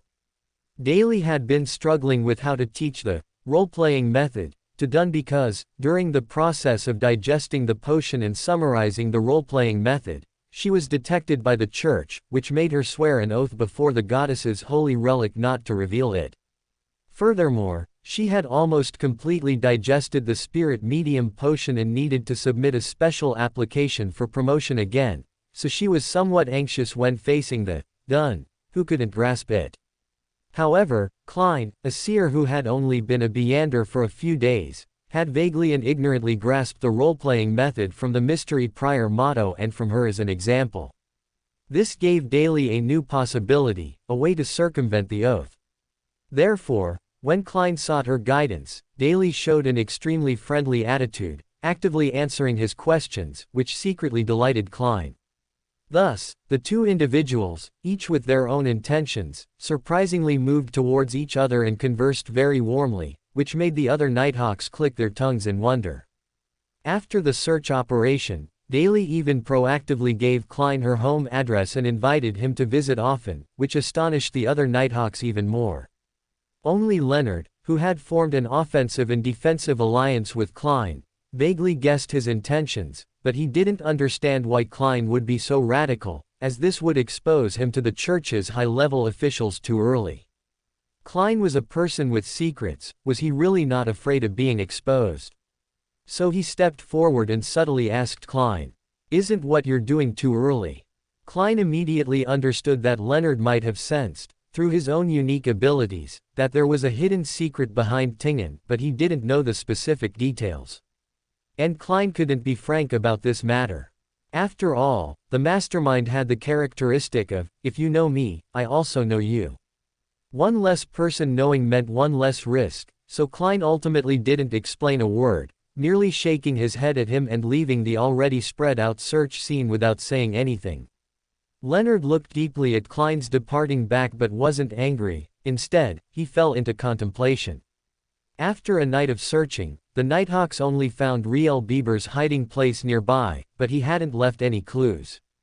Even the hiding place had been thoroughly cleaned, inside and out, immaculately, almost spotless. This scene, in the eyes of the Nighthawks, was a provocation. Not only had the criminal escaped, but he also had the energy to clean the house. This was a mockery of the Nighthawks, so everyone's expressions were not good. Everyone seemed to see Riel Bieber's wild laughter and defiant posture. As dawn broke and people around began to head to work, the area could not remain indefinitely sealed off. Finally, Daly ordered the lockdown lifted. Meanwhile, Avon, unaware that Klein had once again spent a sleepless night, woke up from the large bed where 3 people could sleep without feeling crowded, though it wasn't a natural awakening. He was woken up by noise. Avon followed the sound and found that it was the sound of raindrops hitting the window, pattering and mixed with hail. He glanced at the weather outside. Only then did a groggy Avon realize that it was raining outside. Avon had only been in Backland for a few days, but he had already encountered several rains. However, today's rain was clearly not like the ones he had met the previous 2 days, which came and went without a trace. Avon changed into his loungewear and went to the first-floor dining room, where he unsurprisingly found Robert reading a newspaper at the dining table while eating a piece of bread spread with jam. Robert saw Avon come down, put down his newspaper, and asked, "How is it? Can you adapt to Backland's climate?" Avon sat at the dining table, where a servant naturally set his utensils. Avon used a knife to scoop some jam from a glass jar nearby, spreading it on his bread as he spoke.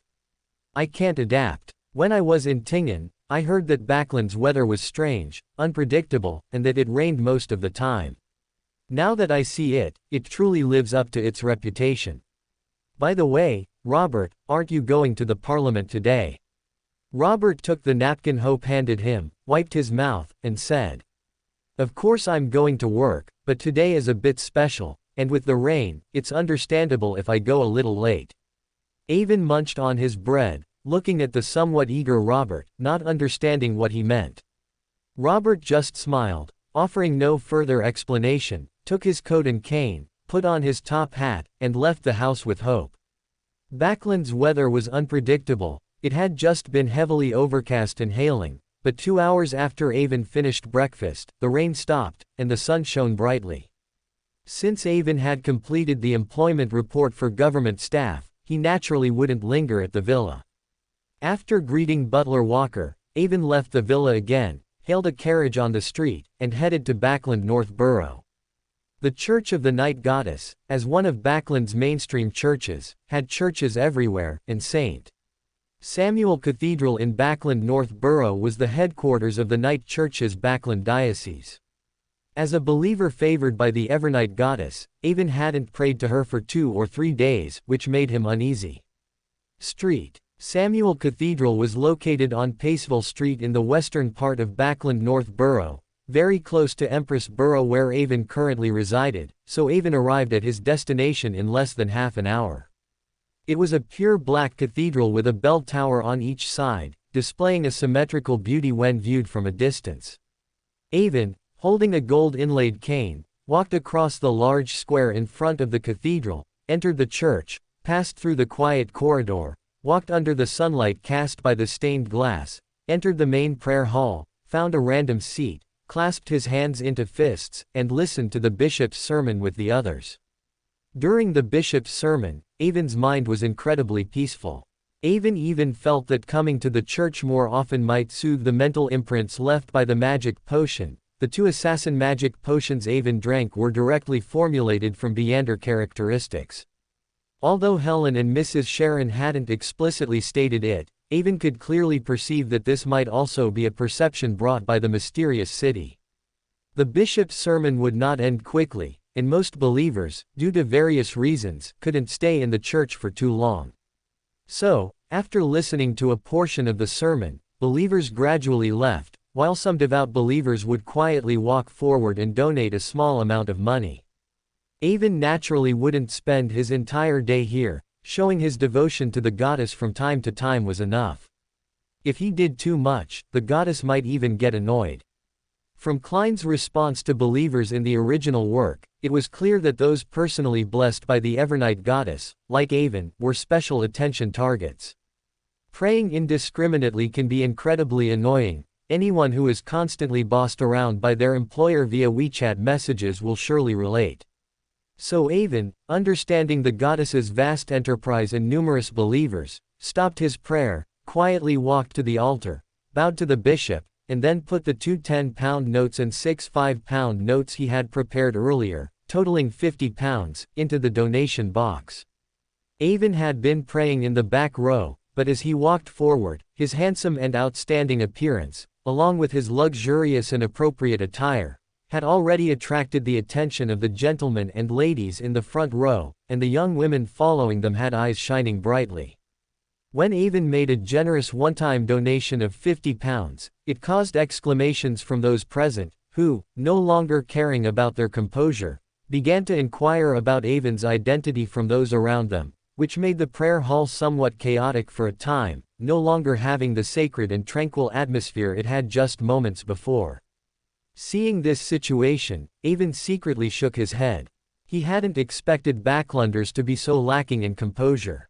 At the same time, he looked apologetically at the bishop who had stopped his sermon. The white-haired bishop, seeing Avon's apologetic gaze, shook his head kindly, clearly not blaming Avon. Avon pointed 4 times clockwise on his chest towards the preaching bishop, then, ignoring the eager gazes of the young women in the seats, left St. Samuel Cathedral. After Avon left the church, he fed pigeons in the square for a while. Seeing that it was still early, he went to the shopping street in the West Borough. Here, there were not only jewelry stores and clothing stores that ladies loved but also cane shops, pocket watch shops, and other places for gentlemen to shop. However, none of these were Avon's targets. Avon was actually here to look for some herbal medicine shops and similar establishments because some auxiliary materials in magic potion formulas were quite common in pharmacies. Time always passed quickly while shopping. Before he knew it, it was already noon.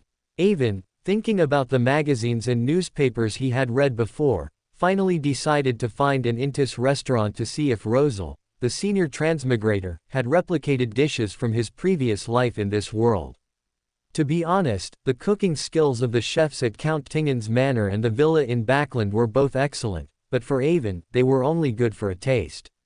Eating them long-term felt uncomfortable. Avon couldn't believe that Rosal, as a member of the same food-loving empire, could tolerate his mouth suffering. Having made up his mind, Avon hailed another carriage and headed to the Intis Sorenzo restaurant in the West Borough. Upon arriving at the restaurant entrance, after passing through the revolving door invented by Rosal, Avon handed his coat, hat, and cane to the waiter in a red waistcoat and then asked, "Are there any empty seats? I don't have a reservation." "There are still seats," the waiter respectfully said. "Is this your first time here? Do you have companions?" "Yes, I just arrived in Backland. I have a companion. Please arrange a secluded spot for us, giving me and the lady some space." "Certainly, sir, please follow me." The waiter agreed to Avon's request without any hesitation and led Avon deeper into the restaurant. Avon followed the waiter into the restaurant's dining area, as if instantly transported into a magnificent vault. The decorative colors on the surrounding walls were predominantly yellow, exuding luxury. The oil paintings hanging on the walls were all by famous artists, and the stone sculptures placed everywhere were lifelike. Avon could even hear faint music, and looking around, he could see a professional band performing on stage, with beautiful and moving melodies. The waiter led Avon to a relatively secluded table and handed him a menu, then began to introduce the restaurant's specialties to Avon. Avon took the menu and felt a little disappointed looking at the descriptions written in ancient Forsac. The dishes on it were clearly modified, and although traces of Chinese cuisine could still be seen, this was not what Avon wanted. He could only sigh in his heart. "It seems if I want to eat authentic Chinese food, I'll have to cook it myself." Closing the menu, Avon ordered 2 different £15 set meals, then sat in his chair to enjoy the performance on stage. "Why did you order 2 set meals? Did you know I would come?" Suddenly, a pleasant voice came from the seat opposite Avon. The performance on stage had ended, and the performers were bowing to the diners, who were all applauding them. Avon was no exception, but while applauding, he also looked at the beautiful woman in a black dress sitting opposite him. "I've been in Backland for 2 days. I don't believe you wouldn't have received the news, so I ordered a set meal for you too. I hope you like it." Sitting in front of Avon was Helen, the guide on his Beander pathway and also his bed partner. However, Avon knew that Helen was following him because the gray-white vision brought by the mysterious city allowed him to detect all Beyonders of the hunter and assassin pathways around him. From the moment Avon left the villa that morning, he knew an assassin was following him. A brief thought told him it must be Helen, but he had simply pretended not to know. Originally, Avon thought Helen would only follow for a while and appear once she found no demoness from the demoness sect tracking her. But unexpectedly, she continued to follow from a distance until noon, showing no intention of revealing herself. This made Avon a bit impatient because he still had to meet Kaspar's Canlinen at Braveheart's bar tonight. So Avon could only use the method of ordering 2 set meals to tell her that he had already guessed she was following him. "How did you discover me tracking you invisibly? You know a demoness's invisibility is very difficult to detect." Helen brushed a strand of hair behind her ear, asking charmingly. Avon had just opened his mouth to answer when he heard the sound of a plate crashing to the floor nearby. The restaurant manager kept pulling the clumsy waiter to apologize to the surrounding guests, and strangely, the waiter's eyes were darting around, not daring to look at Avon and his companion. Avon knew that the waiter was flustered by Helen's charm. Looking at Helen, who was chuckling softly, he said, "You sent me to be an undercover agent at the demoness sect, but then you weren't by my side for a few days. Any cautious person would secretly follow to test me, to prevent me from secretly defecting. This is human nature." As the waiter brought the set meals, Avon and Helen both stopped talking. However, Helen couldn't help but grumble inwardly because Avon no longer had his previous fawning demeanor from Tingen, which made Helen feel she was losing her grip on Avon. But when she discovered that Avon had ordered all the foods she liked back in Tingen for her, she breathed a sigh of relief, feeling that Avon still cared about her and hadn't slipped out of her control. "I've already obtained the instigator magic potion formula from Mrs. Sharon, so the corresponding materials should be provided by your numinous episcopate. Surely, I wouldn't get the formula and then not collect the materials, right? If the demoness sect found out, they would also become suspicious." Helen ate a piece of pan-fried dragon bone fish and said with a hint of jealousy, "You're really putting in the effort. You actually got him to give you the formula even before you made any contributions to the sect." Avon took a sip of Ulmir red wine and said quietly, "Isn't this what you wanted to see?" Helen heard the change in Avon's tone and quickly grabbed his hand, trying to make amends, saying, "You don't have to worry, we won't forget your contributions. Our promises will definitely be fulfilled. I'll go back and help you sort out the corresponding materials." Avon nodded, picked up his knife and fork again, cut a piece of beef, put it in his mouth, and then, while eating, said casually, "I should be joining Military Intelligence Section 9 next week. Just giving you a heads up." "What?" Helen was so shocked that her fork clattered onto the plate, the crisp sound drawing the attention of several surrounding tables. Helen quickly composed herself and offered an apologetic smile to those around her. Combined with her charming face, she immediately received their forgiveness. After noticing that others had withdrawn their attention, Helen frowned deeply and asked Avon in a stern whisper, "What exactly is going on? Explain it clearly to me." Avon maintained his unhurried demeanor, cutting his steak as he spoke. "The first day I arrived in Backland, my brother Robert noticed something was off. I could only admit that I had become a Beander, though I told him I had become a Beander of the spectator pathway. In short, I concocted a story to explain how I became a Beander. After careful consideration, Robert believed that I hadn't become a Beander through legitimate means, which would be a hidden danger. So, he insisted on using his connections to send me to Military Intelligence Section 9 to legitimize my Beander identity, and I had no reason to refuse. Hearing Avon's explanation, Helen frowned deeply.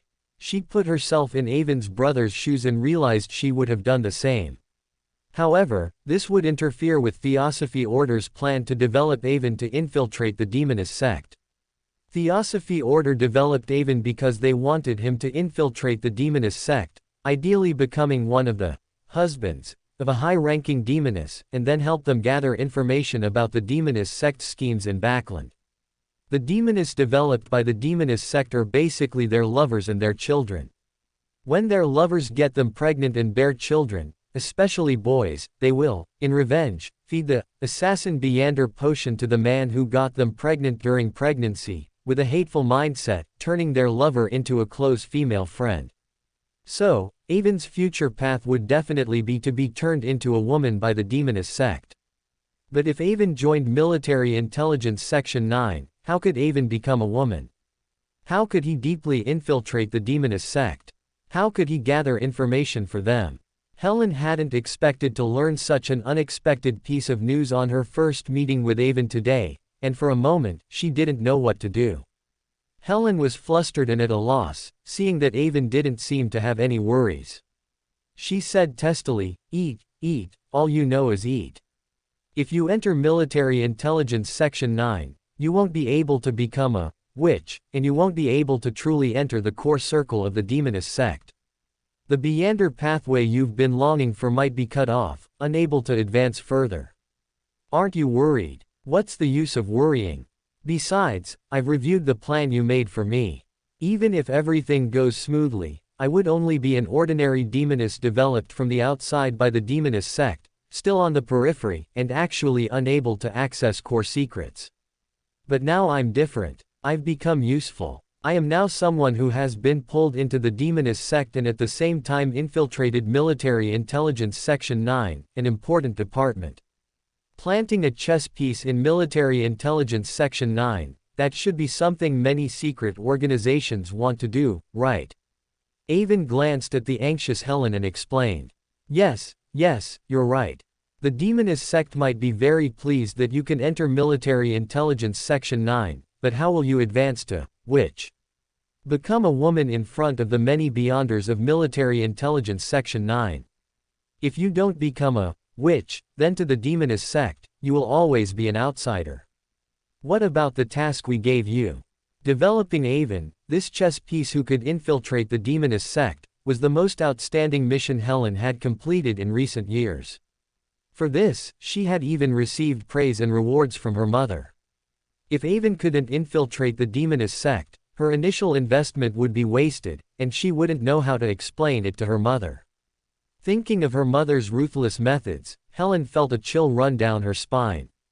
Although the delicious food at the restaurant was not as much like Chinese food as Avon had imagined, it was unexpectedly good.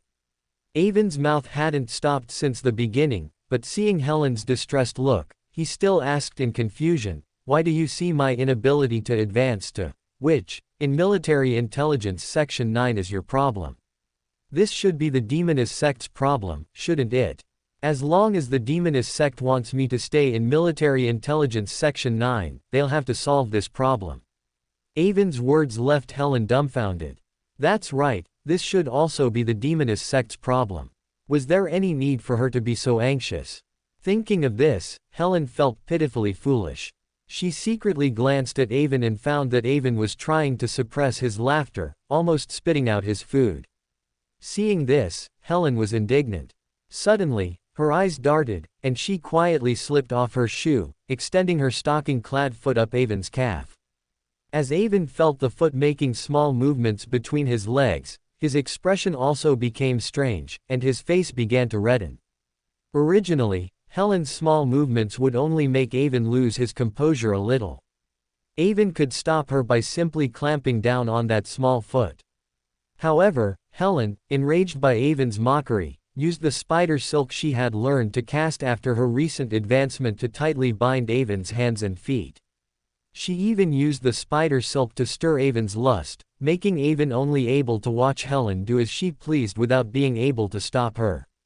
As time passed, Avon only felt his body getting hotter and hotter, the area between his legs swelling more and more, and his breathing becoming more and more rapid. Just as Avon was about to give in, a waiter who saw that Avon's wine glass was empty came to pour him red wine, saving Avon. After the waiter left with Avon's £1 tip, Avon glared fiercely at Helen, who was laughing gleefully, he. Helen looked at the slightly annoyed Avon, stopped teasing, and instead extended her fair right hand, taking Avon's hand. Standing up, she bent down, tenderly and seductively, to whisper in Avon's ear, "I missed you, I want to be had by you." These few sentences made Avon's lust, which had just barely subsided, rapidly swell again, his eyes turning red. After Helen softly spoke these words, she licked Avon's ear with her tongue, then got up and left. As she left, she slipped a room key card for the hotel across from the restaurant into Avon's pocket. Not long after Helen left, Avon paid the bill, then used his only sealed artifact, the golden gaze, again, moving through the crowd like an invisible person. This was mainly to prevent people from noticing the swelling between his legs. Soon, Avon arrived at the hotel across from the restaurant. To his surprise, the Grand Hotel's decor was exactly the same as the restaurant opposite, making Avon wonder if the two properties were owned by the same boss. Avon, as if no one else was around, arrived at the room indicated by the key card. As soon as he knocked on the door, he was pulled inside by a jade-like arm. Avon was caught off guard and was directly pulled onto the large bed in the room, while Helen, wearing only a pair of stockings, straddled him and began wildly tearing off his clothes and pants. As a man, Avon naturally refused to be outdone. He flipped Helen over, pinning her down, and simultaneously stripped off his own clothes. The battle was thoroughly ignited, and the entire room became a battlefield, with heavy breathing echoing continuously. After a long time, Helen was completely flushed, sweat dripping, her swan-like neck arched, her mouth wide open, emitting a high-pitched cry, and then she fell back into Avon's arms, and the entire room returned to peace. Avon gently caressed Helen's wet body with his hand, his heart filled with inexpressible satisfaction. "You should move out of your brother's villa as soon as possible. That way, I can come find you anytime. Do you know, I've already advanced to joy. If I don't have a man's company, I'll feel very empty. Can you bear to let me suffer like this?" After recovering slightly, Helen immediately turned and hugged Avon's head, burying Avon deeply in her embrace, while saying plaintively. Avon, naturally, welcomed her advances. He also embraced Helen's waist, his hands restlessly roaming over Helen's smooth back and snowy peaks, while he said in a muffled voice, I also want to move out as soon as possible, but now, the timing isn't right. I still need to wait for a while." As they spoke, both were aroused again, and once again became entangled. The battle reignited, and this time Helen even used spider silk, unlocking countless positions, making Avon, who was well-traveled on Earth, exclaim with pleasure. "This is one of my strongholds. I basically live here. Come find me when you miss me." Helen was still completely naked, her legs crossed, showing off her good figure, as she lay on her side on the bed, looking at Avon, who was getting dressed. Avon, adjusting his collar, said with a wry smile, "Emperor Rosal once said that there are only oxen that die from exhaustion, no land that is plowed to ruin. If I come 2 more times, I might just lose my life in your hands." Helen chuckled and then asked mischievously, "Then do I need to prepare some mummy ashes for you?" Avon poked Helen's twin peaks and then sneered, "Talking about you being fat, you're even out of breath. All right, stop pretending. What's your situation? How could I not know?" After saying that, Avon left the room. After Avon left, Helen immediately let out a sigh of relief and lay on the bed, savoring Avon's intense, sweat-drenched charge, feeling the soreness throughout her body, and couldn't help but curse with a smile, "He's truly as strong as a giant dragon." Mother said that extreme pleasure is extreme pain. What a profound truth. When Avon left the hotel, the sun was already setting. Looking back at the room on the 3rd floor of the hotel, Avon couldn't help but sneer. "If I don't show some real skill, they'll really think I'm made of mud. Don't say one, I can subdue several more. Then Avon called another carriage and headed towards the Backland Bridge district. He still had to meet Kaspars Kanlinen. He had been delayed all afternoon, and it was almost dark. Avon was still in formal wear, which was naturally unsuitable for walking openly in Backland Bridge district, as it would be too conspicuous. Fortunately, he had toiled hard all afternoon, enduring the side effects of the sealed artifact in advance, so Avon could use the golden gaze without side effects for the entire day. The sun was about to set, and people, exhausted from a day of labor, were leaving the factories. The streets were filled with disheveled individuals, but most did not go home. Instead, they headed to various bars to have a drink and relieve their fatigue, or sought out streetwalkers nearby to vent their desires. Avon, under the watchful eyes of the crowd but unseen by others, arrived at the safe house he had prepared in Backland Bridge district. He changed into a worker's uniform and headed to Braveheart's bar, a few streets away. Upon arriving at Braveheart's bar, Avon found it to be bustling with noise. At the entrance, two exceptionally tall, burly men cautiously scrutinized the incoming and outgoing customers, preventing any trouble. It was currently the peak hour for the bar's business. Even before Avon entered, he felt a rush of heat, the strong aroma of ale, and a chaotic din. As expected, Avon saw a boxing ring in the center of the bar, where two burly men were engaged in a boxing match. Below the ring, people were either cheering loudly or cursing, their emotions running high, clearly having placed bets. On the other side, a group of people was also gathered, cheering and encouraging, but their focus had shifted to dogs.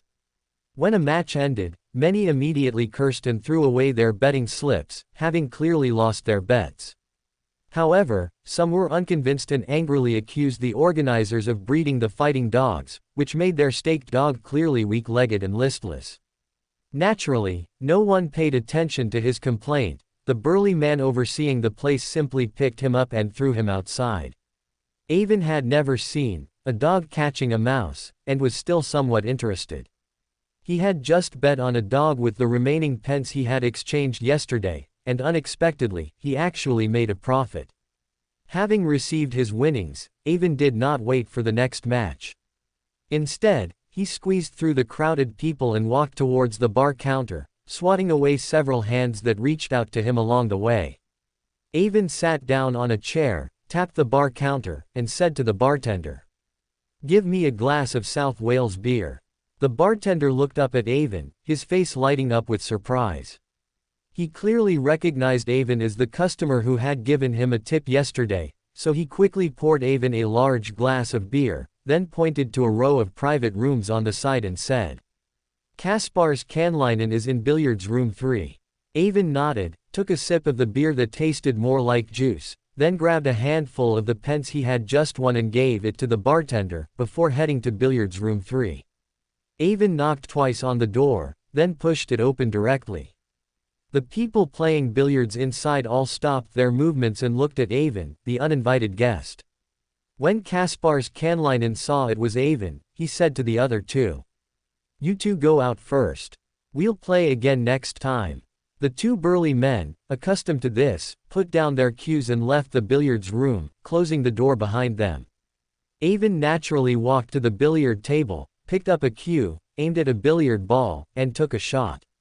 Watching the billiard ball go into the pocket after a four-cushion shot, Kaspars Kanlinen praised his good technique inwardly, then said to Avon, "I can take you to a place where the people are very powerful. As for whether you can join them, that depends on your performance, it's not something I can control." Avon nodded, potted another ball, then put down the cue. He then pulled out a 10-pound banknote from his pocket, handed it to Kaspars Kanlinen, and said, "Consider your commission fulfilled, but I'll also warn you, if you try to deceive me, it won't end well for you." Kaspars Kanlinen took the gold pound, then held it up to the gas lamp to verify the watermark, saying, "Don't worry, I'm a man of my word. I won't do anything to ruin my reputation." Saying this, he handed Avon an iron mask and explained, "When you get there, put on the mask. Those people don't show their true faces. You'd best do a bit more disguise." As he spoke, Kaspar's Kanlinen fell silent, because Avon, dressed in worker's clothes, yet clearly not short on money, had obviously already prepared his disguise. Just as Kaspar's Kanlinen was about to lead Avon away, Avon said to him again, "Do you accept proxy collection tasks?"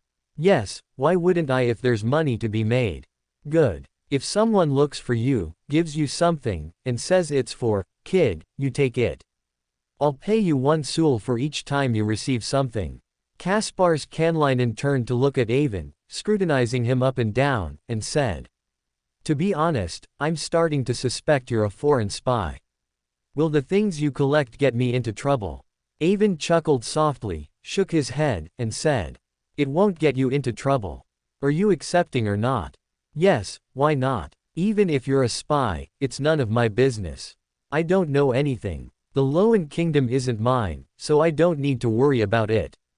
After speaking, Kaspar's Kanlinen led Avon out of the bar through the back door of the kitchen, winding through the streets until he brought Avon to a dark, unlit house.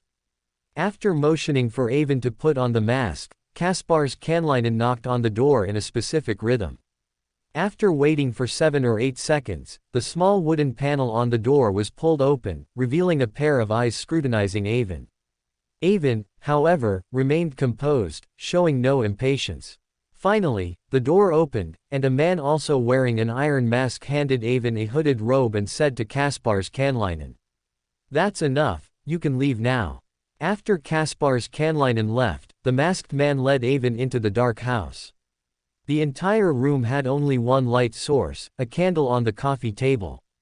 Under the dim, faint candlelight, the room appeared shadowy, and with a dozen or so people dressed in similar robes, an outsider might have thought they were performing a mysterious, evil religious ritual. Avon's arrival briefly attracted the attention of others, but when Avon skillfully found a place to sit, everyone withdrew their gazes and continued their previous transactions. Seeking the magic potion formula for sequence 9 feet spectator. I can offer £230. Avon didn't expect that his first time attending a Beander secret gathering would involve a request for a magic potion formula, and such a specific one at that, which made his mind wander. After waiting for a while, no one responded to the request, which clearly frustrated the requester. "You've requested it many times. If it's really not working out, try a different sequence. As Emperor Rosal said, you don't have to hang yourself on one tree, right? If you're willing, I can sell you a sailor magic potion formula. Isn't that better than spectator?" Clearly, a veteran participant wanted to sell his formula. The requester shook his head in frustration, politely declining the offer. Seeing that he hadn't sold his formula, the seller wasn't disappointed and tried to promote it to others again, but most of the participants were already Beyonders and clearly wouldn't buy a formula they didn't need. At this moment, a lady completely covered by a robe, with a box at her feet, spoke. This time it's a Beander weapon called Shadow Blade. It can hide itself very well, doesn't reflect light, can resist divination, and makes one unpredictable in combat. It can also cause continuous bleeding effects, and if not treated effectively, the person stabbed by it will bleed to death. It can be used for 2 years. £500 are the Barbarian magic potion formula. Hearing the description of this weapon, Avon's heart trembled. This wasn't because he particularly liked this Beander weapon, but because the woman selling the weapon was the most important reason he attended this mysticism gathering. When reading the original, Avon was deeply impressed by this lawyer, who could continuously sell Beander weapons, indicating that she had at least one craftsman behind her, and possibly even a sequence 5 feet astronomer, of the Savant pathway. The pathways in the world of Beander are not equal, some pathways are much loved, while others are despised. Clearly, craftsman, demoness, and apothecary belong to the former, while hunter and criminal belong to the latter. The weapon's effect was excellent, immediately igniting everyone's shopping enthusiasm. They bid fiercely, and the final winner was decided at £650. Avon did not bid throughout. Others were very fond of this Beander weapon. It was his first time attending this gathering, and he did not want to become an object of attention or hostility, nor did he need this weapon. Subsequently, some people presented their needs and displayed the Beyonder materials they could sell, but most did not close deals or find buyers, which was the usual state of the gathering. After everyone else had spoken, Avon, who arrived last, also stated his needs. Seeking all the blood of a black abyss murloc or an agate peacock's egg. I can offer £800 for each, or the barbarian formula of the lawyer pathway. As soon as this was spoken, it immediately drew the attention of everyone present. They all scrutinized Avon, and the lady who had previously sought the barbarian formula and had a craftsman behind her, even more excitedly said, I can buy the barbarian formula. How about £550? Avon chuckled softly, shaking his head, and said, I'm sorry, madam, I only accept bartering, not gold pound transactions. In my opinion, gold pounds are the most useless things in the Beyonder world. As soon as this was said, the entire gathering fell silent, not a sound to be heard. Even the lady who had always been very confident fell silent, finally only able to say, I will do my best to help you acquire these two materials, and please, do not sell the formula to anyone else. Transactions of magic potion formulas usually have certain restrictions, for example, they cannot be resold at the same gathering. If Avon were to sell the formula at this gathering, it's very likely she would lose another chance to obtain the barbarian formula, especially since the convener of the gathering, Old Gentleman Wisdom Eyes, could perform notarization. Avon was clearly unwilling to be bound by this restriction and did not respond to the request, which made the lady even more anxious.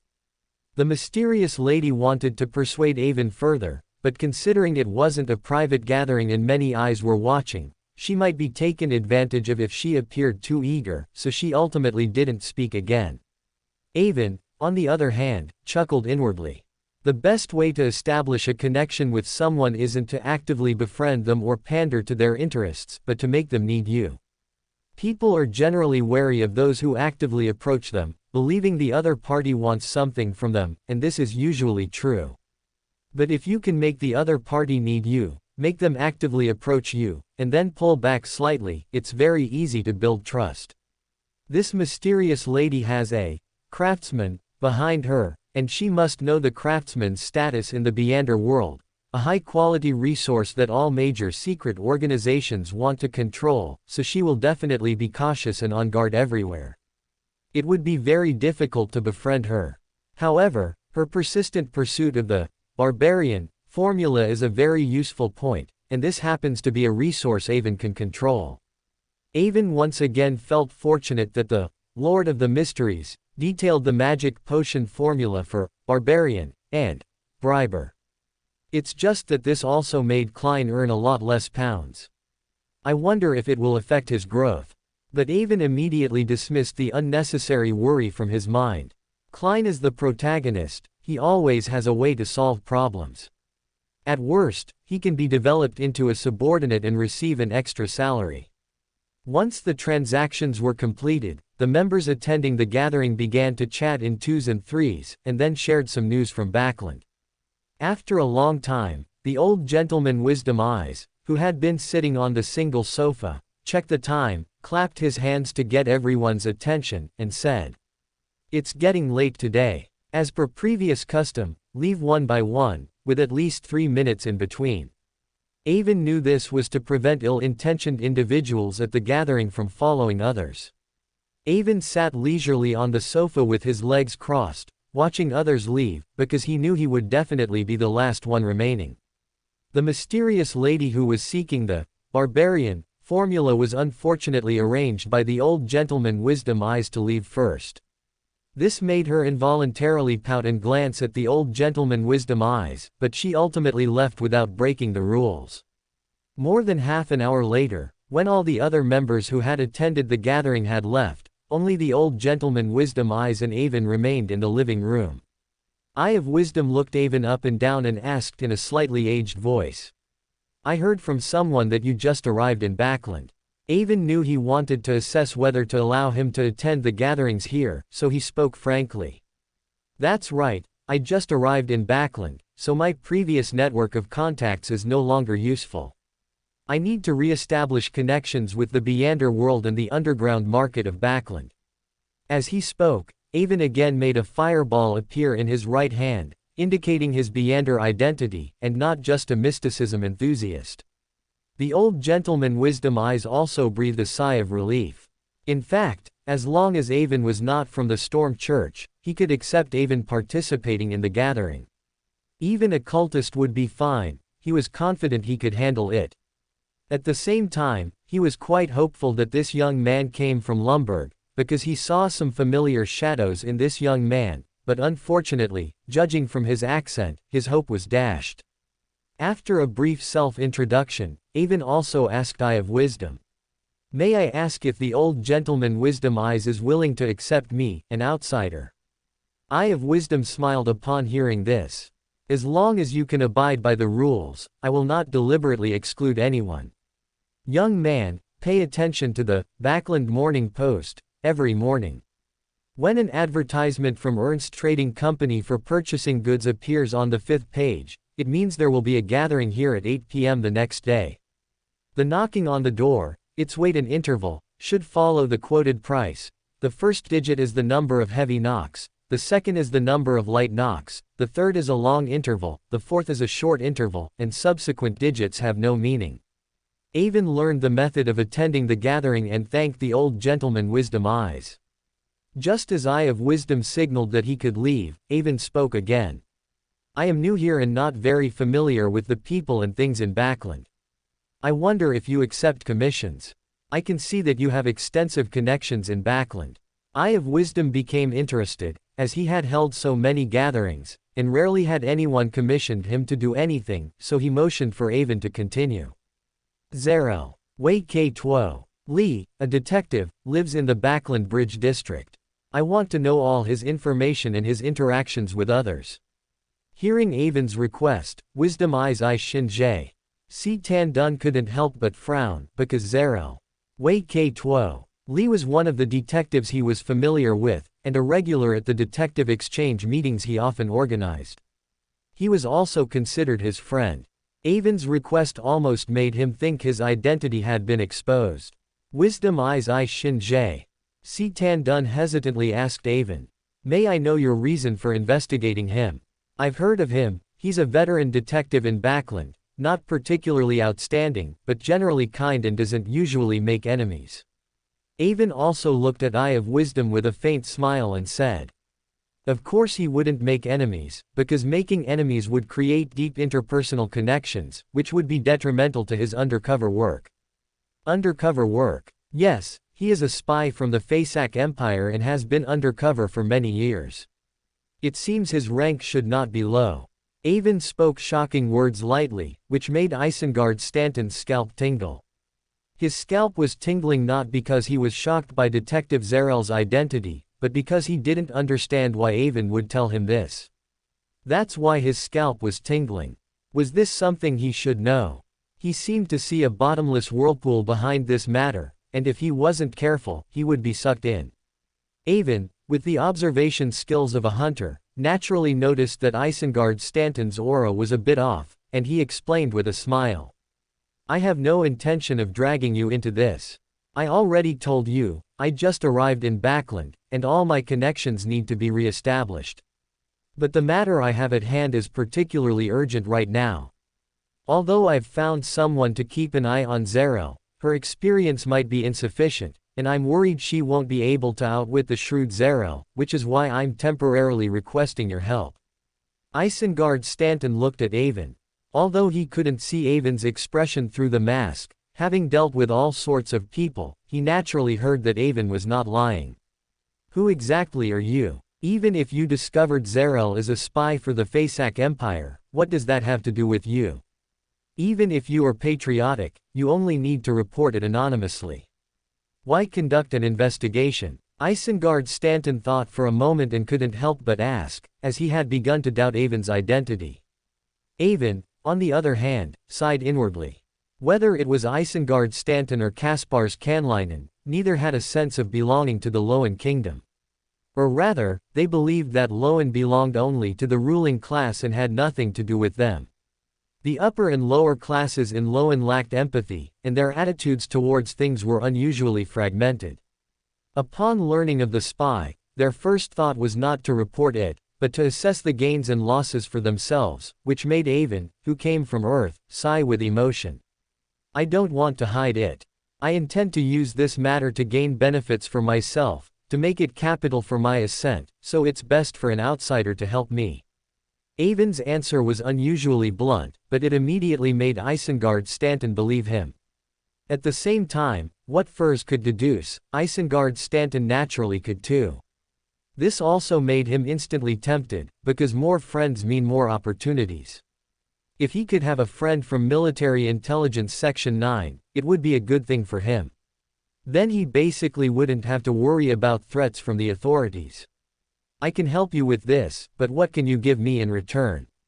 After much consideration, Isengard Stanton decided to help Avon, but he wouldn't do it for free. Avon was naturally delighted to hear Eye of Wisdom agree to help him. If he could establish cooperation with Isengard Stanton and receive his help, it would be of great assistance to Avon in seeking merits within Military Intelligence Section 9 in the future. After a moment of contemplation, Avon decided to make a big bet to win over Isengard Stanton. He deliberated for a moment and then said, "Controlling magic potion actually has a technique. The advantage of humans lies in their ability to continuously accumulate failed experiences to find solutions to problems. The methods for controlling magic potion have become very complete through generations of summarize. It's just that the Orthodox churches and the royal family control the relevant methods and prevent them from spreading, so aside from joining a cult, few people can master them, and I am one of them. I can tell that you are getting on in years, and your physical condition is declining.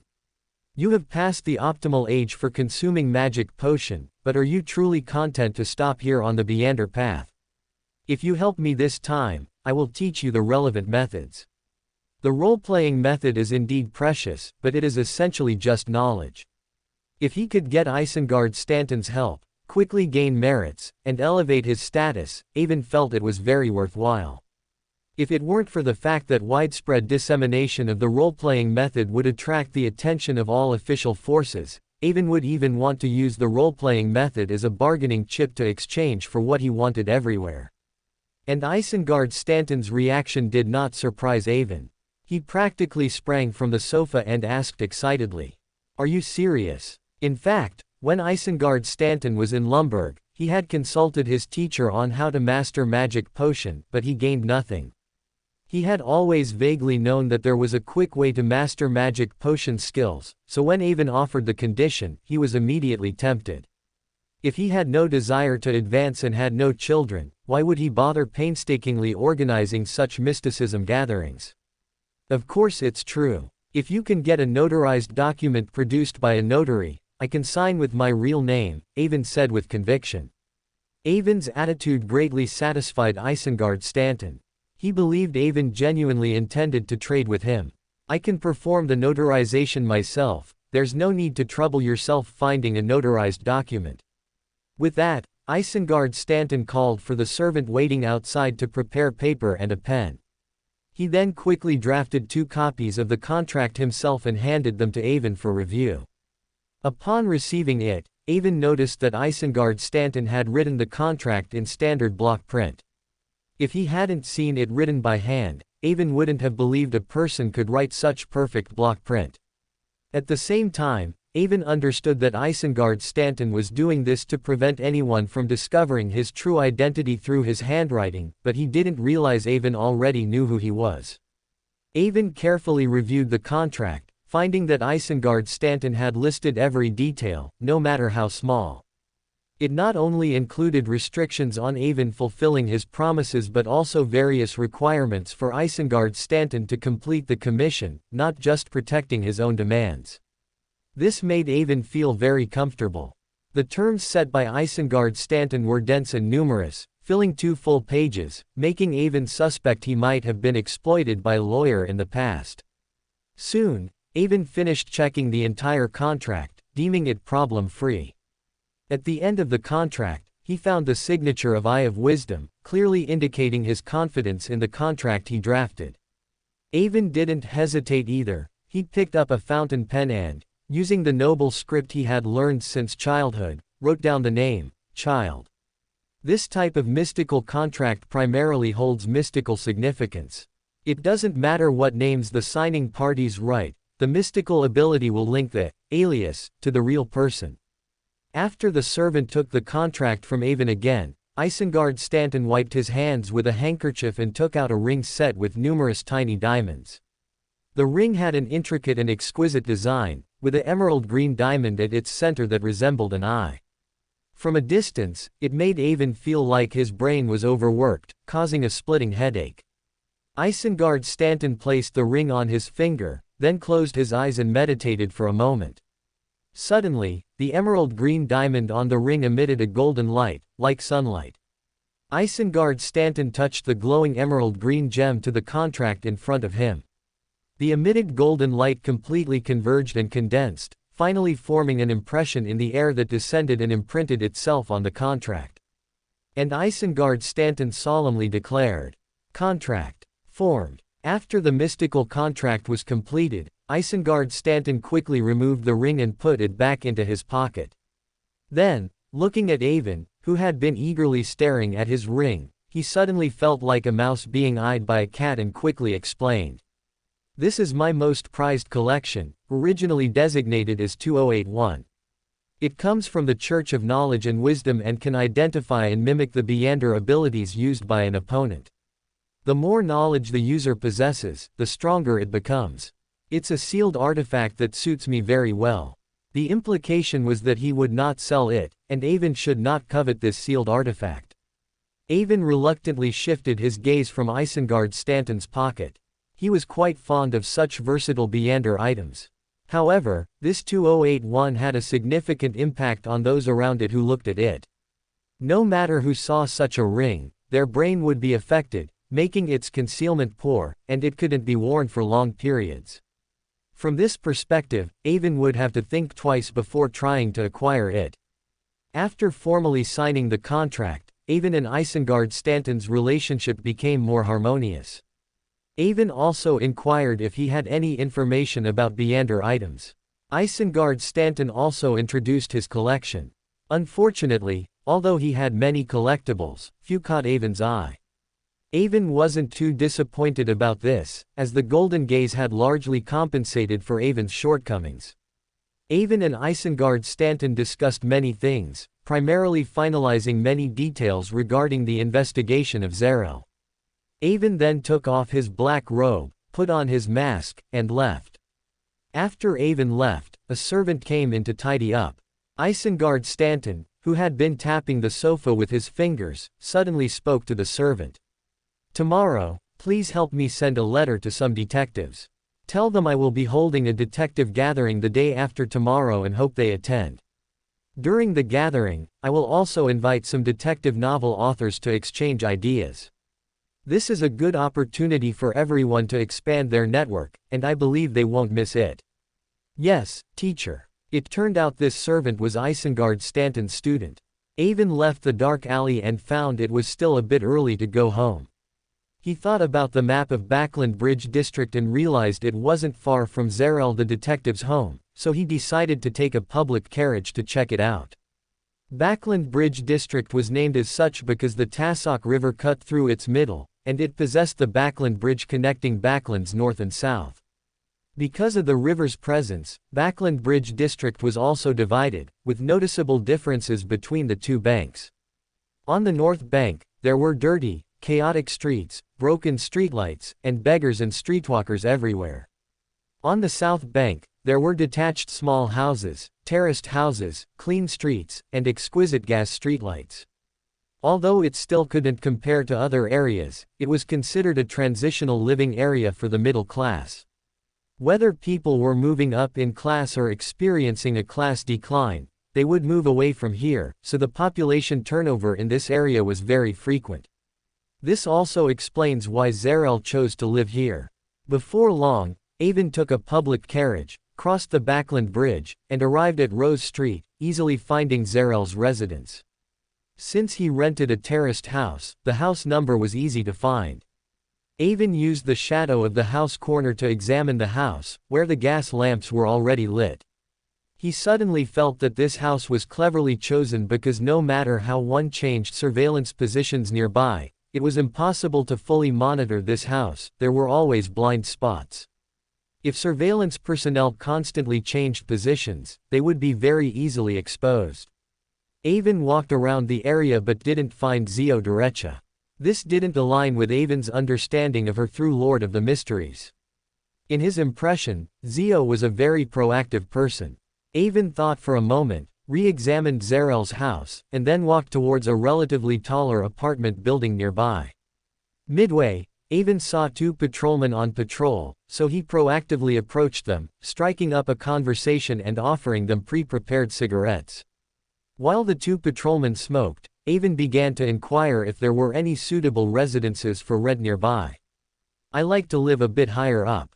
Do you know if there are any houses nearby that meet that requirement? Then you're really out of luck. There's a room in that building that fits your requirements perfectly, but unfortunately, it was rented out this morning." Avon looked at the house the old patrolman pointed to, which happened to be the one he was going to. So, while lamenting his bad luck to the patrolman, he also feigned reluctance and walked towards it. Avon found the room that had just been rented out that morning and knocked on the door. After a long while, Avon finally heard footsteps inside. "Who is it? Is there something you need?" The door hadn't opened yet, but the voice came first. When the door opened, Avon saw a woman in her mid-20s with slightly curly brown hair, light blue eyes, and a lazy demeanor, looking at Avon with impatience. Avon's eyes lit up. He examined the person in front of him with the golden gaze. Through the indentation on her right middle finger and the yellowed stain, Avon confirmed that she was the famous author from the Loan Kingdom, and the future magician of the Tarot Club, Furs Wall. Seeing that Avon didn't answer her question and instead scrutinized her, Furs grew impatient and prepared to close the door.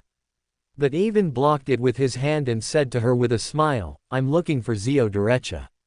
I'm her employer." Furs then looked closely at the person in front of her.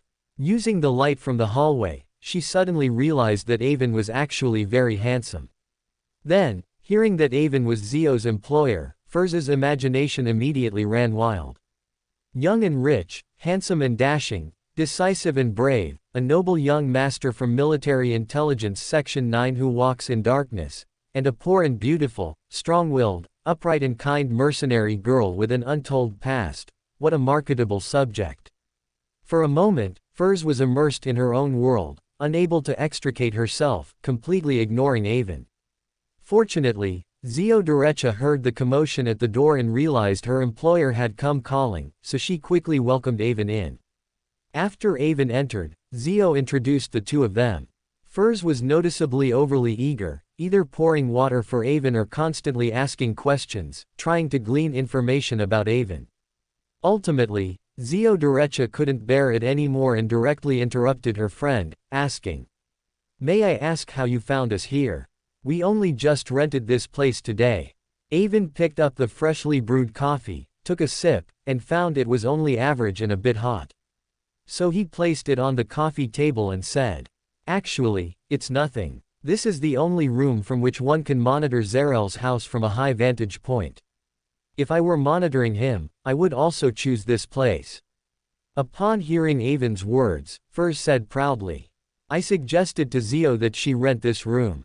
If we also add a telescope invented by Emperor Rosal, everything that spied is inside his house won't escape our surveillance." Avon looked around and found the entire room was quite messy, clearly not well cleaned. There were also traces of a telescope by the window.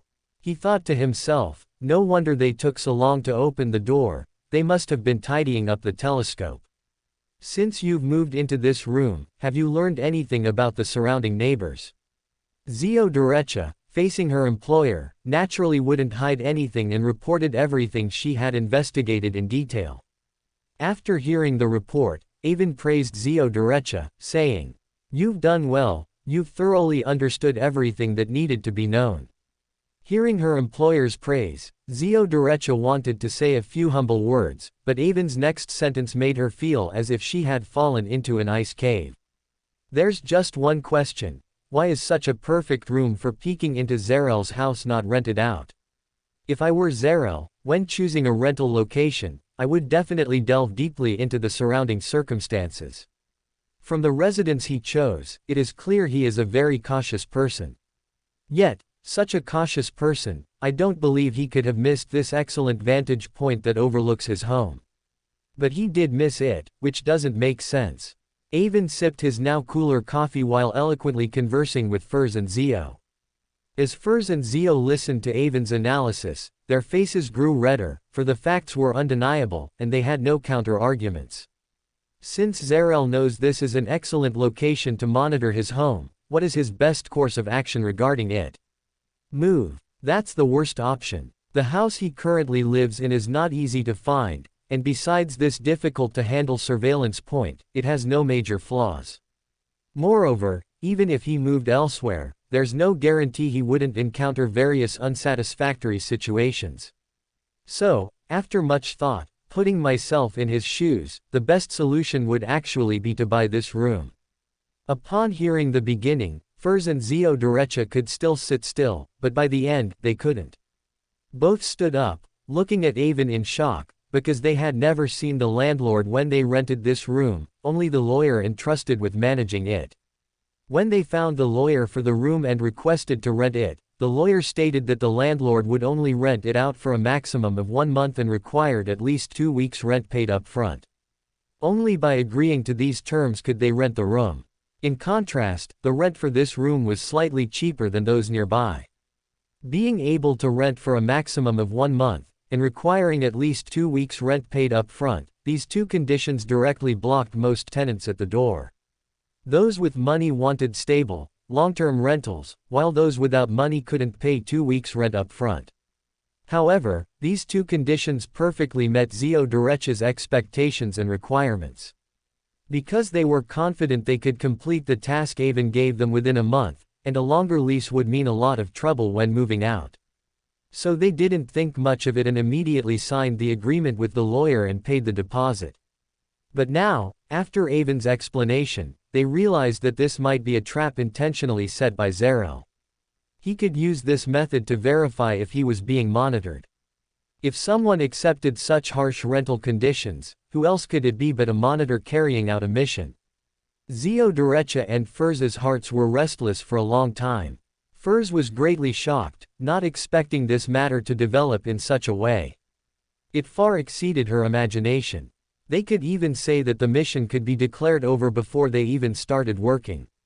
This experience was a great eye-opener for her and provided excellent material for her future creations.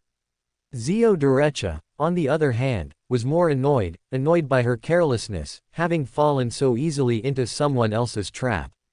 She was also heartbroken that the big job she had finally landed was about to fall through. Avon sat opposite them, taking in their expressions, and roughly guessed what they were thinking, secretly chuckling to himself. Both of them were still too naive. Just as Derecha was struggling, wanting to speak, Avon spoke first. "All right, don't think too much. This is your first time encountering this type of mission, so mistakes are normal. The most important thing now is how to remedy the situation." Derecha's eyes lit up. Avon hadn't declared the mission a failure, she still had a chance. "I gave you the task yesterday at noon. Besides renting this house, did you do any other investigative work?" Avon asked Derecha. "I personally followed Zarel and found that most of his time is also spent on his detective work. From yesterday until now, he has looked for cats twice, caught an adulterer once, met 3 clients, and found several children who help him gather information. To be honest, I haven't found him engaging in any espionage activities. His activities can be said to be all related to his detective work, making it difficult for people to suspect him." As she spoke, Derecha handed Avon the report she had dictated and Furs had written. She had originally planned to have someone deliver it at Braveheart's bar tomorrow, but it was better to give it directly to Avon now. Avon flipped through Zio-Durecha's latest investigative findings, primarily focusing on the subjects of Zarel's detective assignments and the children who helped him gather information. Zio's work was effective. In just one day, she had roughly figured out the identities of several of Zarel's employers, as well as the names of those children. Avon saw a description of Ian Wright among them, about 15 or 16 years old, with bright red eyes, wearing an old brown overcoat. Zio-Durecha had also specifically noted after Ian Wright's description, he might be deeply trusted by Zarel and helps Zarel manage the other children. From this perspective, Zio had brilliantly completed her work. Avon believed that as Zio-Durecha continued her investigation, Zarel's surroundings might soon be thoroughly understood, provided the impact of stepping into this room's trap could be eliminated. While listening to Zio-Durecha's account, Avon also finished reading the materials in his hand. He closed his eyes and pinched the bridge of his nose between his eyes, thinking about what to do. Not long after, Avon opened his eyes and said to Furs and Zio, who were staring at him but dared not disturb his thoughts. There are two ways to eliminate the impact of falling into this trap. One is to immediately find out which bank the lawyer used to transfer money to Zarel's account. I believe, given Zarel's displayed caution, the lawyer most likely only met him once, and he was disguised. Therefore, the transfer of rent would not have been face-to-face, but rather through a bank account. If I am not mistaken, if a long unused account suddenly receives a sum of money, the bank should send a letter to the address on file for inquiry, so Zarel wouldn't even need to go to the bank to know someone rented this room. So, you could find this bank and ask them not to notify Zarel that the account received money. However, there are significant hidden dangers in doing so. As soon as Zarel discovers you monitoring him from this room, he can immediately confirm that he has been exposed, because ordinary people do not have the ability to interfere with bank matters. Furs and Zio-Durecha listened to Avon's proposed solution, exchanged glances, and once again confirmed that Avon's family definitely had money and power. Someone without money or power would never come up with such a method. Ordinary people would never think of directing a bank to do things, because in the eyes of ordinary people, any bank is a big shot. Moreover, when Avon considered this method, he clearly focused on the potential repercussions, rather than how to make the bank comply, which further indicated that in Avon's mind, getting the bank to cooperate was not difficult. Avon continued to ponder possible solutions, not noticing the two people opposite him exchanging knowing glances in a brainstorm, or rather, he noticed but didn't care. The other option is to use this report you drafted today. You can quickly investigate all of Zarel's detective assignments and look for leverage you can use. For example, this one, a commission to help a lady find evidence of her husband's tax evasion. The client hopes to find evidence of her husband's crime and subsequently send him to prison. This is not normal. The wife's family is wealthy and powerful, so there must be an inside story for her to do this. You can find a way to reveal this matter to the husband and take on his commission. This way, you will have a legitimate reason to monitor Zarel. The downside of doing this is that from then on, you will basically be in the open. Zarel will know of your existence, and he may constantly test you and engage in a battle of wits with you. But the biggest advantage is that he will not suspect that his identity has been exposed. I'm giving you the right to choose which method to use. Which method do you want to adopt? Furs and Zio-Durecha exchanged glances, understanding each other's choice. They both wanted to choose the second method, because they were unwilling to admit defeat and withdraw on the first day of the mission. The first method carried too high a risk, and they were not confident they could keep it hidden the entire time. However, Zio-Durecha still had concerns and asked cautiously. If we adopt the second method, it will be difficult for us to continue investigating Zarel's potential spy network. After all, if he knows of our existence, he will surely be on guard against me and will also reduce the frequency of his activities. Avon smiled after hearing this, knowing they had chosen the second method, and explained without deliberately concealing anything. I have already hired another experienced person to do the peripheral cleanup work. If you choose the second method, you will also be helping him attract Zarel's attention. As for whether Zarel will reduce his activity frequency, there's even less to worry about. You should also know that the kingdom's ironclad warship, the Pritz, has officially been launched and commissioned into the Navy. This has already triggered a new round of arms race among the North Continent countries, and spies from all nations are acting frantically. Zarel will be no exception. From the report you submitted, I believe Zarel should have also received orders from the Fasak Empire to gather intelligence on the ironclad warship. After Avon gave Furs and Zio final instructions on the details of their future actions, he left the apartment building. Again, due to Golden Gaze, no one noticed his presence. When Avon returned home, he found that Robert had returned before him, but was currently washing up in the bathroom. So Avon curiously asked Mr. Hope, "How come you two are back so early today? I heard you usually don't come back until after 11 p.m. Mr. Hope prepared the clothes Robert would wear after washing up, while smilingly answering Avon's question. Mr. Robert won a big victory in the parliament today and is very happy, so he came back early. Oh, what kind of big victory? Hearing Hope say this, Avon grew even more curious. Actually, it's nothing much.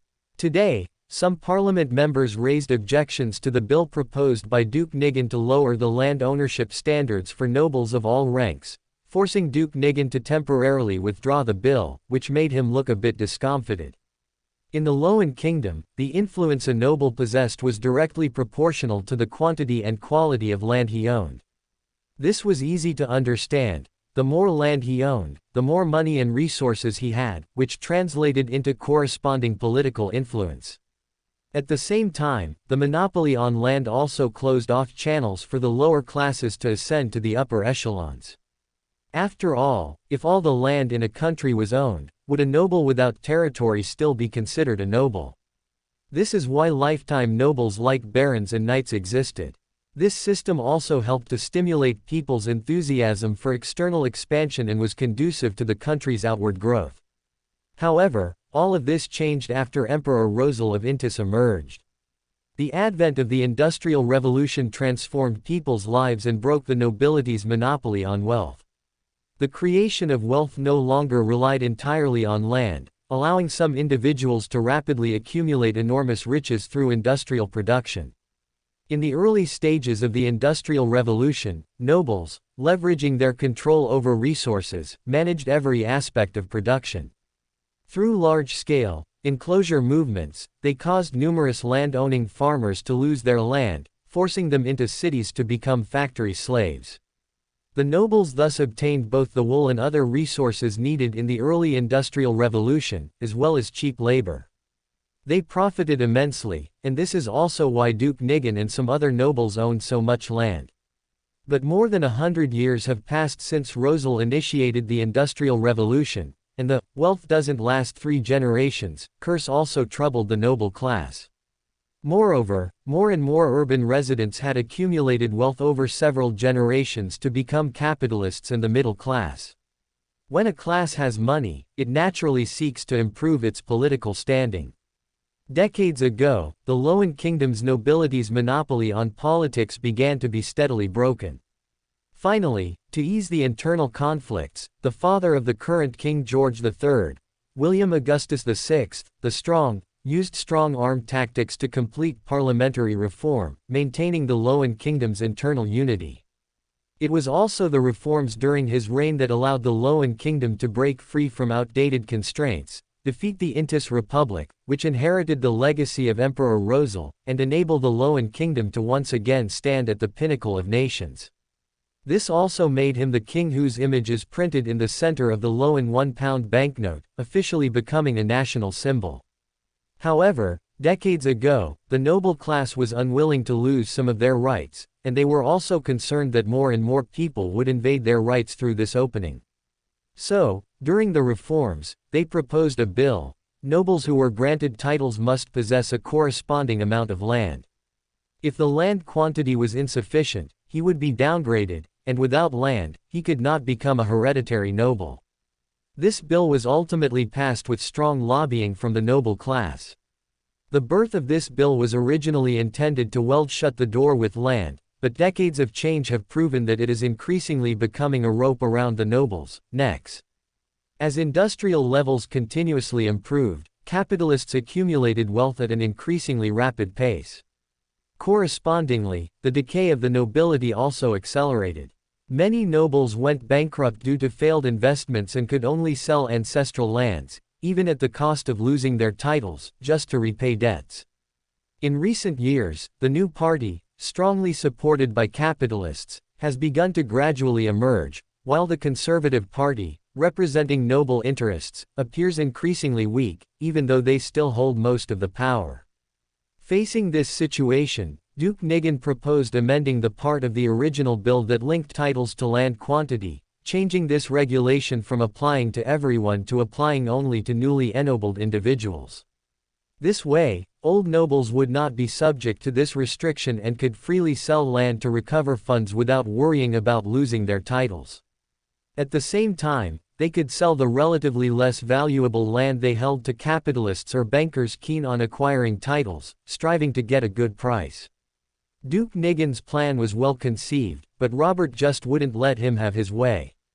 Ever since Robert pushed for the repeal of the grain bill, Duke Nigan and Robert had almost fallen out, and since then, they have been mutually displeased. The Horn family's recent lawsuit against Earl Ahua for illegally transferring inheritance rights definitely had Duke Nigan's shadow behind it. And Robert was not one to be trifled with. If you act first, I'll act second. During this time, Robert pretended to be overwhelmed, allowing Duke Nigan to lower his guard. But today, just as Duke Nigan proposed the bill, preparing to muddle the waters and push it through, Conservative Party members pre-arranged by Robert suddenly defected. When the Parliament asked members to vote by name, one by one, Conservative Party members and new party members stood up and cast dissenting votes, making Duke Nigan's scalp tingle. He used his right as the bill's submitter to withdraw the proposal mid-session, avoiding further embarrassment, the bill being rejected. Today was a shocking day for LotM politics. Robert simultaneously gathered Conservative Party members and new party members, successfully ambushing Duke Nigan and demonstrating to everyone that he, Robert Horn, was not a soft persimmon to be manipulated, and that his leading the repeal of the grain bill last year was not luck. His influence was still slightly less than political heavyweights like Duke Nigan or Earl Hall, making him unable to independently push for the passage of a bill, but he could prevent a bill from passing. From today on, Robert Horn began to possess a veto power in the Parliament. No bill could be passed without his approval. Moreover, Robert also used this form to display his influence, making others wary when confronting him in the future. Finally, it gave marginal members another option. Members who wanted to change the status quo would actively rally around Robert. Listening to Robert boast triumphantly about his victory today, Avon couldn't help but sigh inwardly, realizing his brother truly wasn't an easy opponent. At the same time, Avon also had a question: how could Robert have such great influence? If he had such great influence before, how could Duke Nigan, a veteran politician, have been completely unaware and allowed Robert to succeed in his sneak attack? Robert saw Avon's doubts and proactively asked, "What's wrong? Is there anything unclear about what I just said?" Avon didn't hesitate and directly asked Robert, wanting to know the answer. Robert knew Avon had discovered the problem and, pleased, burst into laughter. "You're right, I don't actually have that much influence. I just made Duke Nigan mistakenly believe I did and scared him off." Avon hadn't expected to get such an answer. Robert burst out laughing again when he saw Avon's surprised expression, then explained to Avon, "I actually just pulled a trick. I secretly persuaded some members of Parliament to oppose this bill, and today I had them arrive at the Parliament early and take seats in the front row." Speaker Daniel, who presides over the parliamentary vote, has a habit of often calling on members of Parliament closer to him to vote first, and for fairness, he alternates between calling on Conservative Party and new party members of Parliament. "Because I had communicated with them in advance today, the members of Parliament who opposed this bill arrived at Parliament early, so they all sat in positions close to the Speaker." In the end, Speaker Daniel indeed called on one Conservative Party member of Parliament, then another new party member of parliament, and a string of no votes directly stunned everyone.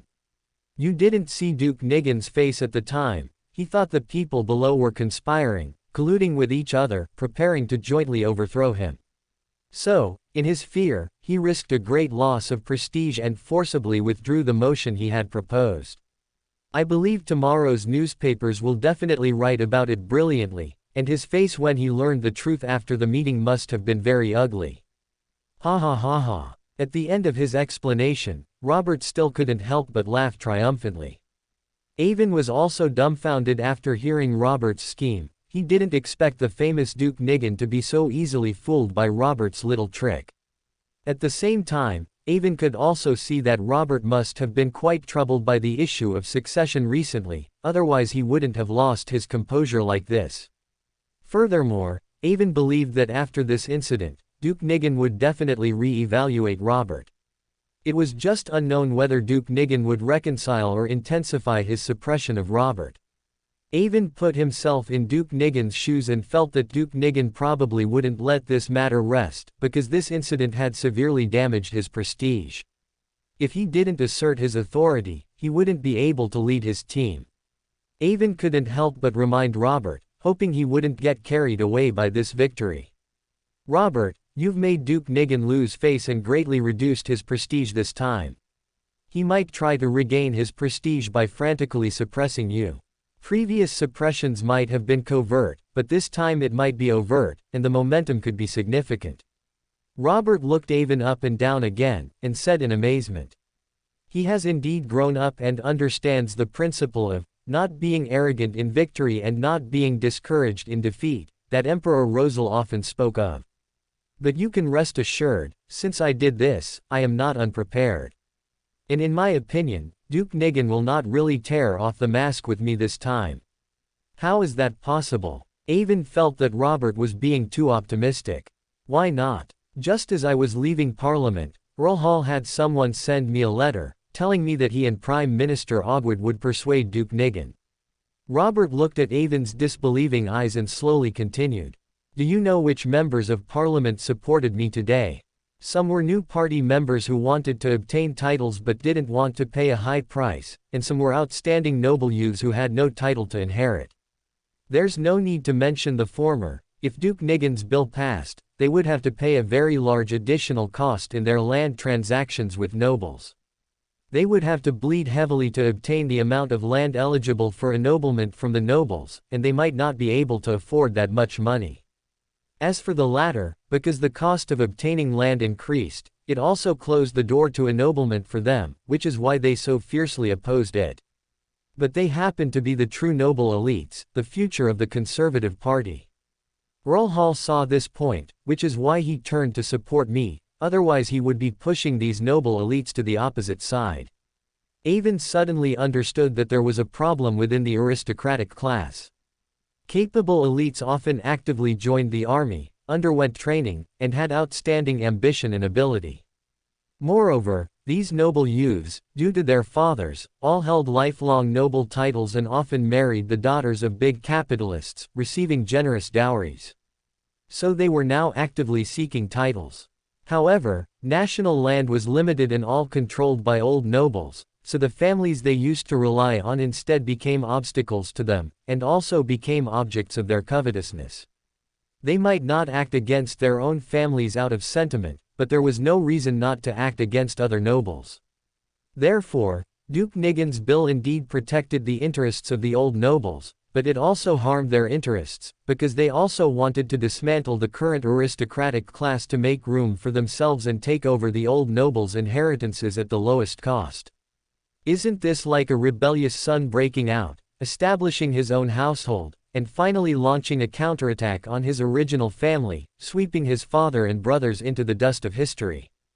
Avon couldn't help but mutter to himself, and at the same time, he asked seriously. Last year, when you led the abolition of the grain bill, was it also this group of people who supported you behind the scenes? Of course it was. Everyone in Parliament has one vote. How could a junior member of Parliament like me, who has only been in Parliament for a few years, single-handedly abolish such a major bill? A few years ago, when I entered Parliament, I found that all the good positions were occupied by a bunch of old guys. They only treated me as a so-called future star and wouldn't let me be the decision maker. Whenever I was brave enough to take on responsibilities, they would look at me with surprised eyes, as if they were all saying, "Young man, you're still a bit green, train for a few decades first, and then you can take over when we retire." A bunch of old fogies were there, ranking by seniority and being smug. So I found some young members of Parliament who were in equally awkward situations and united with them to first abolish the grain bill, cutting off a portion of the old nobles' income, to show them our strength. If Duke Nigan dares not compromise this time, I will, along with these members of Parliament, collectively withdraw from the Conservative Party and establish a new party to do things ourselves. Duke Nigan always talks about the future of the nobility, the future of the Conservative Party, and we are the future. Let's see what he will do this time. Listening to Robert's impassioned words, Avon felt as if he was meeting his brother for the first time, because in the original owner's memory, Robert was always a calm and experienced figure, but he didn't expect him to have such a radical side. It was understandable that others wouldn't let him be the boss and wanted to train him a bit. But Robert's thought process was different from others. Since there was no position for him, he would get rid of the people in those positions. That way, there would be empty positions. Now Avon could somewhat understand Duke Nigan's feelings. What kind of person was this? However, thinking about Robert's deeds in the southern continent, it was understandable. After all, a common experienced person would not be playing games like capturing generals and flags in this era. For more thrilling fanfiction stories like this, check out my channel Fanfic Audiobook. Dive into epic adventures, mysterious realms, and legendary journeys brought to life through immersive storytelling. Don't forget to like, share, and subscribe for more amazing audiobooks.